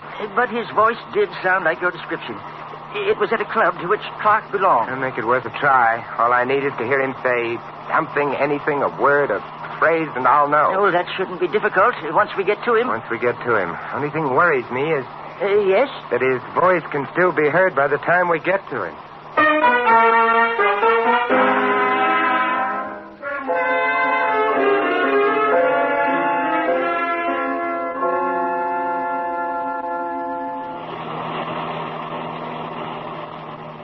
Halfway to the North Pole. So you didn't take me literally, did you? You shouldn't be much farther. Templar. Yes? I don't understand about Charlie. I can't see him murdering Clark somehow. You don't believe he did it? Do you? Not especially. Oh, why not? I don't know. Intuition, maybe. Ooh, our little stranger likes seclusion, doesn't he? Evidently. You know, the police accepted that suicide note without question. Did they? There's the house. Oh, there aren't any lights showing. Well, he must have got here sometime before us. Went to bed, I guess. Yeah, probably. I wonder. Do you think he'll recognize you? Oh, probably. I couldn't see him, but he saw me. Well, that might be bad. Are you armed in case he tries anything? No, but we'll manage. Well, suppose he refuses to say anything at all. Well, that in itself would answer our question, wouldn't it? We ring? Certainly. Nothing if not courteous. It's so dark out here. So far from anything. Yeah, dark and lonely. You put it beautifully. He doesn't answer. Try the door. Very well. It's open. Good. Then we can walk right in. I can't see a thing. Yeah, wait a minute. I'll light a match. There, the light switch to your left, Hartzell. Oh, yes. Yes, of course. Yeah. Oh, that's much better. Now, then... It's a very charming house you have here, Mr. Hartzell. What did you say? I said you have a very charming house here. My house? Well, you didn't really think I was fooled, did you? That voice you heard in your club was a fiction. It had to be. Our trip here was planned by you, so that we'd be alone here. Well, why would I want that? The better to kill me, my friend. Kill you, you say? That's what I say. Why would I want to kill you? Because, like yourself, I think that suicide note of Charlie's was a fake. Oh, I never said... I did. It is a fake. How did you know? The note ran to the effect that Charlie was committing suicide because the police suspected him of murdering Clark. But the police didn't suspect Clark of being murdered. Perhaps not, but you did. Yes, but Charlie didn't know that, Mr. Hartzell. I didn't tell him. Oh, very well. Just stay right where you are. What a handsome revolver. I did kill Charlie, so that there wouldn't be any investigation into Clark's death. I couldn't afford that. If you kill me, there will be an investigation. No, because no one knows you came here with me. You're not going to die. You're going to disappear. Oh? In my furnace. I wouldn't like that. Too warm. I'm afraid your lights can no longer be considered. Well, in that case, I'll have a cigarette. Let me see now which pocket. Hold on. Oh, Mr. Hartzell, you won't. Oh, my, you dropped your revolver. Now I have two. You said you weren't armed. I'm such a liar. But then, you see, I knew when you asked me why you asked me. So perhaps I'll be forgiven. Templar, I killed Charlie, but I didn't kill Clark. I swear I didn't. Good heavens, Mr. Hartzell, I never for a moment thought you did.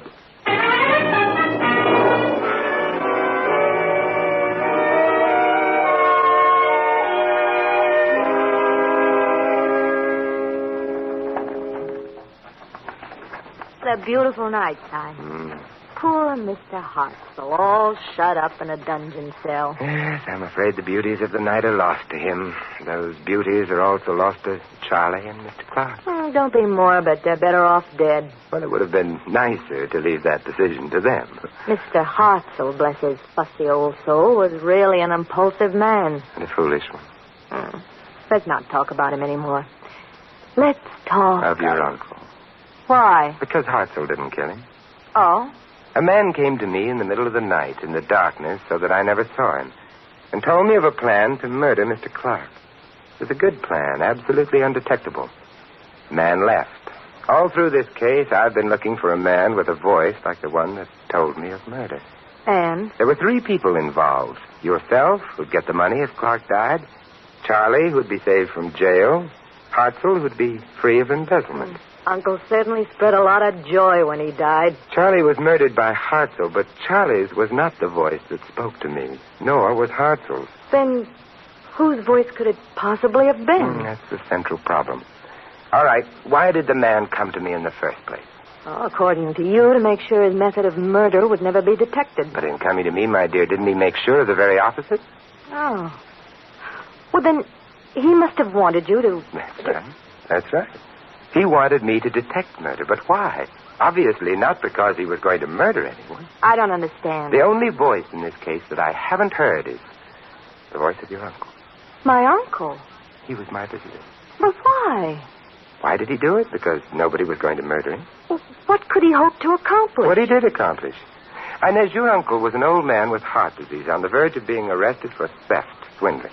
He knew he wouldn't survive even the shortest prison term. He probably suspected that the strain of the arrest itself might be fatal, and it was.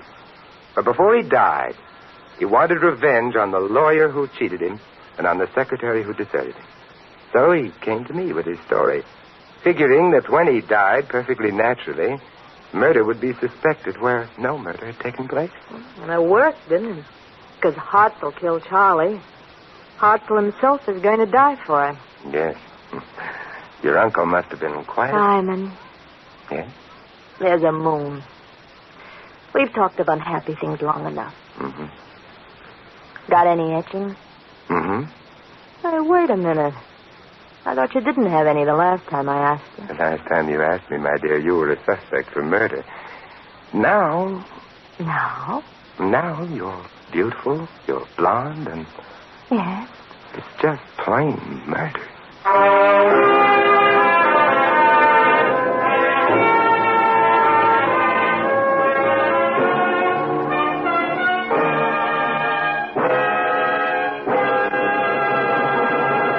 You've been listening to another transcribed adventure of the Saint, the Robin Hood of modern crime.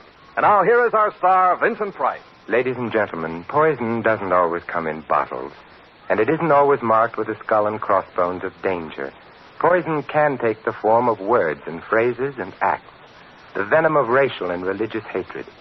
Here in the United States, perhaps more than ever before, we must learn to recognize the poison of prejudice and to discover the antidote to its dangerous effects.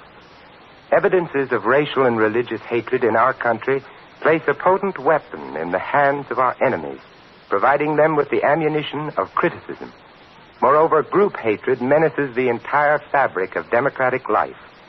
As for the antidote, you can fight prejudice, first by recognizing it for what it is, and second by actively accepting or rejecting people on their individual worth, and by speaking up against prejudice and for understanding.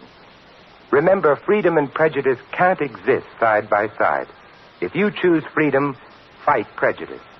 This is Vincent Price inviting you to join us again next week at this same time for another exciting adventure of the Saint. Good night.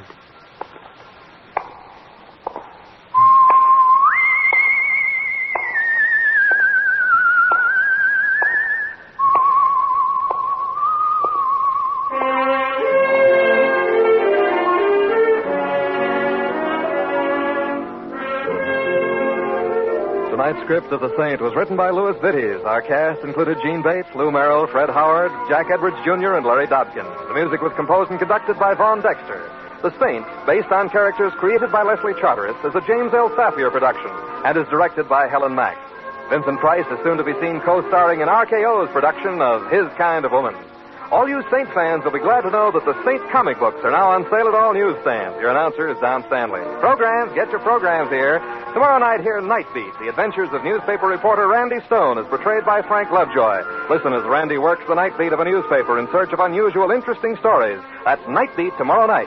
Next, Sam Spade cuts the caper. Then Zeno Franciscati plays on NBC.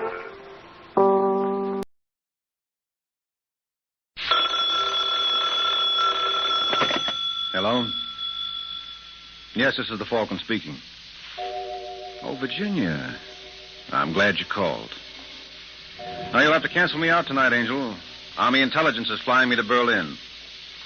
Yeah, it seems some boy there set up a murder that's as pretty as a picture, and they figure I'll look good in the frame.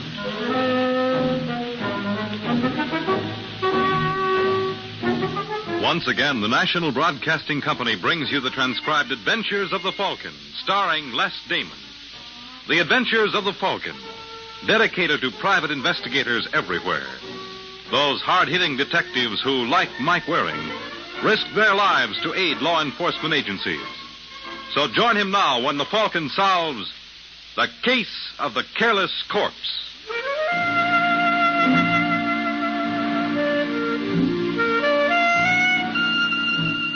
There's one nice thing you can say about working for Army intelligence. You certainly get around. How else would a guy like me get to see such wonderful places like Berlin? And meet such interesting people like Maxwell Oppenheimer?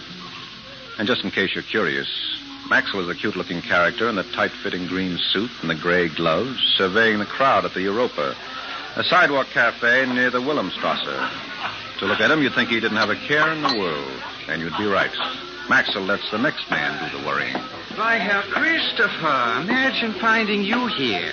You're late, Maxwell. I could not help myself. I received your message at 5 o'clock. You're lying. Schnabel told me he spoke to you at noon. I never can hide things from you, can I, Christopher? Sit down. Schnabel tell you about your assignment? He started to, but I prefer to get my instructions firsthand. This way there's no chance of a misunderstanding.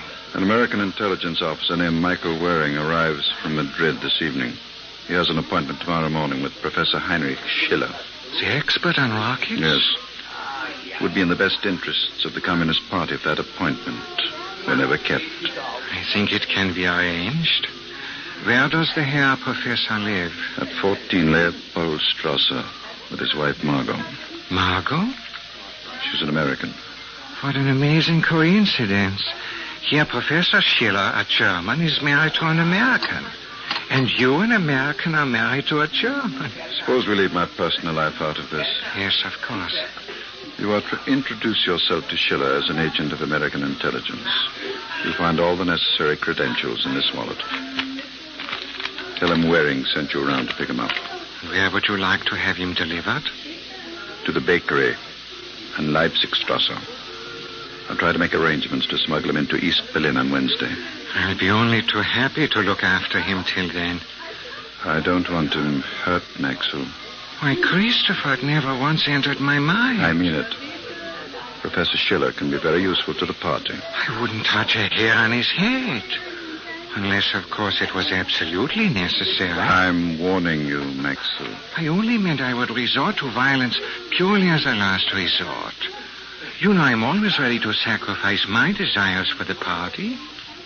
I hope the Herr Professor will be as cooperative.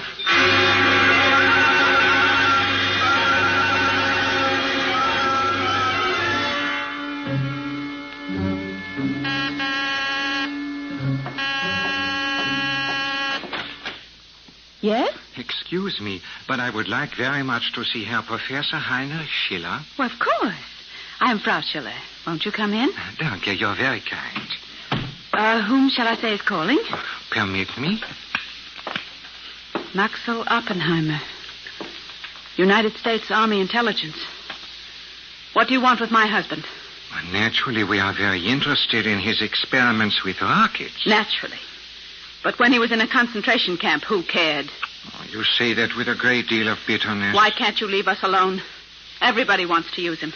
First the Nazis, now you people and the communists. Frau Schiller. Hasn't he suffered enough? Why don't you stop bothering him? I'm sure the Herr Professor does not feel this way. If I could have a word with him. He is not home. That's very strange. I spoke to him on the telephone not more than... Margot. Yes? Is there someone to see me? No. Herr Professor Schiller, I believe. Yes? I'm Axel Oppenheimer. Your lovely wife told me you were out. Why, Margot? Because they're all the same. They're all trying to use you. They just want to pick your brains and... Oh, please, Liebchen, what will our guest think? I don't care what he thinks. I must apologize for my wife, Herr Oppenheimer, but ever since I was released from Dachau, she's most concerned for me. It's very understandable. Well, Herr Waring is waiting for us. Shall we go? Of course. No, I won't let you. You're going to stay out of this, Heinrich. This is none of your concern. Now, Liebchen, you are upsetting yourself. I warn you, if you go with him, don't expect to find me here when you come back. You're talking like a child. I mean it. You'll never see me again. Never. All right, Herr Oppenheimer. If you are ready. By all means. Auf Wiedersehen, Liebchen. Heinrich! Oh, Heinrich. Heinrich.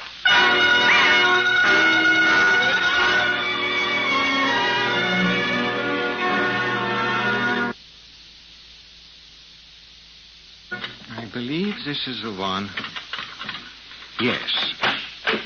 If you'll wait till I turn on the lights. There we are. Be so good as to enter. Thank you.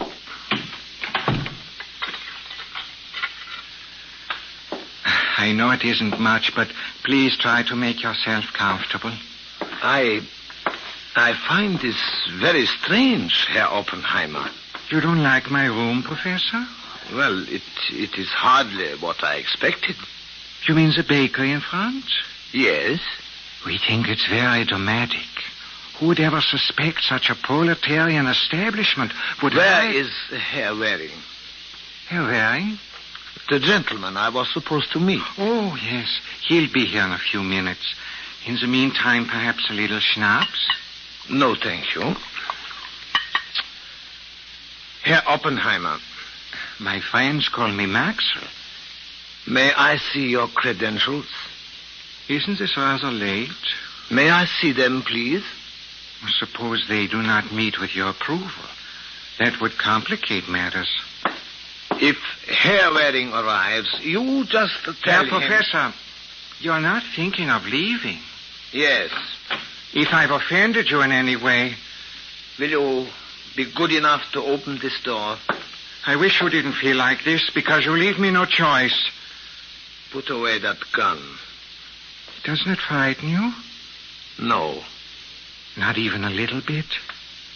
Are you going to open this door? You know, Professor, I admire men of spirit. They offer a challenge I can never resist. Oh. Never.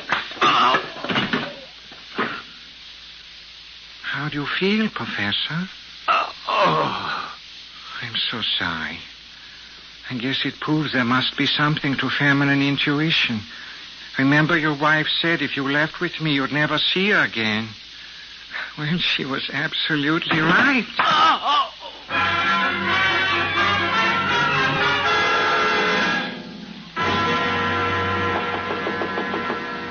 Second. Well, hello. I'm looking for Mike Waring. Well, you picked the best possible place. Come in. Thank you.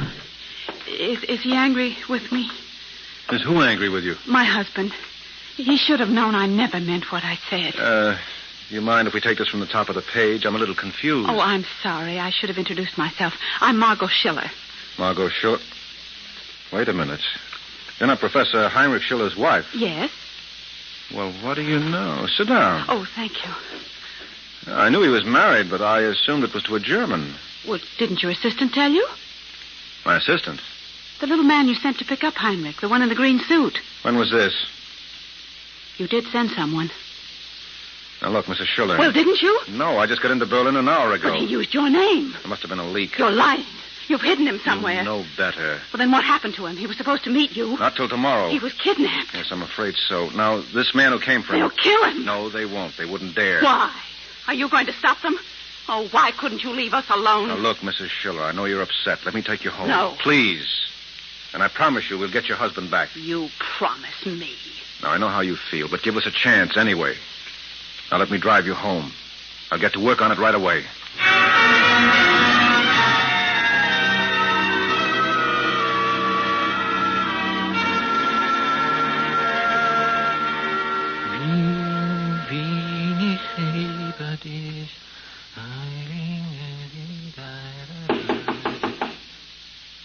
Who is it? Just a moment. Hello, Christopher. Where is he? Huh? Professor Schiller. Oh, in the bedroom. Is he all right? But of course. We spent a very enjoyable evening. We've got to get him into the Soviet zone immediately. I thought you said we'd move him Wednesday. We can't wait. American intelligence has ordered the house to have... What's the matter with him? Nothing. He's covered with blood. Oh, I can explain that, Christopher. He had a little accident. He what? He tripped over that table. It was very dark. Schiller. I think he's asleep. You stupid, blundering fool. He's dead. You must be mistaken, Christopher. Herr Professor. You killed him. No, I give you my word. I told you not to touch him. Shouldn't have done that, Christopher. But I forgive you. You forgive me? What do you think Moscow will say about this? You wouldn't report me. Wouldn't I? Please, Christopher. I know I've been a terrible disappointment to you, but if you give me another chance, I may surprise you yet.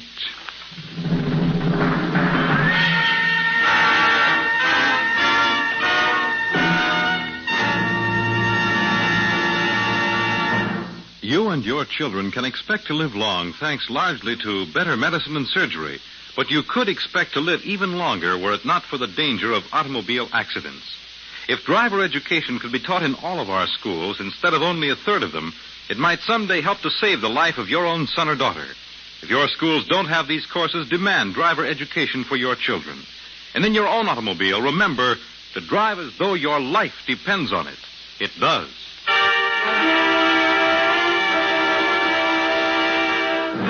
Now back to the adventures of the Falcon.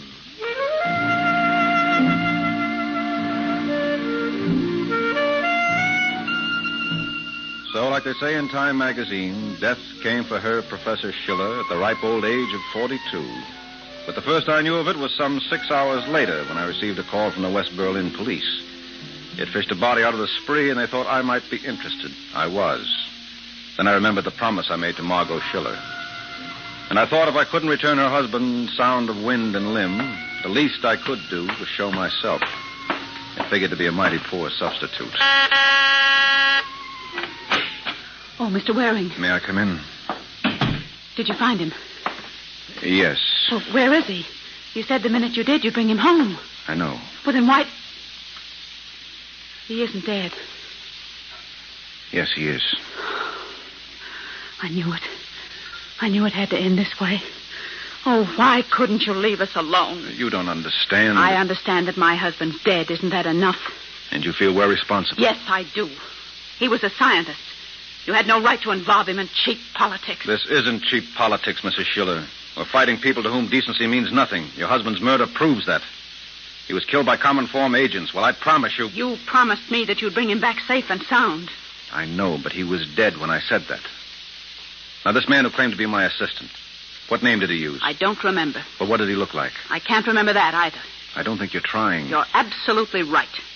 Don't you want to see your husband's murder avenged? It will be, Mr. Waring. But I intend to take care of it myself. And now, if you'll forgive me, I think I would like to be alone for a while.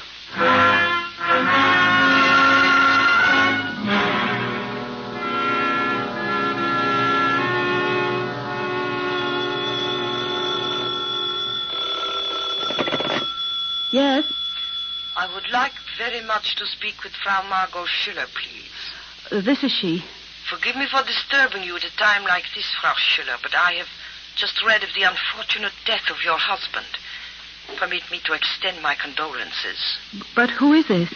You do not know me, but I feel I can be of some service. Would you be interested in knowing the man responsible for the Herr Professor's murder? What? Please do not think me a crank. I'm really well informed. Your husband was kidnapped by a little man named Maxwell Oppenheimer. How do you know that? Are you convinced I'm not a crank? Yes? Well, the murder was ordered by an American named Vincent Christopher. Vincent Christopher? Yes. And from what I've heard of your affection for your husband, I am sure you will put this information to excellent use. Good hunting, Frau Schiller.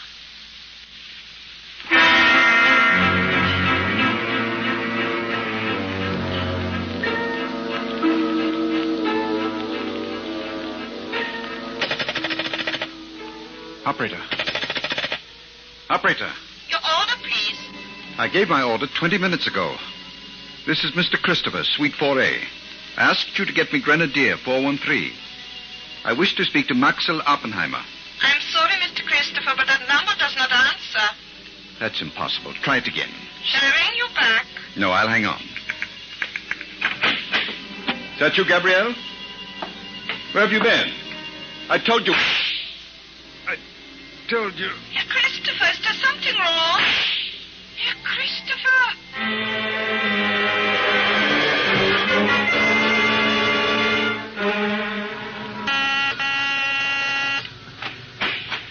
Hello, Mr. Schiller.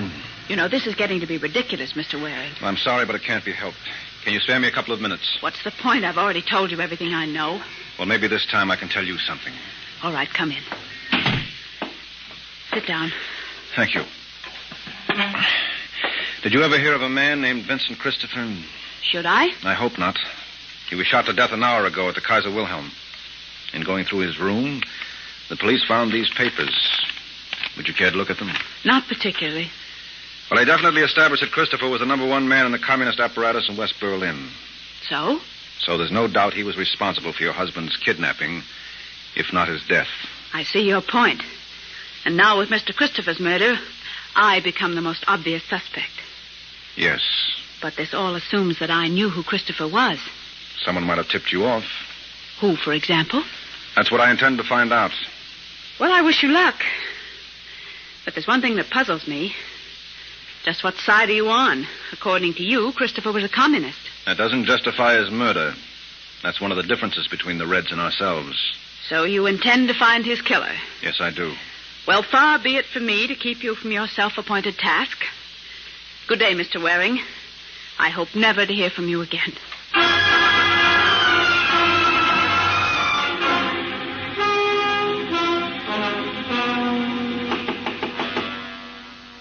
Who is it? Who is it? Hello, Gabrielle. What are you doing here, Maxwell? I just heard about poor Christopher. Naturally, I came immediately. That was very foolish. He was my friend.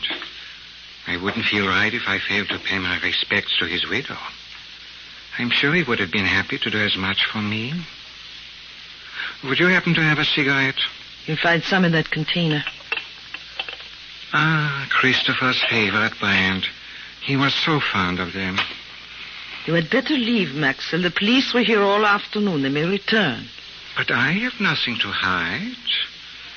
I wonder if you can say as much. Huh? I have a feeling you are not overly fond of your husband. You are insane. Please don't misunderstand me, Gabrielle. I don't blame you in the least. Vincent was very difficult.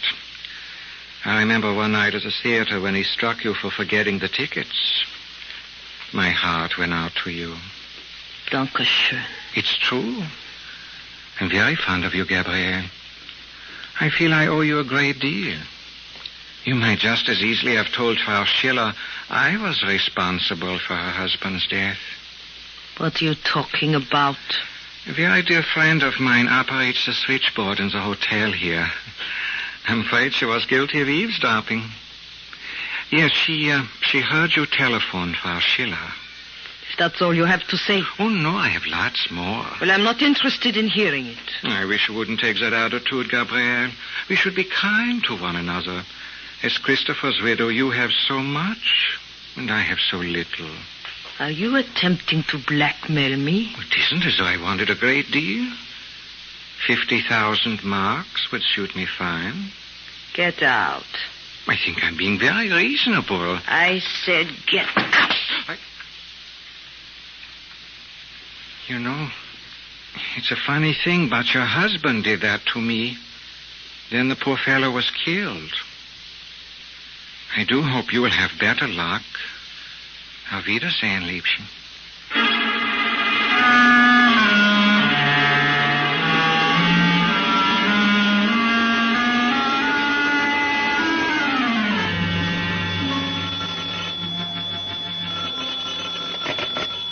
Intelligence, Major Thornhill speaking. Would it be possible for me to talk with Herr Michael Waring? Well, I don't see why not.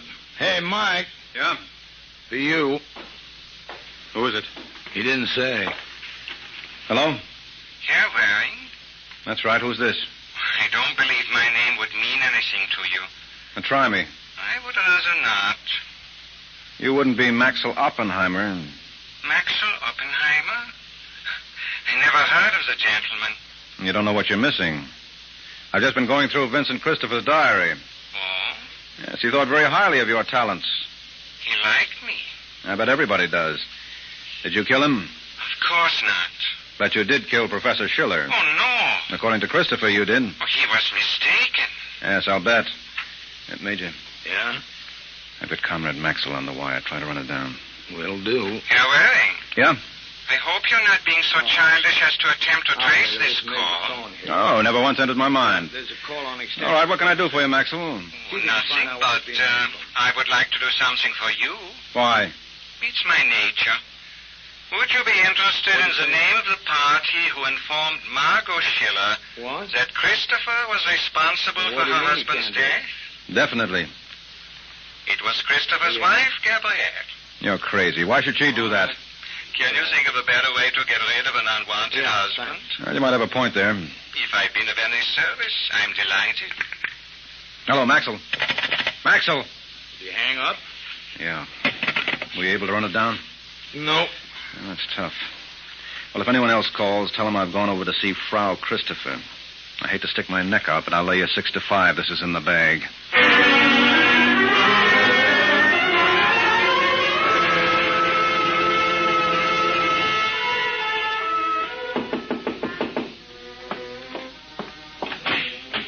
Yes? Frau Christopher? That is correct. Glad to know you. I'm Mike Waring. Mike Waring? Yes, I'm investigating your husband's murder for the American authorities. Oh, won't you come in? Thank you. Please make yourself comfortable. I don't mind if I do. Can I offer you a drink? Well, being Irish, I'll take some Jameson's if you have it. I have it. You feel up to answering a few questions? Of course. Thanks. Were you aware of Herr Christopher's political activities? Political activities? Mm-hmm. He was a writer. Well, that was just a blind. Actually, he was head man in the communist cell in West Berlin. Seems incredible. He didn't confide much in you, did he? No. Tell me something, Herr Waring. If Vincent was, as you say, a communist... He was. Then he was your enemy. Why are you so determined to solve his murder? Well, I know it sounds ironic, but that's how we do things in a democracy. Anyway, I've got a peach of a theory I'd like to try on you for size. Well? Well, suppose someone who hated your husband figured Professor Schiller's death was a heaven-sent opportunity. I do not see how. Well, all this party would have to do is inform Margot Schiller that your husband was responsible for her husband's death. But who would do such a horrible thing? What's your guess? Maxwell Oppenheimer. It certainly is a small world. You thought of him, too? No, Maxwell thought of you. I do not understand. Oh, sure you do, Angel. You were the one who tipped off Margot Schiller, but you couldn't depend on her to do anything about it, so as the saying goes, you took matters into your own hands.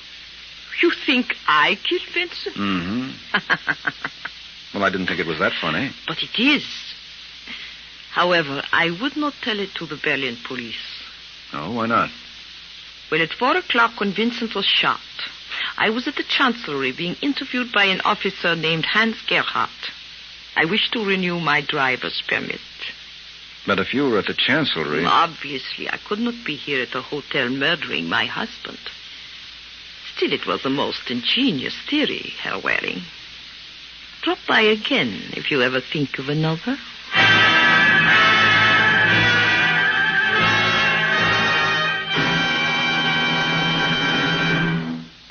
Most of us are now enjoying a happy Labor Day weekend, or thinking of it anyway. But we should always keep in mind that these long weekend holidays are often tragic times for some of us who start out gaily to enjoy them.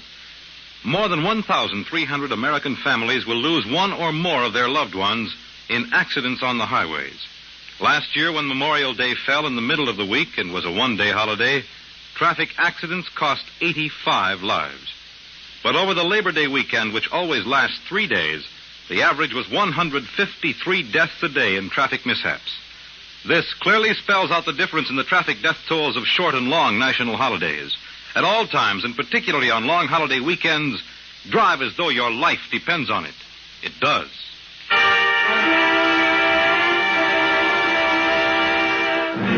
Now back to the adventures of the Falcon.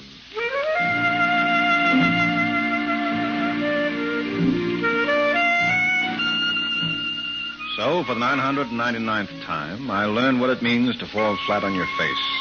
And after Gabrielle Christopher pulled the rug from under me, I picked myself up and took a stroll on Unter den Linden. When I didn't find inspiration there, I made for the nearest phone booth and dialed American intelligence. Unlike Shakespeare, I hoped there was something in a name.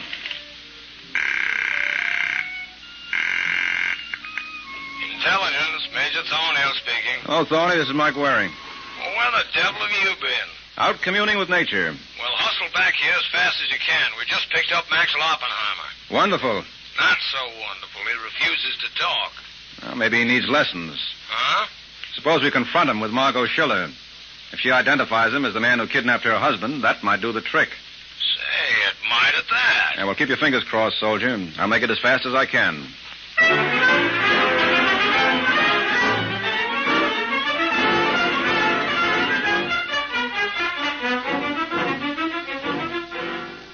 If I understand you, Mr. Waring, you think if I identify this Maxwell Oppenheimer, it might induce him to confess. It might.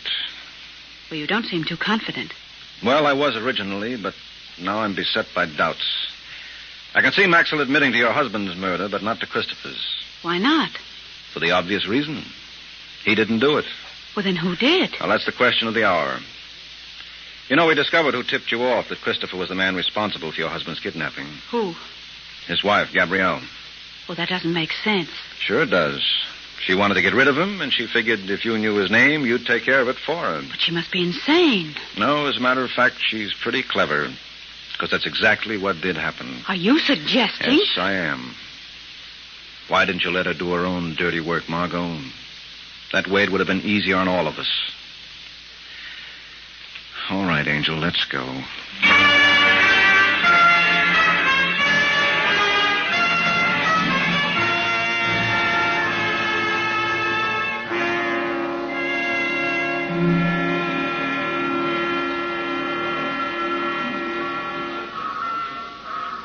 Well, they just called for Paris Express passengers, Mike. I guess that means me, Major. Yeah, I guess it does. I'll bet you're happy to see me go.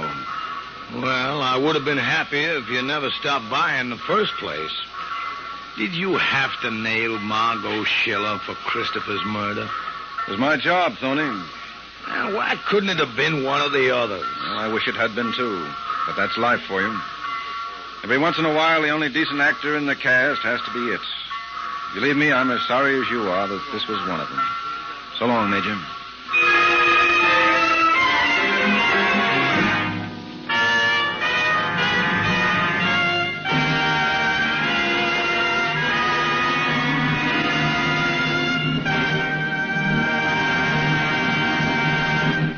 The Case of the Jack of Diamonds.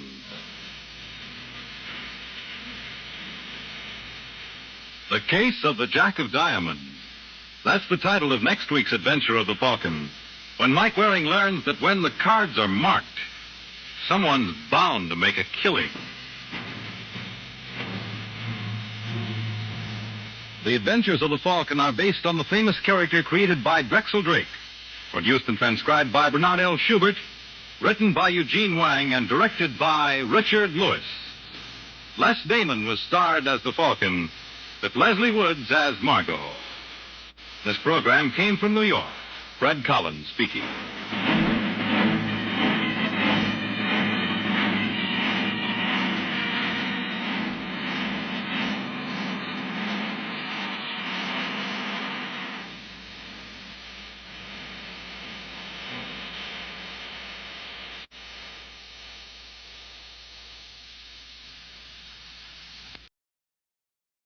Ladies and gentlemen, we take you now behind the scenes of a police headquarters in a great American city, where under the cold, glaring lights will pass before us the innocent, the vagrant, the thief, the murderer. This is The Lineup.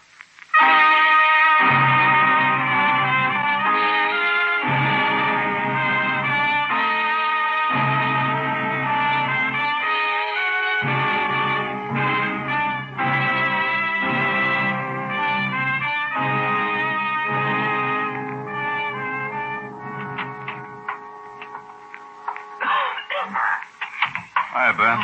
Hello, Coin. Your man's in the front row, the middle there. Thanks. Big line? Yeah, about 22. I'll see you later. Yeah. Hello, Mr. Martin. Oh, hello, Lieutenant. How are you? Just fine. Been here long? Not long, no. Do you think you've got any of the men? No way of being sure until you point them out. We picked up 3 or 4 on suspicion, past records and close to your description. May I have your attention, please?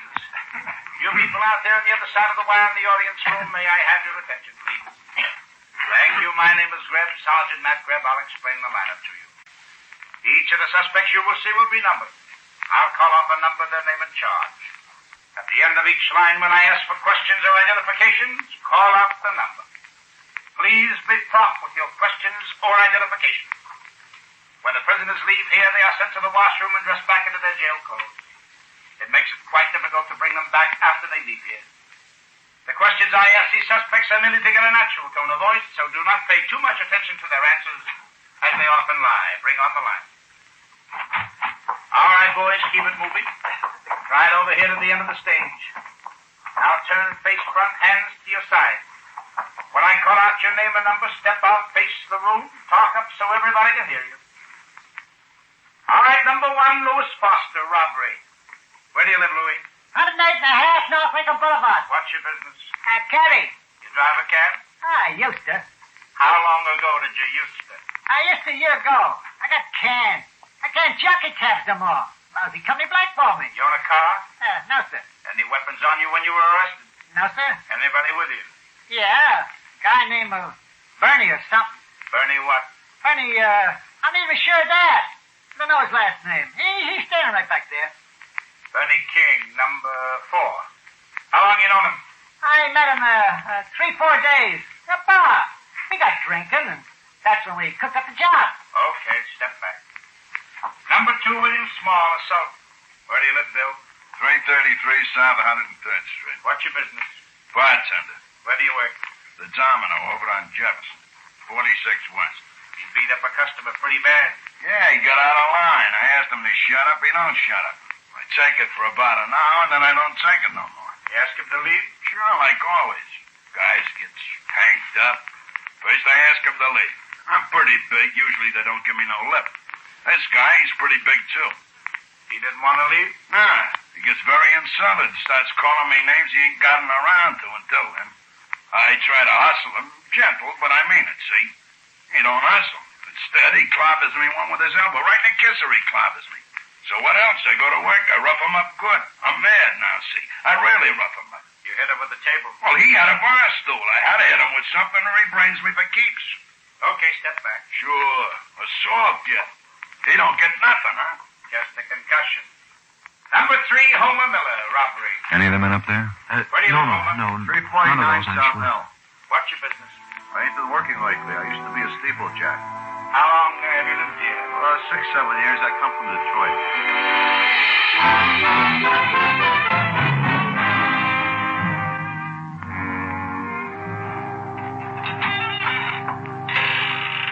Hi, boy.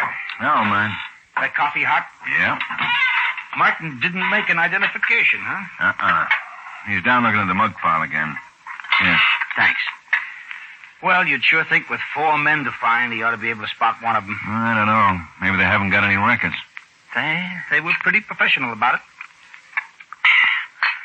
We didn't even get a print. Yeah. But look at the M.O. 4 guys go into a theater, stick it up. 1 lookout. The other 3 guys go up to the manager's office. We've had theater hold-ups, sure, but not 4 guys working like this. Young guys. Yeah, Martin says the 3 who came into his office couldn't have been over 22 or 3. And nobody in our files even comes close to the descriptions. Out of town? Maybe. Maybe their first job. They acted like cowboys and Indians. Martin says he thought they were kidding until he saw the guns. Well, what have you done? Staked out the theaters. Guthrie. Yeah? Yeah? The Lincoln? Okay. Let's go. Something hot?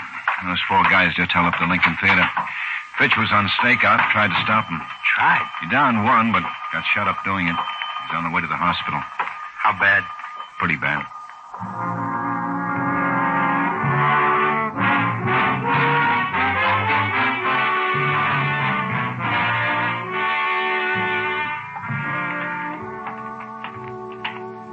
Hello, Ben. Matt. Hi, Asher.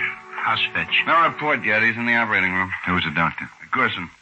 Fitch caught one in the chest and one in the right leg. Family been... Yeah, they're in this room.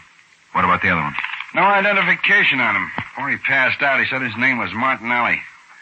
Fitch really blew him up. Slug went in the right hand, up the arm, right through his body. Funny, huh? Up the arm like that and right through. Oh, here's Dr. Lendigan. He operated on Martinelli.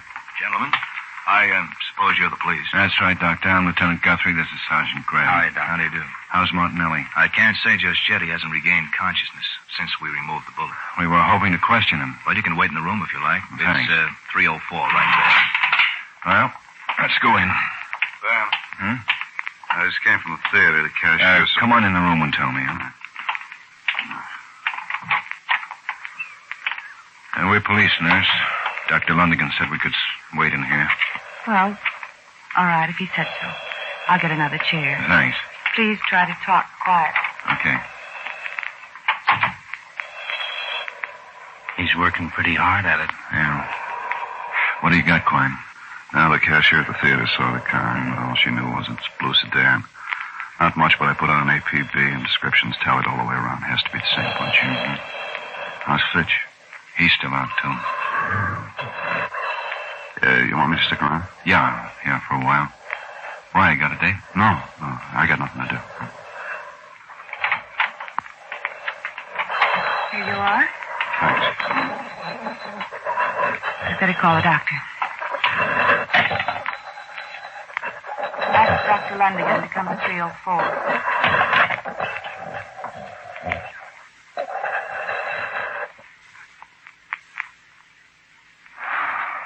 That's that, huh? Yes. Coyne, stay and get fingerprints on him. If anything comes up, you can get me at home. Let's go, man.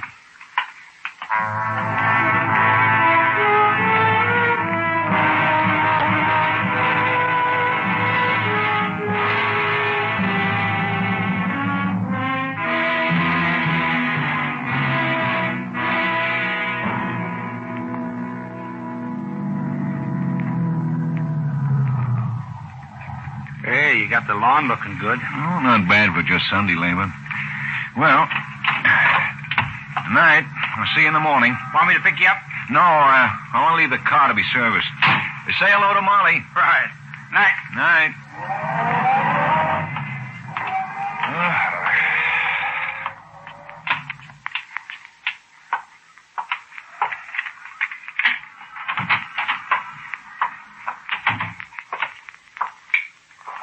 What? Get his feet, Luke. Yeah.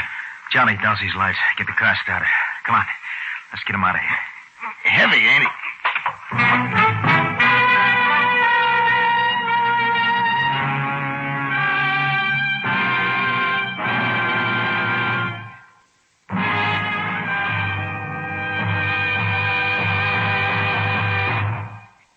There's a new Dollar Day on CBS. Mystery fans know that can mean only one thing. Edmund O'Brien as yours truly, Johnny Dollar. The insurance sleuth with a dynamite-loaded expense account, formerly heard Saturdays, now will be heard Wednesday nights on most of these same CBS stations. Johnny Dollar celebrates his move tomorrow night by solving the Malcolm Wish matter, a startling disappearance case.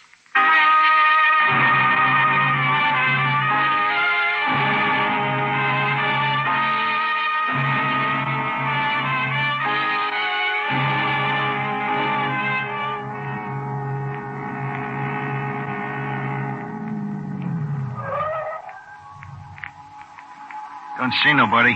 Okay, drag him out.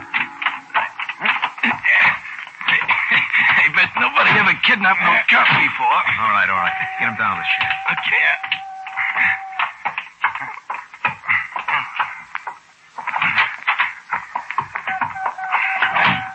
Where do you want him? Just dump him. Right. He's coming around. Give him time. Sapped him pretty good.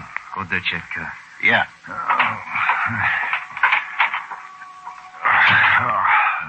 Don't feel so good, huh, cop? You want us to get some water or something and dump it on him? Or you should just go sit down and shut your face. I'll take care of the cop. Okay. Big deal. How about it, cop? Feel like sitting up? Oh, sure, you can sit up, so sit up. You don't look so good. You messed him up. You needed messing. Come on, cop. Take it easy. What? Wake up. Okay. I'll sit there. What's going on? You got bean. No. You got bean good. Shut up. Okay. Here, cop. Have a drink of water. No, thanks.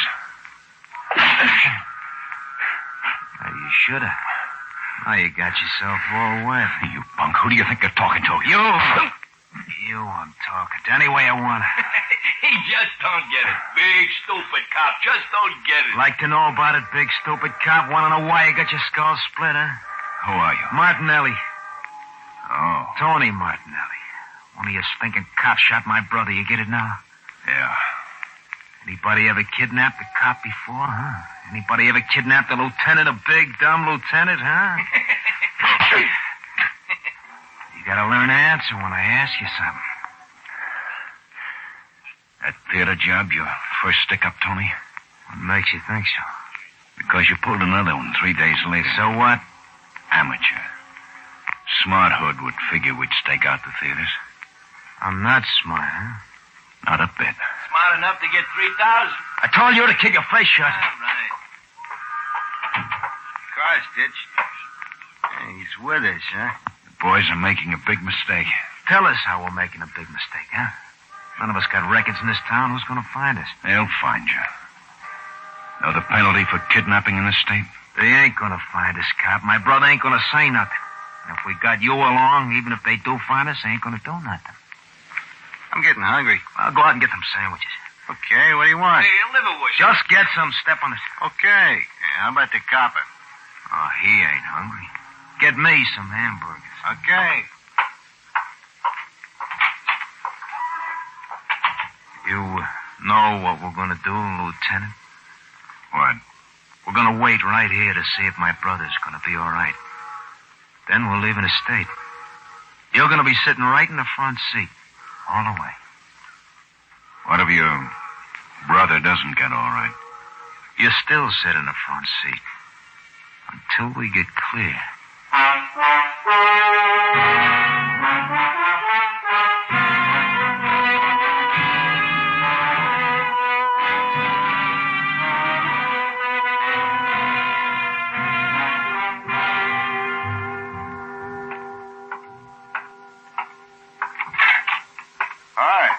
Hi, where's Ben? He's not in yet. I was just swiping some coffee. Well, swipe me some. What'd you find out on Martinelli? Here. Oh, thanks. We ran down the fingerprints. Got him through the Army.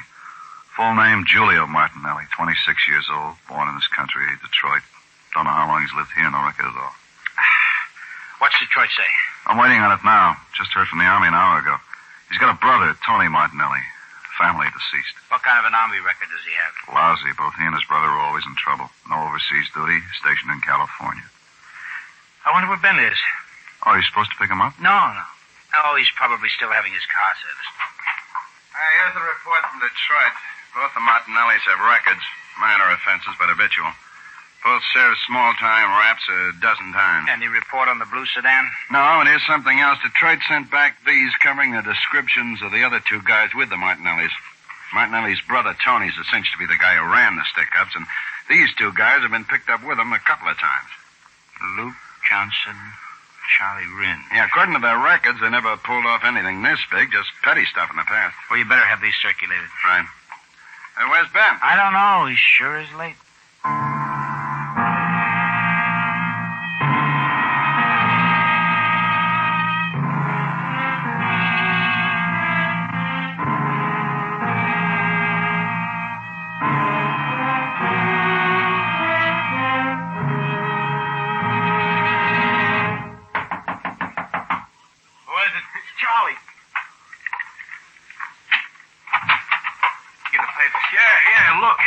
Pictures on the front page. We better get out of here. What's the matter?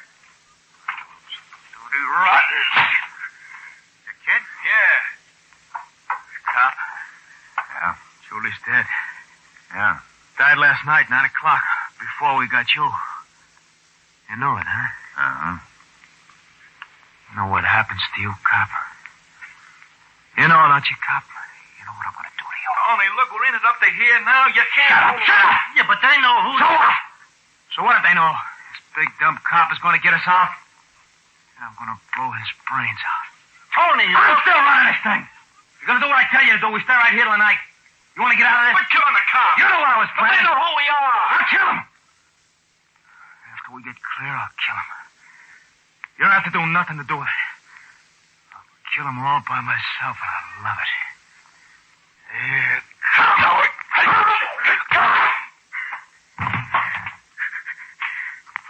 I'm gonna love every minute of it.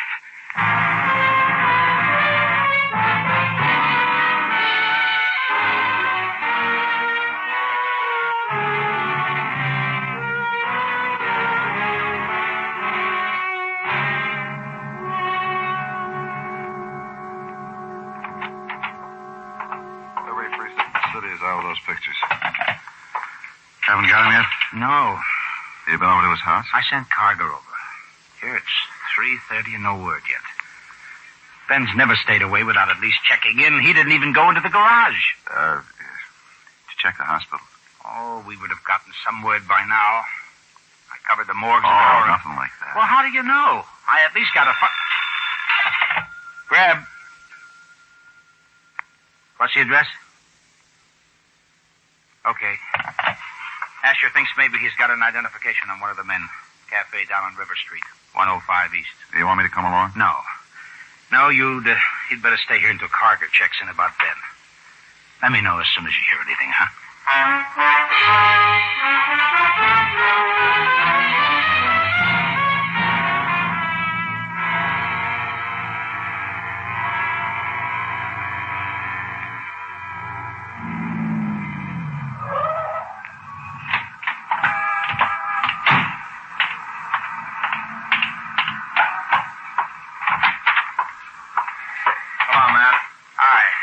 Mr. Forline, man. How do you do? How are you, Mr. Forline? He identified this one, Luke Johnston. Positive? He's pretty sure. Oh, yeah, I'm pretty sure. This guy in the picture come in this morning and got some sandwiches. To take out? To take out, yeah. Liverwurst and 6 hamburgers. I remember because I ain't had too many customers today. Did you notice whether he was in a car or not? Oh, no. Well, I noticed. I seen him walk away across the street that way. You see, we stay open all night, and he was my first customer. He walked that way right down there. See, what's he doing? Is he a killer, maybe? The river's down that way. Oh, sure. Probably lived down there by it. He kind of looked funny. I thought he looked funny when he first came in, like he was a gangster, maybe. Looks just like a kid in this picture. Oh, sure, yeah. He's young. He's about my boy's age, maybe, but... Oh, look tough and shifty. Oh, you know the type. He got coffee and sandwiches. Where's your phone? It's right there. It's a nickel. Sorry.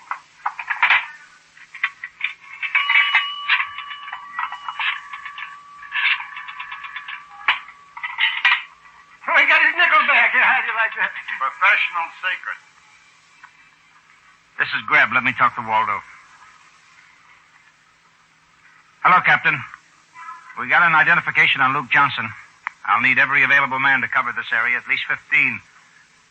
It's my guess Johnson is holed up somewhere within walking distance of the river. Yes, sir. I'll keep in touch. Yeah, I know. Okay. Oh, the address is 105 East River. Right. Asher, you work with me. Right. There's something big, huh? Those guys that stuck up the theaters? Yeah, I read about that. Well, thank you for your help, Mr. Froline.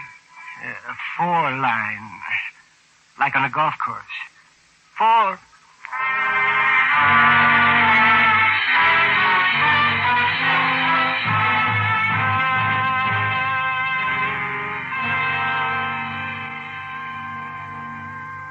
Ain't it dark enough yet, Tony? It's plenty dark, Tony? All right. Which way's the car? In the alley behind the charter house. Look, Tony, do we have to take this guy along? Can't you knock him off here? Knucklehead, he's insurance. Come on, Lieutenant, on your feet. Move. Tony, don't hit no more. We'll have to carry him again. Go out the back way. So help me, cop, one fancy move and I'll blow you apart. Hey, Lieutenant, you look awful. Thanks. Shut up. We only got about a half a tank of gas, Tony. That'll get us to the state line and more. We should have brought some food if we ain't going to stop, Tony. There's your car. Hold it. I thought I saw something move.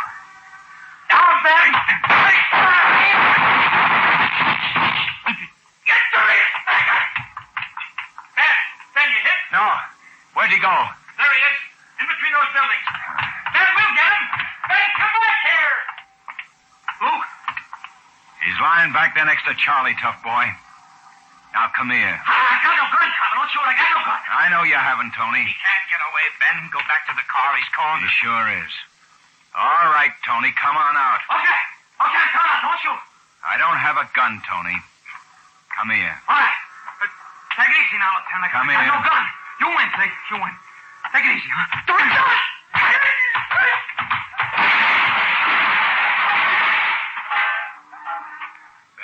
Get up, Tony. Please, get up. Come on, get up. I don't think he's going to, Ben. Wouldn't you know it? I'd like to beat Take that it guy. easy, boy. Well, that's what happens when you lose your temper. I should have saved the Sunday punch for last.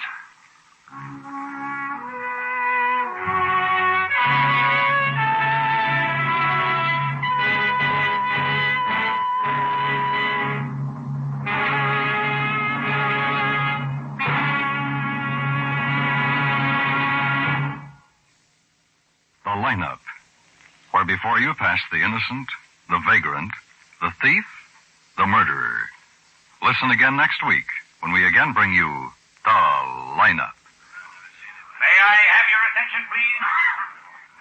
You people out there on the other side of the wire in the audience room, may I have your attention, please? Thank you. My name is Greb.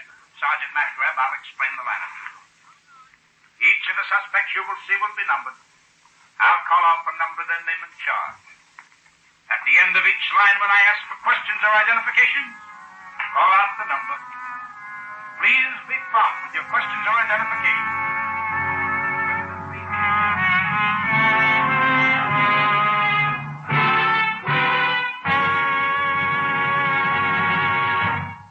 The lineup, starring Bill Johnstone as Lieutenant Ben Guthrie and Wally Mayer as Sergeant Matt Greb, is written by Blake Edwards and Dick Klein with music by Eddie Dunstetter. Featured in tonight's cast were Hy Everback, Tony Barrett, Dick Ryan, Ted DeCorsia, Peter Leeds, Virginia Gregg, Howard McNear, and Clayton Post. The lineup is produced and directed in Hollywood by Jaime Del Valle.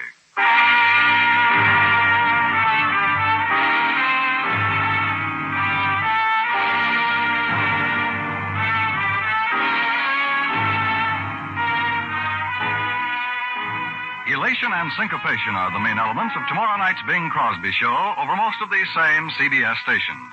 And no wonder the groaner himself vocalizes and informalizes. And Bing's guests include Tommy Dorsey with some fancy licks on his slide trombone, hot violinist Joe Venuti, and that equally torrid songbird Teresa Brewer. Tomorrow night on the Bing Crosby Show.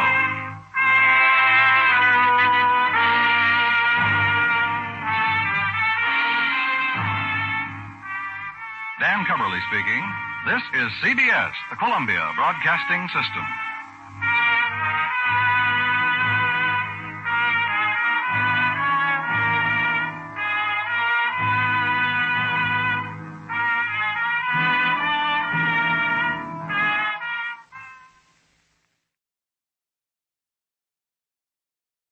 Wrigley's Spearmint Chewing Gum, the refreshing, delicious treat that gives you chewing enjoyment, presents for your listening enjoyment, The Lineup.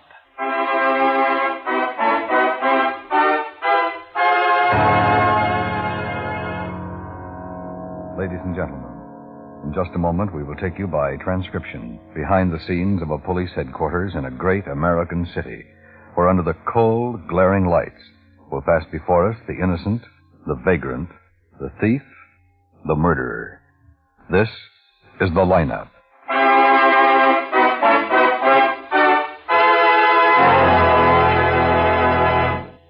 Wrigley's Spearmint Chewing Gum refreshes you.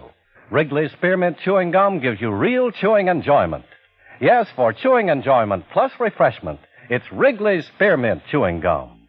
The lively, delicious flavor of Wrigley's Spearmint cools your mouth, helps keep your throat moist, and gives you a nice little lift. The good, smooth chewing of Wrigley's Spearmint helps keep you feeling fresh and alert, adds enjoyment to whatever you're doing. So for chewing enjoyment plus refreshment, treat yourself often to Wrigley's Spearmint Chewing Gum. Healthful, refreshing, delicious.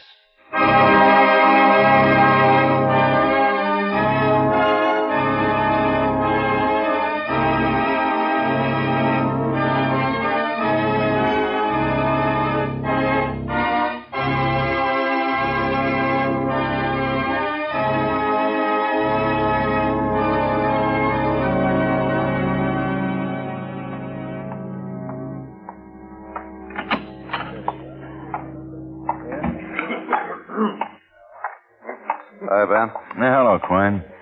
Hey, you look tired. I am tired.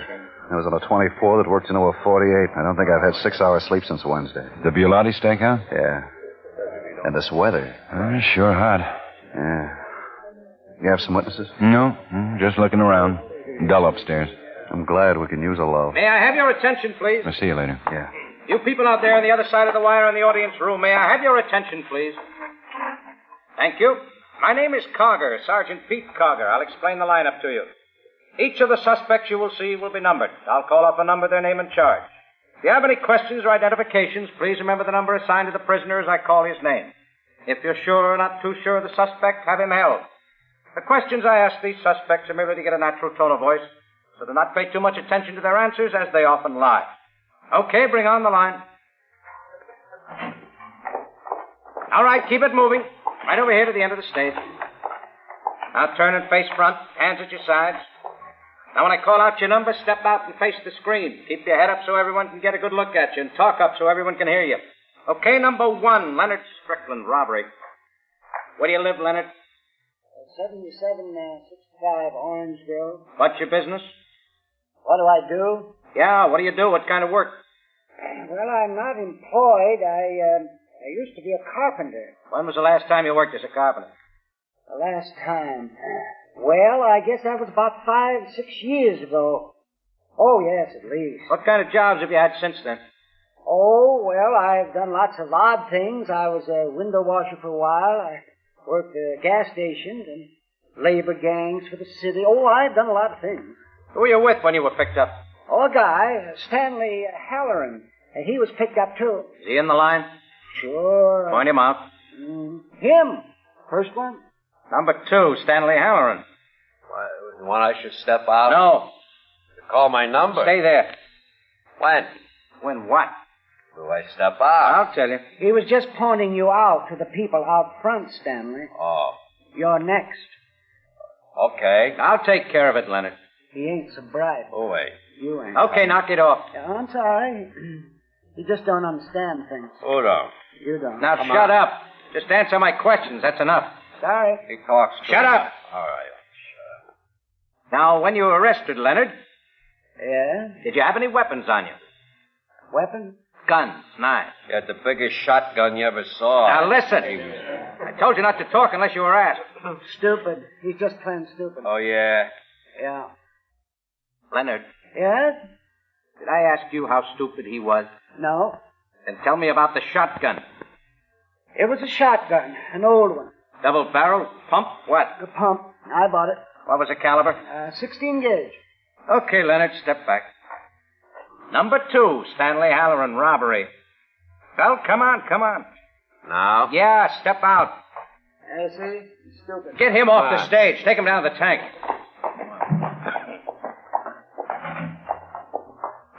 Okay.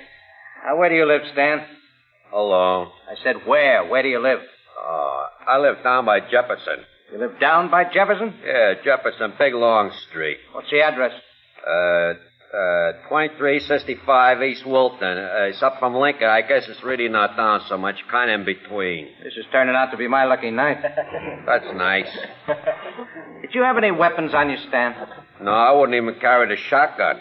Were you driving a car? No, I wouldn't drive it. I didn't even want to do the job much. I didn't feel good. Was Leonard driving the car? Yeah, that's when he wanted me to hold the shotgun, but I told him, not on your life. And he had to put it in the back seat. What kind of a car was Leonard driving, Stan? I don't know. Was it a sedan, a coupe? It had a back seat. I suppose it was a sedan. What color was it? The back seat? The car. Oh, I don't know. All right, step back. Did I talk loud enough? Yeah, you did just fine. Now step back. No, the other end of the line. Did I get my same place? The other end, Stan. Okay. Number 3, Arthur Willoughby, robbery. Where do you live, Arthur? 99 North, 109. I got a cold. What do you do, Arthur? I'm a painter. What kind of a painter? House painter. Where do you work? I'm not working now. I work for Ajax. Yeah. Oh, Were you arrested with anybody? Can I see you? No, I was alone. Any weapons? No. You have a car? Yeah, 37 Ford Coupe. Pete really had himself a couple tonight. Yeah? Oh, what's up? Just got a call from Small over on Adams. Oh, what is it? Homicide. Officer on the beat found a dead man in an alley. Okay, let's go.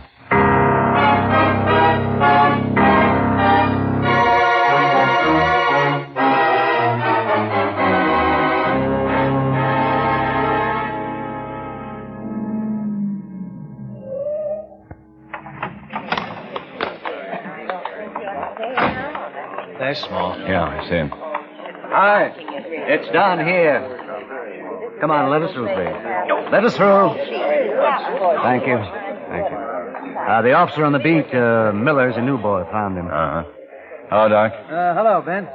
Crockett and I have been over the alley. We couldn't find anything. How long has he been dead? Well, let's see, about an hour, not anymore. How'd he die? Beaten to death. Tell you more as soon as I get him downtown. All right, boys, clean it up. I give him a hand. Got a cigarette? Mm-hmm. Yeah. Sure hope it cools off. Didn't sleep 5 minutes last night. Thanks. All right. When do you want my report, Ben? Soon. 10 o'clock? Okay. See you. Night, Doc. Thanks for the cigarette. Sure. Any identification, Small? Well, there's a wallet. Here it is. That's all they had on him. The name's Farmer. Mm-hmm. Stanley Farmer. 79 East Weston. It's not too far. Well, let's look around. I'd say the fight took place in this part of the alley. You see the big can? Uh-huh. Yeah, caved in. Yeah, looks like one of them fell over it. There's blood on the pavement near it. Hey, shine the light on the wall. Now, over to the right. What are these buildings on either side? A warehouse and the department store. A fight like this, someone must have heard something. Warehouse or a department store would have a night watchman. Well, if he heard anything, he'd have taken a look, but well, we'll check anyway. Let's walk down the alley. Right. Cover the wall on this side and this part of the alley with your lights, will you? How about the other end of the alley? Where does it lead? It's a dead end. Wonder what the other guy looked like. The dead one was really worked over. Might have been more than one guy working him over. Now, hold it a minute. They were even fighting here. More blood. Scuff marks. Rubber-heeled shoes. They're fresh marks. Well, biggest part of the struggle looks like it took place back there. Well, shine it down here. What's that? What? Where? Shine your light down there. Down there, Small. No, over by those cans. There. Oh. Feathers. Feathers? Yeah. Looks like part of a woman's hat or something. It's a pretty funny-looking hat. cans are dumped over here. Oh, this might be something. A lot of junk in this alley. Well, we'll go through every bit of it. Any other time it would be just junk. We'll check it all. Keep the alley blocked off. I'll call in and have them send some boys down to keep it clear until morning. Okay. Well, let's go, Dave. If you find anything, we'll be over at Farmer's house, then back to the station. I'll call from Farmer's and give a phone number. All right.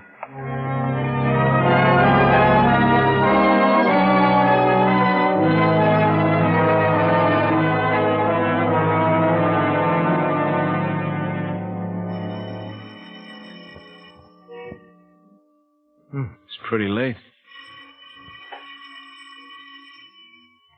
Maybe he doesn't live with anybody. Boy, it's hot. Ring it again. Oh, wait a minute. There's a light.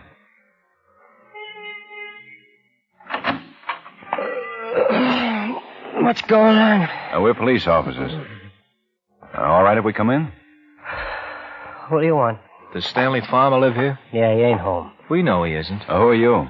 Frank Farmer. I'm his brother. Come on, what is it? What's wrong? Stan get into trouble or something? I'm sorry I can't tell you this any other way. Your brother's dead. Huh? I'm sorry. We'd like to talk to you about it. Maybe you can help us. If you don't feel like it now, we No, it's okay. I guess maybe I should break up or something, but I don't feel anything. I guess I should feel awful, but I don't. Or maybe if you had a drink. I don't drink. Stan's dead? He was found in an alley. Look. Come on in the other room and sit down. I can't think too straight. Been asleep. Gosh, fellas, this is... miserable. I'd just make yourselves comfortable. Thanks. Gosh, what a thing to wake up to. You sleeping your head off and stinking doorbell. It's funny, I was dreaming a bad one. The doorbell just jarred me. It rang a couple of times. We didn't know if your brother lived with anybody. I swear that this is the darndest thing. I got along with my brother great. I guess I loved him as much as anybody, loving a family. Just can't feel much. Numb. We want to find out who killed him. Yeah. Do you have any enemies? No. If he did, I didn't know about any. He's a nice guy. Early, so I have to get in the sack early. You work? Yes. Stan and me would work together. We got a service. I'm sorry, fellas. It's gotten... Well, we can talk about it. No. Let's get it over with. Got a job, and I'd like to help. Stan was a good kid. I'm older. That's the way I kind of always talked about him. He really isn't... really isn't anything, is he, now? Look, Mr. Farmer, No, just took me a little while getting around to it. I haven't cried in a long time. I felt like I should.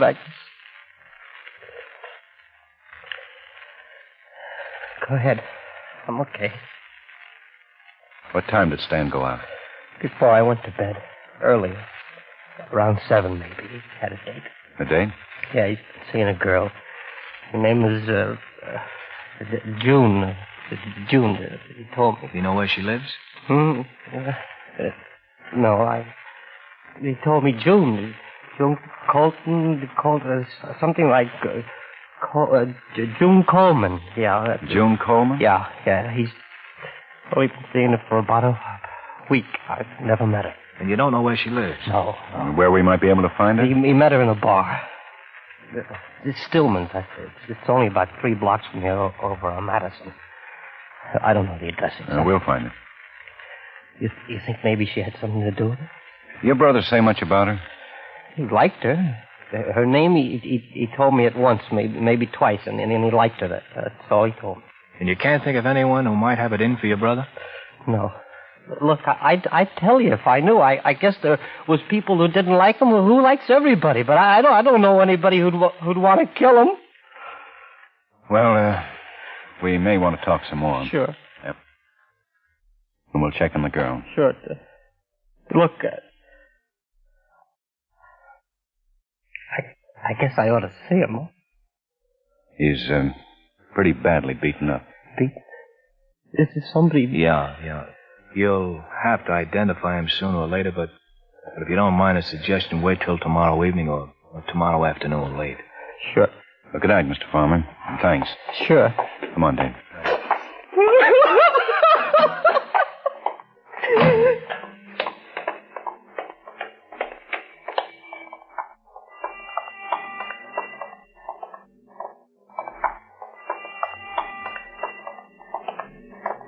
Think it'll ever cool off? I don't know.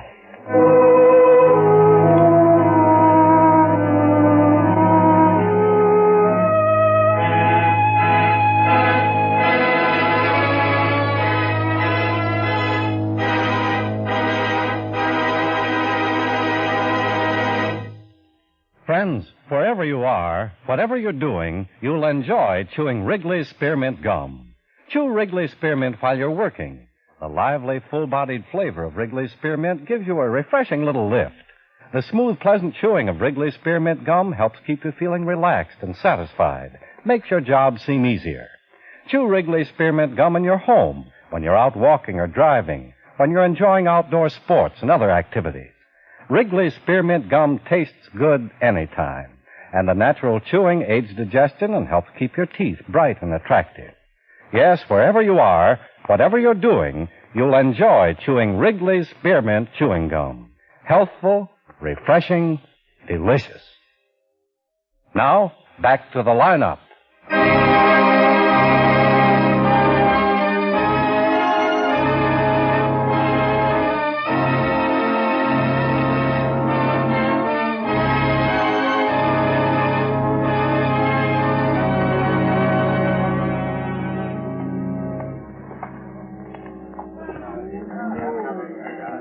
What'll you have? We'd like to talk to you.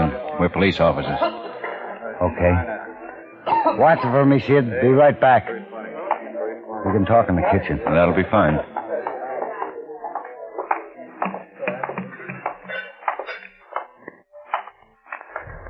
Okay. You know Stanley Farmer? Stanley Farmer? Yeah, I know. A regular customer? Pretty regular. Been coming in for about a year, I guess. Know his brother? Yeah. A girl named June Coleman? June Coleman? Yeah. Blonde? We don't know. Friend of Stan's. Good-looking blonde. Well, she's a friend of Stan's. He had a date with her tonight. Yeah, I know her. Real good-looking doll. Blonde, like I said. She came in with Stan tonight. You know where we can find her? No. Mind if I ask what this is all about? Stan's been killed. Stan? You say he was in here tonight with the girl? Yeah, that's right. What was she wearing? Huh? Do you remember what she had on? What kind of a dress, hat? I don't pay much attention to those things. Stan's dead? She was a pretty nice kid. That's too bad. How'd it happen? That's what we're trying to find out. Did the girl have on anything with feathers on it? Feathers? Yeah, like these. Oh. Hey, yeah, she did. Funniest looking hat I ever seen. Feathers like that on top. What time does Stan come in with the girl? Came in about 9 or so.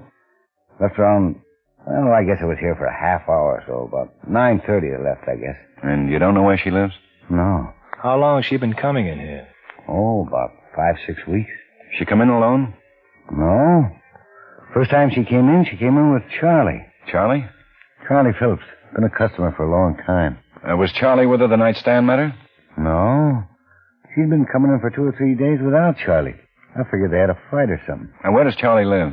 I don't know for sure, but he's a fisherman. Commercial fisherman. He's out sometimes on the boat for 2-3 weeks at a time. When I saw the blonde come in alone, I figured Charlie was out with the boat. He have his own boat? No, I know for a fact he don't. He always talks about getting his own boat when he's in here lush to the eyeball. Always he's going to get his own boat someday and make a lot of money. I always tell him as long as I make booze, he ain't going to save enough to buy nothing. He just laughs and just keeps on getting more and more tank. He catches fish and he drinks like him. Who does he work for? A fellow named Cassidy, nice old guy, brogue and everything. I don't know what the name of his outfit is. Probably Cassidy, something or other. He's proud of his name, and he probably uses it every time he gets a chance. If his business is named anything, you'd bet it's Cassidy something or other. Well, look, if Cassidy or Phillips or the blonde come in, I want you to call the 16th precinct. The 16th precinct? Yeah, ask for Guthrie, and if I'm not there, ask for Quine. Guthrie or Quine? That's right. 16th precinct, Guthrie or Quine. I got it. Thanks for your help. Sure. Stop in again. We'll probably do that.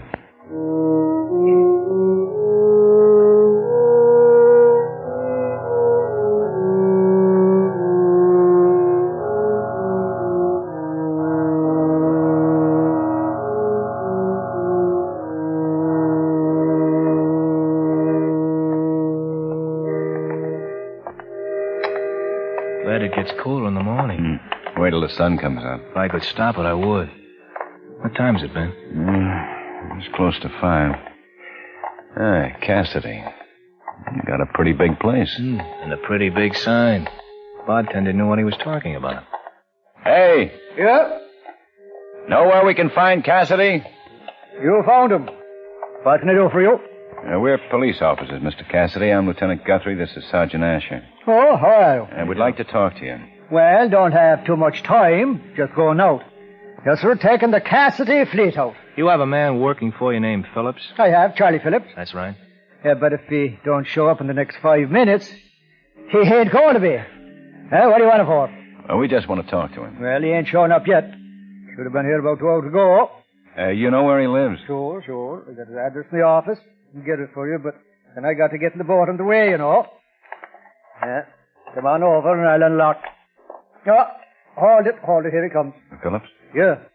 Well, come on. Look at him. Been in a fight already. Where you been? You're 2 hours late. Okay, I'm late. I'll make it up. You bet you will. These guys want to talk to you. Yeah? Police officers. Police? Probably about the fight you got into last night.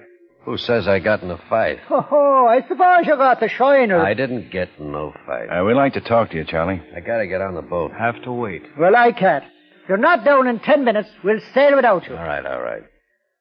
Well, come on, then. Let's get it over with. Yeah. I'll see you later. Thanks, Mr. Cassidy. Oh, don't mention it. Okay. What is it? You know a man named Farmer? No. Stan Farmer? No, I said no. I never heard of him. How about June Coleman? Yeah. So what? I know her. How long have you known her? Look, you guys, if I don't get on that boat, I lose my job. I'm sorry, but we need some answers. You'll get on the boat as fast as you give them to us. Okay. I've known June for a couple of months, I guess. Where does she live? What's this all about? Where does she live? Over on River, 245 South River. Where were you last night? Look, I'm gonna miss that. Did you see June last night? Yeah. Now, look, you guys, I'm getting a little tired of this. If I lose my job, you guys are gonna be sorry. Where were you last night? I was out. Out where? Out with June. June Coleman? Yeah, I was out with her until real late. Then I went home, asked her. I will. What time did you get home? About 3 this morning. What time did you take her out? About 7. And you were with her all evening? Yeah. Hey, there go the boats. Come on, get out of my way. I'm going to lose my job. Come on, move it. Don't get rough, Charlie. Listen, you stupid flatfoot. You just Now relax yourself. Relax. Hold it. Okay. You don't have to pull a gun. I won't give you no trouble. Let's go, Charlie. Okay. Where are we going? I think we'll go over and talk to your girl. My girl? Yes, June. The one you were out with last night. What do you want to talk to her for? Where did you get the black eye? I got in a beef. Last night? No, the night before. Tell us about it. Well, there ain't much to tell. Some guy got nasty, and one thing led to another. You know how those things are. No, Charlie. Tell us how they are. We got in a beef, that's all. You come out on top, Charlie? Oh, I don't know. I hit him a couple of times. I guess who wins a fight? That's why you guys want me? For getting in a fight? That's right. Well, it wasn't anything. The other guy was all right. Who was the other guy? I don't know, just some guy. You know how those things start. We were drinking, having a couple. Where were you drinking? Where? In a bar. What bar, Charlie? Well, I don't know. I was in a lot of bars. I don't remember which one I got in the fight. Well, maybe June will remember. I wasn't out with June. You said you were. I said I was out with her last night. I got in a fight the night before. Oh, yeah. You go to a bar last night? Yeah, we went to a bar. Which one? Oh, we went to a couple. Name them. Well, Stillman's. Over on Madison? Yeah. Get in, Charlie. We're going over to see June? That's right. She ain't gonna like being waked up this early. We'll apologize.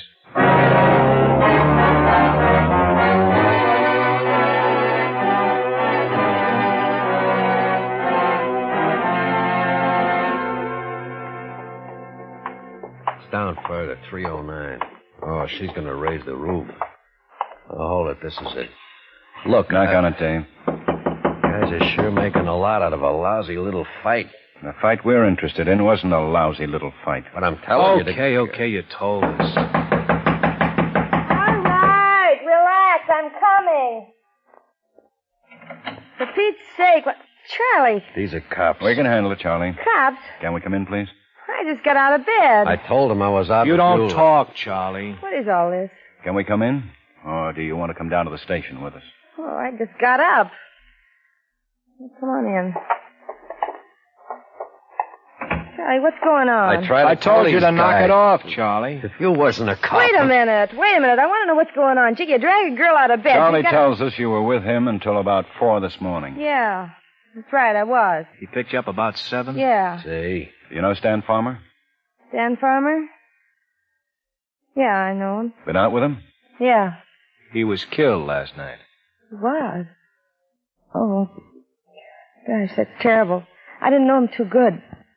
He was killed? And you were in Stillman's bar with him last night. She was with me. Yeah, I was. You were in the bar from about 9 o'clock to 9:30 with Stan Farmer. Charlie? And you were wearing a hat with feathers on it. These feathers. I told you. And we found those feathers in the alley where we found Stan Farmer's dead body. I don't know anything about it. Where did Charlie get the black eye? I got it. You shut up. Look, you... Charlie, for Pete's sake, tell him. Shut up. No. No, tell him. I don't want to get in no trouble. Shut up. Keep your mouth shut. He killed him. He cut us out together and he... Dirty little... Oh, my gosh. Oh, my gosh. Oh, thanks, Ben. It's a big boy. All right, Miss Coleman. Tell us about it. Well, he caught us out. I've been seeing Stan. He killed Stan? Yeah. He caught us and dragged Stan in the alley. Stan didn't even see it coming. I ran, and then he came here later and told me he'd killed him, and if I ever went out with another guy, I'd do the same to him. He's had me scared out of my wits. If I'd known what he was like, I'd never have started to go with him. Honest, I didn't have nothing to do with it. Ask him. He'll tell you I ran and I didn't have nothing to do with it. Come on. Charlie, wake up and tell him I didn't have nothing to do with it. Charlie? You better get into some clothes and come on down to the station. But I swear I didn't... We just want a statement. A statement? Charlie will be out for a while. Big ape. Stan was a nice boy. He treated me nice. Big ape. You better get something on. Okay. He made me ruin the best hat I got. Big ape.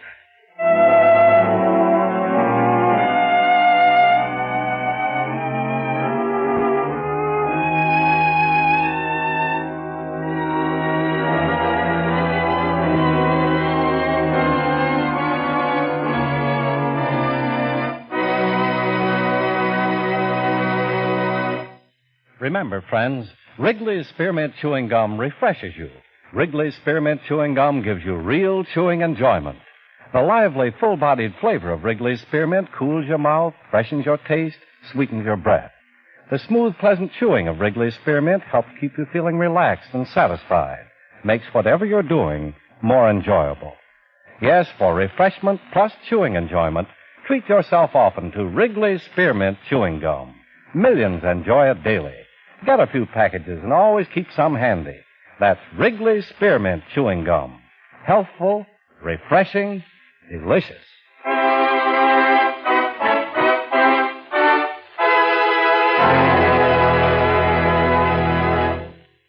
The lineup, starring Bill Johnstone as Lieutenant Ben Guthrie, with Jack Moyles as Sergeant Pete Carger, was written by Blake Edwards with music by Eddie Dunstetter. Featured in tonight's cast were Hy Everback, Howard McNear, Hal March, Bob Sweeney, Peter Leeds, Dick Ryan, Jim Nusser, and Virginia Gregg. The lineup was transcribed in Hollywood by Jaime Del Valle.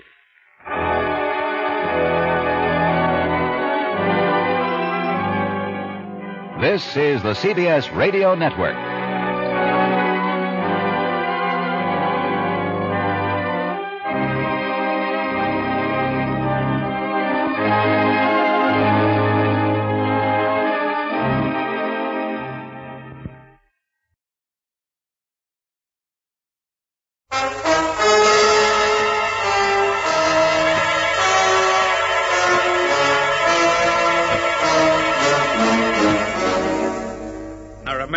Leave the talking to me. You do the talking. I'll do the laughing. You're up a creek, Jack. No kidding. Oh, hello. You're Mr. Ketch, aren't you? That's right. Investigation Branch, Federal Department of Taxation and Revenue. This is Marty Burke, my off-sider. Won't you come in, boys? A pleasure. Well, gentlemen, what can I do for you? Is your husband home? I think he should be in on this, too. Well, he's upstairs for a moment. Can't we begin? Sure. You sold this house a few days ago, ma'am. Is that so? Why, yes. I got $30,000 for it. Is there any law against that? I'll let you know if you'll answer me this, ma'am. In less than 3 months, you've sold this house twice and bought it back once. On those transactions, you've lost in all 20,000. Well, whose money is it? That, ma'am, is the precise thing I want you to tell me. T-Men, the true-to-life adventures of those men whose job it is to discover and bring to account those citizens who, by concealment, deception, or fraud, evade their lawful taxes. T-Men, with Gordon Glenwright as Jack Ketch.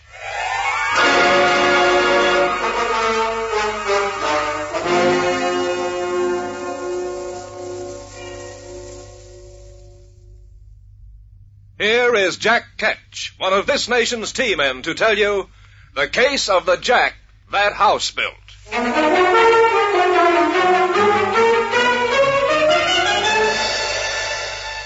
This is a great country. It takes a lot of money to run and keep running. That's why we have taxes. Taxes are scaled so that everyone pays a fair share of the cost according to his or her true income or profit. Let one citizen... Oh, no, not again. Whenever I'm alone. Catch investigation. I'm sorry, Mr. Burke is not at the office today. Yes, I did hear the trouble, being his boss. Mr. Burke is confined to his bed with a chill. No, ma'am, I said a chill, not... It's a pleasure, you being the 10th inquirer. Marty Burke has more screwball aunts. Johnny, is Marty Burke being... Marty passed away peacefully in his sleep at precisely 2:30. Oh, then in that case, he must have just called me long distance. He just rang you? What about me? Don't I count? He tried 7 times, but said your line was busy. Women, he surmised. Women? I've answered that phone 27 times. Look, lover boy, I'm not interested in your batting average. All I came in here for... Oh. I see you've got Mr. Colon's file. Huh? That's what Marty rang about. Pietro Colon's file. I knew his half-brother, Semicolon.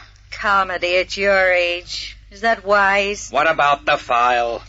Marty got it out yesterday after a Mrs. Grace rang and made an appointment for today at 11:30. Marty thought you might... Who's Mrs. Grace? She's the... Hold it, Pat. Yeah? Jack, Charlie on the desk. There's a Mrs. Grace to see Marty Burke. Who? A Mrs. Grace. Yeah, what's this double talk? That's what I wanted. I didn't know whether she was this Grace or that.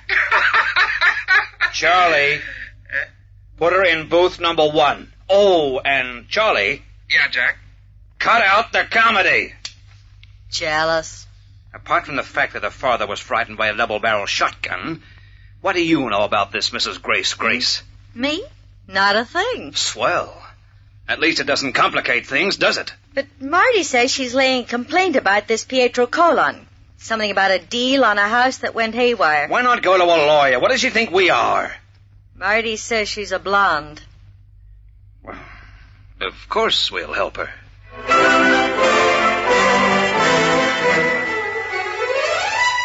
I might have known Marty Burke would be lying in his bed pretending to be a black widow spider. Mrs. Grace was a blonde. Once. As for that deal on the house, all Gracie needed was a house number, and she'd have made a swell Cape Codder herself, right down to the termites.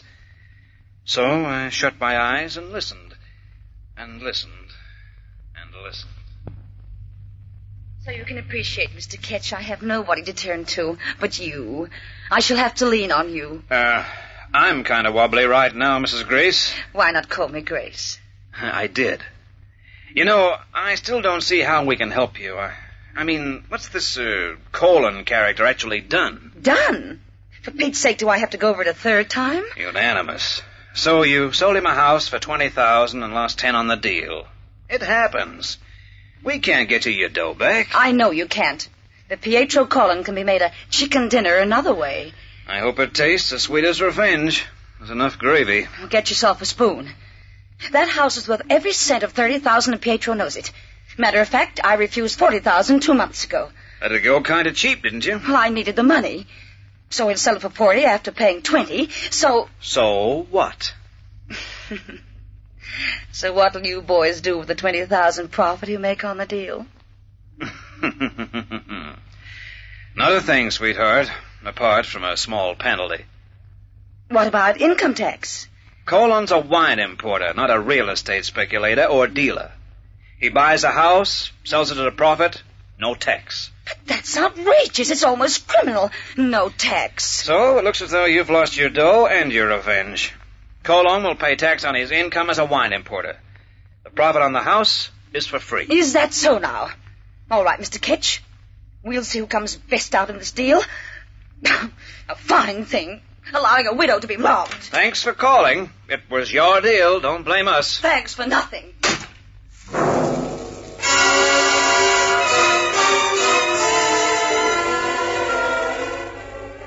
A real sweetie was Gracie.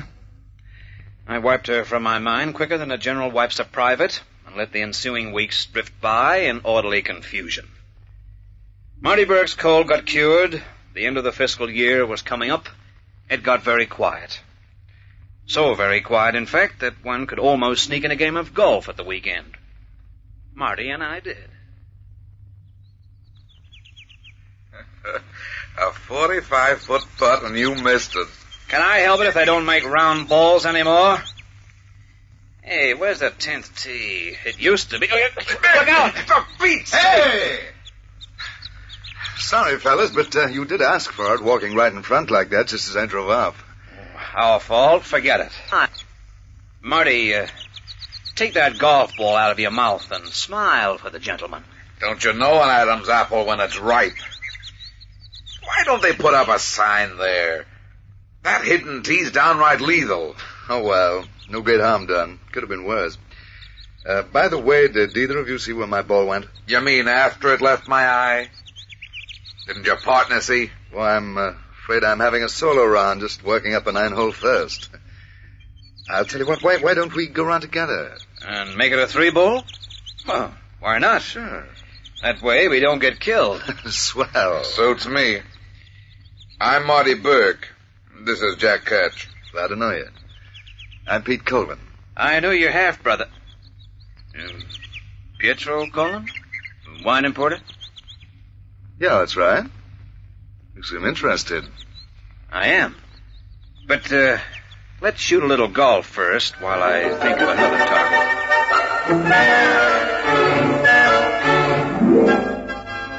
After that, my golf wasn't very good. I ask you, only hauled out and won twice during the next 9 holes. What way is that to play golf? After a shower, we went to the bar, and then I found what it is that the vintner buys that's half so precious as the wine he sells. It was whiskey. Pete Colon put away half a bottle while Marty and I were killing a couple of beers. Oh, no. No more, fellas. You boys will be getting high. Look, let's eat someplace. What do you say? Fine. But not here. This club is strictly for golf only. Yeah. Well, I'll tell you what. Let's all go to my house and get the little woman to rustle up a plate of this and that. Huh? What do you say? Will the little woman like that? Are you kidding? She loves to have me bring my pals home. Come on, let's go. I'll lead the way in my jalopy. You guys follow. Pausing only while I phoned Pat Frew to tell him not to wait dinner, Marty Burke and I followed this interesting character to his home. It was in a very expensive area and was quite a shack. Our 2 cars scrunched to a stop on the gravel drive, and we got out.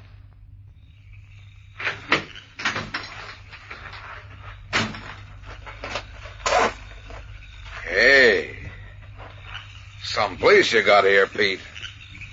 Get a load of it, Jack. You like it? Wait till you see inside. A sweet setup. Very, very nice.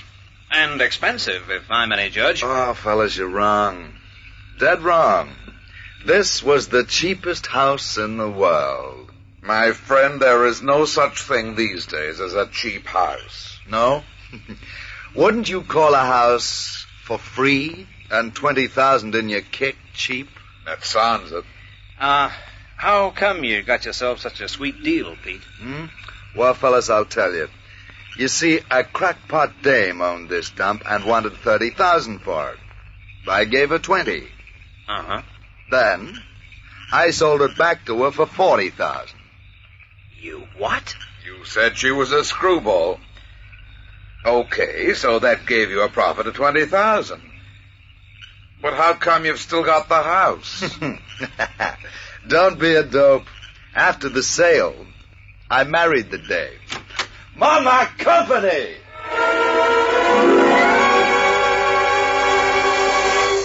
Mama was in bed. Mama stayed in bed. Well, I didn't need a lineup to know that Mama was the former Mrs. Grace Grace. And I didn't need the roof to fall in on me to tell me that somewhere in this deal there was a very smelly double cross. Can you guess who the victim was? No, you'd never guess in a million years. So I'll tell you. It was me. We'll return to Jack Ketch and the case of the Jack that house built in just a moment. Meanwhile...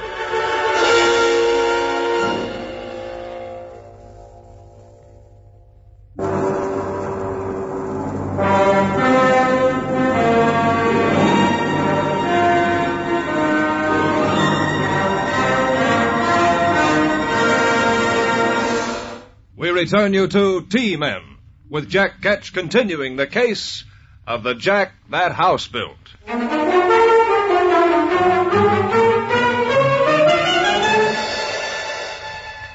Here at the Special Investigation Branch of the Federal Department of Taxation and Revenue, you learn a lot about people.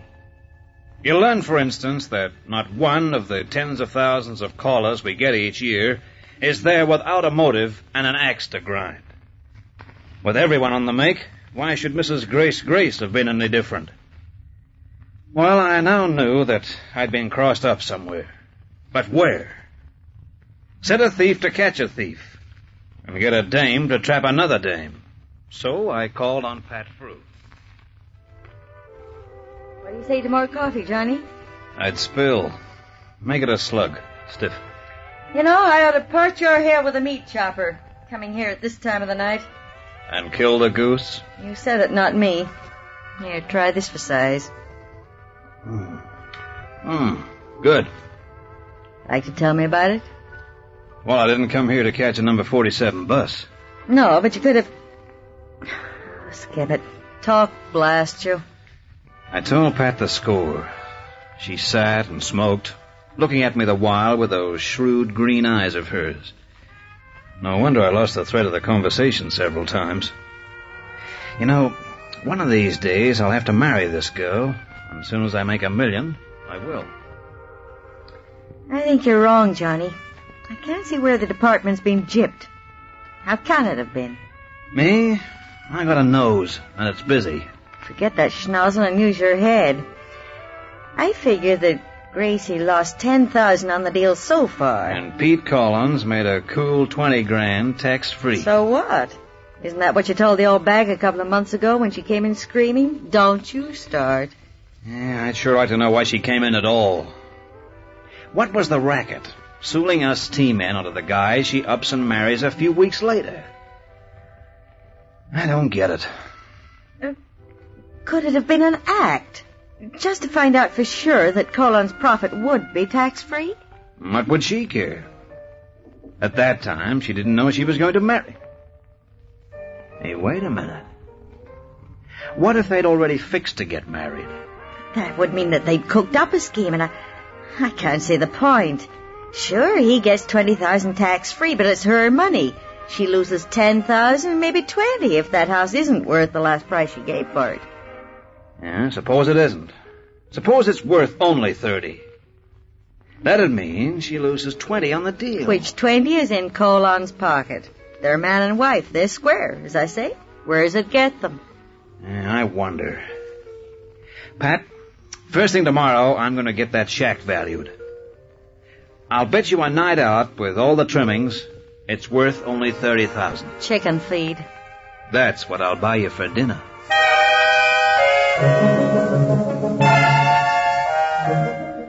Next day, I had an expert go over the joint during the absence of the Colon couple. Opinion? It wasn't worth a cent more than 30 grand. Gracie had done 20,000 cold, or she would if she tried to sell. Now, why would a smart woman do a thing like that? 2 days later, I knew. Look, Jack, I still don't get it. Here we are, herring out to this legless penthouse, and for what? They can tell us to just go jump in the lake. They haven't got a lake. Marty, I'm playing a hunch. People don't do peculiar things with no reason. What about my Aunt Fanny? You've got me. Well, here's the house of mystery coming up around the next bend. No, you're right, Marty. There's nothing we can do except ask questions. Sometimes you get funny answers. Silly ones, too. Hey, is this the joint with the signboard? What the... Here, pull up, Marty, quick. Hey, will you get a load of that sign? Sold. Dew Point Real Estate Company. Now, do you think it's a screwball setup? The birds have flown. But I can't think why. But at least we know there's a why, so let's go find out. Where next, bub? You guess. Dew Point Real Estate it is. The real estate office was closed for lunch. Marty and I went back to the Federal Building. Promptly at 2 o'clock, I phoned through. Yes, the house had been sold. No, they couldn't tell me the buyer's name or the price. Where were Mr. and Mrs. Colon living now? I'm sorry, I have no idea, sir. Nuts. That dumb dame at the other end's as good as 2 men away with the flu. Why didn't you ask to speak to the boss? Because right at this moment, the boss is in free flight in an orbit round the moon. Don't you think I'd have talked to the boss if he'd been in? Now, what do we do? Until details of that sale are filed uptown and the deeds start going the rounds, we can't find out a thing. But for Pete's sake, there must be somebody we can get some information from. What about the lawyers? Don't they sit in on deals like this? And what do? Ring up every law office in the city and ask them if they handled this deal? You're slipping, fatso. Okay. Then how about this? Call in the cops to pick up the Colon couple. On what charge? Setting fire to haystacks? Make it murder. Whose? Yours. If you don't get off my back. Oh, quit snarling, the pair of you. Look, what could be simpler than turning up the Dew Point Real Estate Company in a trade directory? Find out the manager's address, drive out to his house, and get the details of the sale. Okay. You thought of it, you do it. Marty, get a bunch of telephonists ringing the hotels. Every darn one in the capital. And don't overlook the airlines. I got a nasty feeling something's being put over. And I want the Colon couple. And what are you going to do, oh chief investigator? Me? I'm going to sit here and let my mouth water. And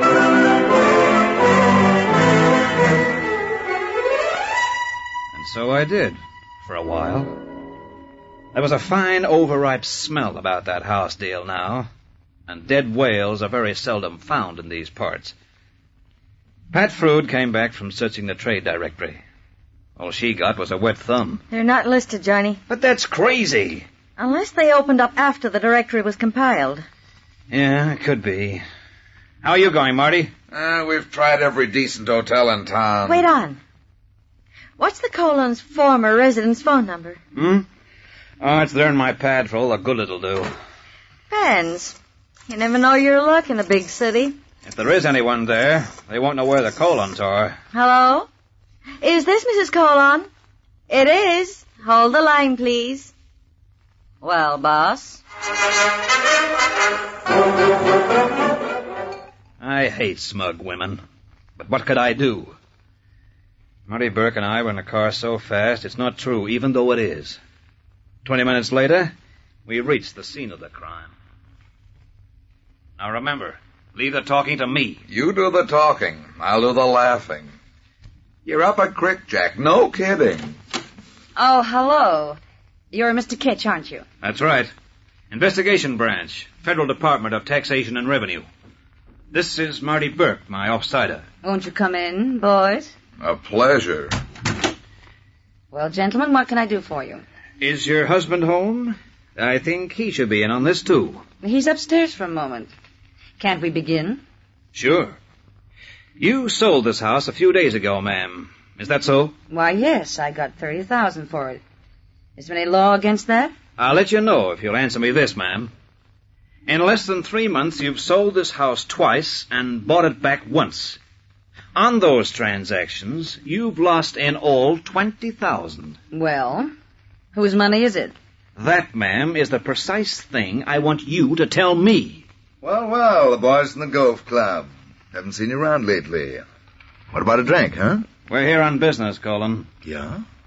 Didn't your bride tell you we rang? We're T-men, Colin. What you mean?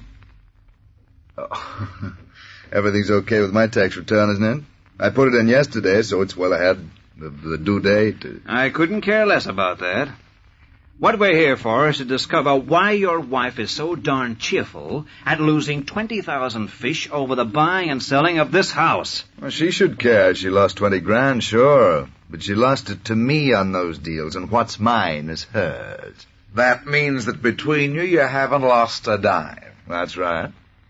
Well, I guess it's your hobby.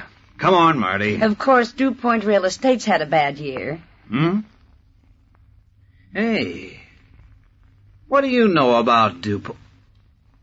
Wait a minute. You. That's the racket, isn't it? You own that company. Oh, sure.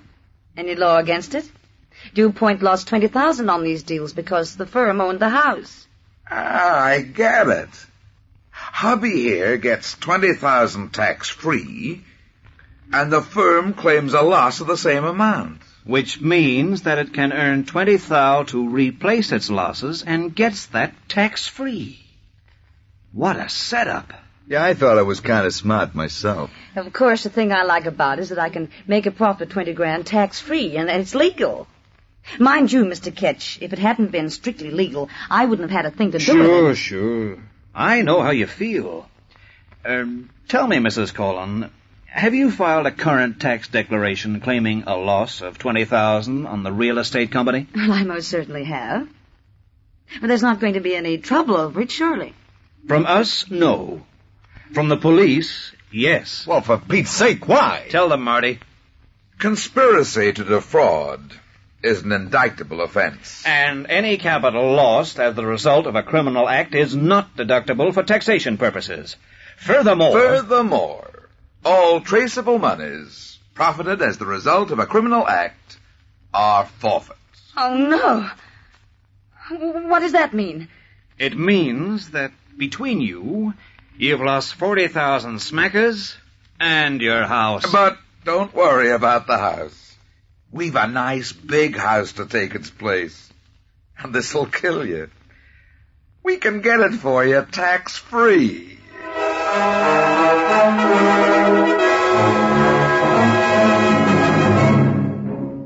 The court ruled as I predicted. The Colins were lucky to get away with 2 years each. In all fairness, I should say that I believe they had no criminal intent when they cooked up this scheme.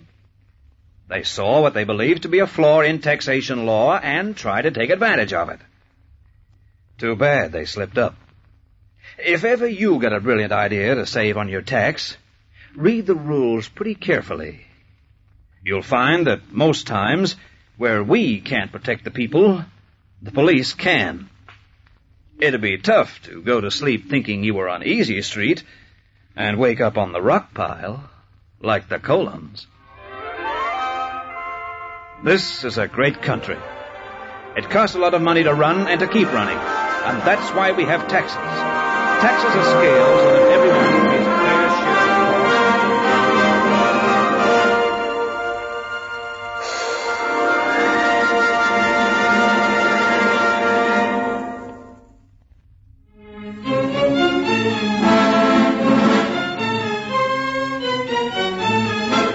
You have been listening to T-Men, the true-to-life adventures of men whose job it is to discover and bring to account those citizens who, by concealment, deception, or fraud, evade their lawful taxes. T-Men features Gordon Glenwright as Jack Ketch. The case of the Jack That House Built was written and directed by Donovan Joyce. All names used in this broadcast were fictitious and bore no relation to any living person. T-Men is a Donovan Joyce production. This is Hawk McGuire speaking.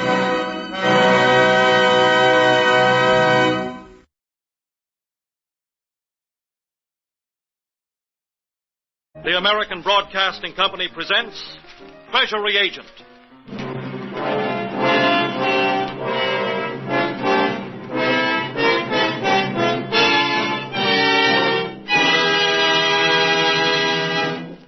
The United States Treasury, the largest law enforcement agency in the world, consisting of United States Secret Service. We protect the President of the United States at all times and protect the money of the United States from counterfeiting. United States Revenue Intelligence.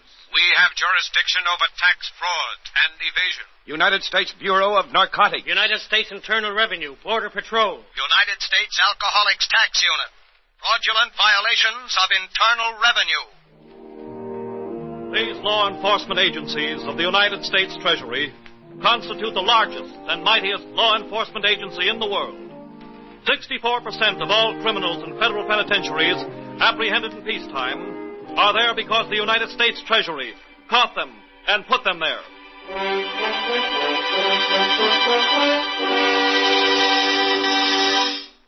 And now, Elmer Lincoln Irie, former chief coordinator of all the aforementioned Treasury departments for the past 10 years.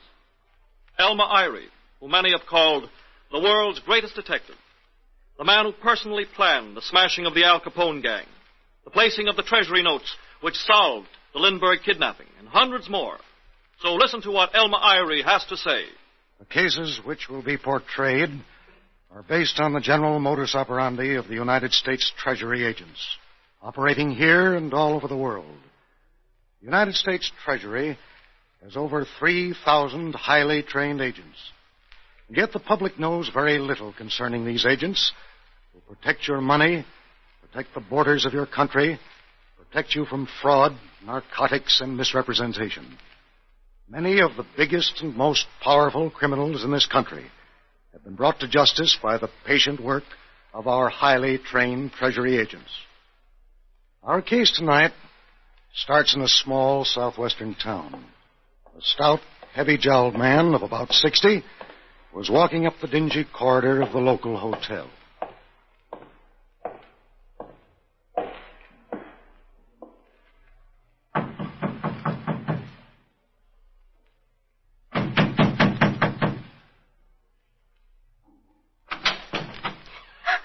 Colonel Cephas.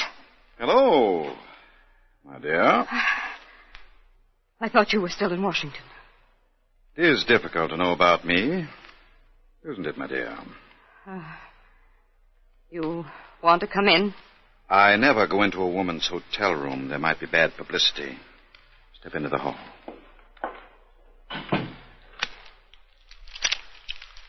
You must have left a trail from Washington down here with those peanut shucks. Want some? No, I'm fed up with seeing you eat peanuts. Who is this young man, Culver, you telegraphed me about? He's just a very sincere person. You should see him sway a camp meeting. Sure it's not personal? Just like you to come down here and spy. What's this new song he wrote? Don't tread on me. The camp meetings go wild. Don't tread on me, huh? Mm-hmm. That ought to start up a lot of hate. I mean, patriotism. Look, Culver will be leading the meeting tonight. I recommended him because the sucker really believes what he preaches. How are the dues coming in? We've got 10,000 new members. Forget I was here. I'll watch a new protege tonight. If I think he has possibilities, I'll wire to bring him to Washington. Then you're going right back? One never knows my plans. Oh, here, I've eaten all the peanuts. Take the bag of shucks and throw it away. It's all I ever get from you now, shucks and leavings. You'll hear from me by wire, my dear.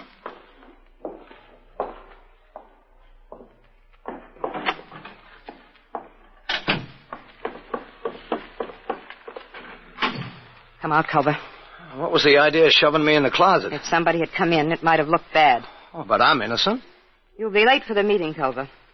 Now, stir them up good tonight. Get the camp meeting into a frenzy. Maybe if you do well, I can take you back to Washington. I sure will try it.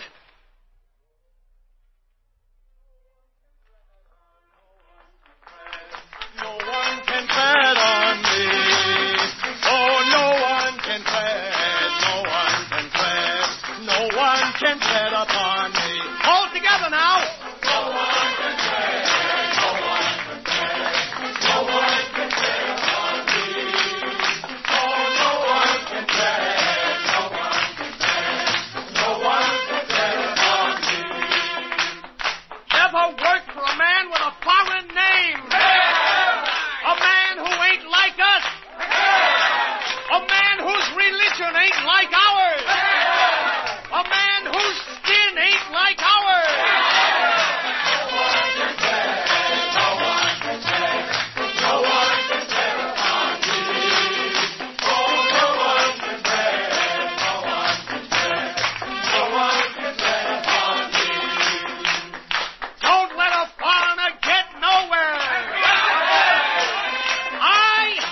the foreigners! Hate them all!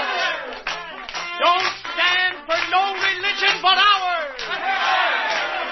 We hang together and hate them!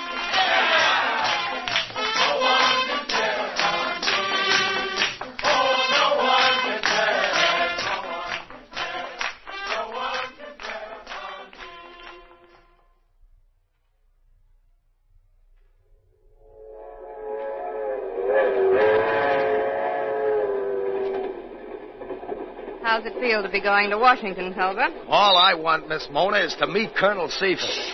Somebody on the train will hear. Nobody knows the colonel is backing our meetings. He must be a real patriotic man. He's got 14 flags in his office. 14? He rich? Rich and powerful. Well, where are we going to stay? At one of his big estates up the Potomac River. You work for him? For a long time. I take charge of the different societies we start up and all the speakers we send out. Oh, I'll speak. I'd rather speak than anything in the world. Why should we let foreigners take our Not jobs? too loud, Culver. People are looking. Wait till we get to Washington.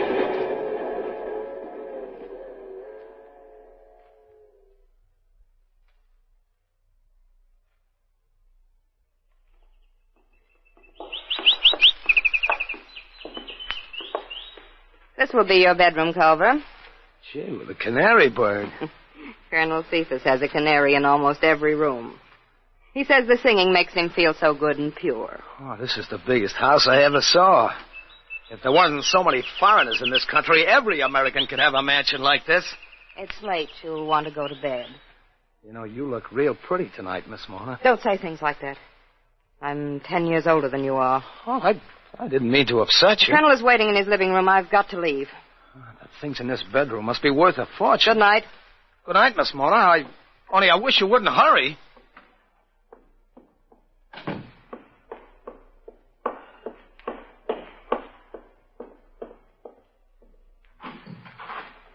Come in, Mona. Well, Colonel, I suppose you had a good time sitting there at your desk, listening to every word. You look real pretty tonight, Miss Mona. I knew you'd pick on that. Don't you feel a little ashamed to have a hidden microphone in every room in the house? Sometimes interesting to know what your guests say after they go to their rooms. Want some peanut? No. Nor the shucks either. Your protege really is a fanatic, isn't he? All our other speakers are fakes. They know we start up the groups for profit. I just thought it might be a good business to have one speaker who really believes what he preaches. Listen. He is going to bed. Just dropped his shoe. Tell me more about your trip, Mona. 16 new groups, 14,000 new members, $5 a month dues. What did you base the Western meetings on? Race hatred. Include religious hatred also. They pay their dues better. Funny he hasn't dropped his other shoe.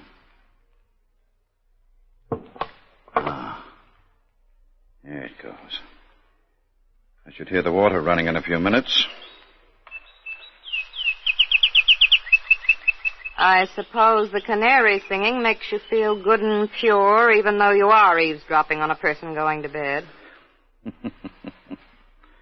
Always understanding, aren't you, my dear? Colonel, you've made yourself rich selling hate. But I've got a new idea. Yes? Why couldn't we organize groups on the side and instead of selling hate, sell love? That funny, eh? The Blue America Group tried that. They sold $8 million worth of hate in 3 years.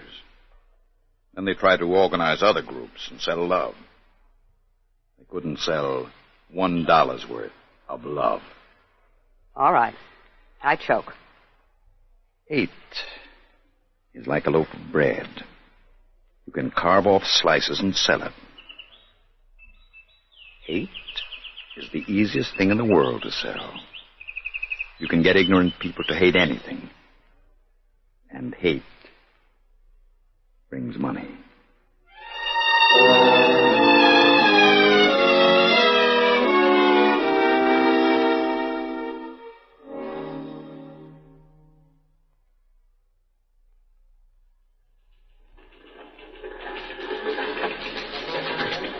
United States Treasury Forms A are to be taken immediately for Secret Service. Blue forms to Intelligence and Narcotic Bureau. I'm sorry, sir, but Chief Austin of the Coordinator's office is in conference with one of his Treasury agents. Jones, what do you think of that report of the Un-American Activities Committee on Colonel Cephas? Chief Austin, you could have knocked me over with a feather. The colonel's supposed to be a very patriotic man. Oh, naturally. He conducts all his activities under the guise of patriotism. But Colonel Cephas isn't really a Treasury case, Chief Austin. Well, just the same, we're going after him on tax evasion. And, I'm assigning you. Me? Why, say, this is an awfully big case, Chief Austin. You're going to face him and Bet 10-1 this is Moss of the Un-American Committee. Chief Austin speaking. This is Morse, Austin. Put Lincoln on that Colonel Cephas case, will you? Why, Put Joe Lincoln on him. That's the greatest Treasury agent who ever lived. Nobody ever got away from Lincoln yet. I realize how you feel, Moss, but our plans... Promise you'll put him on? I can't talk right now. Why not? I can't explain. You'll never get the Colonel unless you put Joe Lincoln Oh, on. now, listen, Moss. Don't embarrass me. I'll call you back. All right, but remember what I told you. Well, Jones, it's a big assignment. Biggest of the year. Well, I was just thinking. Most of my work is figures. There's so much detective work. Get in some way as Colonel Cephas's bookkeeper. Yes, sir. The whole department will be back of you. Yeah, but the colonel doesn't have a big organization. To get in as a bookkeeper. Too big a job for you? Sometimes, Chief, I wish you were married to my mother-in-law.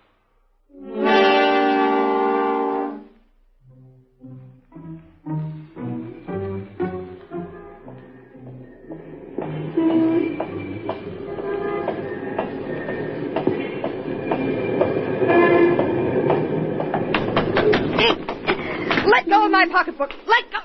Let go of me. Stop it. Don't worry, lady. I'll take care of him.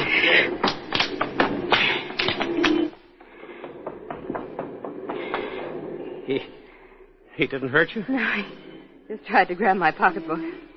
Good. I can't thank you enough. Well, there's a restaurant right here. Let's go and have a cup of coffee and relax, huh? Thank you. I wouldn't mind at all. Come on, then. It's right here.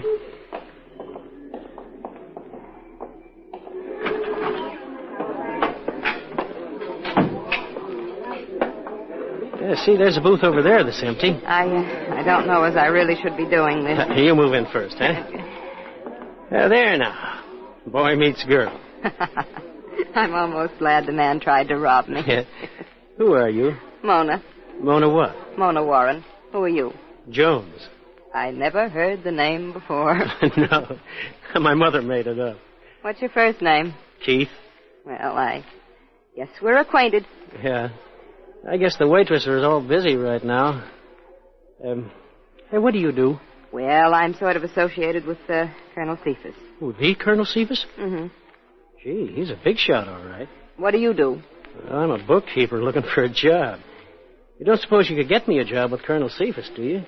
Why, I don't know. Well, I'm a good bookkeeper. Would you ask him for me? Sure. And you'll try hard? I'll do what I can. He does most of his work from one of his estates. Yeah. And you'd be there? Sure. I'd like that. I don't think I'll wait to get something to eat. Why not? We just came in. Well, I'm not hungry. Well, what are you afraid of? Nothing. Well, here, let me write out my telephone number and address. All right, but please hurry. Okay, but why so jittery? The fellow trying to hold you up make you jittery? No, only... Well, I'm afraid to be seen with you. Okay, I don't know what it's all about. Oh, you married? No. Well, that's beyond me.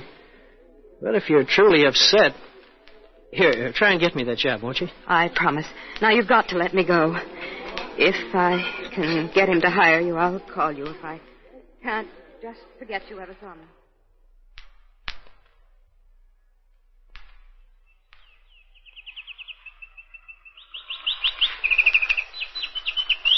What's the matter, Colonel Cephas? Just thinking, my dear. Some peanuts? No. I'm, expecting a guest tonight, Mona. Put him in the brew room. Who? I doubt if you know him. Oh, for heaven's sake, stop sitting there like a baboon and eating those peanuts, will you? You're not the same old Mona, are you? Cut it out, Jay, will you? You know what I gave up to come and work with you. 17 years I've given you the best of my life. I was in love with you. I've done your dirty work for years, and this is all I get. Do you think the bird sings better on that new type of seed? Oh, what's the use? That's the only thing I haven't done for you. Eat birdseed and sing. Eat peanuts and scratch myself. You'd better answer the door, my dear. Tweet, tweet.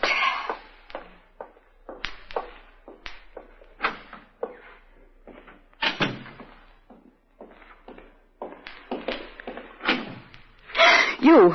Why, yes. What are you doing here? I thought you must have gotten me the job. Why, come in. Yes.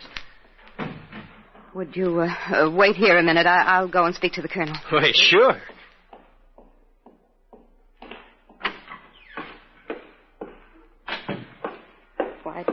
Why didn't you tell me who was coming? Don't you like surprises? Why did you do this? What are you up to? I've been thinking for a couple of days over the experience you had the other night. My dear. How you went into the restaurant with the young man who saved you from the pocketbook snatcher. How we told you he was a bookkeeper, needed a job. But I asked you, and you said you didn't want a bookkeeper. The more I thought of it, my dear, the more suspicious I became. So I had the young man investigated.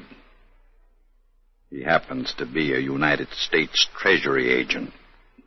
A Treasury agent? Evidently, we're under investigation. But then why did you hire him? We're going to be under investigation by a Treasury agent.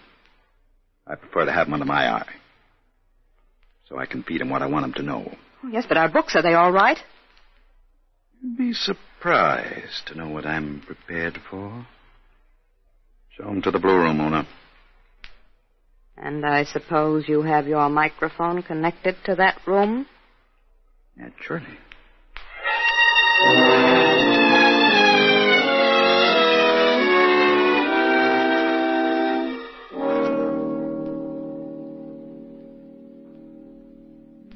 Mona. Mona, come here. What's the matter, Colonel? Trouble? Past week, that bookkeeper Jones has been getting acquainted with Culver. What of it? He's up in Culver's room now, putting that radical up to something. But what? Listen. Yeah, you're right, Jones. You're right. You shouldn't wait just to go out to the trips, Culver. Make your speeches right here in Washington. Where? The street corners, anywhere.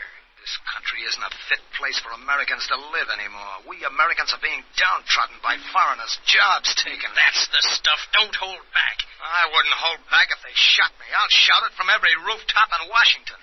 That's your protege, Mona. He's a crackpot. If he makes those speeches here in Washington, he'll get himself arrested. And it'll be plastered all over the Washington papers he's associated with me. Why is Jones egging him on? It's a trick to smoke me out into the open. We can't fire Culver. He talked too much. Day after tomorrow, you're to start on a new trip. Culver goes with you. What's the purpose? Start up new groups. The real purpose. When the situation is right, get Culver started, but there'll be a small riot. In that riot, serious accidents can take place, and nothing can be proved. That's a large order. It happened once before when you became a widow, so you could be with me. Shut up. Build up new societies. Get members. And see that an accident happens to Culver when some camp meeting gets into a frenzy.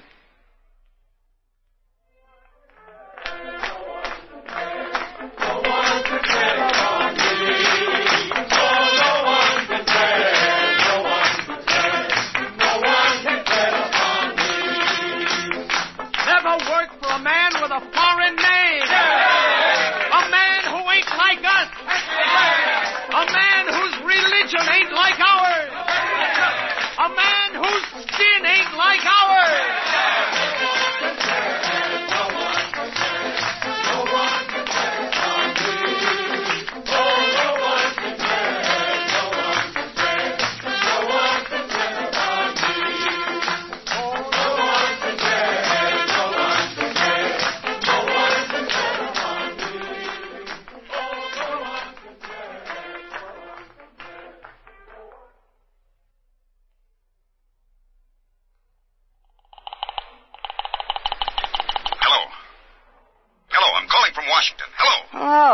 I tell you I'm on. Mona?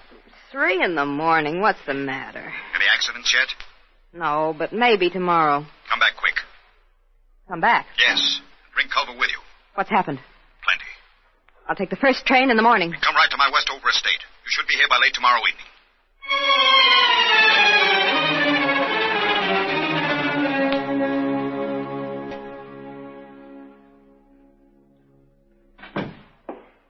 I came right from the train, Colonel. What's the matter? Sit down, Mona.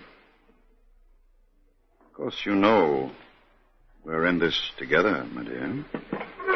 If you soften enough to put it that way, it must be bad.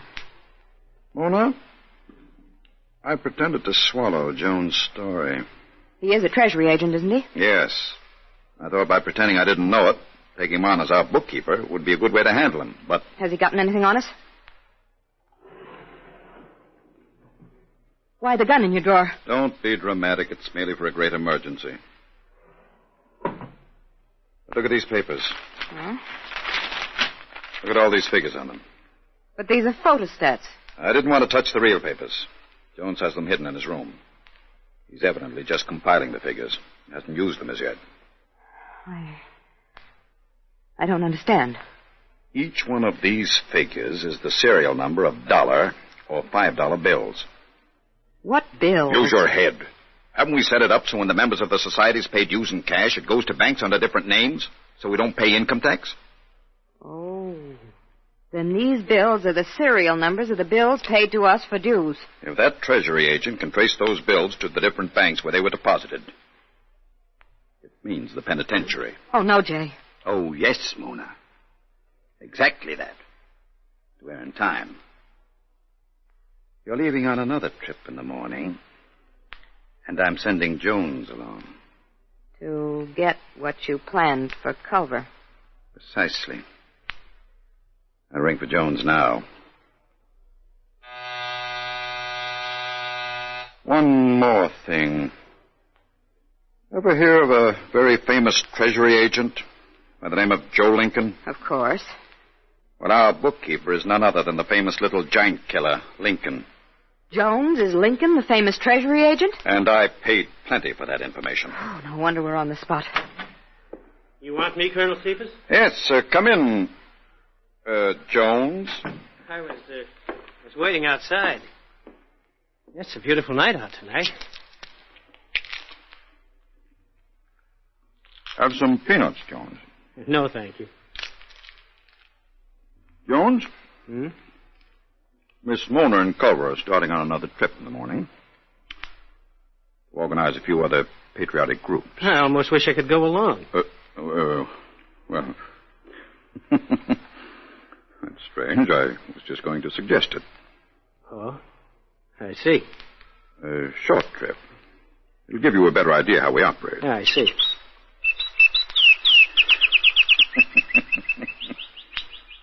That little canary is a jewel of happiness. Colonel, don't you think it's about time we stopped kidding around? What do you mean? You know who I am. I don't understand. Well, you know I'm a Treasury agent. You knew it even when you hired me. This is very interesting, Jones. Tell me more. Well, when I was egging Culver on to give his fanatic speeches here in Washington, you had a microphone on the wall and you heard me. I think I'll go to my room for a minute. You sit where you are, Miss Mona. I'm very shocked at what you're saying, Jones. You shouldn't be. You had a microphone listening to what I said. Didn't it occur to you that I might use the same device?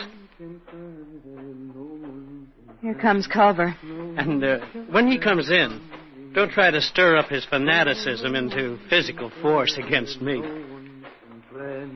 No one can tread upon me. Come in, Culver. Huh? Oh, that's a great song, you know, Colonel. Oh, hello, Jones. Well, say, why is everybody so serious? Jones resents our patriotism. Oh, he does, huh? In fact, his real name isn't Jones. It's Treasury Agent Joe Lincoln. You didn't think I knew that one, did you, Jones? You're mistaken, Colonel. Treasury Agent Joe Lincoln is standing right beside you. What do you mean? The man you call Culver is really Joe Lincoln, my boss. Is this true, Culver? I'm afraid it is, Colonel. And I knew the only way to really get you was to get the serial numbers of those bills paid in for dues. That's why I got in with your organization as a radical speaker, so I'd be on the spot and could list the serial numbers of the bills as your members turned them in. The Treasury Department has been tracing those bills and has traced them to 64 banks under 64 phony names. I can't speak. I've got some smelling salts in my drawer, and... Oh, my finger! Sorry I had to kick that drawer closed. No, my fingers are broken. That isn't all. It'll be broken if you reach for a gun again. Miss Mona, you and the Colonel are under arrest by the United States Treasury.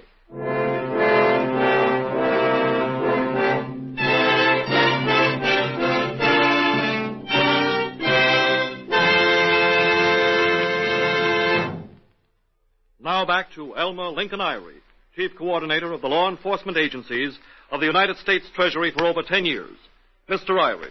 Colonel Cephas and the woman known as Mona were convicted in the federal court, and both are serving a long time for tax evasion. The Treasury has found that many of the societies organized to hate other groups in this country have been created for personal, selfish gain. And the originators have amassed great fortunes for themselves. About the only way to smash these hate groups is to get their leaders for tax evasion. And our Treasury agents will continue to investigate them and prosecute. But this is only one type of case our 3,000 Treasury agents are working on tonight. And on this series, you will hear some very extraordinary cases. For instance, next week... The two gang leaders are sitting in a car talking. 5 bodyguards of one are on one side of the street. The 5 bodyguards of the other are on the opposite side. Indications are he chiseled the government out of $16 million. Quiet. He's hearing strange voices, just like Capone did when we closed in. Next week, you will hear how our Treasury agents closed in on the persons we have just referred to. The United States Treasury is your representative, and 24 hours a day, it is working to protect you. Next week, same time, same station. Treasury Agent.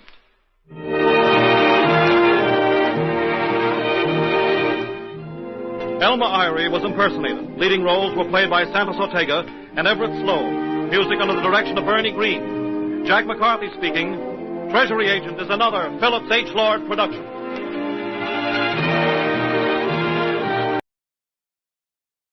State your name and prison number. John Newton, Folsom 3375-4. State your age. 27. Charges on which you were convicted. Harboring a criminal, practicing medicine unlicensed, manslaughter. Sentence now being served. 10 years. I've served 2 years and 3 months. I'm therefore up for parole.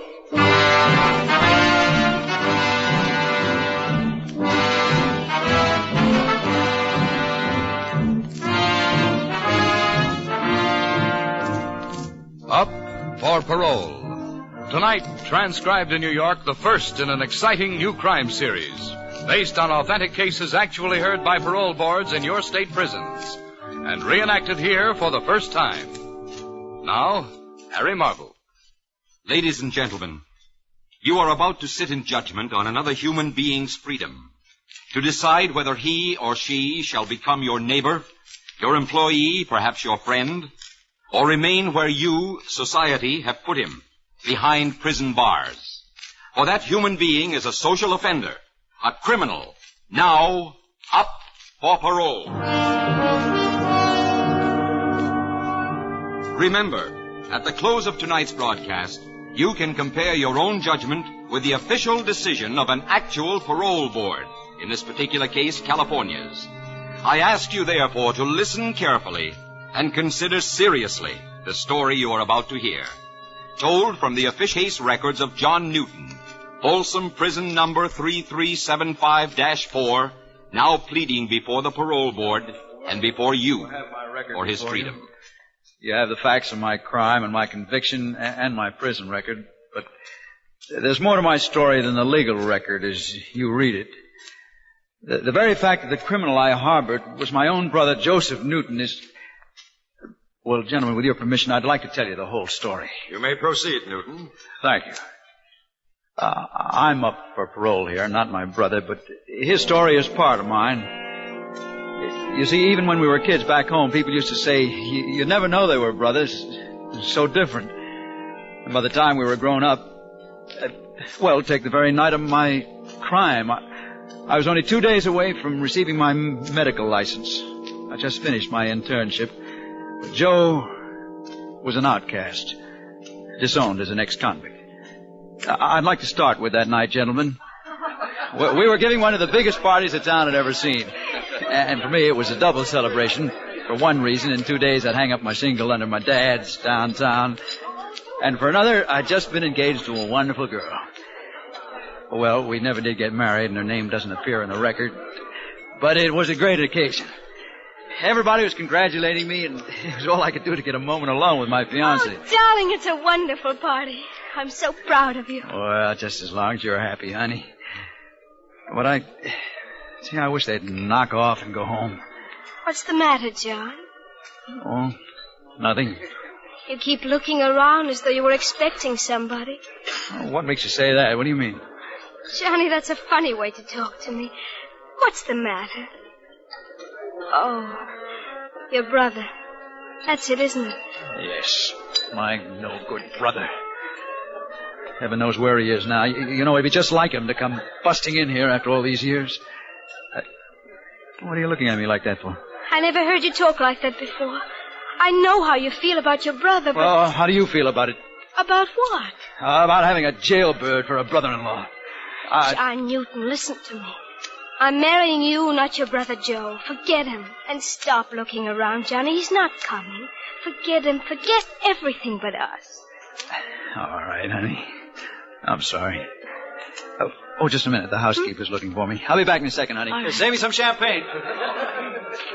Hey, swell party, Johnny. Where's your dad? Well, you know how doctors are, fella. Out on an emergency. Excuse me a second, will you? What is it, brother? Mr. John. Yeah? What's the matter, brother? Mr. John, there's a man at the back door asking for the doctor. All right, brother. I'll take care of it. You wait here.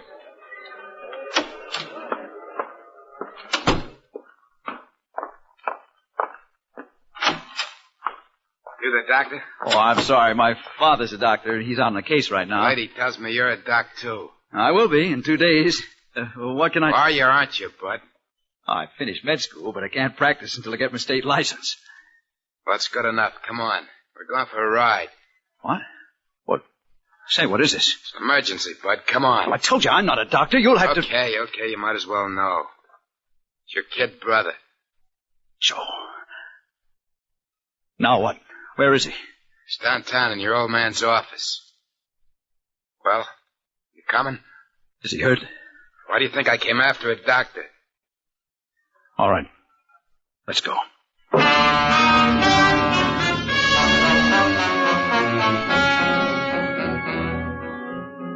The minute we started down the drive, I knew I shouldn't have come. Joe always meant trouble, but an emergency was an emergency.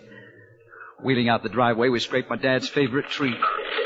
And thinking as I was of Joe, that started me remembering the time he ran the lawnmower into that very same tree. The time he smashed the glass case over Dad's microscope.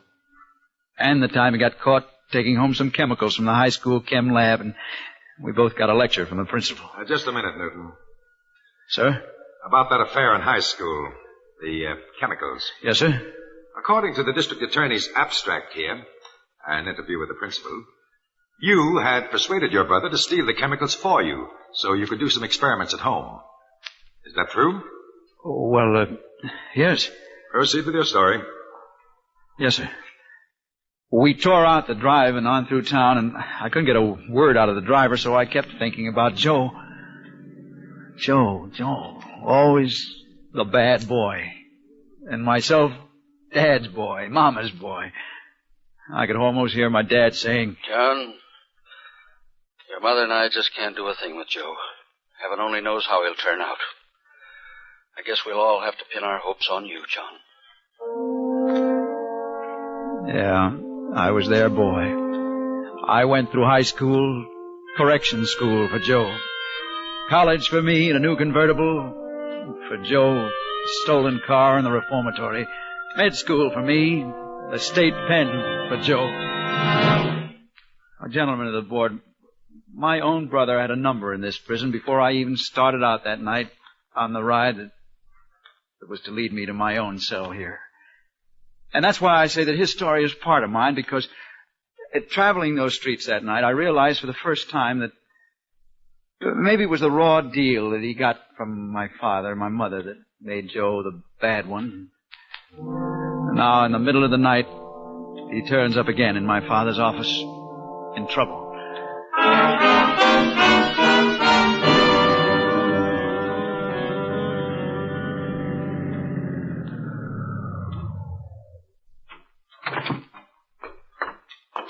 I pulled around the back here just in case.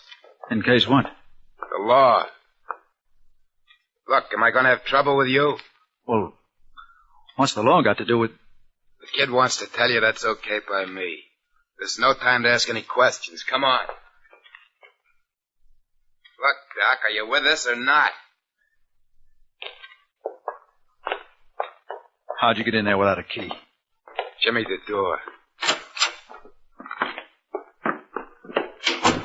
Pull the shades down so we can turn on the light.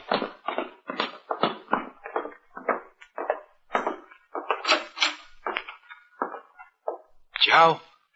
Joey, boy. I'm still here. Brought the doc, Joe. Dad? No, it's me, Joe. Johnny, you... Well, look who's out late. Mama's boy. Can't you do something, Doc? Doc. You made it. Medic. What do you know? All I know is that you're hurt. What is it, Joe, an accident? Yeah, sure. All right, let's have a look. Yeah, take your hands away from your chest. That's better. Hey, you. Hey? Hand me that scissors. Yeah, sure.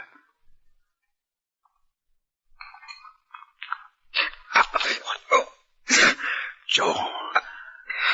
Bullet wounds. Yeah, we were playing soldier.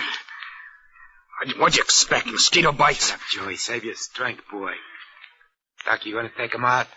I'll give him a shot to ease the pain. She'll take the slugs out. You're in my light. I'm asking you a question.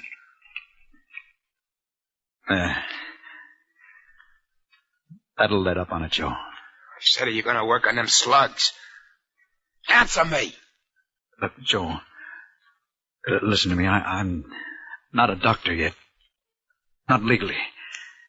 2 more days and I'll have my degree and then my license. But if I work on you now... What do you mean now? Shut up, French. Look, Joe, it's this way. If I operate on you, I'll be breaking the law.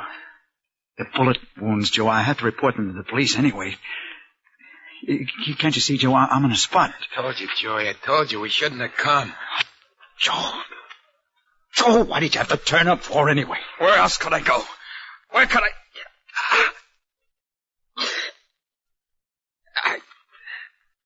I hate the guts of you. The whole bunch of you. But where else could I go? Joe, please, try to understand me. You rotten family. You never give me a break. Johnny, it hurts. Your brother lying there begging you, you two-bit phony, do something. All right. Lock the door and then go wash your hands. I'll need your help. For me? I can't. You shut up and do as I say. Joe, now listen to me. Yeah, Johnny, yeah. Joe, I can't use an anesthetic. I can't handle 2 things at once. It'll hurt, Joe. All right, Johnny. You ready? Yeah, sure. All right. Now hand me that scalpel. What? Scalpel, that knife.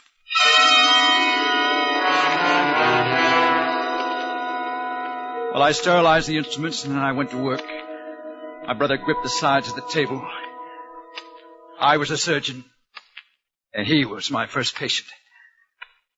I started to get sick, but I had to put everything out of my mind, except that I had a life to save.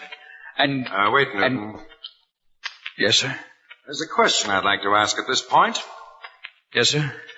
While you were in the process of removing those bullets from your brother, you realized that you were breaking the law. Yes, sir, but he was my kid brother. If I turned him over to the police... You see, I wanted to be fair. You wanted to be fair.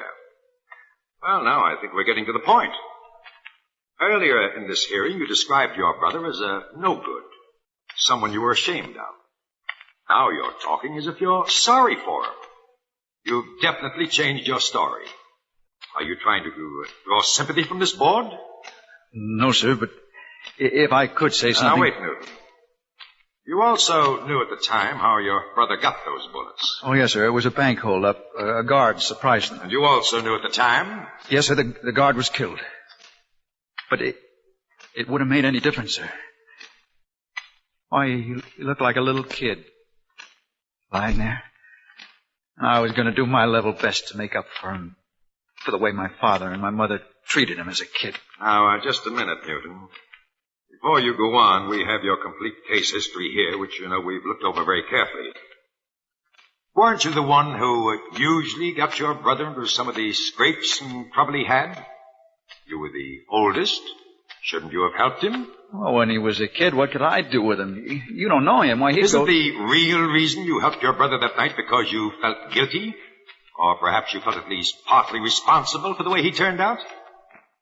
Yes, I guess it was. All right. Well, go on. What happened after you removed the bullet? Oh, it was plenty tough on the kid. On me, too, but we managed to get through it as best we could. I cleaned out the wounds. I used sulfur, and I bandaged them as well as I could.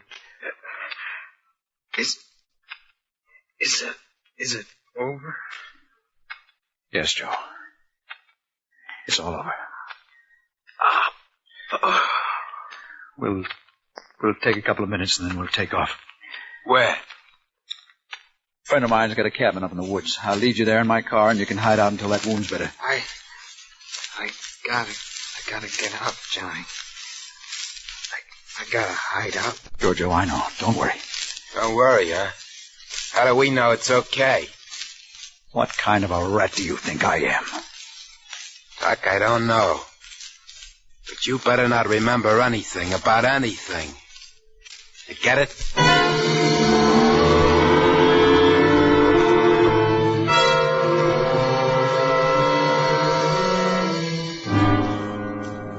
The party at our house was still going on, but I backed out my convertible without disturbing anybody.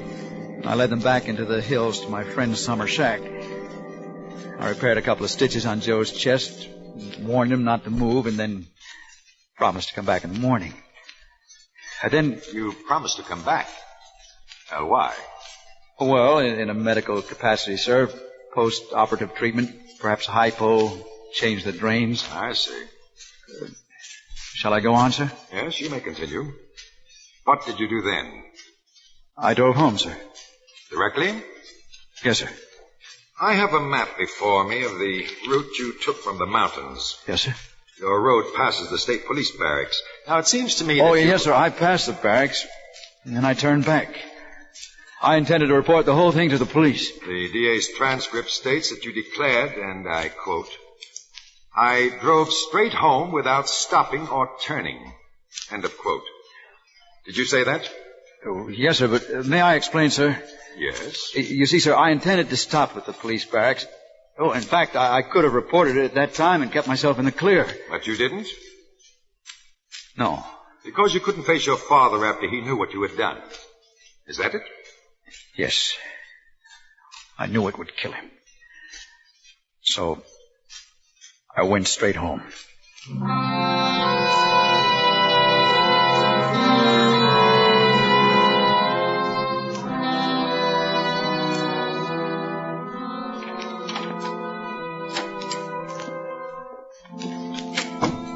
The house was dark, but there was a light coming from under my father's study door. And as I passed it... Son? Yes, Dad? Well, that's fine. I hoped I'd get to see you tonight, but I thought you'd be long abed. Oh, did you just get in, Dad? Yes, tough case, but come in, son. Come in. Shut the door. Don't want to wake Mother. Yes, a doctor's life. Fine night they picked for an emergency peritonitis. Oh, sit down, son. Sit down. Cigar? No, thanks, Dad. I'm all smoked out. Quite a night, huh? Yes. Dad, was there anything special you... No, nothing special, son, except, this will be our last little talk before you get your license. And then your shingle goes up under mine. John Newton, Jr., M.D. Gonna look mighty fine, son. John, I'm proud of you. Really proud of you, boy. Dad. You know, it's all up to you. I mean, your mother and I, we have all our hopes in you. You know that. Sometimes I wonder about Joseph. Dad, Yeah, I've been long since give up figuring it out. The way he... No, there's no use talking about it. It's just up to you, son. Your mother and I, we sometimes go so far as to say we have only one son, really. Dad, if you don't mind, I'm terribly tired. Oh, wait, John, just this. I want you to remember a doctor with so much power for good and for evil, son, has got to be right. Make the right decisions. You took that oath that we all take. Now mean it. In your deepest heart, mean it. Live up to it. Be a good man and you'll be a good doctor. And you, my son, you'll be a great doctor.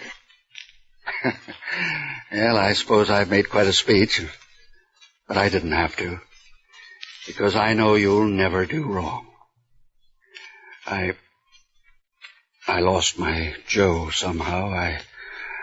I don't know, but you're a good son. Well, you're my life, John. My life. Get yourself a good night's sleep, son. There's a big day coming tomorrow.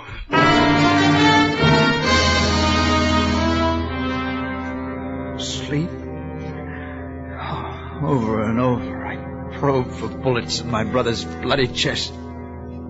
Over and over, I tried to cry out to my father, Dad, you don't know me.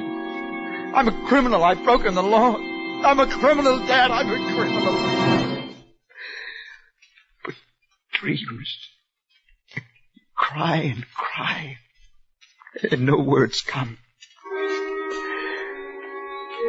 And soon, it was dawn. I made some excuse to Dad, something about picking up a bag. I checked, I don't know. I headed for the cabin where my brother was hiding out.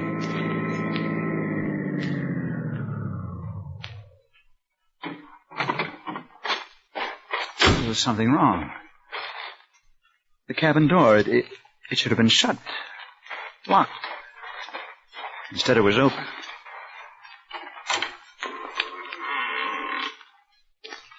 Joe? Joe? Frenchie? Nobody there. Torn bandages on the floor, bloodstains. I turned to go. I figured Joe'd run out on me. Didn't trust me. Joe running away again. I realized then, you see, I thought I'd be able to straighten him out. But I was wrong. Well, I walked to my car, and there was a man standing beside it with a shotgun. You, looking for someone, Doc? Why, no, How'd you know I was a doctor? Been expecting you. I'm from the sheriff's office. Oh, I see.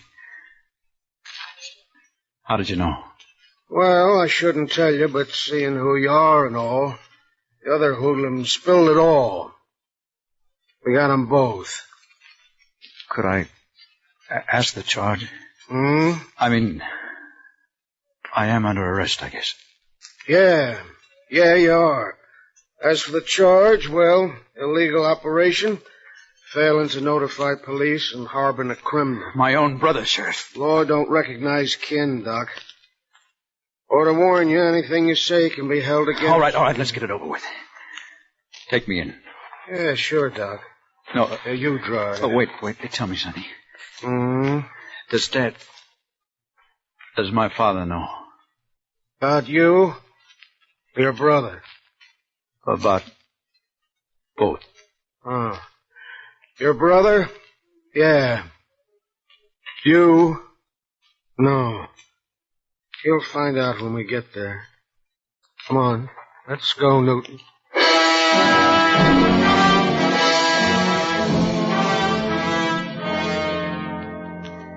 Well, gentlemen of the board, that's my story. I assure you, I knew that I was breaking the law, but I will admit now that I did it because I owed something to my brother. And my primary intent was to make up to him in some way for the wrongs that my parents had done him, knowingly or unknowingly.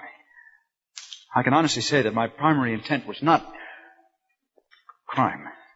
Newton, if you are paroled, what means have you for earning a living? Well, if I can get my license, I intend to practice medicine. Practice medicine? Well, yes, sir. Well, Newton, certainly society needs physicians, but it doesn't want doctors who lack willpower, men incapable of clear judgment. Now, we can't gamble. You understand? I know, sir. But I would like to say that I understand myself now.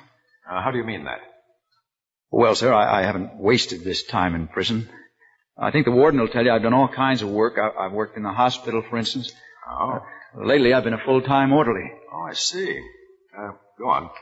And I've resumed my medical studies. How's that? Well, I made up with my father, sir. And he brought me medical journals so I could keep abreast of things. All I can say is, sir, if I do receive my freedom, I'll try very hard to live up to your trust in me. Very hard. All I ask is a chance. Well, that's all I have to say. That is all you have to say, Newton? Yes, sir. Well, it seems to me you've left out perhaps the one essential point on which your chances of parole might depend.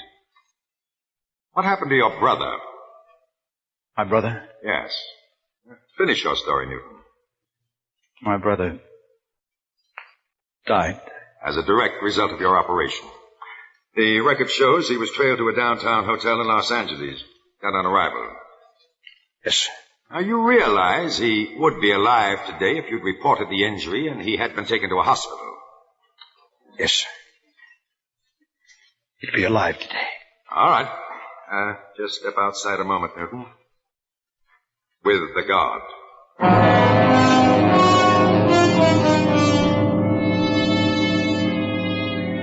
While John Newton waits, and the parole board reviews his story and his parole file, you too have a decision to make on his case. Weigh John Newton's story carefully before you form your judgment, because in a moment you will have an opportunity to compare your decision with that of the actual board before which he appeared.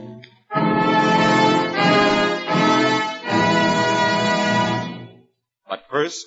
In the old days, my lord and my lady had to wait 6 months or more for the wandering troubadours to turn up with the latest ballads. Today, all you have to do is listen in on Saturday nights when Vaughn Monroe's Caravan comes along with the week's 5 top tunes as chosen by Variety.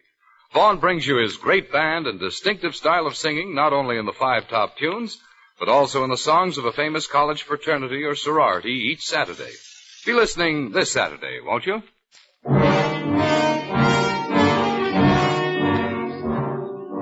Now, the decision of California Parole Board. Folsom, John Newton, 3375-4. John Newton. Yes, sir. Step forward. This board has carefully studied your record and considered your own story. You may be sure that we have given careful consideration to all details. Yes, sir. I must inform you, however, that there was some doubt as to your own interpretation of your basic motives in transferring the blame for your own, well, shall we say, delinquency upon the attitude of your parents toward your brother and yourself. And, you were informed, I believe, that decisions of this board must be unanimous. Were you not? Oh, I didn't know that. No, sir. At any rate, we did come to an agreement, Newton. A unanimous decision. Yes, sir. That decision is parole granted. Thank you, gentlemen. May I go? Yes, you may leave. Oh, Newton, this board will make every effort to help you obtain reinstatement with the state medical boards. So, good luck. Next case.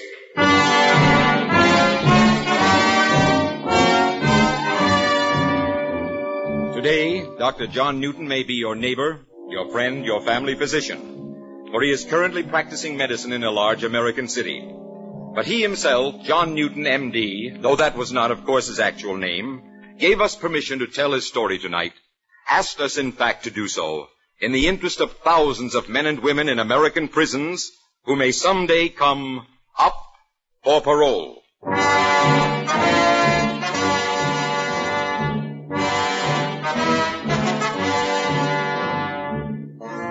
You have been listening to Up for Parole, transcribed in New York, with Chet Stratton. Written by Alan Sloan, directed by John Dietz, with music by Harry Salter. Listen again at this same time next week, when CBS will bring you the actual story of Case 3374-5, Sing Sing.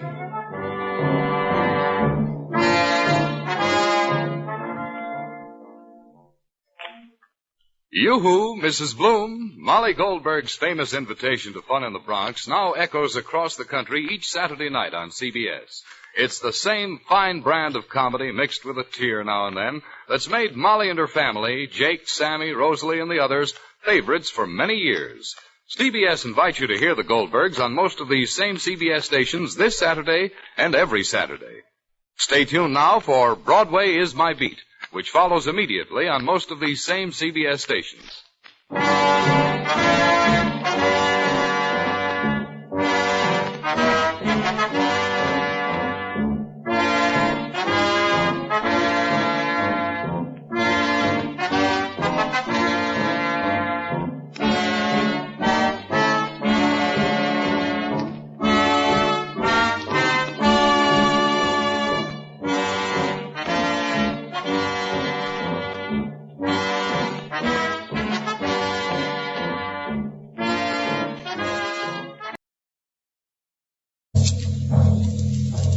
Violence. True stories of why crimes are committed. Presented in the hope that these factual cases will help you, the citizens, to understand the forces that motivate crime and to aid in its prevention. This is the story of violence.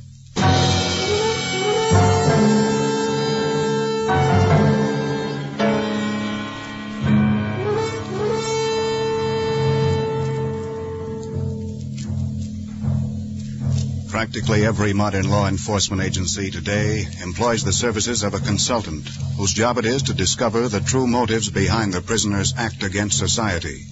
One of these consultants is Dr. Richard Morley. This is his report on the case of Arthur Bowman, who committed murder.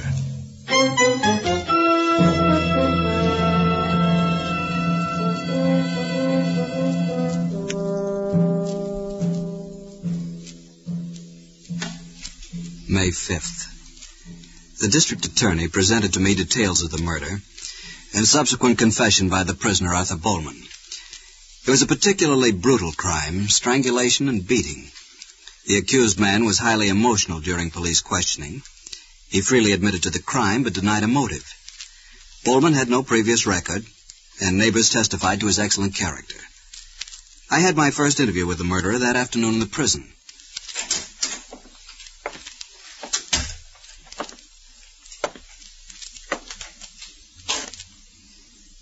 Hello, Mr. Bowman. I'm Dr. Morley. I've come here to help you find out why this happened. I don't know. I don't know. I've told them. That's all right. Cigarette? No. You sure? It's all right if you want to. Thanks.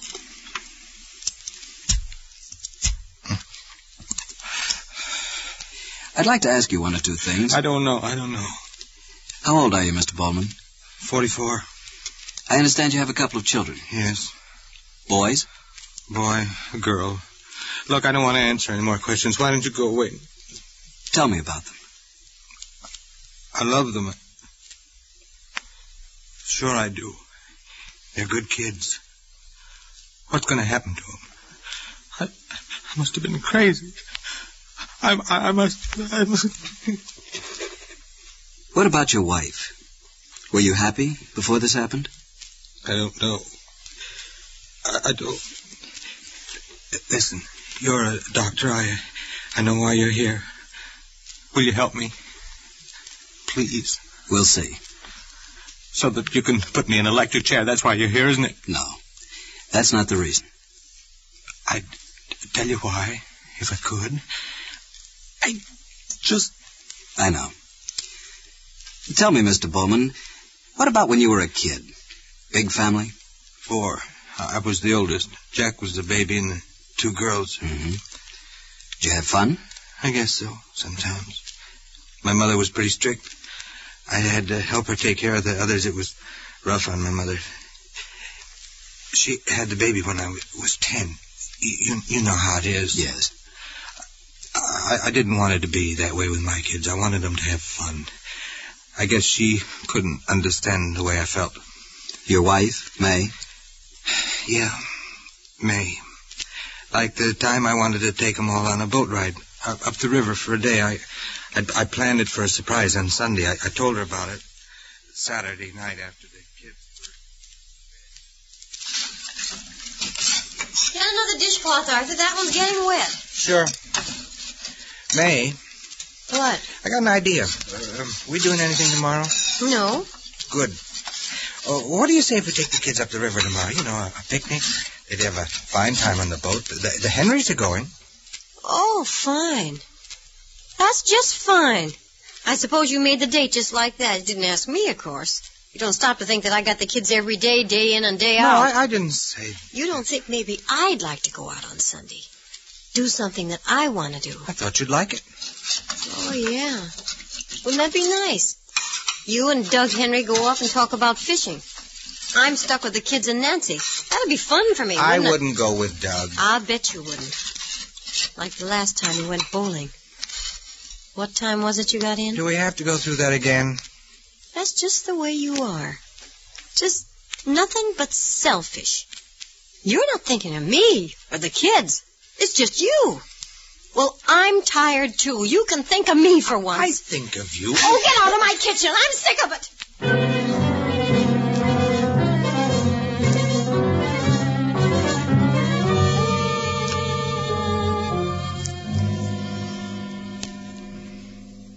Did you go on the boat? Yeah, we went. Guess she wanted to show me what a great sacrifice she was making. What about this fellow, Henry? Doug, you said? A friend? Yeah, Doug's all right. We go bowling together every week. We used to. You said something about coming home late one night. Yeah. We got through bowling early, and Doug wanted a beer. I don't drink much. I guess I never liked it. But I said, okay, we could talk.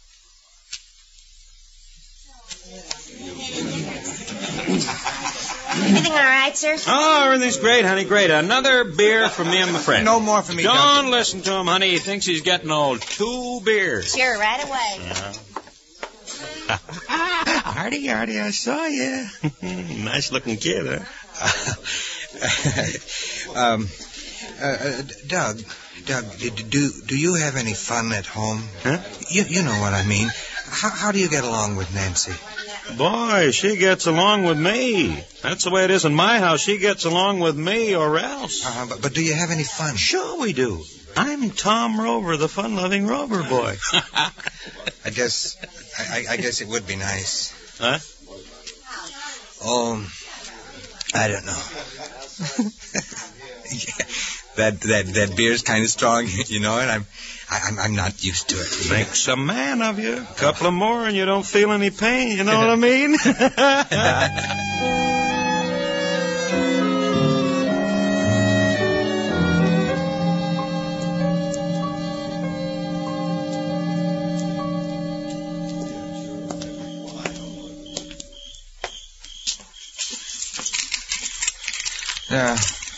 That's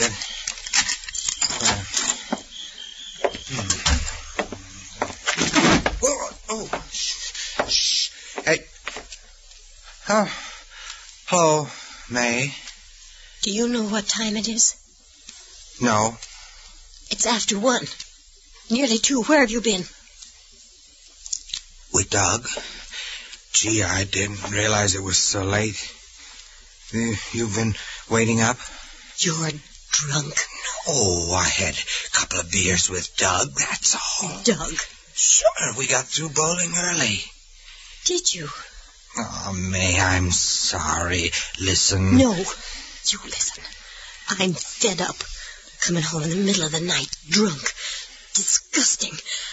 I'm ashamed for the neighbors. The kids. Oh, May, don't. I'm just sorry. I didn't do anything. Get away from me. But I only want to kiss you. Kiss? You. I wish you were... What? You wish I was what? Keep your voice down. Maybe I wish sometimes, too. Huh? Maybe I do. Stop it. You'll wake up the kids. Well, let them wake up. Do them good. Dirty little spoiled brats. Let them wake... May, I'm sorry. I didn't mean what I said, May. Please, I'm sorry. May...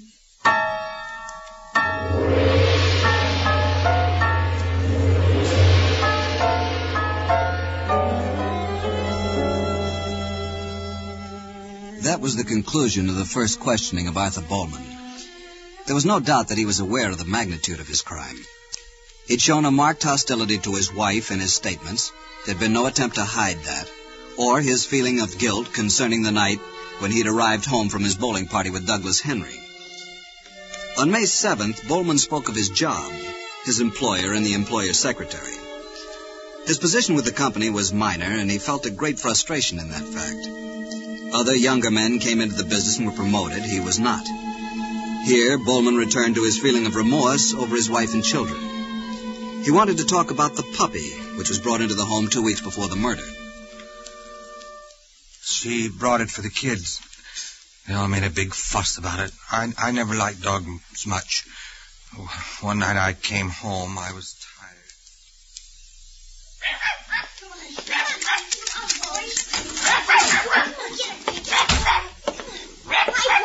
Hey, look at Pinky. He tied it under his chin. That's my fishing hat. Give me that. He didn't do anything, Paul. Why did you hit him? He didn't do anything. Come on, Pinky. It's all right. Come on. What's the matter? Oh. Hello, Arthur. Look what that dog did to my hat. Look. You've had it ever since I can remember. Now you can get a new one. It was filthy anyway. Daddy hit Pinky, Mama. He's under the couch and he won't come out. We've got to get rid of that dog. I won't have my things destroyed. We've got to get rid of it. You're acting like a child. Hitting a baby puppy. It's all right, Pinky. It's all right. Let me hold him. He's mine. All right, children. Take him in the kitchen. It's time for his supper. Come on. You better get washed up, Arthur. As soon as the puppy's fed, we'll eat.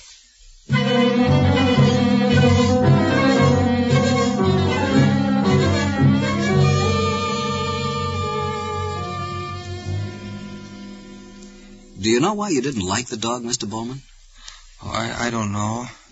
My mother had one when I was a kid. It was a big dog. I remember it bit me and I was scared of it, but she kept it anyway. Did you get rid of him? I mean your children's puppy. Well, I wanted to, but they wouldn't let me. Always babying it. It made me sick. Then one morning I was on my way to work. I was a couple of minutes late. Mr. Heston, he's my boss, like I told you. He's always giving me a funny look when I'm late. Well, the car was parked in the driveway. I hadn't put it away the night. Arthur! Yes? Have you seen Pinky? No. Well, he got out of the backyard. See if he's in the garage. I haven't got time. I'm late. Tell Terry to. All right, but look under the car, though, before you drive out. He might Okay. Oh, I hope there isn't much traffic. I'm going to be late.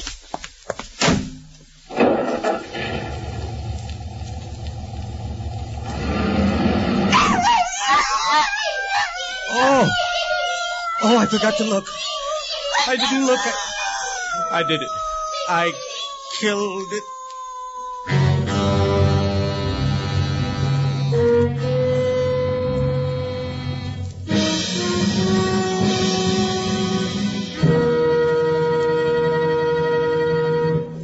Heart disease is one of America's first causes of disability and death.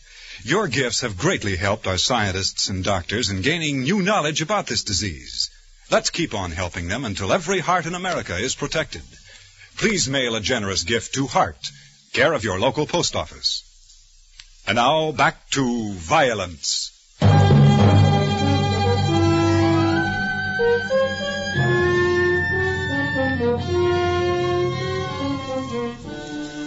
The motive behind Arthur Bowman's act of murder was becoming increasingly evident. The effect upon him by the domineering and strict mother was aggravated in later life by his unhappy and frustrated wife. The killing of the dog functioned only as a detonator. The total explosion was yet to come. On May the 9th, we held our fourth interview. I've been thinking about what we were talking of last time. The dog. Yes. Well, why didn't I look under the car when May told me to? I was late, but I didn't want to run over it. I never do a thing like that. Do you think it's possible that you did want to get rid of it, and not looking was an easy way? Your excuse? No, no. I didn't even know it was there under the car. You didn't look. It might have been. What happened at home after the dog was run over? Well, they wouldn't talk to me. May, the kids, they thought it was my fault. I felt like I did when I was a kid. And one day I hit the baby, and my mother made a big fuss about it. She didn't talk to me for a week. Did you feel that May was behaving the way your mother did? I guess so. Did you resent it? Well, I was sorry about the dog, but it was only a dog. They didn't have any right to treat me like that. Did you feel that they'd given to the dog the affection that you wanted? Sure, that's what they did. Man comes home tired from work, and all he hears is what the dog did. Nobody cared what I did. You were telling me a little about your job the other day, Mr. Bowman. Your employer's name is Heston, isn't it? Yeah, I've been there for 9 years. You said you were in the accounting department? Yeah. I should have been the head of it a long time ago, but it's all politics. Was Mr. Heston unfair to you? Oh, I don't know. He didn't like me much, always making cracks. Like the time I was getting ready to quit for the day a couple of weeks ago. Was that before the dog was run over? No, after 7 or 8 days.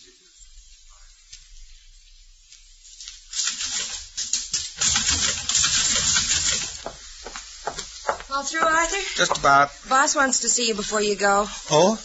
Take it easy, Arthur. I'll see you in the morning.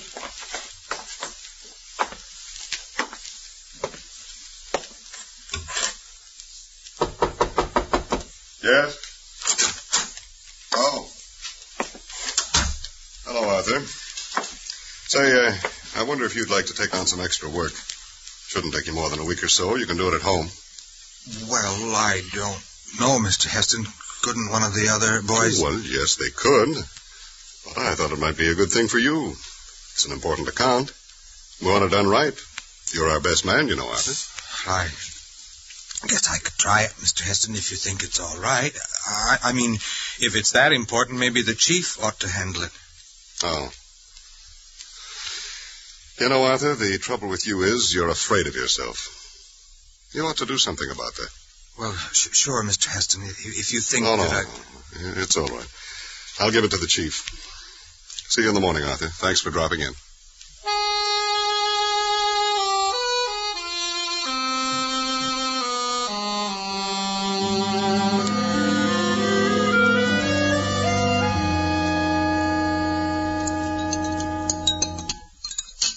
Can I have some more potatoes, Ma? Ellen, pass your brother the potatoes. He'll get fat if he eats too many, won't he? Oh, you shut up. Don't say shut up to your sister, Terry. May, Yes? boss wanted me to do some extra work this week. Oh? Know what I told him? I said no, Mr. Heston. That's what I said. Can you imagine? Now he's trying to get me to do everybody else's job as well. Not good enough for promotion. Maybe it'd have been smart to take it. For what? I know Heston. He's waiting for me to make a mistake so he can ease me out. Well, I'm smart. I'm not making any mistakes. Oh, you're smart. All right. Get your hand out of the butter, Terry. Oh, yes, you're so smart. Everybody's wrong, and you're right. Don't stay on the right side of the boss. You tell him how smart you are. You know everything. You think I should have done it? All I know is you've had the same job for 9 years. 4 raises. I noticed Doug Henry's the head of his department at the store. You're siding with Heston, too, huh? Everything I do stinks. Everything anybody else does. Don't you use that language in front of the children. Shut up! Shut up! And that dog.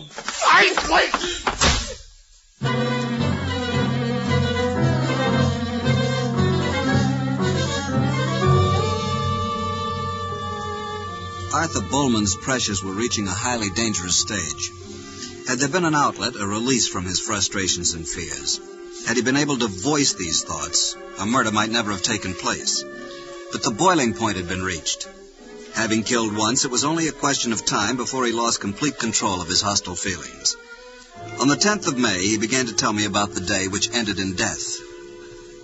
I guess I didn't eat much for breakfast that morning. What were you thinking about when you left home to go to work? I don't know. Well, what was your attitude toward your wife, then? I mean, did you want to make up? No. No, I didn't. Had your children annoyed you that morning? Or the night before? They were siding with her. It was like with the dog, only maybe worse. I had a lot of work to do that afternoon. Must have been about 5 when Mr. Heston came out of his office.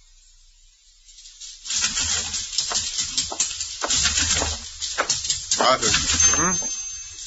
Would you take a look at this for a minute? Well, sure, Mr. Heston. There seems to be a discrepancy in the figures to the Southern Metals April accounts. You took care of these, didn't you? Yes, sir. Well, they've been checked twice now. Their boys and the chief.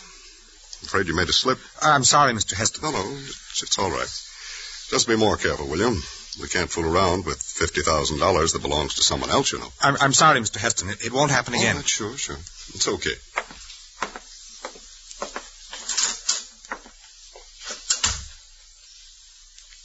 You all right, Arthur?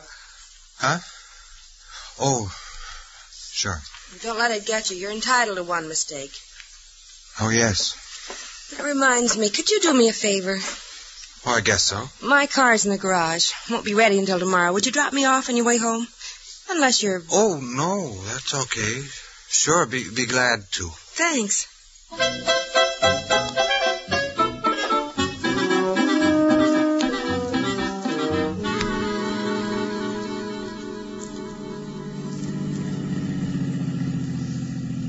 Penny for your thoughts, Arthur. They're not worth it, really. You're not unhappy about Mr. Heston calling you down this afternoon, are you? No. He likes you. He does. The trouble with you, Arthur, is you don't let people like you, you know? I guess so. Listen, I want to talk to you. I've been meaning to for quite a while. There's a bar on the next block. I usually stop by for a drink on the way. I'll let you buy me a martini. How's that? Well... Come on, I won't tell your wife. You're safe with me. All right. I don't drink, though. Well, maybe a beer. Oh, I would have bet it was a beer. You can park in the back over there.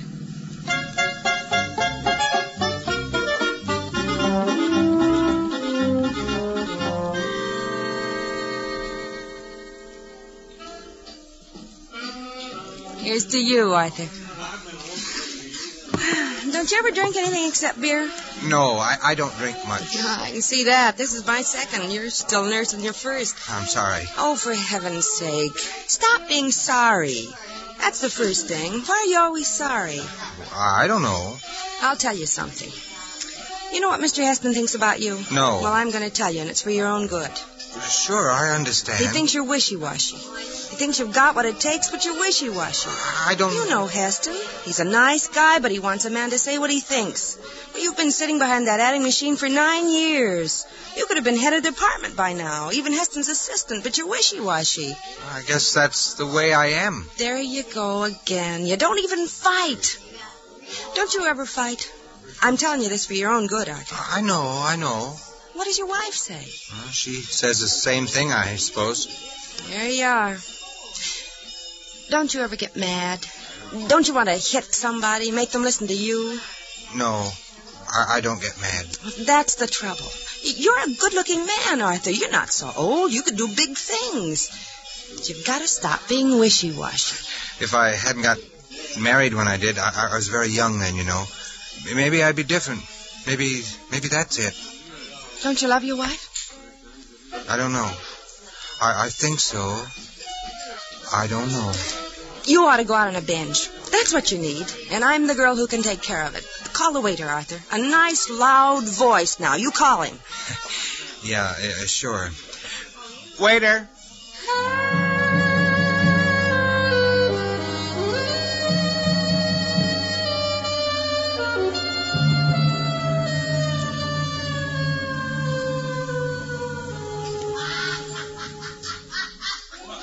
I'm 33, Arthur. Next month I'll be 34. You don't see me worrying, do you?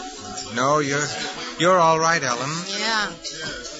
Listen, my drinking alone. What's the matter with you? That's still your first.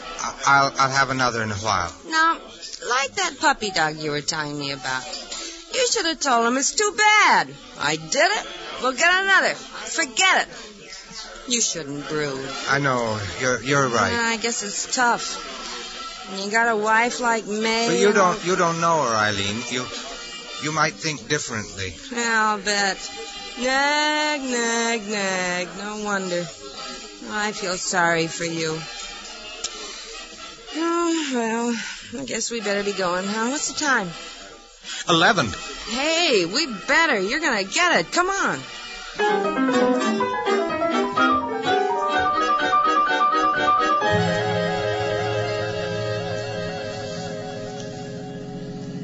You turn right at the block after next. That's my street, Arthur. Yes. You mad because of the way I talk tonight? No. It's for your own good. I hate to see you sitting in the office like you do, a nice-looking fellow like you. It's all right. Listen, you can come up for a nightcap if you want. I haven't got any beer, but I'll be glad I'd like to, Eileen, but... Well, then, if you'd like to, come on up. Well... It's on the right, beyond the empty lot there. All right. You know, if I was a man, next time your wife made any kind of a crack, stand up for yourself. Tell her what you think. Oh, this is it, Arthur. Home, sweet home. You coming up? I don't think I'd better. Thanks, anyway. Arthur. Arthur. Oh, you kill me. You really do. You're even afraid of me. You're afraid of yourself. You're afraid of your wife. I know what's the matter with you. It's late, Eileen. You're wishy-washy. That's what you are. Please don't say that anymore. Just a little thing like having a nightcap in a girl's apartment and you act like a scared kid. Oh, boy, what a husband you'd make. Please don't say anymore. Maybe I'm wrong about your wife. Maybe she's the one I should feel sorry for. Shut up. She's got to put up with you every day. Shut up. Stop it. Arthur, you're wishy-washy. That's what you are, wishy-washy. Stop it. Stop it. Well, you are. You're afraid of me and you're afraid of... I'll kill you.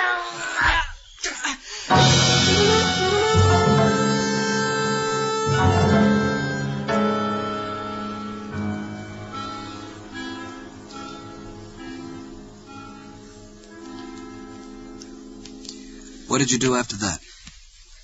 I knew she was dead. I just opened the door. She fell out on the sidewalk. I went home. Do you know that it was wrong to kill her? Yes. Yes, I know. How did you feel toward your wife then? I was sorry, I guess. I mean, the trouble it's going to mean. But why, Doctor? Why did I kill? Why did I kill Eileen? Why?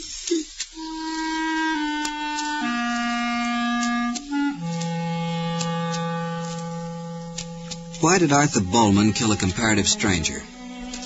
It might have been any woman, any stranger. It happened to be Eileen.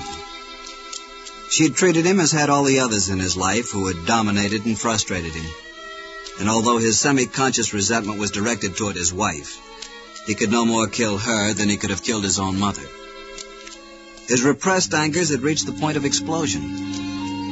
Had he, throughout his life, been able to voice these emotions, he would not have resorted to violence.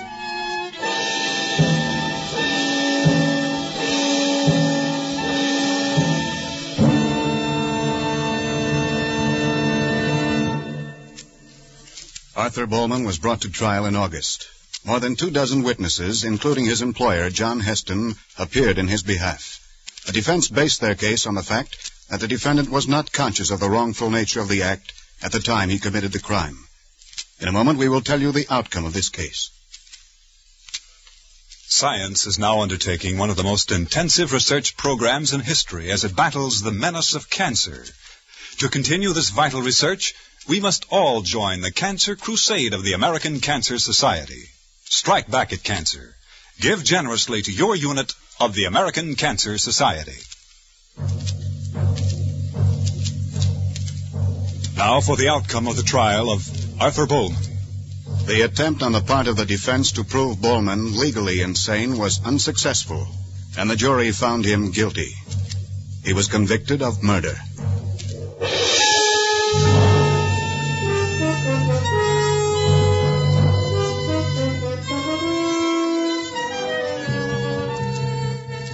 Violence, the story of a true crime, is written by Anthony Ellis. Harry Bartell is Dr. Richard Morley. Supporting Mr. Bartell were Ted Osborne as Arthur Bowman, Jeanette Nolan as May, and Virginia Gregg as Eileen.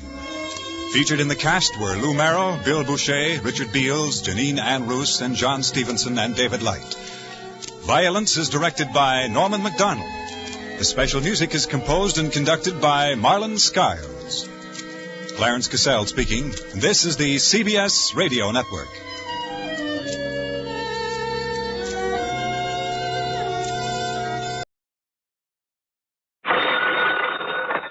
Johnny Dollar. My name is Bartley, Mr. Dollar. Tom Bartley. Mid-States Industrial Insurance Company here in Des Moines. What can I do for you, Mr. Bartley? Case Paper Products Company. One of our pretty important clients. It looks like somebody's trying to blow them off the map. Blow them off the map? Explosions and fires in a couple of their chain of warehouses. Oh? Yes. That have so far cost us over $120,000. And if they have any more of them, or if their main plant here in Des Moines gets hit... I see what you mean. Okay, Mr. Bartley. If I get any kind of break on plane schedules, I'll see you sometime late this afternoon.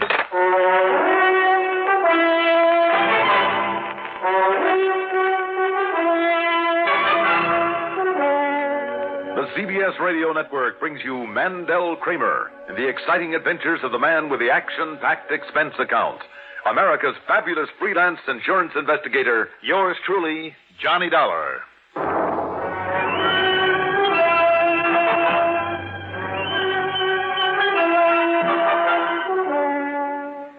Expense account submitted by Special Investigator Johnny Dollar to Mid-States Industrial Insurance Company, Des Moines office. Following is an account of expenses incurred during my investigation of the case of Trouble Matter.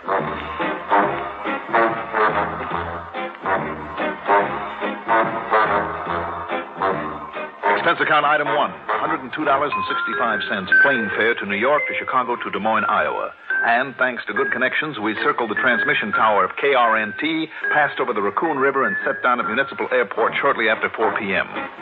Item 2, out of force of habit, $50 deposit on a rental car. I headed north on Fleur Drive, that's Route 123, and a few minutes later walked into Tom Bartley's office on Mulberry Street in town. I beg your pardon. Yes, Mr. Case. What? Oh, I'm sorry. Well, may I help you, sir? Well, I don't know. My name is Johnny Dollar, and... Is something wrong, miss? No, I'm sorry. And Mr. Bartley is expecting you, Mr. Dollar, but he isn't here now. Oh? He's gone to Indianola. Where's that? 18 miles south of here, and he wants you to meet him there, Mr. Dollar, just as quickly as possible. Okay, but where down there? He says you'll know when you get there, and that you'll have no trouble finding him. Well, I've never met him, you know. Just the same, he says you'll know when you get there. Funny. And to, please see him right away, immediately. Okay, whatever you say.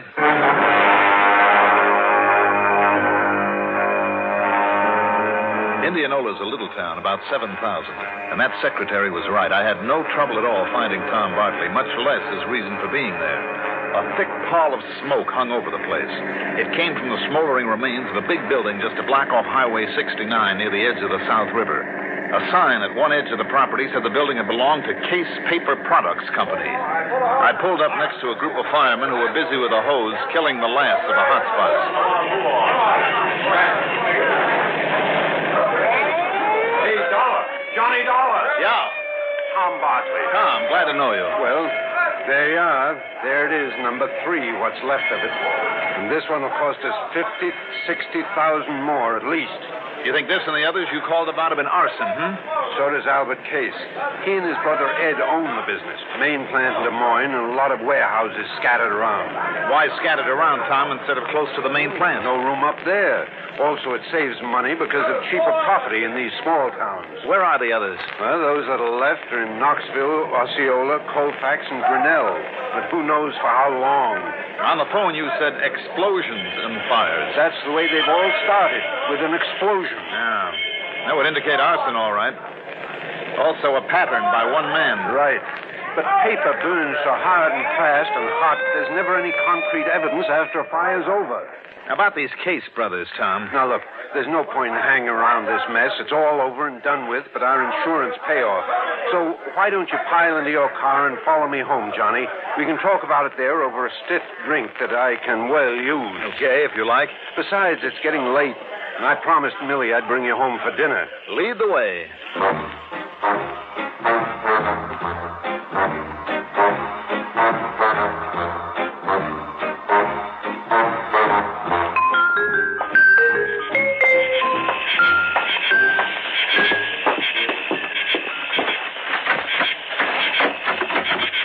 Hi, Millie, we're home. Attractive place you have here, Tom. Thanks. We like it. Oh, hi, darling. Have a busy day at the... What, Ed? Huh? Well, yes, I guess Johnny does look like Ed Case at that. Well, Johnny. Mildred, this is Johnny Dollar. Oh. Well, hi, Johnny. Welcome. Hi, Millie. Now, you two can go in there and relax, and I'll bring you a drink. Scotch and soda, all right, Johnny? It's what Tom always drinks. Oh, that'll suit me fine. Sit down, Johnny. Make yourself comfortable. Thanks, Tom. Mighty attractive little wife you have there. Millie used to be a singer and dancer in a sister act. Oh? Now, about the Case brothers, Tom. Well, Albert actually runs the business. Ed just shares the profits. Kind of a black sheep of the family, I've heard. I see. Here we are, boys. One for you, Johnny. One for you, darling. And one for me. Well, thank you, ma'am. Well, to the gods and goddesses and us. We'll drink to that. Oh, Tom, darling. Yeah? Before I forget, Albert Case promised to drop in. Good. I want Johnny to meet him. As a matter of fact, he ought to be here right now. He only lives a few blocks away. He's been up in the town of Madrid, Johnny, cleaning up after a previous fire so he can sell the property. You mean he's planning to just pocket the insurance money? I guess so. Incidentally, he himself discovered that fire. He did, Tom, tell me, how has business been with the Case brothers lately? Well, not so good, I guess, but then that's true of a lot. Now, wait a minute, Johnny. Possibility, isn't it? But Albert Case burned down his own... Oh, now, listen, you don't know him. I know, but maybe you don't either, Tom. At least as well as you think you do. Oh, no, Johnny, you're wrong in what you're thinking. Why, I've known Al Case for years. I've known him well. Mm-hmm. What about his brother Ed, the black sheep? Well, now, Ed, of course, is a different... Oh, excuse me a minute. Hello? Tom, this is Albert Case. It's Al, Johnny. Come listen. Right. Tom. Yes, Al? I told you those fires were set.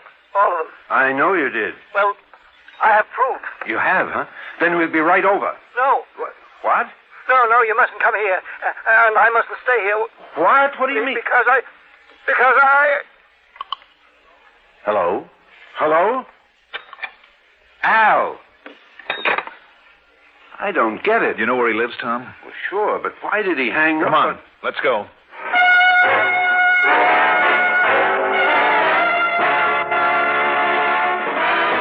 As we pulled up at his house, we could see Albert Case through a picture window, sitting at a desk, telephone in hand. Hey, Al, we're here. Darling, can't you see he's on the phone I in know, there? but he acts as though he doesn't even hear us. Wait, Tom. What's the matter, Johnny? Stand back. Well, what's wrong? Stand back. Here we go now.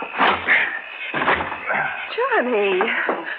What is it? What's the matter? Couldn't you see from out there? Now do you see?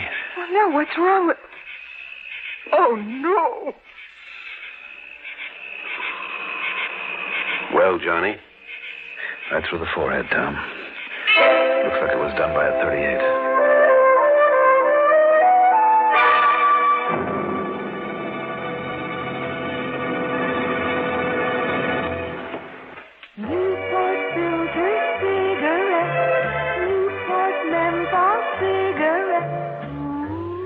You know, sometimes late at night when business gets slack here in the diner and I'm listening to the radio, I think to myself, Miney, suppose that Newport dame should walk in right now, sit down at the counter and say, Miney, from now on I want you to smoke Newport filter cigarettes. You know they have the soothing coolness of menthol, a hint of mint and wonderful rich tobacco. It's that exclusive, pleasant smoking combination that makes Newport more refreshing to begin with, more refreshing all the way. Will you do this for me, Einie? Lady, I'd say, take the place. The whole joint, the steam table, the coffee maker, it's all yours. I'm a Newport smoker forever.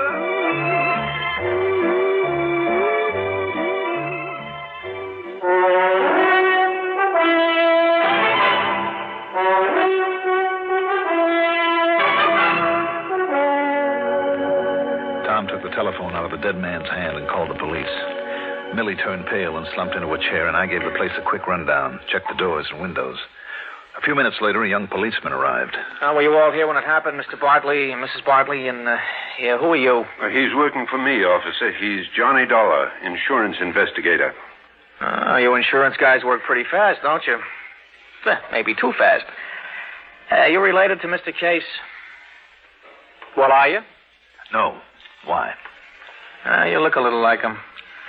All right, now, who busted in the front door? I did, officer, when I saw through the window that something was very obviously wrong with Mr. Case. Oh, just took things in your own hands and busted in, huh? That's right. All right, let's see what I can find out here. Sure, here it is. A bullet hole through this window. You know what that means? It means somebody plugged them from outside there. You're sure? Yeah, sure, I'm sure. So go on, you three-hard. Now, where'd your wife go, Bartley? Out to the car. Yeah, well, who told her she could leave? Who told her she had to sit here looking at a corpse?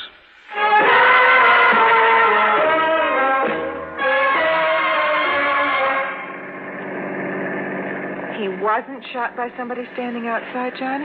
Well, how do you know? I saw that bullet hole in the window, too. Yeah? But there were no particles of glass on the inside of the sill. But there were on the outside? That's right. So the shot was fired inside by somebody that Albert Case let in or who had normal access to the house. Remember when Albert's phoning to you was cut off? Yes. Because somebody was there and had to stop him from talking about his proof of arson or from naming the arsonist. Was Albert married? No. Yeah. So his death means that his brother Ed would own the business now. Yes, I guess so.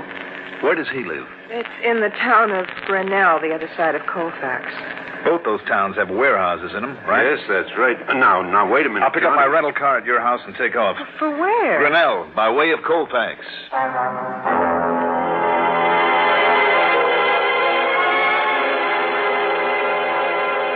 But at Colfax, I made a stop.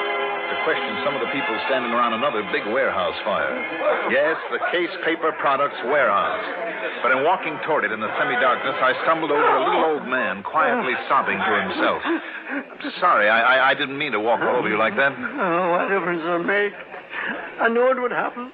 I knew this was going to happen. You mean this fire? Yes, and I told Mr. Albert it was going to happen, too. Wait a minute. You mean Mr. Albert Case? Yes, I've been his night watchman for years, I have. And I told him it would happen, I did. Ever since that car started coming around here every night, prowling around, I knowed it wasn't up to any good, and I told him so. I told Mr. Albert about it. What kind of a car was it? Big, white, foreign car. A Pirati with no top onto it. Yes? And when I told him about that car this afternoon, you know what Mr. Albert said? What? He said he knew then. He knew who it was that'd been trying to burn him out. He said he knew him. Did he tell you who he meant? Only that now he was sure. And he gave me this gun, this pistol to carry, in case it'd come around again. A white Pirati convertible, Yes, sir. And I think I know the man he means, too, that drives one. And if he does come round here, Mr... Hey, let me help you up, yes, Sam. You. What? It's you. You're the one. Now, listen, please. After what you've done, I'm going to kill you. Wait a minute. Put down that gun. I'm going to kill you.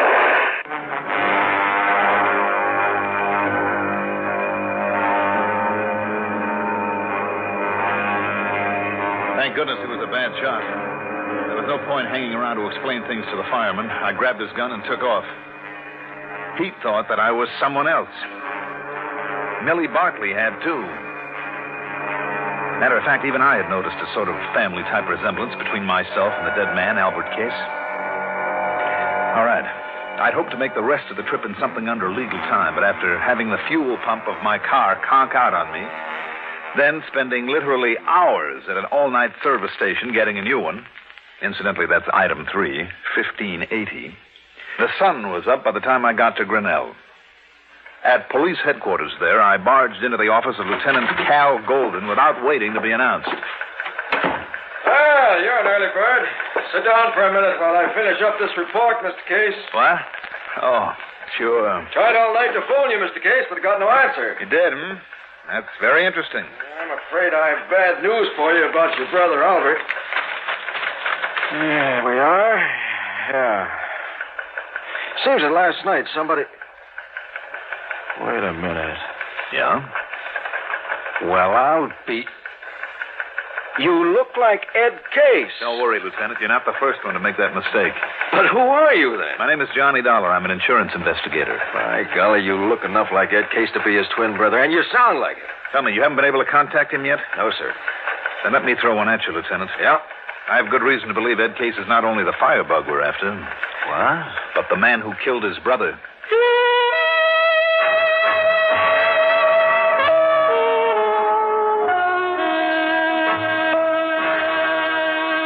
It took a little convincing, but the lieutenant finally agreed to put out an APB on Ed Case. And he gave me Ed's address. 1217 LaCroix Place. There was no answer to the doorbell there, so I went to the house next door. Yes?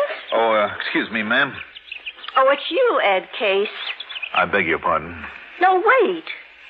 You're not Ed Case. You're somebody else. That's right, ma'am. My name is Dollar. Oh, I'm sorry. I should have known because of your car. That's right. He drives a white one, doesn't he?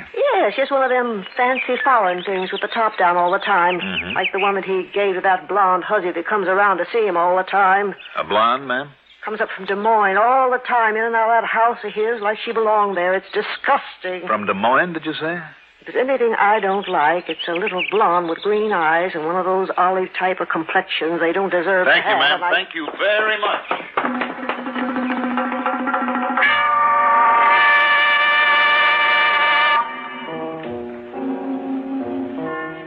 That description of Ed's girlfriend. It was Millie Barkley, Tom's wife. Petite, olive complexion, green eyes, and she lived in Des Moines. And I remembered her momentary surprise when she first saw me. Item 4, 90 cents for a phone call. Why, no, Johnny. I don't know where Millie is. I heard her talking on the phone to her friend Bernice. They used to be in a sister act, you know. Well, then, Tom... But then she ducked out of the house and left in the car. I see. Okay, Tom, thanks. But how are you doing? Anything new that I ought to know about this arson murder thing? No, Tom. Nothing you need to worry about. Not yet.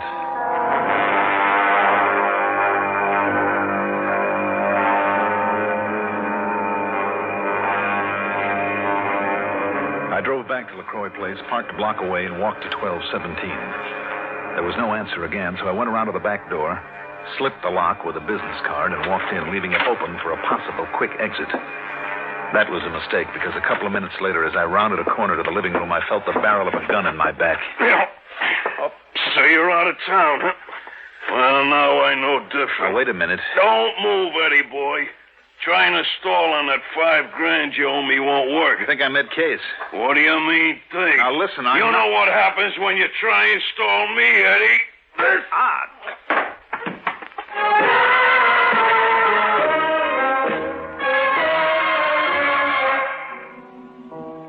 He must have really done a job on me, because when I came to, it was dark. And I felt a little bit rocky, to say the least.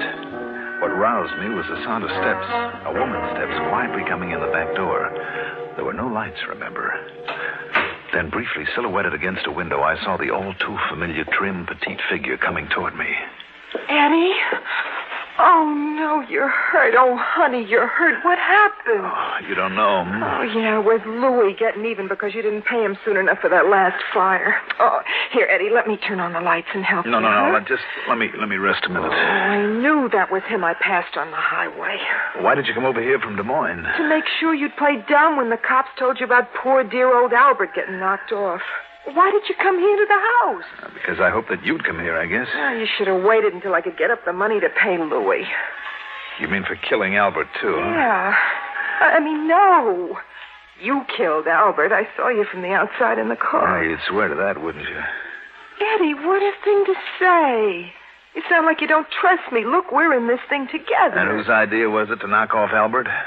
Well, like I told you, you had to because he was getting wise to you about the fires. You had it figured out that way right from the beginning, didn't you? Baby, now look. First, burn up the warehouses, collect the insurance on them. Well, sure. Then get Al out of the way so you and I would have it all. Well, yeah, that's right. Eddie, what are you talking this way for? I don't understand you. I wish to heaven I didn't understand you, Millie. Millie? Come on, let's turn on the lights in here. Eddie, you're not Eddie. Who are you? Don't try to kid me, Millie. Wait a minute. Who are you? Oh, you're the dick. That insurance investigator Millie told me about, Johnny Dollar. Let me out of here. Sorry, baby. I'm going, Millie. You're going to stay right here. Millie Barkley's sister, Bernice. Oh, well. Sister? Yes. On account of we looked alike, we did a sister act once before she married that Bartley guy. Will you let me go? Not a chance, Bernice. Let me go. I think maybe you better, Dollar. What? Eddie. Yeah, me, Eddie. Don't move, Dollar. Get his gun, Bernice. Take his gun away. Yeah, sure, Eddie. Here it is. Ed Case, That's right. I guess maybe we do look like each other, don't we? It fooled Bernice, Eddie. Before I put the lights on, she told me everything. Eddie, don't believe him. It's a lie. No, it isn't, baby. I heard. But listen, I thought he was you. Don't you understand? I thought he was you. Why'd you drive on over here anyway? Because Millie told me Dollar was coming You been here. shooting up your mouth to Millie, too? I could tell she was getting wise about the fire. You told her? No, Eddie, honest. But she was my friend. She thought maybe she could help me out of this mess. Yeah, you're too late, Bernice. Eddie, what are you going to do? I'm going to get rid of the both of you. No. And figure out some way to shut up Louie. But you two are first. Eddie. You'll never get away with this, Eddie. No, even when I use this gun of yours to knock you off? Eddie, please, you're drunk or you're crazy or something. What, crazy? To save my own life, to keep you and Louie and Dollar here from putting a noose around my neck? It's there already, Eddie, and you know it. Shut up. It won't be after I kill you. Eddie, please, That's please. going to be right now. Wait a minute. Who's that? The cops. It must be the cops. Oh, yeah? Well, if it is, you wait here. You wait. Ah, no, you don't. You shouldn't have turned toward that door. Out of my way. Oh, Eddie, you hit me. Now, you, Dollar. Wrong, Eddie. You may have killed her, but you're not going to...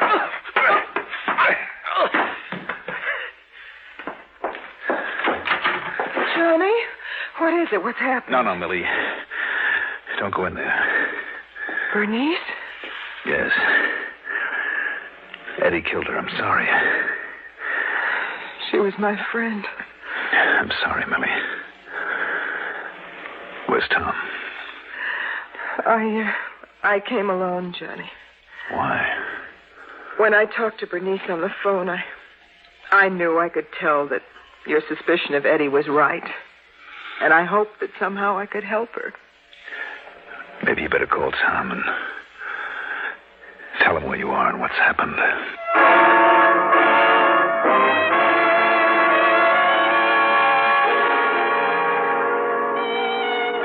I guess it's pretty obvious what'll happen to Ed Case. Now it's 2 murders against him.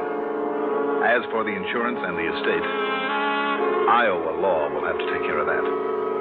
Expense account total, including the trip home, $256.10. Yours truly, Johnny Dollar.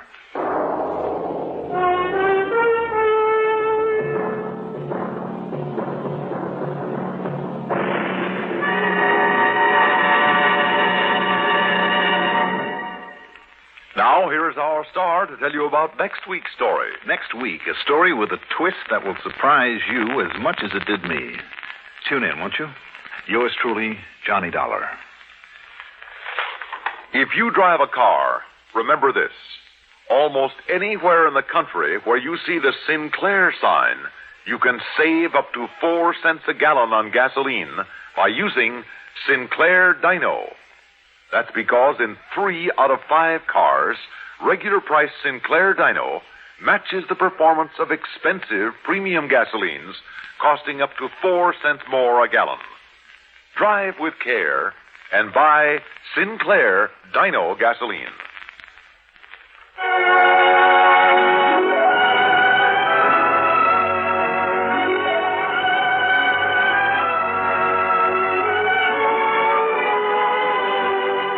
Yours truly, Johnny Dollar, is written by Jack Johnstone, produced and directed by Fred Hendrickson. Johnny Dollar is played by Mandel Kramer. Also featured in our cast were John Seymour, Abby Lewis, Terry Keane, Edgar Staley, Jack Grimes, Jim Stevens, and Gilbert Mack. Music supervision by Ethel Huber. Sound patterns by Walter Otto. Technical direction by Fred Cusick. Be sure to join us next week, same time, same station, for another exciting story of yours truly, Johnny Dollar. This is Stuart Metz speaking.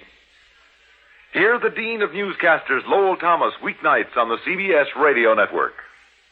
CBS for Durham, WDNC. It's 6:34. When the headache strikes, headache tension builds up. You feel terrible. You become irritable. When this happens, here's what you should do. Take Stand-Back powders or tablets. The secret of Stand-Back's effectiveness is its combination formula of several medically proven pain-relieving ingredients in one easy-to-take dose. A combination of ingredients that brings you comforting relief from pain. What's more, Stand-Back's gentle and effective action relieves tension, which usually accompanies pain. Stand-Back has earned both the Good Housekeeping and Parents Magazine seals. You can take Stand-Back with complete confidence. For pains of headache, neuralgia, muscular aches, and cold discomforts, test Stand-Back against any other preparation you've ever used. See for yourself how fast, yet how gently, Stand-Back gives comforting relief. Just trade your headache for a smile. Snap back with Stand-Back, tablets or powders.